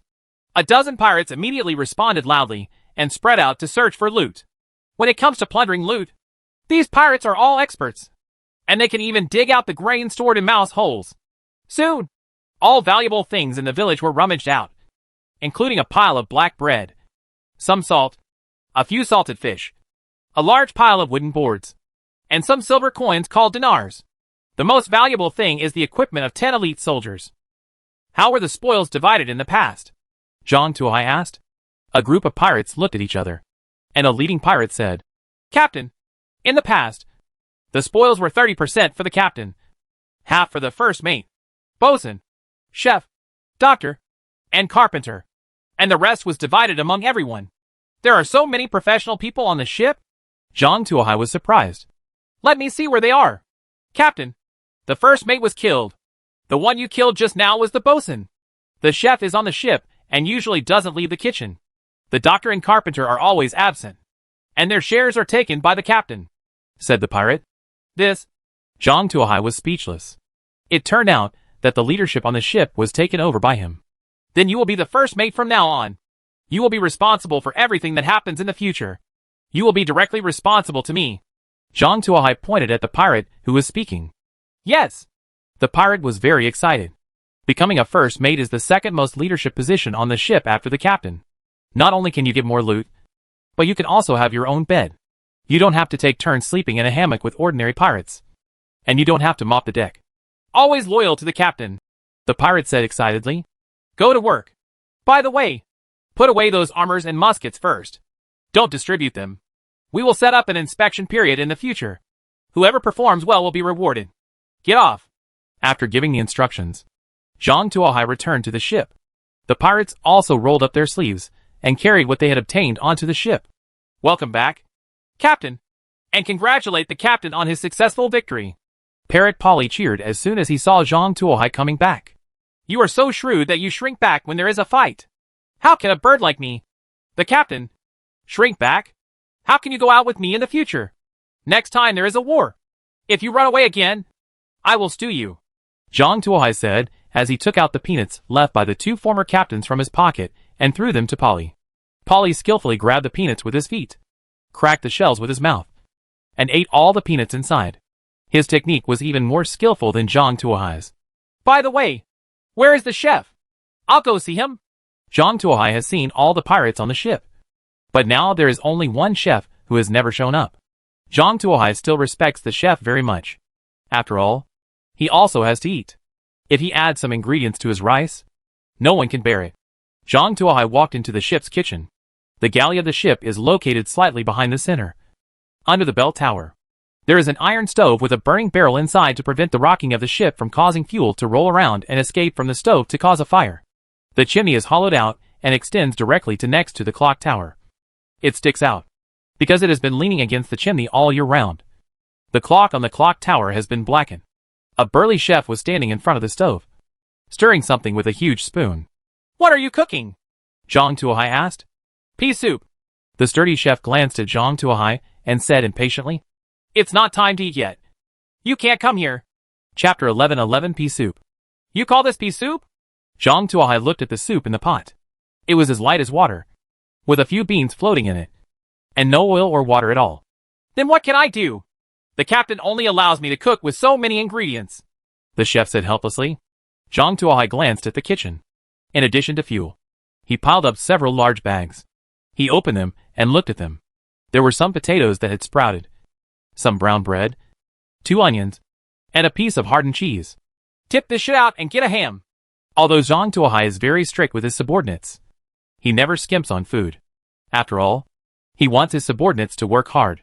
If they don't have enough to eat, what will they do? Are you the new captain? The chef responded. Yes. Now do as I say. Zhang Tuohai rolled up his sleeves. After cleaning the soup pot, Zhang Tuohai raised the fire a little, cut a large number of bacon slices, poured them into the pot, stir-fried a few times with a spoon, added beans, onions, and cut into pieces potatoes with sprouts removed. Stir-fry together. Add water, cheese, salt to taste, and finally add diced brown bread. A pot of pea soup is ready. Although the quality is not very good due to the ingredients, it is still 10,000 times better than the previous pea soup, which was almost water. Did you see it? From now on, we will follow this standard and make sure there are onions, meat, and salt in every meal, Zhang Tuohai said. This is the lowest dietary standard he can think of to ensure the health of the crew. It can at least ensure that the crew has strength and will not suffer from sepsis. With so many ingredients, we don't have that many reserves. The chef was a little embarrassed. If you don't have it, go ashore and grab it. Who are we? We are pirates. We are not Kuhaha's slaves. I have already given orders to patrol along the coast recently to get more supplies, Zhang Tuohai said. The chef opened his mouth, but in the end nothing came out. Notice, dinner is served. Zhang Tuohai asked Polly to ring the bell. Polly flew out, swinging the bell rope. When they heard the sound of dinner being served, the pirates immediately dropped their work and lined up to the kitchen. Although they eat almost as much as the refugees, this is the only time they have to relax during the day. What does it smell like? It smells so good? Asked a pirate holding his wooden bowl. The chef must have eaten bacon secretly again. Last time when I was carrying bacon, I took a lick of it while the captain wasn't paying attention. And that's what it tasted like, a pirate said with certainty. A group of people entered the kitchen noisily. Everyone lines up. Whoever jumps in line will get no food. The chef directed the pirates to stand up and filled everyone's wooden bowl with pea soup with a spoon. The storm is blowing. Is today a storm celebration? No. There is no such good food at the storm celebration. A pirate looked at the thick pea soup in the bowl in disbelief. It was full of dry ingredients and exuded a rich flavor. It smelled like milk. And he had never tasted such rich food since he could remember. Thanks to the new captain. If it weren't for him, I wouldn't be bothered to make these things for you maggots. There are half as many people today, so everyone can eat double portions, the chef said with a wave of his hand. Long live the captain! A group of pirates cheered. Only now do they support the new captain from the bottom of their hearts. At the same time, Zhang Tuohai was fishing at the stern of the boat with a fishing rod. That pea soup was a rare delicacy for pirates. But it was a bit hard to swallow for Zhang Tuohai. Mainly because there was mold and even maggots on the meat, which made Zhang Tuohai feel nauseous. There is no way. Life on board is like this. Eating bugs is just a supplement. If Zhang Tuohai wants to improve his life, he can only catch a few fish and grill them. We have to find a way to improve the sanitation on the boat next time. We can't keep it like this, Zhang Tuohai thought while fishing. Just then Polly the parrot shouted, Captain! Captain! A new village has been discovered. Have you gained something again? Zhang Tuohai turned his head and looked in the direction of Polly. Sure enough, 1,000 meters away, there was a small wooden village with a dock and several small fishing boats. A group of villagers were cutting down trees and picking wild fruits. Let's drive the boat over and head straight to the dock. Zhang Tuohai threw the fishing rod aside. The pirates had just had a hearty lunch, and their morale was high. They adjusted the sails and controlled the ship to rush directly into the dock. Boom!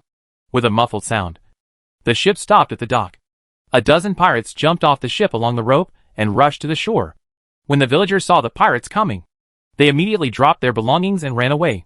The pirates were in no man's land, because Zhang Tuohai had given an order not to kill without resistance. The pirates did not kill them. They just rummaged for important things, especially the vegetables and bacon that Zhang Tuohai had ordered, because they can enjoy it. These pirates work extra hard to find it. Several pirates rushed into the most luxurious cabin in the center of the village. Then, the pirates came out holding a man and a woman. The woman looked like a village girl, and the man looked like Moriarty. We meet again. Goodbye. Boom! Zhang Tuohai directly shot the opponent to death. Congratulations to the player for killing Moriarty. You will be rewarded with 5 experience points. How stingy! Zhang Tuohai smacked his lips. No skill points were actually given.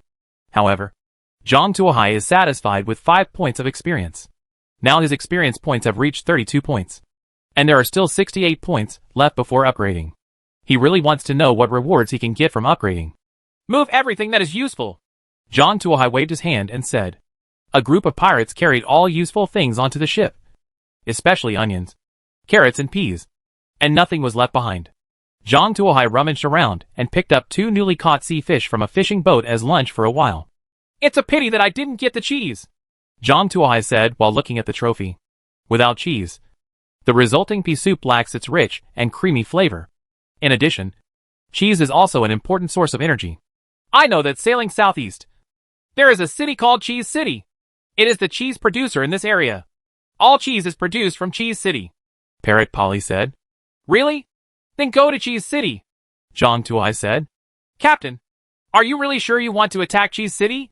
It is an important town with the Royal Navy station there, Polly the parrot said worriedly. Don't worry. I'm just taking a look. I don't really want to fight. Put away the Jolly Roger and head towards Cheese City. The ship turned around and headed towards Cheese City. Chapter 11-12 Trap. The White Bird drove slowly towards the Cheese City. Cheese City is quite far away from here. If we go as hard as we can probably get there before dark. In order to arrive before dark, Zhang Tuohai gave up searching for player villages along the coast. Those villages were there anyway, and they wouldn't run away on their own. Sooner or later, they were all his. Now, he'd better go get some cheese, yogurt, etc. That's the real thing. The White Bird left the coast and traveled on the normal route. Zhang Tuohai stood on the bridge and was responsible for steering. In the era of sailing, in addition to the position of helmsman in the regular navy, the remaining merchant ships and pirates were basically captains responsible for steering. The captain also controlled the charts and routes. Without a captain be willing to hand over this technical job. It's not that I'm proud of myself, but I'm afraid that the crew will rebel. Without a captain to pilot the ship, The ship would get lost in the vast sea relying solely on the crew. The only things waiting for the crew would be death from thirst and starvation. Zhang Tuohai turned the rudder and adjusted the course from time to time. He had played with this kind of ship in the spiritual realm in order to experience the addiction of a real-life version of the Age of Discovery. In it, he not only learned to steer, sail, and launch anchors, knotting, repairing barrels, scouring decks, and scraping bottoms. He learned everything about the ship. Just now, I had directly memorized that chart in my mind. At this time, Zhang Tuohai was an old captain who had been sailing in this sea area for many years. He could drive the ship to the position marked on the chart with his eyes closed. The ship sailed until about 3 o'clock in the afternoon. The sea breeze was blowing, and several sailors adjusted the angle of the sails to increase the speed of the ship as much as possible. Just when Zhang Tuohai was bored, a cloud of black smoke suddenly rose in the distance. On fire? Zhang Tuohai moved the boat over. When the ship arrived nearby, Zhang Tuohai discovered that a cargo sailboat was on fire, billowing black smoke, and another ship docked next to the cargo sailboat, as if it was helping to put out the fire. "Captain, we found the burning sailboat. Do you want to go over there?" The new first mate ran over and asked. "Go over and take a look. Everyone is making a living at sea. If you see them, help them if you can," Zhang Tuohai said. The White Bird slowly moved towards the two ships. "Need help?" the first mate shouted. "If you need it, come and help," a crew member on the other side shouted. The White Bird approached. Several grappling hooks were thrown over, and the two ships were fixed together. Several crew members set up on the gangplank. Then, I saw the black smoke suddenly disappear. It turned out that it was burning wolf dung. Not a fire at all. It was a well-designed trap. A group of sailors rushed over the gangplank with machetes and rapiers in their hands, grinning ferociously. "Pirates of the White Bird! You didn't expect it. We have specially set up a trap and waited for you for 2 days. Finally, we have waited for you. I have accepted your bounty." A leading crew member held a large handle. "No," Scimitar laughed and said. However, the next second, a gunshot rang out. The leading crew member had a hole in his head, and his body fell to the ground. Kill an elite bosun and gain 2 experience points and 1 skill point. Good luck. Zhang Tuohai put some skills on the powder keg. There are many people on the other side, so this kind of group battle still requires this kind of range killing skill. Zhang Tuohai rubbed his hands together, and a gunpowder barrel appeared at his feet. He ignited the gunpowder barrel, and Zhang Tuohai threw the gunpowder barrel toward the enemy ship. Boom! The huge gunpowder barrel exploded in the air, and the shockwave blew dozens of surrounding crew members away. Kill a sailor and gain 1 experience point. Kill a sailor and gain 1 experience point. Kill. A series of prompts popped up. "Quick! Kill that captain!" shouted a sailor. As a result, the next second, a fountain spurted out from under his feet and rushed him high into the sky. "Can Torrent be used on the deck? It's really good." Liam just instinctively tested the skill, but he didn't expect it to succeed. Originally, he thought that this skill could only be used on land, but now the scope of application of this skill has been greatly increased. Bang, bang, bang. A flurry of musketry sounded. Several lead bullets hit the command podium. Thanks to the accuracy of the musket, several guns failed to hit Zhang Tuohai. Upon seeing this, Zhang Tuohai took out a powder keg with his backhand and threw it over. Boom! The powder keg exploded in the crowd, blowing away more than a dozen gunmen. "Come forward and kill them!" Zhang Tuohai took out another gunpowder barrel and smashed it into a crowded place, killing more than a dozen sailors. Seeing how brave the captain was, the pirates were all inspired with courage. They drew their scimitars and rushed forward to fight with the sailors. They had just had a full meal at noon and had received a promise from the captain. These pirates had a high fighting spirit, although they were small in number. They fought hard with sailors several times their own. The scene became anxious for a moment. Zhang Tuohai, on the other hand, held up the gunpowder barrel and kept killing the enemy sailors. He almost cleared away the dense enemy in 3 or 2 strokes. Then, Zhang Tuohai began to kill the hostile sailors with muskets. Killing with a musket has a probability of obtaining skill points. Although the probability is a little low, you can always get a guaranteed chance by trying more. Accompanied by the sound of muskets, each shot took away the life of a sailor. In addition, there was a fountain appearing under the feet, and he was swept up into the sky without paying attention. The sailors, who had been so energetic, collapsed. They just heard that the White Bird had suffered a lot of damage. So they set a trap in the waters, where the White Bird often visited to catch pirates in exchange for bounties. However, they did not expect that the White Bird's combat power was so fierce. A few people defeated more than 100 of them into an army. What's worse is that they were afraid that the White Bird would run away and use grappling hooks to link the two ships together. But now they can't even run away with the ship. Seeing their companions falling one by one around them, the sailors finally collapsed, dropped their weapons one after another, knelt down and begged for their lives. The pirates, true to maritime tradition, kicked their weapons aside and moved on to fight the next sailor. As the sailors surrendered one by one, the remaining sailors also lost their will to fight and threw down their weapons, begging for a chance to live. The pirates were very excited after successfully defeating an enemy several times their own, although they also lost several people in this battle and many were injured. The smiles on their faces still expressed their hearts at this moment. 2 whole ships. They robbed 2 ships at once, and now they made a fortune. They stood in 2 rows and waited respectfully for Zhang Tuohai's ruling. Chapter 11:13 Dividing the Spoils. Dear Captain, according to the rules of the sea, please make a decision. Should you forgive their sins, or let them return to the embrace of the sea god? The first mate asked respectfully.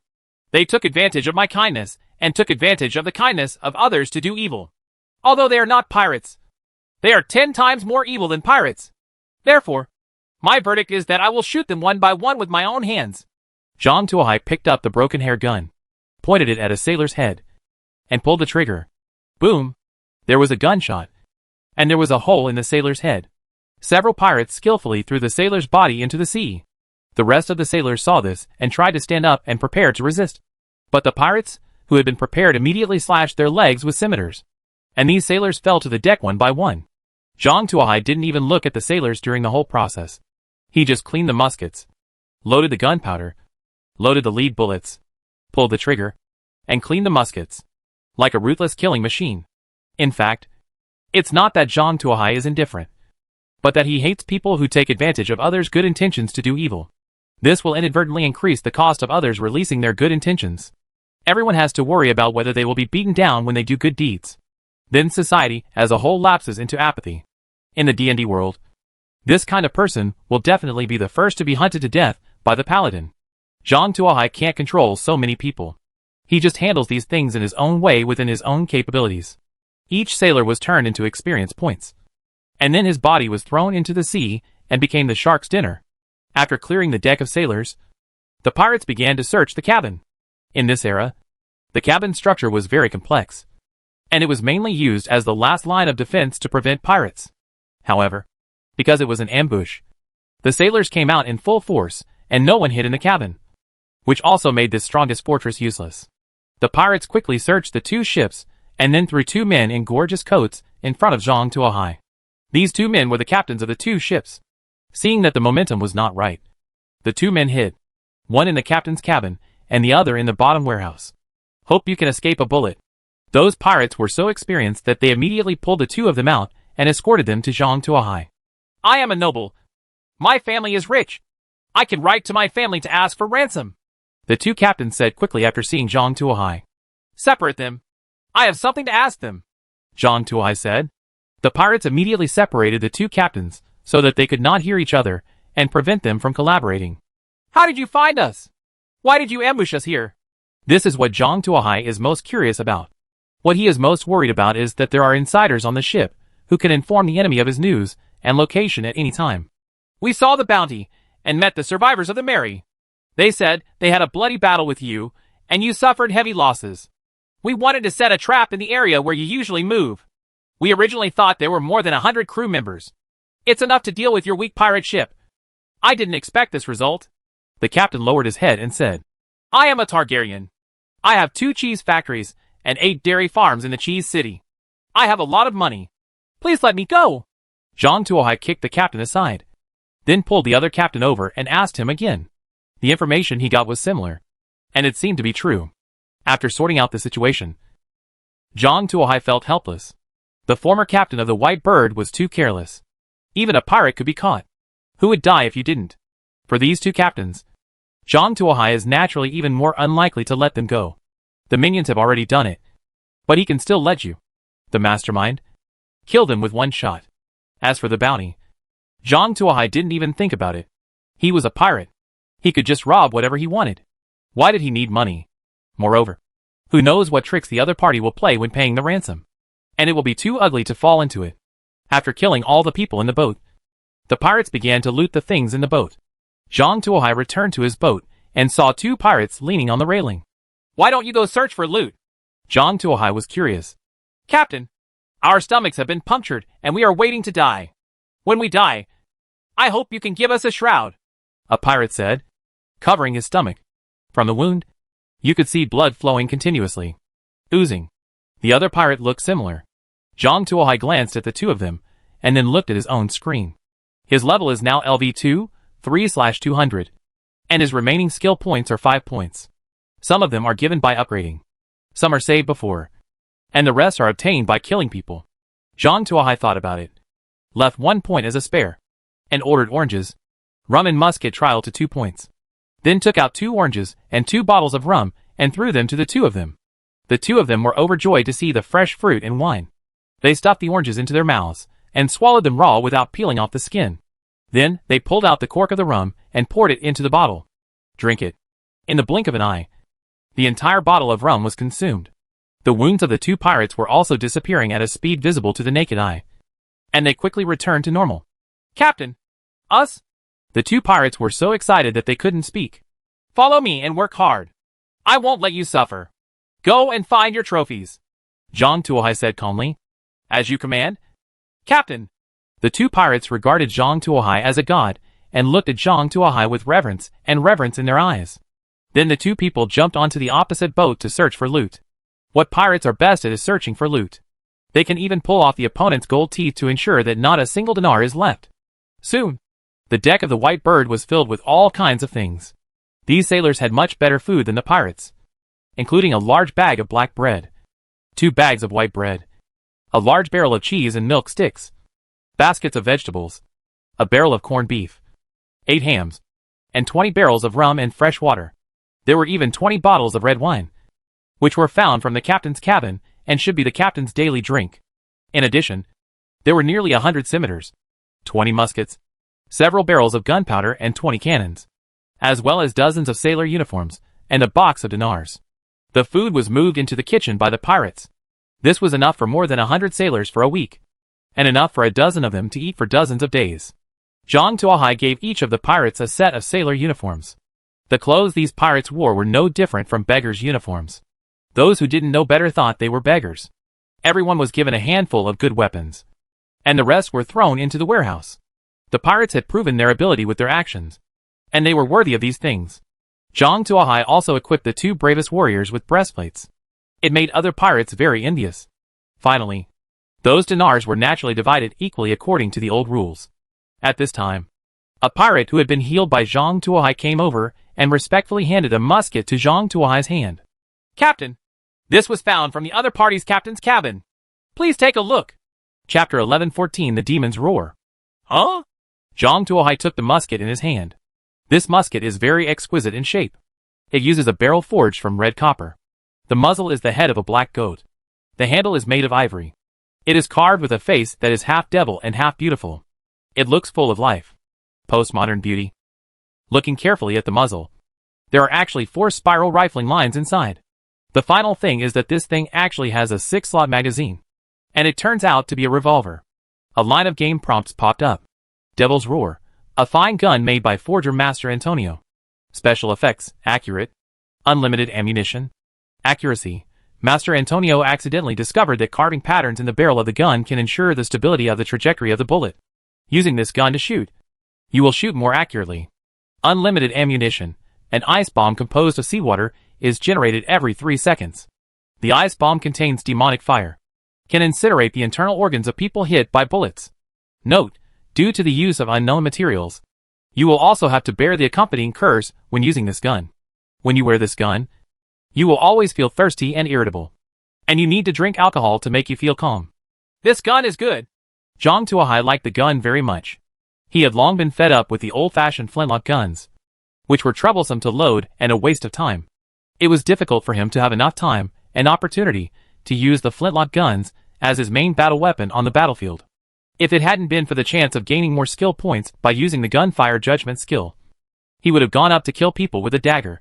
With this Devil's Roar, the problems of the flintlock gun are perfectly solved. He can also use the musket as his main battle weapon. As for the negative problem, it's not a big problem. He has the rum skill, which makes him not drunk when he drinks it. It can also increase attack power and defense power, and has the effect of recovering injuries, which is a perfect fit. Zhang Tuohai felt that this gun was tailor-made for him. Yes, you are very good. From now on, you will be the bosun, and you will get half a point more when dividing the spoils. Zhang Tuohai patted the pirate on the shoulder and said. Zhang Tuohai was in a good mood after getting the equipment, and he was rewarded a lot. Thank you, Captain. Thank you, Captain. The pirate beamed. He just gave the gun to Zhang Tuohai out of gratitude. Unexpectedly, Zhang Tuohai directly promoted him to bosun, and he was promoted from an ordinary pirate to a management level. The pirate had a smile on his face and thanked him repeatedly. Captain, what to do with the 2 ships? A pirate asked. In this era, a ship is an extremely valuable property, and can be sold for a large sum of money as long as it is towed to the port. Therefore, although even merchant ships in this era are equipped with some artillery, the mainstream is still gang warfare and boarding warfare. The goal is to seize the opponent's ship. Compared with ships, the life of a sailor is simply too cheap.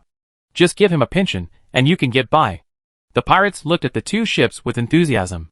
However, Zhang Tuohai didn't see it that way. Now he couldn't even manage the crew of 1 ship. Carrying 2 ships was just a burden. He could also easily become the target of the Targaryen family, and cause them to pursue him. The gain outweighed the loss. Remove the useful parts from the ship and then scuttle it. Zhang Tuohai shook his head and said. Although the pirates were very reluctant to hear Zhang Tuohai's orders, they were accustomed to obeying Zhang Tuohai's orders, and did not dare to disobey. They removed some fragile parts, some better planks, and large pieces of sails and cables from these ships, which are all important materials on the ship. After transporting these things to the ship, the entire ship was filled to the brim.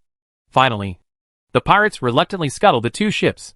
Seeing that the ship had completely sunk and no trace could be seen on the sea, Zhang Tuohai nodded with satisfaction and controlled the ship to continue sailing towards Cheese City. He decided that after going to Cheese City this time, he would not visit other sea areas. This area was already full of dangers. This time it was 2 rich kids. Next time, they might be professional bounty hunters. He needed to change place and develop for a period of time. Zhang Tuohai drove the boat and continued towards the Cheese City, because he was delayed for a while by a sudden battle. By the time Zhang Tuohai arrived at Cheese City, the moon was already in the sky. However, the port area is still brightly lit, and the sailors who have been wandering at sea for several months will not leave until they spend the last dinar in their pockets in the tavern. The technician's business is also very good. Those sailors who have been drifting on the ship for several months are not picky, as long as they are not too tired. It is no problem to pick up 10 complete sets in a day. There are a lot of sailors waiting in line. Zhang Tuohai quietly got off the boat.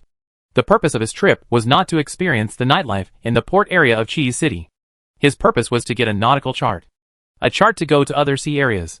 Without a nautical map, rashly going to unfamiliar waters to open up wasteland is an act of seeking death. Every mature route has been explored by countless people using their bones, and countless ships have sunk in every reef group.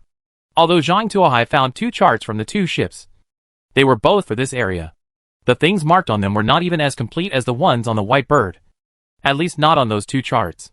Mark fish information. Zhang Tuohai's initial target was the ships in the port area. Unfortunately, after looking through those ships, they all showed charts of the nearby area, not distant charts. Helpless, Zhang Tuohai could only choose to search on land. Where should I look for it on land? Zhang Tuohai thought about it for a while, and set his sights on the local big family. Zhang Tuohai wouldn't believe a big family in a port city like this if they didn't have a nautical map in their hands. This is the foundation of every wealthy family's livelihood, so they will definitely make a few copies and keep them well. Therefore, as long as you can find a large local family, there is a high probability that you can find the sea map. So how do you find affluent areas in a city? In this era, it is very simple. That is to find the brightest place at night. Wherever it is bright, there is a wealthy area. The rich area was the rich area. It was already midnight, and the lights were still on. From time to time, patrol soldiers carrying muskets walked by. In the most loyal mansion, the lights are even brighter, and the sound of the band can be heard from time to time. It's so late, and you're still holding a banquet. Just in time. Let's go taste your local specialties. Zhang Tuohai straightened his clothes, hid in the shadows, and sneaked towards the big house in the center of the rich area. Chapter 11:15 Infiltration. Quietly arriving outside the big house, Zhang Tuohai looked around and saw that no one was around. He scratched the wall, found a dark place and jumped in. Behind the courtyard wall are dense bushes and landscape trees. If you don't see any patrolling people, it means the location is not very good. When Zhang Tuohai fell down, he felt that there was someone sitting below him. A man was in front of him, and the two looked at each other. Neither of them expected that a person would suddenly come out of this dark place, and they were both startled. The man opposite him collapsed on the spot and opened his mouth to scream. Upon seeing this, Zhang Tuohai immediately pulled out the devil's roar and inserted it into the other man's mouth. The muzzle of the gun was pressed to his throat, blocking the other man's screams. With the gun barrel stuck in his mouth, he couldn't close his mouth or scream. The man remembers making a whining sound. Zhang Tuohai slashed the guy's neck with his backhand knife, knocking him unconscious. After dealing with the man in front of him, Zhang Tuohai took time to look under him. Under his body was a woman, and he was sitting on her waist. At this time, the woman was holding her hands on the wall. Her body was shaking, and she looked very scared. Seeing Zhang Tuohai looking at her, the woman quickly said, "Sir, please don't kill me. I will cooperate with you in whatever you want, whether you want money or anything else," the woman said as she pulled up her skirt, exposing her white thighs. However, Zhang Tuohai was not interested in this, mainly because he didn't want to be like-minded with others. "I can't get used to the newly lubricated oil. I'm asking you to answer. If you say one more thing that you shouldn't say, your head will be shattered." Zhang Tuohai put the gun to the woman's throat, feeling the cold muzzle of the gun on her throat. The woman nodded in fear and covered her mouth with both hands to stifle her screams. Seeing this woman's cooperation, Zhang Tuohai was very satisfied and lowered his voice and said, "Whose manor is this? Why is it so lively at night?" Although the woman was curious about why Zhang Tuohai dared to break in without knowing whose home it was, she still spoke honestly. "This is the Targaryen family's manor. The reason why it's so lively today is because it's time for a change of office in Cheese City, and everyone has to discuss who will be the new consul. It's Targaryen again," Zhang Tuohai muttered. "Does the Targaryen family have a fleet?" "Yes. The Targaryens started their business in shipping in the early years, and then they built manors and cheese factories. It is said that their family came from the Sea of Cheria. Their family still sends a fleet to the Sea of Cheria every year, but the Targaryen family has always been open to the outside world. It is kept secret, and relevant personnel have also issued hush orders, and anyone who dares to say or ask questions will be thrown to the bottom of the bay. Therefore, these are just rumors, and no one knows the real situation," the woman said. "Xia Yahai?" Although Zhang Tuohai didn't know where this sea was, he was definitely no longer in this area, and it was much better than this place full of familiar people. "Are there any private soldiers in the manor? How many are there?" Zhang Tuohai asked. "I don't know about this, but I see there are at least a dozen knights wearing breastplates around the hall, and there are more than 30 musketeers," the woman said. Zhang Tuohai asked a few more questions, and after finding that he couldn't get any more information, he knocked the other party unconscious with a knife. After tying up the two people and hiding them in the bushes, Zhang Tuohai followed the shadows and quietly walked around to the house in the backyard. The front hall is where guests are entertained, and the backyard is where the Targaryens live. Because there was an important event tonight, most of the security forces were placed in the front yard, leaving only a few basic guards in the backyard. It is extremely difficult for these guards to guard against Zhang Tuohai. Zhang Tuohai followed the shadow in the corner to the side, grabbed the corner of the wall, and climbed to the balcony on the 3rd floor. This is where the study is. If there is a chart, there is a high probability that a copy will be hidden here. As soon as Zhang Tuohai jumped onto the windowsill, he heard a sound in the study. Zhang Tuohai quickly squatted down and carefully looked inside. There was a woman and a man in the study. The woman was wearing a leather coat and holding a whip, while the man was kneeling on the ground with a rope tied around his neck, looking like he was licking a dog. The key is that this woman Zhang Tuohai also knew Shamir, one of the 6 former demigods, a madman full of art. "Why is it her? Shouldn't she be a player? Why is she here?" Zhang Tuohai looked inside carefully.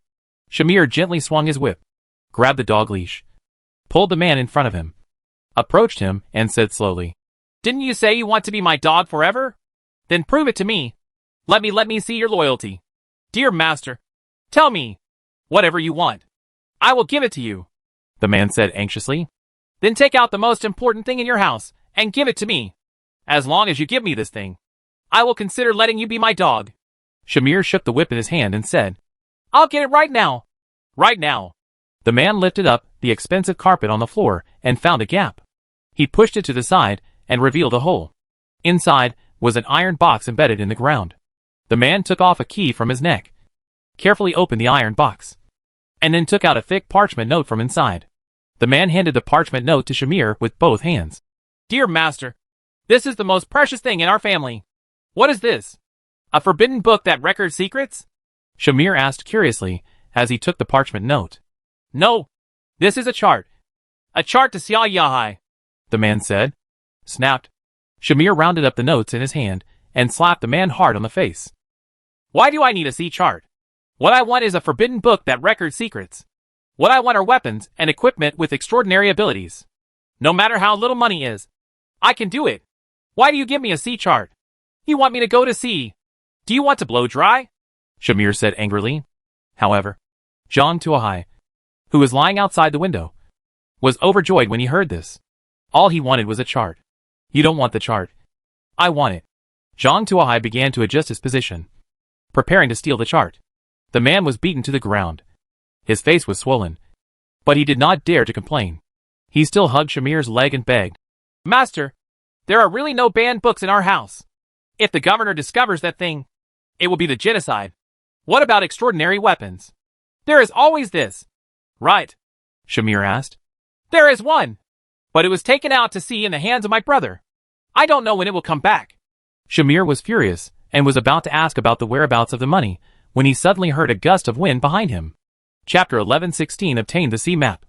Shamir struggled to twist his body and at the same time whipped out the long whip in his hand. However, when she turned around, Zhang Tuahai had already rushed in front of her. A dagger stabbed Shamir in the neck. Dash! Shamir wanted to say something, but her neck and throat had been pierced. When she opened her mouth, she could only let out a low whimper, and large amounts of blood foam gushed out of her mouth. Master! Master! What's wrong with you? Master! Say something! The man rushed to Shamir's side and shook Shamir. However, the next second his head was grabbed by a pair of strong hands and twisted hard. With a crisp sound, the man's neck was broken. He gently threw the body onto the carpet. The game prompt pops up. Kill player Shamir and gain 5 experience points. Kill Hoff Targaryen and gain 1 experience point. Zhang Tuahai successfully gained 6 experience points and took another step towards level 3.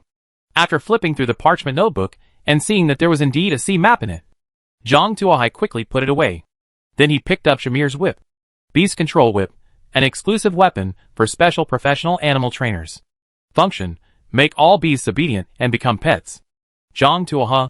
After reading the explanation twice, Zhang Tuahai threw the whip to the ground. He was very impressed by the effect. It would be great if he could use it himself. But it was a pity that it was an exclusive weapon.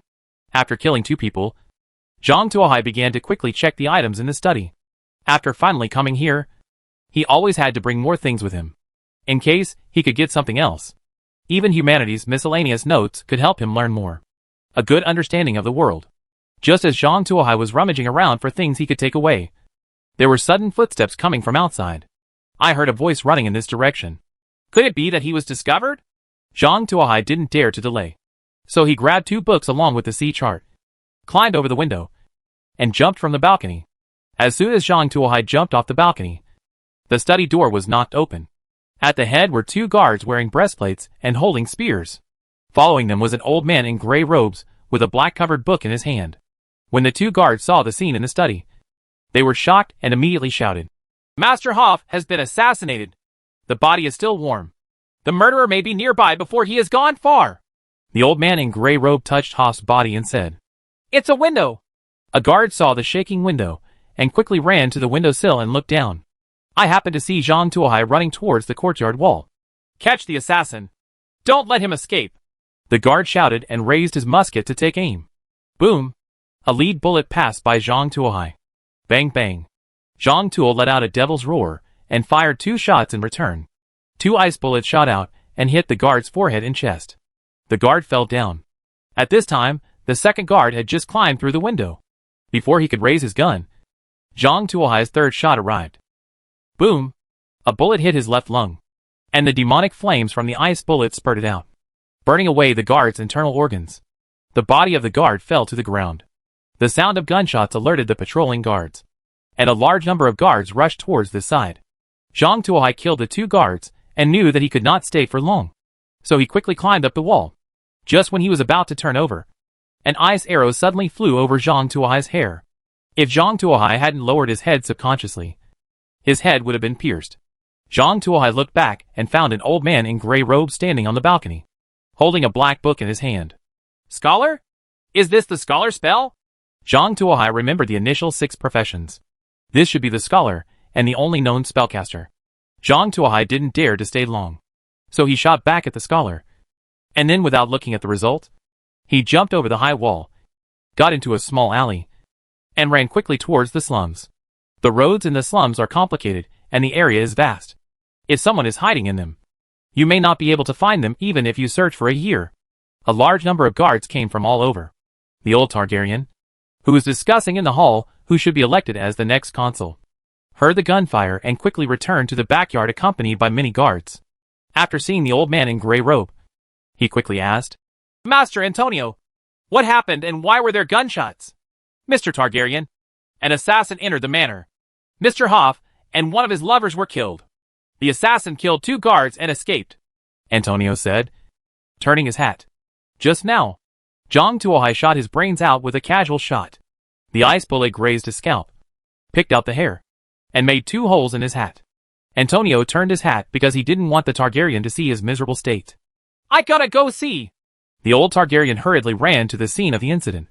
When he saw the traces at the scene, the old Targaryen gritted his teeth and said, Sure enough, they came for the sea chart. I knew these guys were evil. Everyone asked let's set off from the pier. We must intercept him. The large group of guards ran toward the dock with their muskets on their shoulders. Zhang Tuohai's steps were faster, and he ran to the ship first.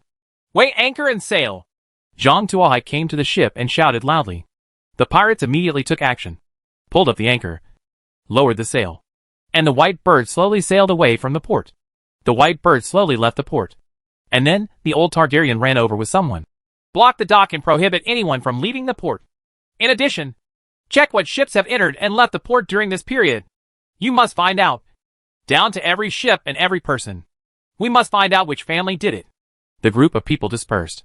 Zhang Tuohai felt relieved as he watched the ship sail away from the port. And then he took out the sheepskin book and looked through it.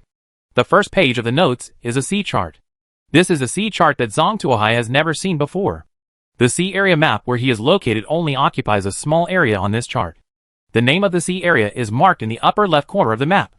Xia Yahai. In between, there are a large number of marked reef groups, turbulence, desert islands, and maelstroms. If you go there rashly without a chart, you are likely to die at sea. Finally got it. No effort was wasted. Zhang Tuohai let out a long breath and relied on. In addition to several nautical charts, there are also a large number of navigation diaries, which record the supplies and precautions on various desert islands in great detail. As long as you sail according to this diary, you will definitely be able to go to Xia Yahai. Chapter 11:17 I want to join you. Zhang Tuohai read the chart carefully several times and memorized the detailed information on it. In this way, even if it was taken away or damaged, he could rely on his memory to go where he wanted to go. After memorizing the information on the chart, Zhang Tuohai began to plan his trip. He captured the sea chart and alerted the Targaryen family. They found out that they would have to send people to hunt them down. If they followed the route on the sea chart, they would definitely be overtaken by the other party's speedboats. This was how he ordered people, which is not good for yourself. Therefore, he has to choose a route that makes the other party unexpected. If I were a Targaryen and found that the sea map had been stolen, I would think that the thief would choose the fastest route to escape from the Targaryen family's sphere of influence. Then the fastest route is here. Zhang Tuohai's finger fell on a route. This route is straight, avoiding most of the supply points and docking islands, and goes straight to the Red Rock Island at the junction of the Xia Sea and this sea area, Thunder Sea. You can enter Xia Yahai through Red Rock Island. If he were a member of the Targaryen family, he would definitely send a team of clippers to arrive at Red Rock Island first. Guard this only way. And then wait and see. After analyzing the Targaryen family's thinking, Zhang Tuohai began to design his own route. The Targaryen family felt that they would escape quickly, so they decided to do the opposite. They chose the farthest route and sailed along the coastline. This way they could not only replenish resources and recruit people along the way, but also attack the newly established territories. Players, weaken the world's power to encircle and suppress them, and win 2 birds with 1 stone. If the Targaryens are willing to wait on Redstone Island, let them wait. If you don't see yourself for a long time, you will inevitably worry that you have entered Xia Yahai in advance. And then you will send a squadron to pursue Xia Yahai. At that time, if he suddenly arrives, he will naturally be able to deal with the divided Targaryen family, and he can leisurely pass through Redstone Island and head to Xia Yahai. After planning on the chart for a while, Zhang Tuohai finalized the plan. The rudder turned sharply to the right, and the ship headed towards the coastline. Half an hour after Zhang Tuohai turned around, a group of clipper ships passed through the place where Zhang Tuohai passed, and sailed forward rapidly. These clipper ships have low and slender hulls, with 6 sails. They do not use the common triangular sails of this era, but huge horizontal sails. This type of ship is fast, but has a relatively low load, making it suitable for transporting light, but valuable items. These ships were all flying the flags of House Targaryen, and they were speeding towards Redstone Island. Zhang Tuohai didn't know that the Targaryen family had sent a fleet to chase him so quickly. At this time, he was staring at the coastline with a brass telescope. The outline of a village appeared on the distant coastline, but there was a faint light of fire in the village. Is this another trap to deceive me? Zhang Tuohai instinctively guessed, but he immediately rejected this guess. It's impossible for everyone to be like that foolish son of House Targaryen, who pretended to be on fire in order to deceive himself. In other words, if you are kind-hearted and would put out fires, what would those pirates do? Besides, that stupid son also knows how to use beacon smoke. This thing has big black smoke and spreads far. How much fuel does it cost to light a bonfire on the shore? But that's it? Zhang Tuohai guessed that there must be something wrong with the village on the shore. Go over and have a look. Zhang Tuohai drove the boat towards the shore. The ship slowly approached the shore, and Zhang Tuohai finally saw the situation in the village clearly through the telescope. It turned out that a group of horse bandits rushed into the village. These horse bandits were riding horses and galloping through the village. Everyone had scimitars and spears in their hands, and their weapons were all stained with blood. A few cruel ones even cut off the villagers' heads and hung them on the horses' necks to show their bravery. One of the horse bandits even chased a little boy on horseback, then stabbed the boy in the back with a sharp spear, lifted the boy up in the air, and laughed while shaking the spear. They were not robbing for property at all. They were simply enjoying the pleasure of killing. First mate, prepare for bombardment, Zhang Tuohai said, putting away the telescope. Yes. The first mate immediately conveyed the order. A dozen sailors entered the gun position, stuffed propellant into the gun barrel, loaded grape shot into it, then adjusted the skids and calibrated the shooting angle. Fire! Zhang Tuohai shouted. Boom, boom, boom. A stream of gunpowder smoke erupted from the muzzle, and a large number of great bullets were fired at the horse bandits. Great bullets are just a bunch of small steel balls, fixed with a net bag, and fired like a large shotgun. Although the range is not as far as solid bullets and blooming bullets, it has huge lethality against low armor units at close range. A single volley of artillery can even directly defeat an infantry formation. A large number of great bullets hit the area near the coast, beating several horse bandits who hid here into a sieve, including men and horses. Continue to reload ammunition, Zhang Tuohai shouted. The one who shoots the most accurately and the fastest will be rewarded with a piece of bacon and a glass of rum. Hearing that there was wine, the speed of the pirates' hands increased by 3 points. Each one wanted to transform into a 6-armed snake demon, quickly stuffed the cannonballs in, and adjusted the height of the skids. Fire! Boom! There was another volley of great bullets, this time hitting the village directly. An earthen wall was directly smashed into a sieve and fell to the ground. The horse bandits hiding behind the earthen wall were also beaten to pieces. In the face of great bullets, elite infantry formations can be defeated, let alone those horse bandits with no organization and discipline. Seeing the intensive artillery fire, the horse bandits thought they were being encircled and suppressed by regular troops. They all turned their horses' heads and prepared to run away. However, at this time, the third round of grape shot arrived. The dense barrage directly smashed these horse bandits into a sieve.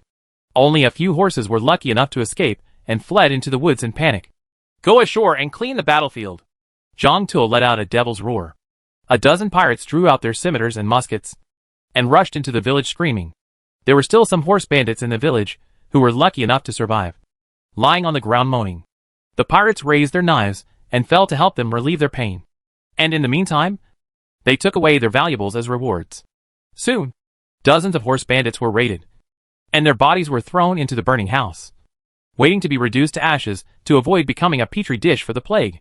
The property and food in the village that lost their owners naturally became labor expenses for the pirates.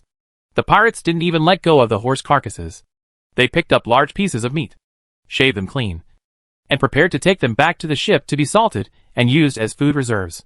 After cleaning the battlefield, Zhang Tuohai was about to lead the team to leave. Suddenly, an unkempt child emerged from the haystack at the entrance of the village and ran towards a group of people. I want to join you, the kid said. Chapter 11:18 Desert Island Player. Want to join us? Ha ha ha. A group of pirates laughed when they heard this. One of the pirates pushed the child and said, Do you know who we are? Just join us. Have you grown all your hair yet? Just stay there.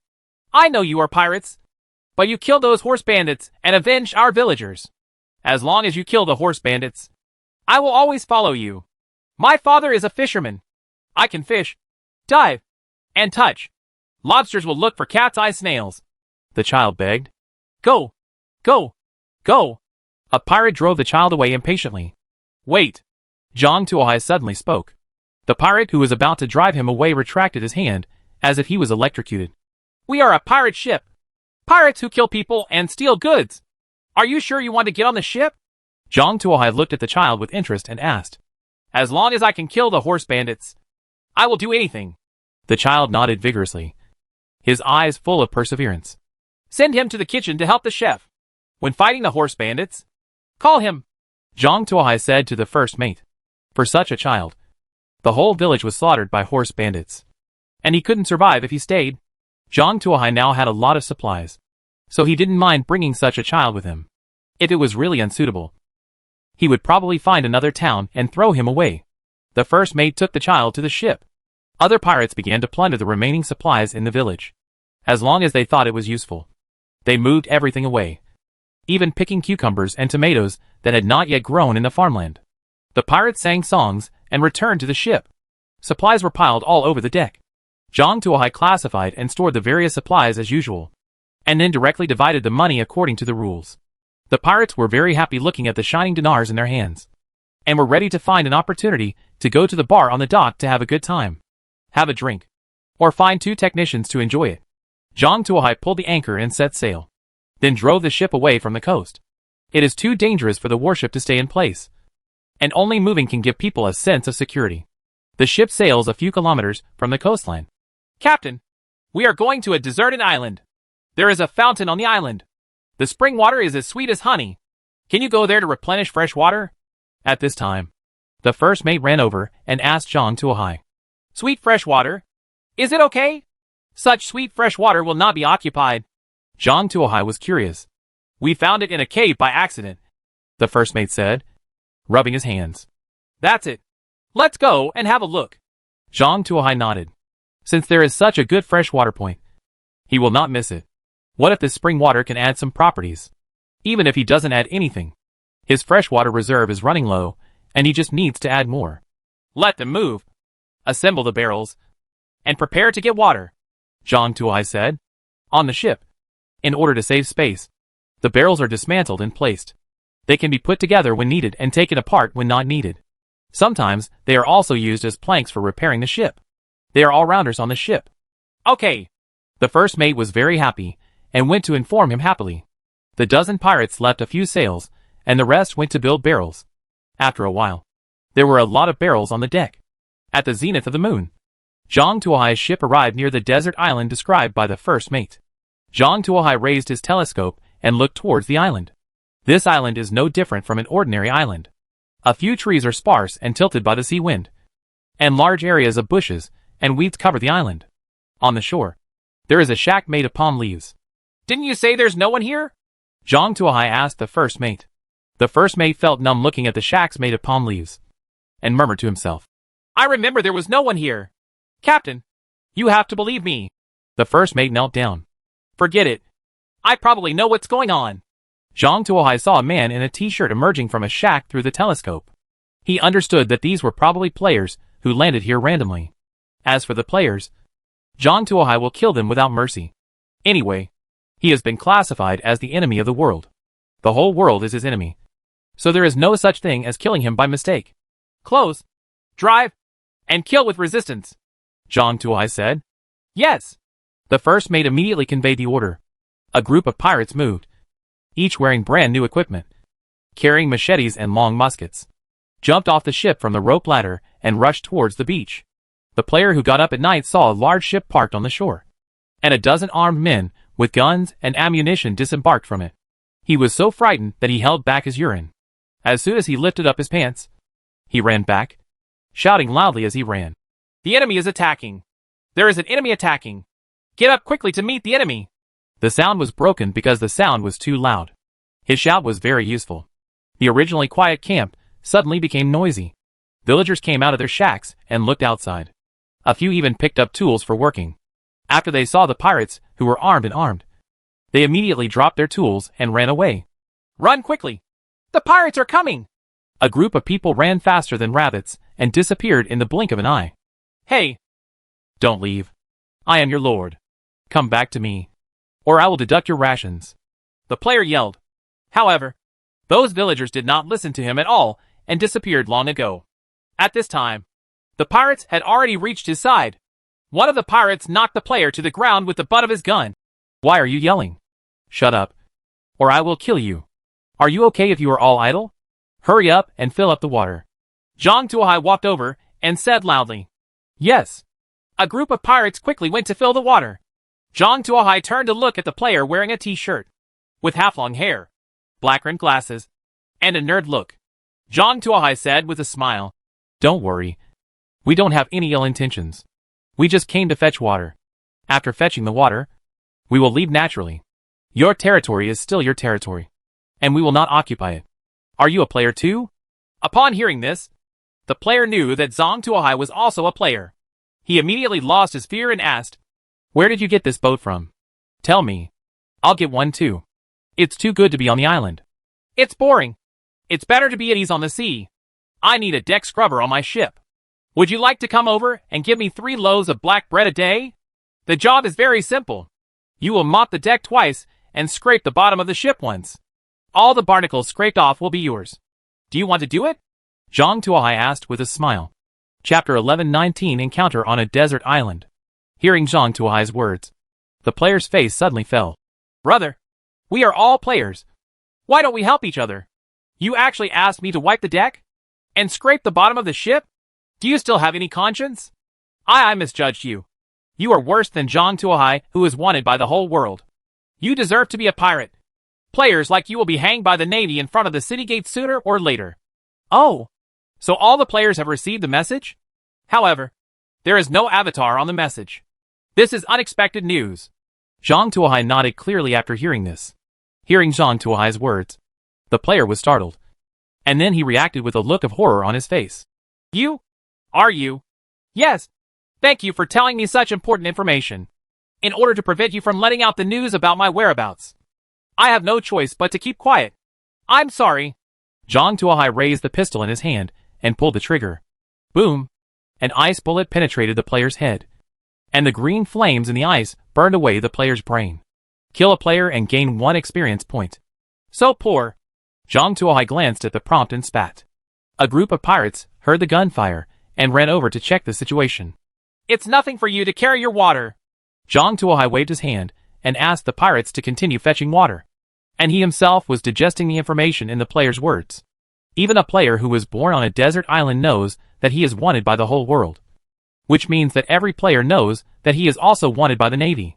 It can be said that there is a conflict between the players and the Aboriginal forces. In his eyes, he was a wanted person. There was no place for him on the shore. And everyone wanted to exchange his head for a bounty. In the future, we must be more careful when recruiting people. There are also many pirates who use the heads of their companions in exchange for bounties to whitewash themselves. If he recruits someone who has ulterior motives for his own head and brings in the navy and bounty hunters, he will be in big trouble. Zhang Tuohai decided to be more careful in the future and try to avoid exposing his whereabouts along the way. The pirates brought the fresh water back. Zhang Tuohai filled a cup with some and took a sip.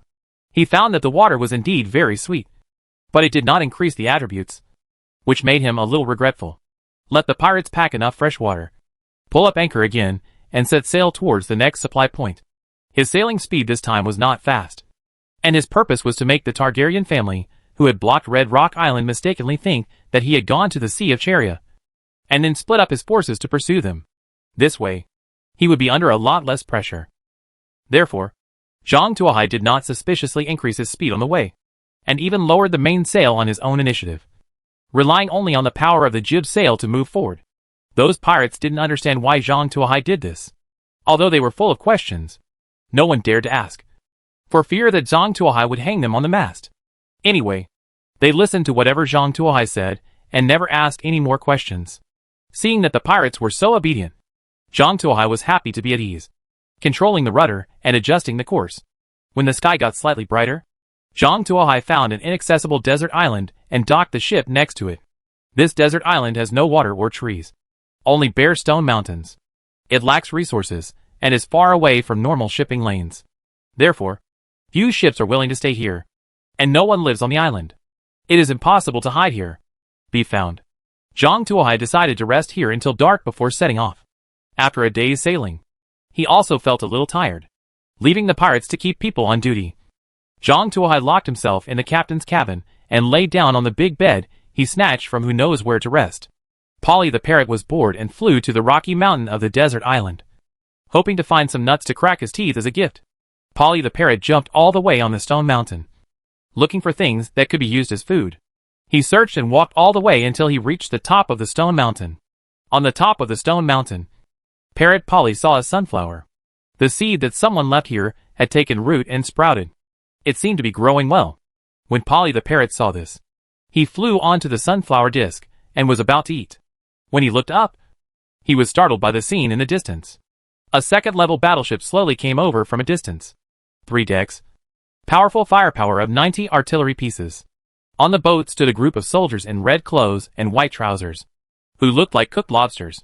These soldiers all held long flintlock guns with bayonets hanging on them, as if they were loaded with ammunition. This formation frightened Polly so much that he almost flew up and ran away. But in an instant, Polly remembered that he was a parrot, and no matter how boring the Royal Navy was, he would not care about being a parrot. So he calmed down. It was going to go back and notify Zhang Tuohai, asking Zhang Tuohai to quickly pack up and run away. Their pirate ship was definitely no match for this second-level battleship. However, it soon discovered something strange, because the ship was lowering its sails, and it obviously wanted to stop and rest next to the desert island, and was not specifically here to catch them. Seeing that the huge warship dropped its anchor and sails, Parrot Polly let out a sigh of relief. At this time, a naval warship and a pirate ship were anchored on a desert island far away from the normal route. They were just parked on both sides of the desert island, and no one noticed the other.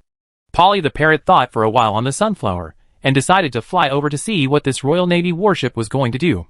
It is impossible for a second-level battleship to deviate from its course, and come to this place where no one can shit for no reason. There must be some necessary reason. Polly the parrot decided to find out what was going on. Polly the parrot flew up to the mast of the ship. The lookout saw Polly the parrot, but he only glanced at it, and then looked away. This is near the coast, and it's normal to have a bird. Moreover, sailors who go to sea all year round are superstitious and believe that parrots can bring them good luck. So they just took a casual look at it, and did not try to catch Polly. At this time, a group of old men in gorgeous robes walked out of the cabin. Each of them had a heavy book in their hands, and they gathered together to discuss something. Polly the parrot pricked up his ears to hear what these guys were saying. "Finally we can stop and rest for a while," said an old man. "Yes, after 3 consecutive months of sailing. My old bones are almost torn apart. Why do you want to transport that thing to such a remote place?" an old man asked. "Who knows? Anyway, it's the task above. We just get things done and that's it. Why do we ask so many questions?" One person said nonchalantly. "After I go back this time, I will never go on a mission again. The life on the ship is really terrible. I can only eat broth and can't even cook grilled lamb chops. The most annoying thing is that we can't bring women. Obviously, we are all believers. So why can we only bring male monks? But not nuns? Actually, the same goes for friars, as long as they are young enough. Hey, hey, hey. A group of people showed tacit smiles. Chapter 1120 Sneaking into the battleship. Transfer things? Parrot Polly's eyes lit up. You learn something from whomever you follow.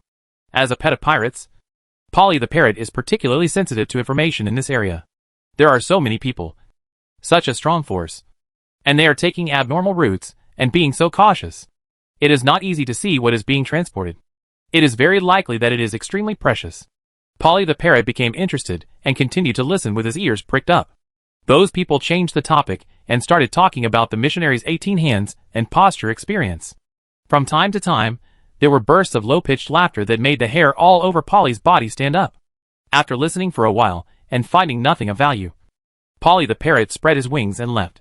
The lookout glanced at Polly, who was flying away, and then withdrew his gaze. It's just a parrot. What's the point? Parrot Polly quickly flew back to the white bird, entered the captain's cabin, and landed on Zhang Tuohai's chest. Captain!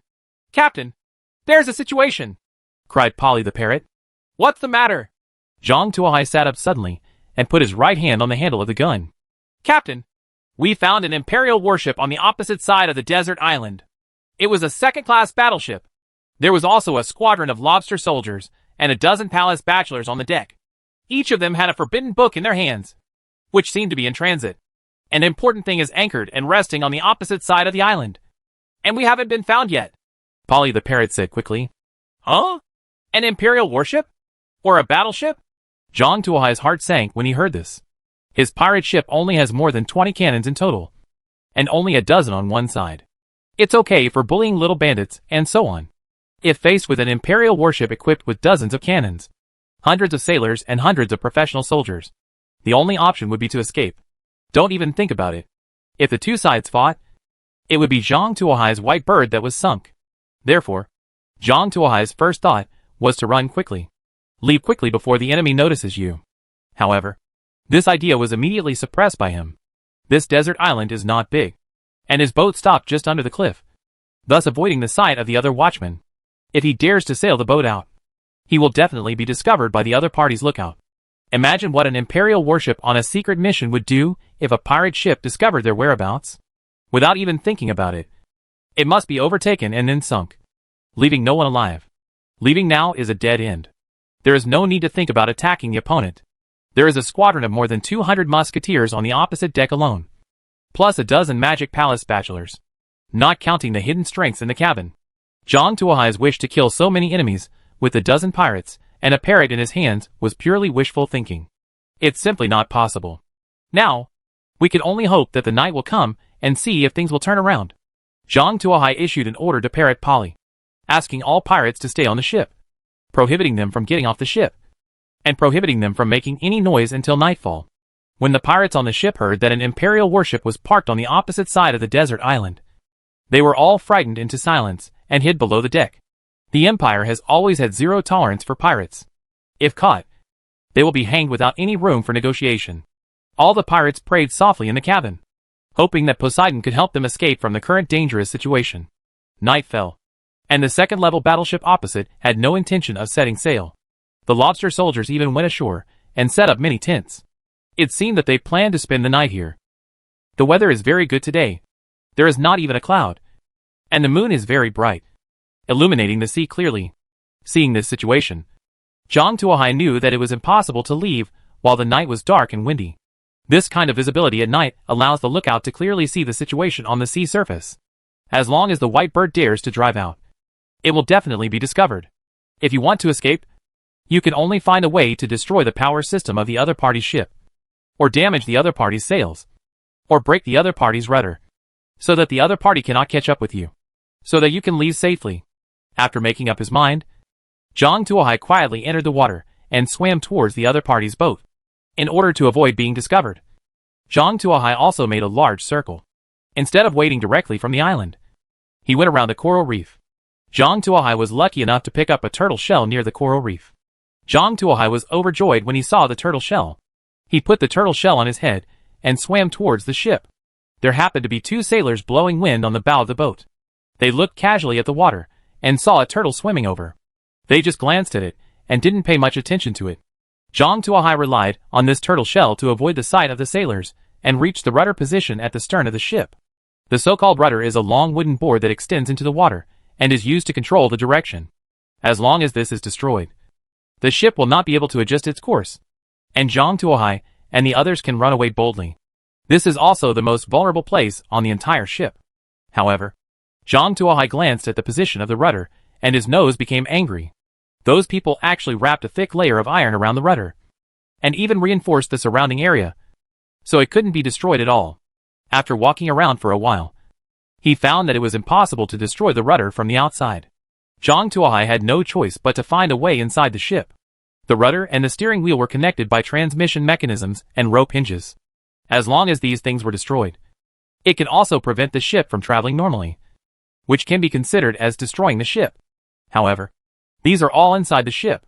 If you want to get in, you will need to take great risks and face an unknown number of sailors and Imperial Lobster soldiers inside. If given the choice, Zhang Tuohai would never want to do this. However, their ship cannot escape without destroying the ship's power system. Fight! Zhang Tuohai wandered around and climbed up the ship along the anchor chain.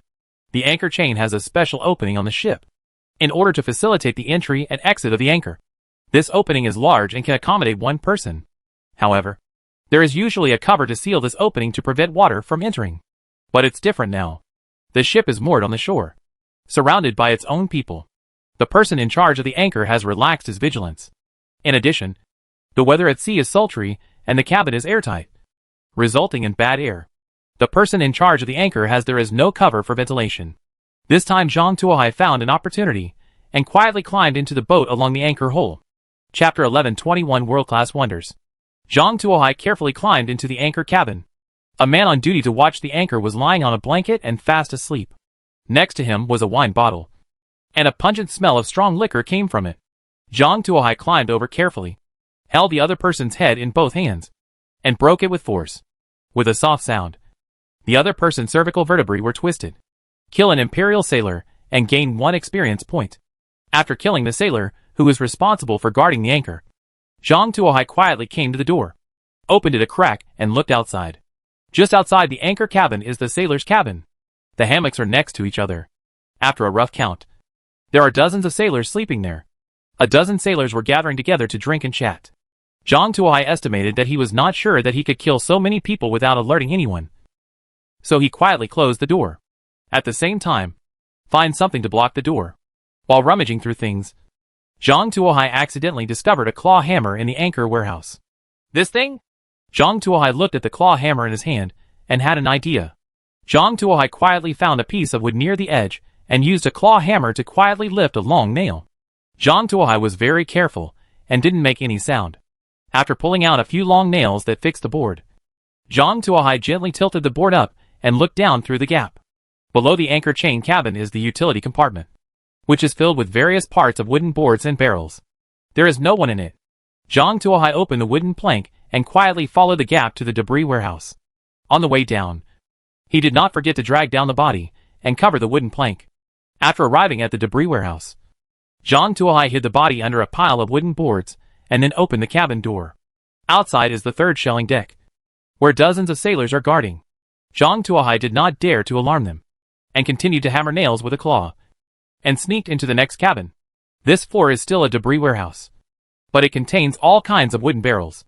Zhang Tuohai opened one, and found that it was filled with various low-quality rums.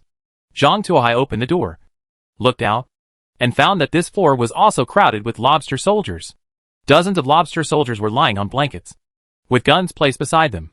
Zhang Tuohai did not dare to move and continued downward. This time, Zhang Tuohai came to the bottom warehouse.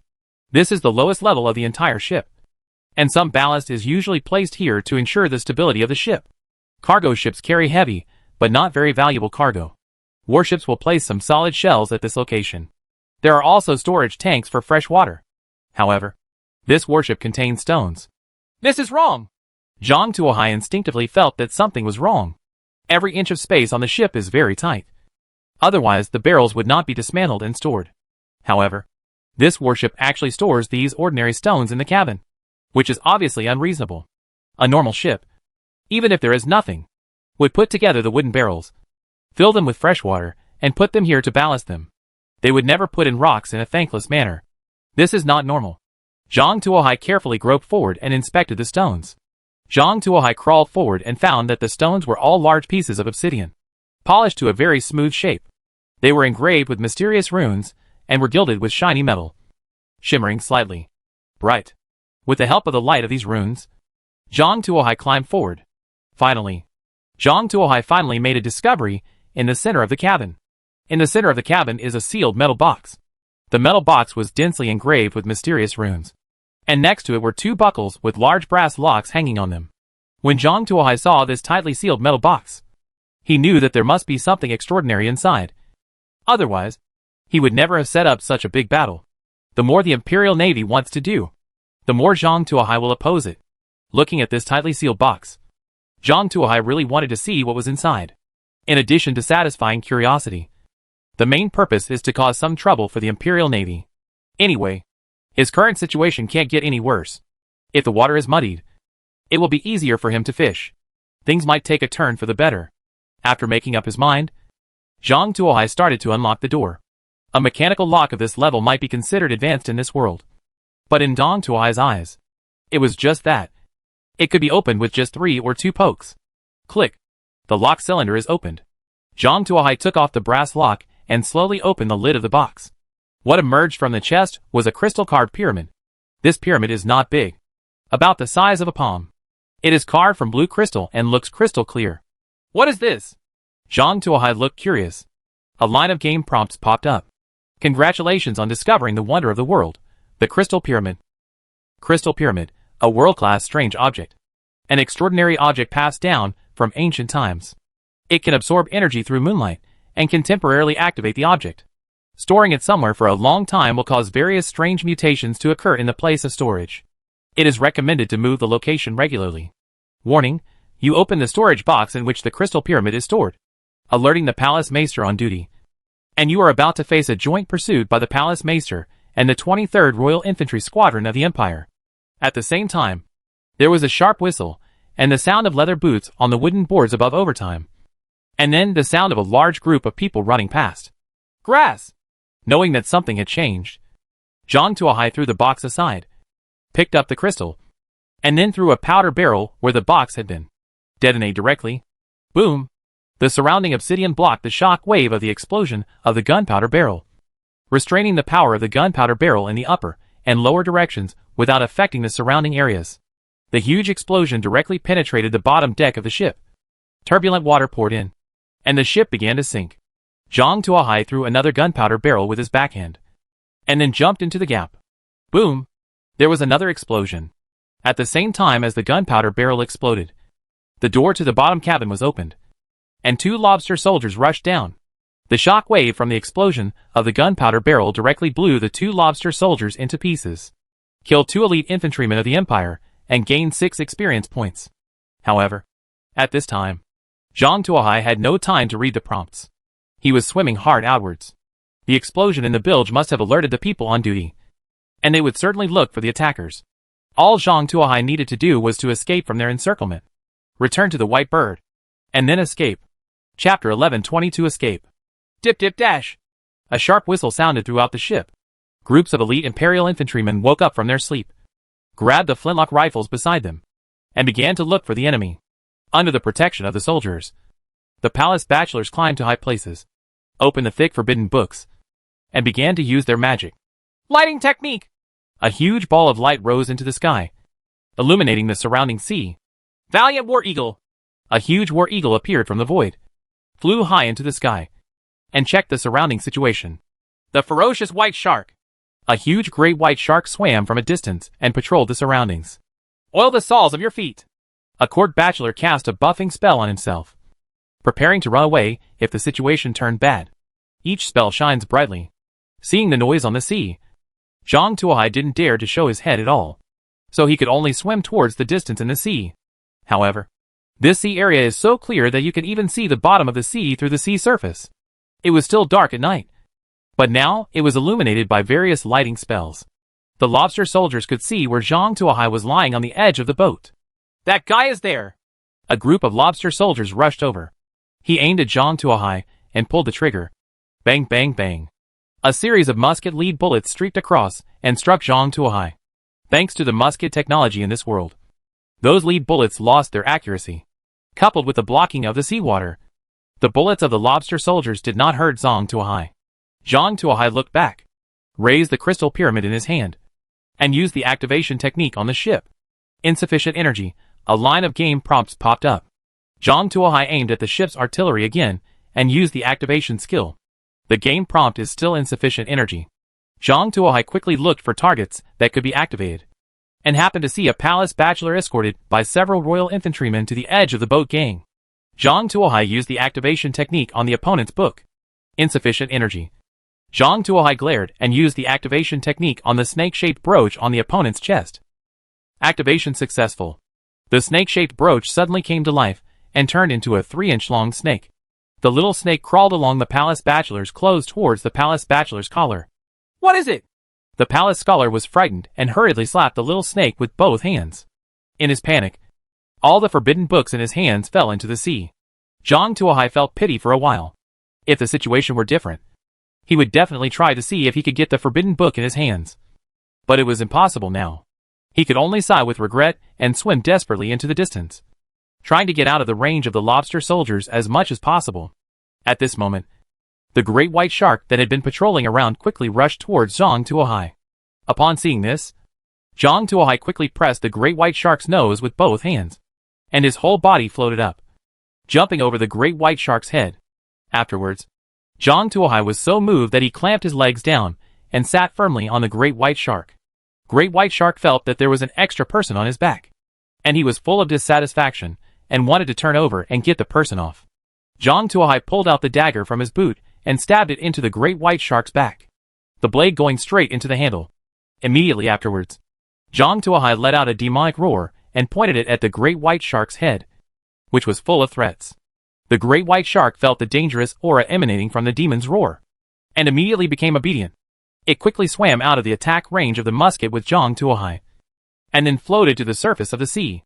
Zhang Tuohai rode on the back of the great white shark like a horse, galloping on the sea. The imperial infantrymen on the ships raised their flintlock guns and continued to shoot at Zhang Tuohai. However, Zhang Tuohai was already beyond their shooting range, and the lead bullets could only fall into the water powerlessly, posing no threat at all.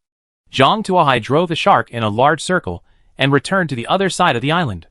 At this time, the white bird had already pulled up the anchor, but without Zhang Tuohai's order, the pirates did not dare to raise the sails and set sail.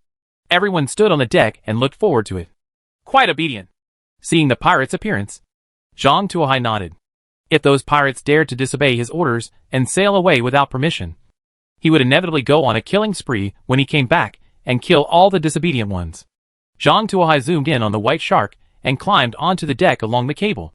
I originally wanted to thank this great white shark, but the great white shark had already disappeared, and I could only vaguely see a dorsal fin breaking through the waves in the distance. Raise sail and set sail. Let's get out of here.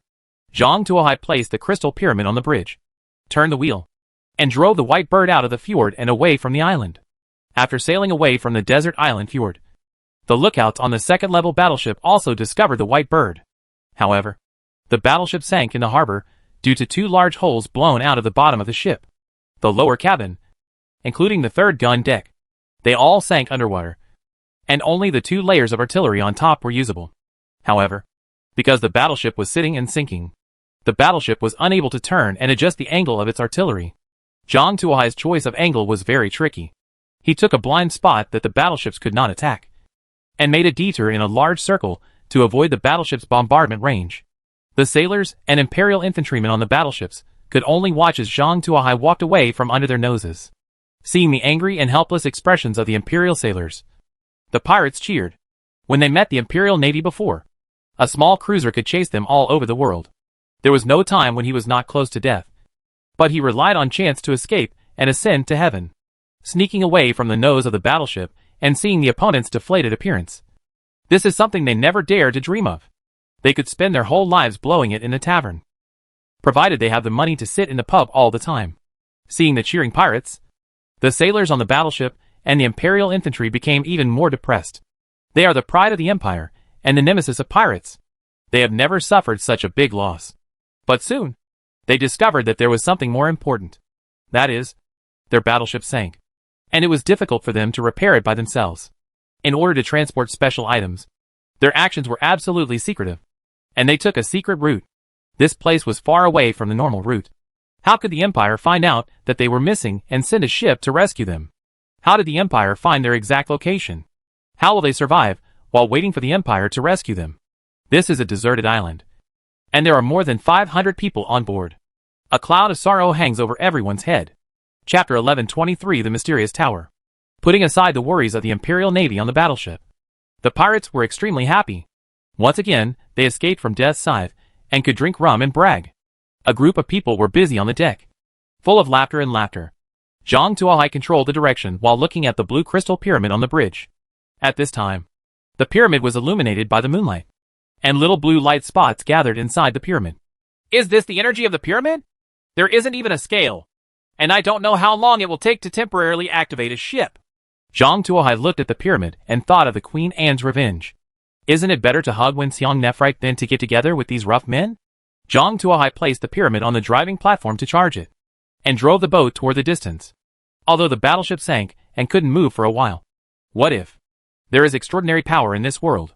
What if a court bachelor knows how to quickly repair a ship? Before figuring out the power system of this world, Zhang Tuohai decided to play it safe. The ship sailed all the way away from the battleship until it could no longer see the other side.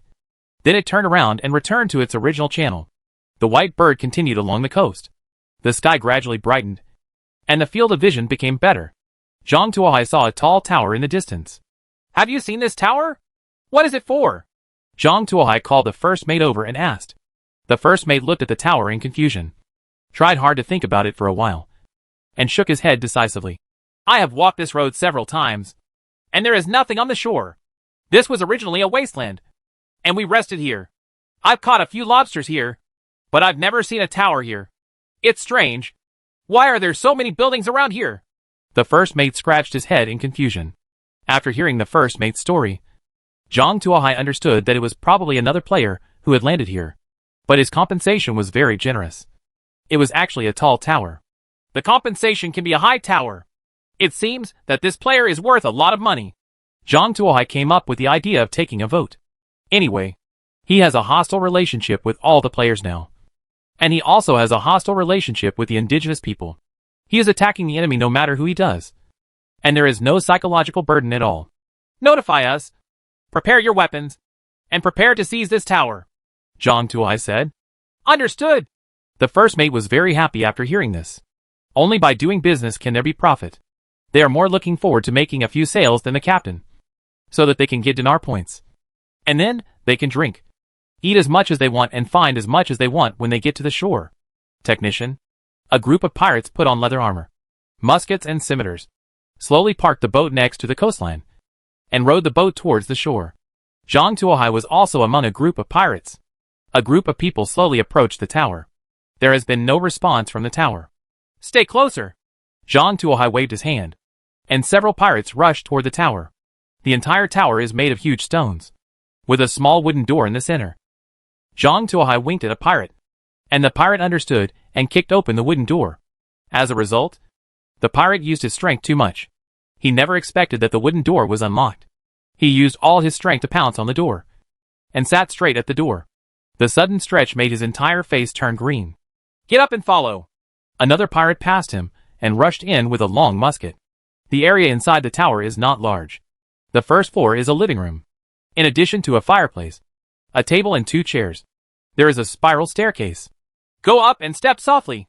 Zhang Tuohai drew out the devil's roar. Yes. The bosun drew out his scimitar, and was the first to rush forward. According to pirate rules, the first one to board an enemy ship gets half the loot. A group of pirates filed forward. A few pirates were afraid of making any noise, and took off their shoes. The group quietly arrived at the second floor of the tower. On the second floor is a small kitchen, with a simple worktop and oven, and even piles of firewood. But there is still no one there. The group of people continued to go up the stairs. On the third floor was a storage room with a few brooms and other tools stacked up. But otherwise it was empty. The fourth floor looks like a servant's bedroom. The furniture is very simple. The bedding is neatly folded, and there is no trace of human life. The group of people followed the stairs to the 5th floor. Climbing to the end of the stairs, I saw a carved wooden door. At first glance, this door is much more delicate than the rough wooden doors below. Zhang Tuohai guessed that this might be the owner's room. Zhang Tuohai signaled, and the bosun kicked open the door and rushed in with a machete. Then, he was stunned by the sight in front of him. This is a magnificent bedroom, with thick carpets on the floor and beautiful patterned tapestries on the walls. The roof is actually made of transparent crystal. A ray of sunlight shines in, illuminating the room without any traces of it. That gloomy feel of a castle tower. Against the wall is a huge desk, with 2 parchment scrolls and a thick book on it. The cover of the book is covered with a bronze cover, which is stained with rust, and is connected by a chain, with edges, spikes. Zhang Tuohai felt that this was not a book at all, but a meteor hammer. Near the window is a large velvet bed with curtains. A beautiful woman is lying on the bed covered with almost transparent gauze, supporting her head with one arm, looking at the people in front of her with a half smile. Originally, this was supposed to be a very erotic scene. If one ignored the horns on the opponent's head, the tail behind him, and the mummy on the ground. It's great that there are so many sweet pastries here.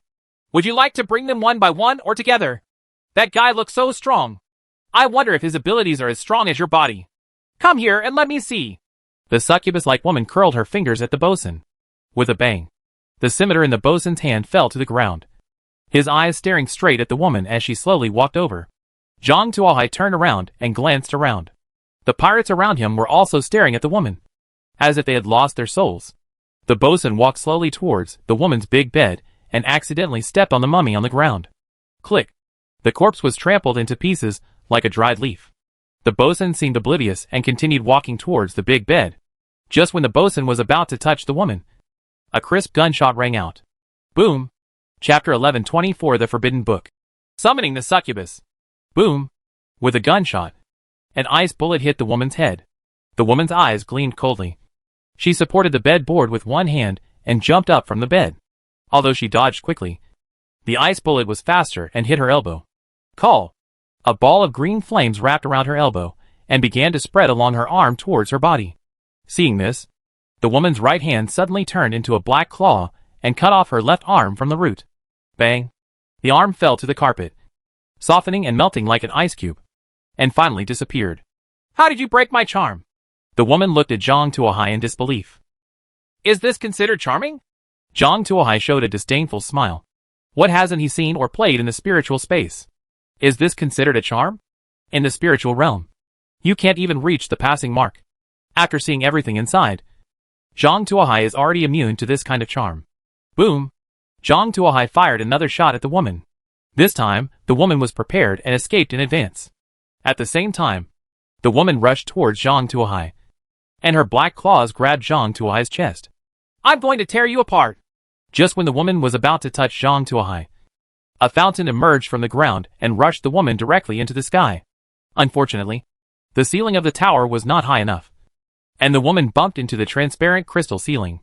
The woman who hit her had stars in her eyes. Then, the water flow suddenly disappeared, and the woman fell down again. Even though there was a thick carpet on the floor, the woman still fell so hard that she almost couldn't get up. Before the woman could recover, a gun was pressed against her head. Goodbye. Boom! Gunfire rang out. No matter how fast a woman is, she can't dodge bullets at close range. A hole was opened directly in his head, and the brain inside was completely burned by green flames. With the death of the woman, the pirates came to their senses one by one. They looked at everything in front of them in a daze, completely unaware of what was happening. A line of game prompts popped up. Kill a succubus and gain 6 experience points. Seeing the prompt, Zhang Tuohai whistled. He actually gained 6 experience points at once, which was twice as much as the elite infantry of the Empire. So this is a succubus? Zhang Tuohai looked at the woman's body seriously, except for the sharp horns, tail and newly grown claws. It seemed to be no different from a normal human being. After studying it carefully for a while, Zhang Tuohai came to the desk and opened the heavy book. You obtained the Forbidden Book. Summoning the succubus. Zhang Tuohai opened the bronze envelope and opened the first page. Zhang Tuohai discovered that the pages were not ordinary paper or sheepskin, but silver. Solid pieces of silver. Hard and thick. No wonder a book is so thick. I can't even write a few pages in this book. Zhang Tuohai muttered while looking at the first page. On the first page, there is a complicated magic circle drawn. The magic circle is very mysterious and complex, and there are a lot of symbols and patterns. Zhang Tuohai could barely figure out that this was a summoning type of magic circle based on some knowledge of runes he had learned. The specific effect was unknown. Normal magic circle matters were left to Xiao Ai and Lilith to study and analyze. Just get a rough idea. Pages 2 to 5 talk about the precautions and various preparations for activating the magic circle. Pages 6 to 8 are things to note when dealing with succubi. The notes on page 9 are much more messy, and they seem to be the insights of previous owners. The same sentence was transcribed in various handwritings. The succubus tastes really good. This. Zhang Tuohai turned back silently and found that he had reached the end. He suddenly discovered a sentence engraved on the back cover of the book. The succubus demands without restraint, and the summoner must remain conscious. Otherwise he will be turned into a mummy. All descendants, please remember this. The writing is engraved, but the color is the same as the back cover. You may not be able to see it if you don't pay attention. Zhang Tuohai seemed to know where the mummy came from. It must be some unlucky player who didn't read the whole book. However, whether this method of death is considered unlucky is a question worth exploring. Zhang Tuohai put the book away and considered it his trophy.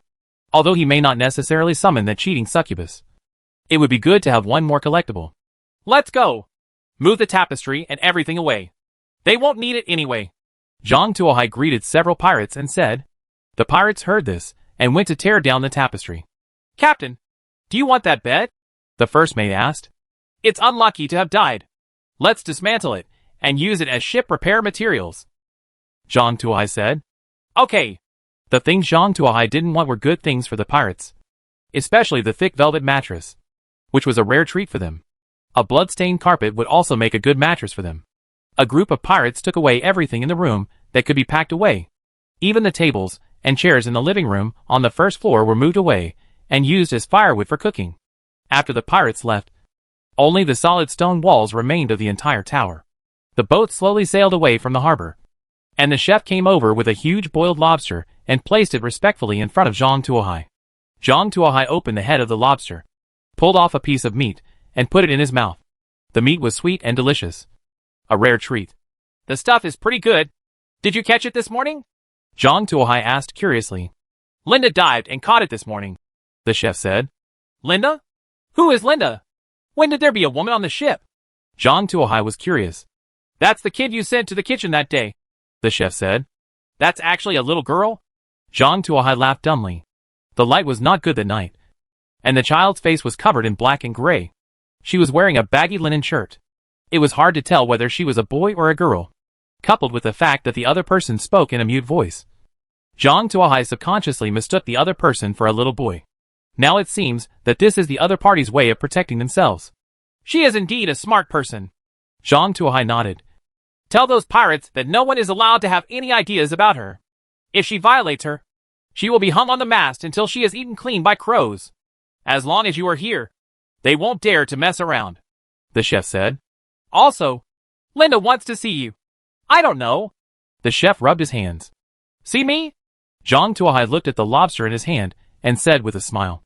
It turns out that this lobster is not free. Okay, let her come over. Zhang Tuohai put the lobster on the plate and said calmly. Chapter 11:25 Orleans. Linda walked out of the boat, still wearing the baggy linen clothes, but her face had been washed, revealing a thin face. Tell me, what do you want to do when you meet me? Zhang Tuohai asked. I want to learn skills. Machetes, muskets, anything that can kill people. I want to learn it.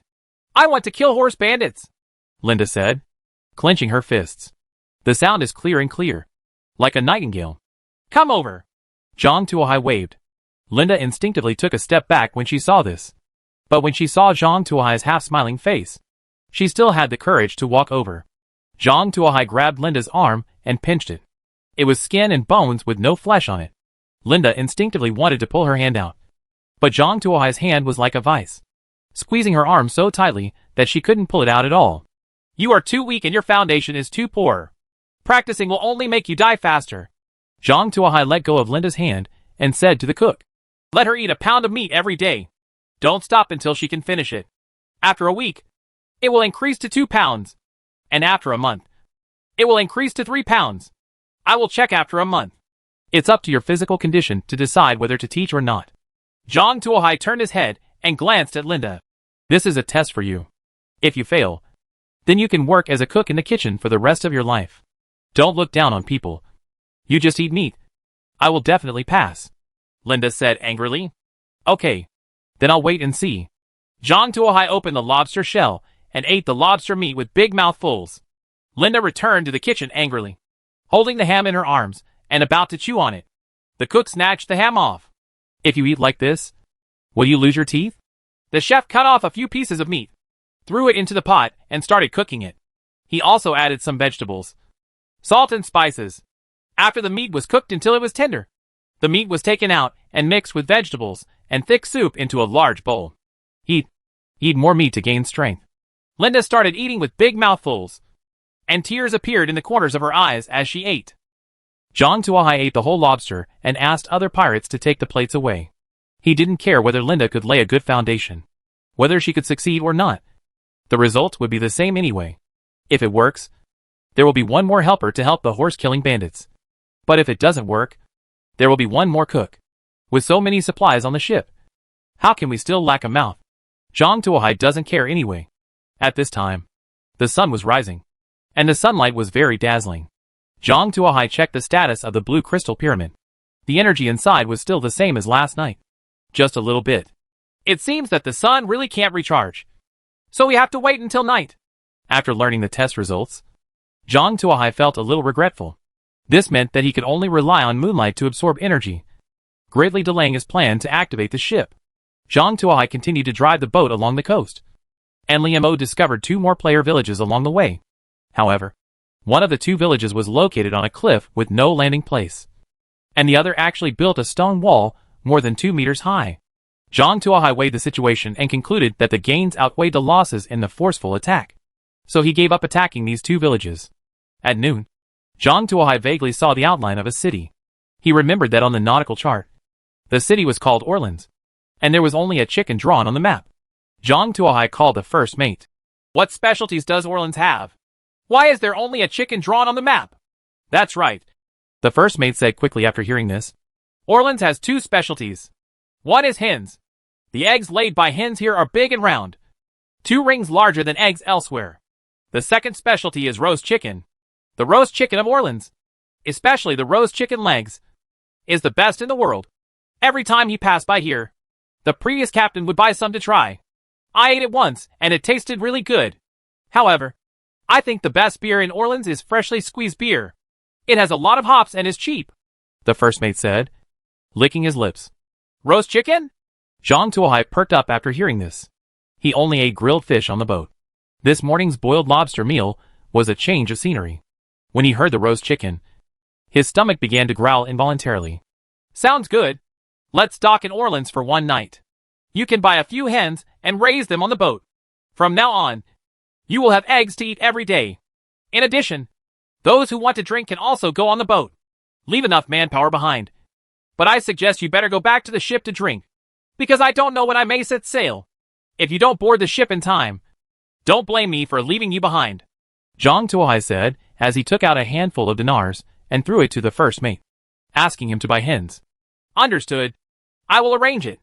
The first mate nodded. The ship slowly approached Orleans, getting closer and closer to the port, and there were more ships. The first mate changed the ship's license plate to the Blue Frog to avoid being recognized as a pirate ship. Zhang Tuohai took one look at the ship's name and was unable to complain. He planned to change the ship's name to a more prestigious name in the future. Blue Frog. It was embarrassing to say it, and it was not domineering at all.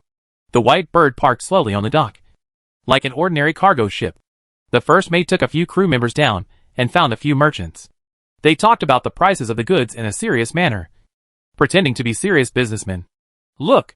Zhang Tuohai changed into more decent clothes, stepped off the ship, and entered Orleans.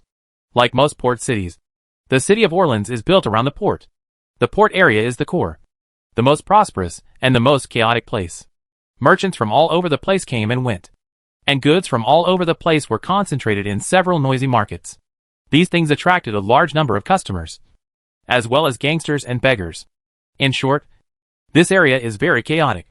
Zhang Tuohai had a stabbing sword on his waist, and the handle of the gun was deliberately exposed, which made the thieves and beggars stay away from him. Zhang Tuohai walked along the streets and alleys looking for a roast chicken restaurant. After walking for a long time, Zhang Tuohai discovered a problem. That is, most of the better decorated roast chicken restaurants were closed. If 2 in a row can be considered a coincidence, but 3 or 4 in a row is a problem. Zhang Tuohai asked some passers-by and found out that today was the wedding day of the governor of Orlan's daughter. All the famous roast chicken chefs in the city were called to the governor's mansion to help cook.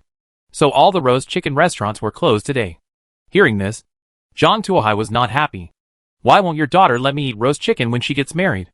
Is this justified? Is there any royal law for this? No. Since you can't buy roast chicken outside, don't blame me for eating it at the governor's mansion. Zhang Tuohai straightened his clothes and strode towards the governor's mansion. He was going to the governor's mansion to eat and drink.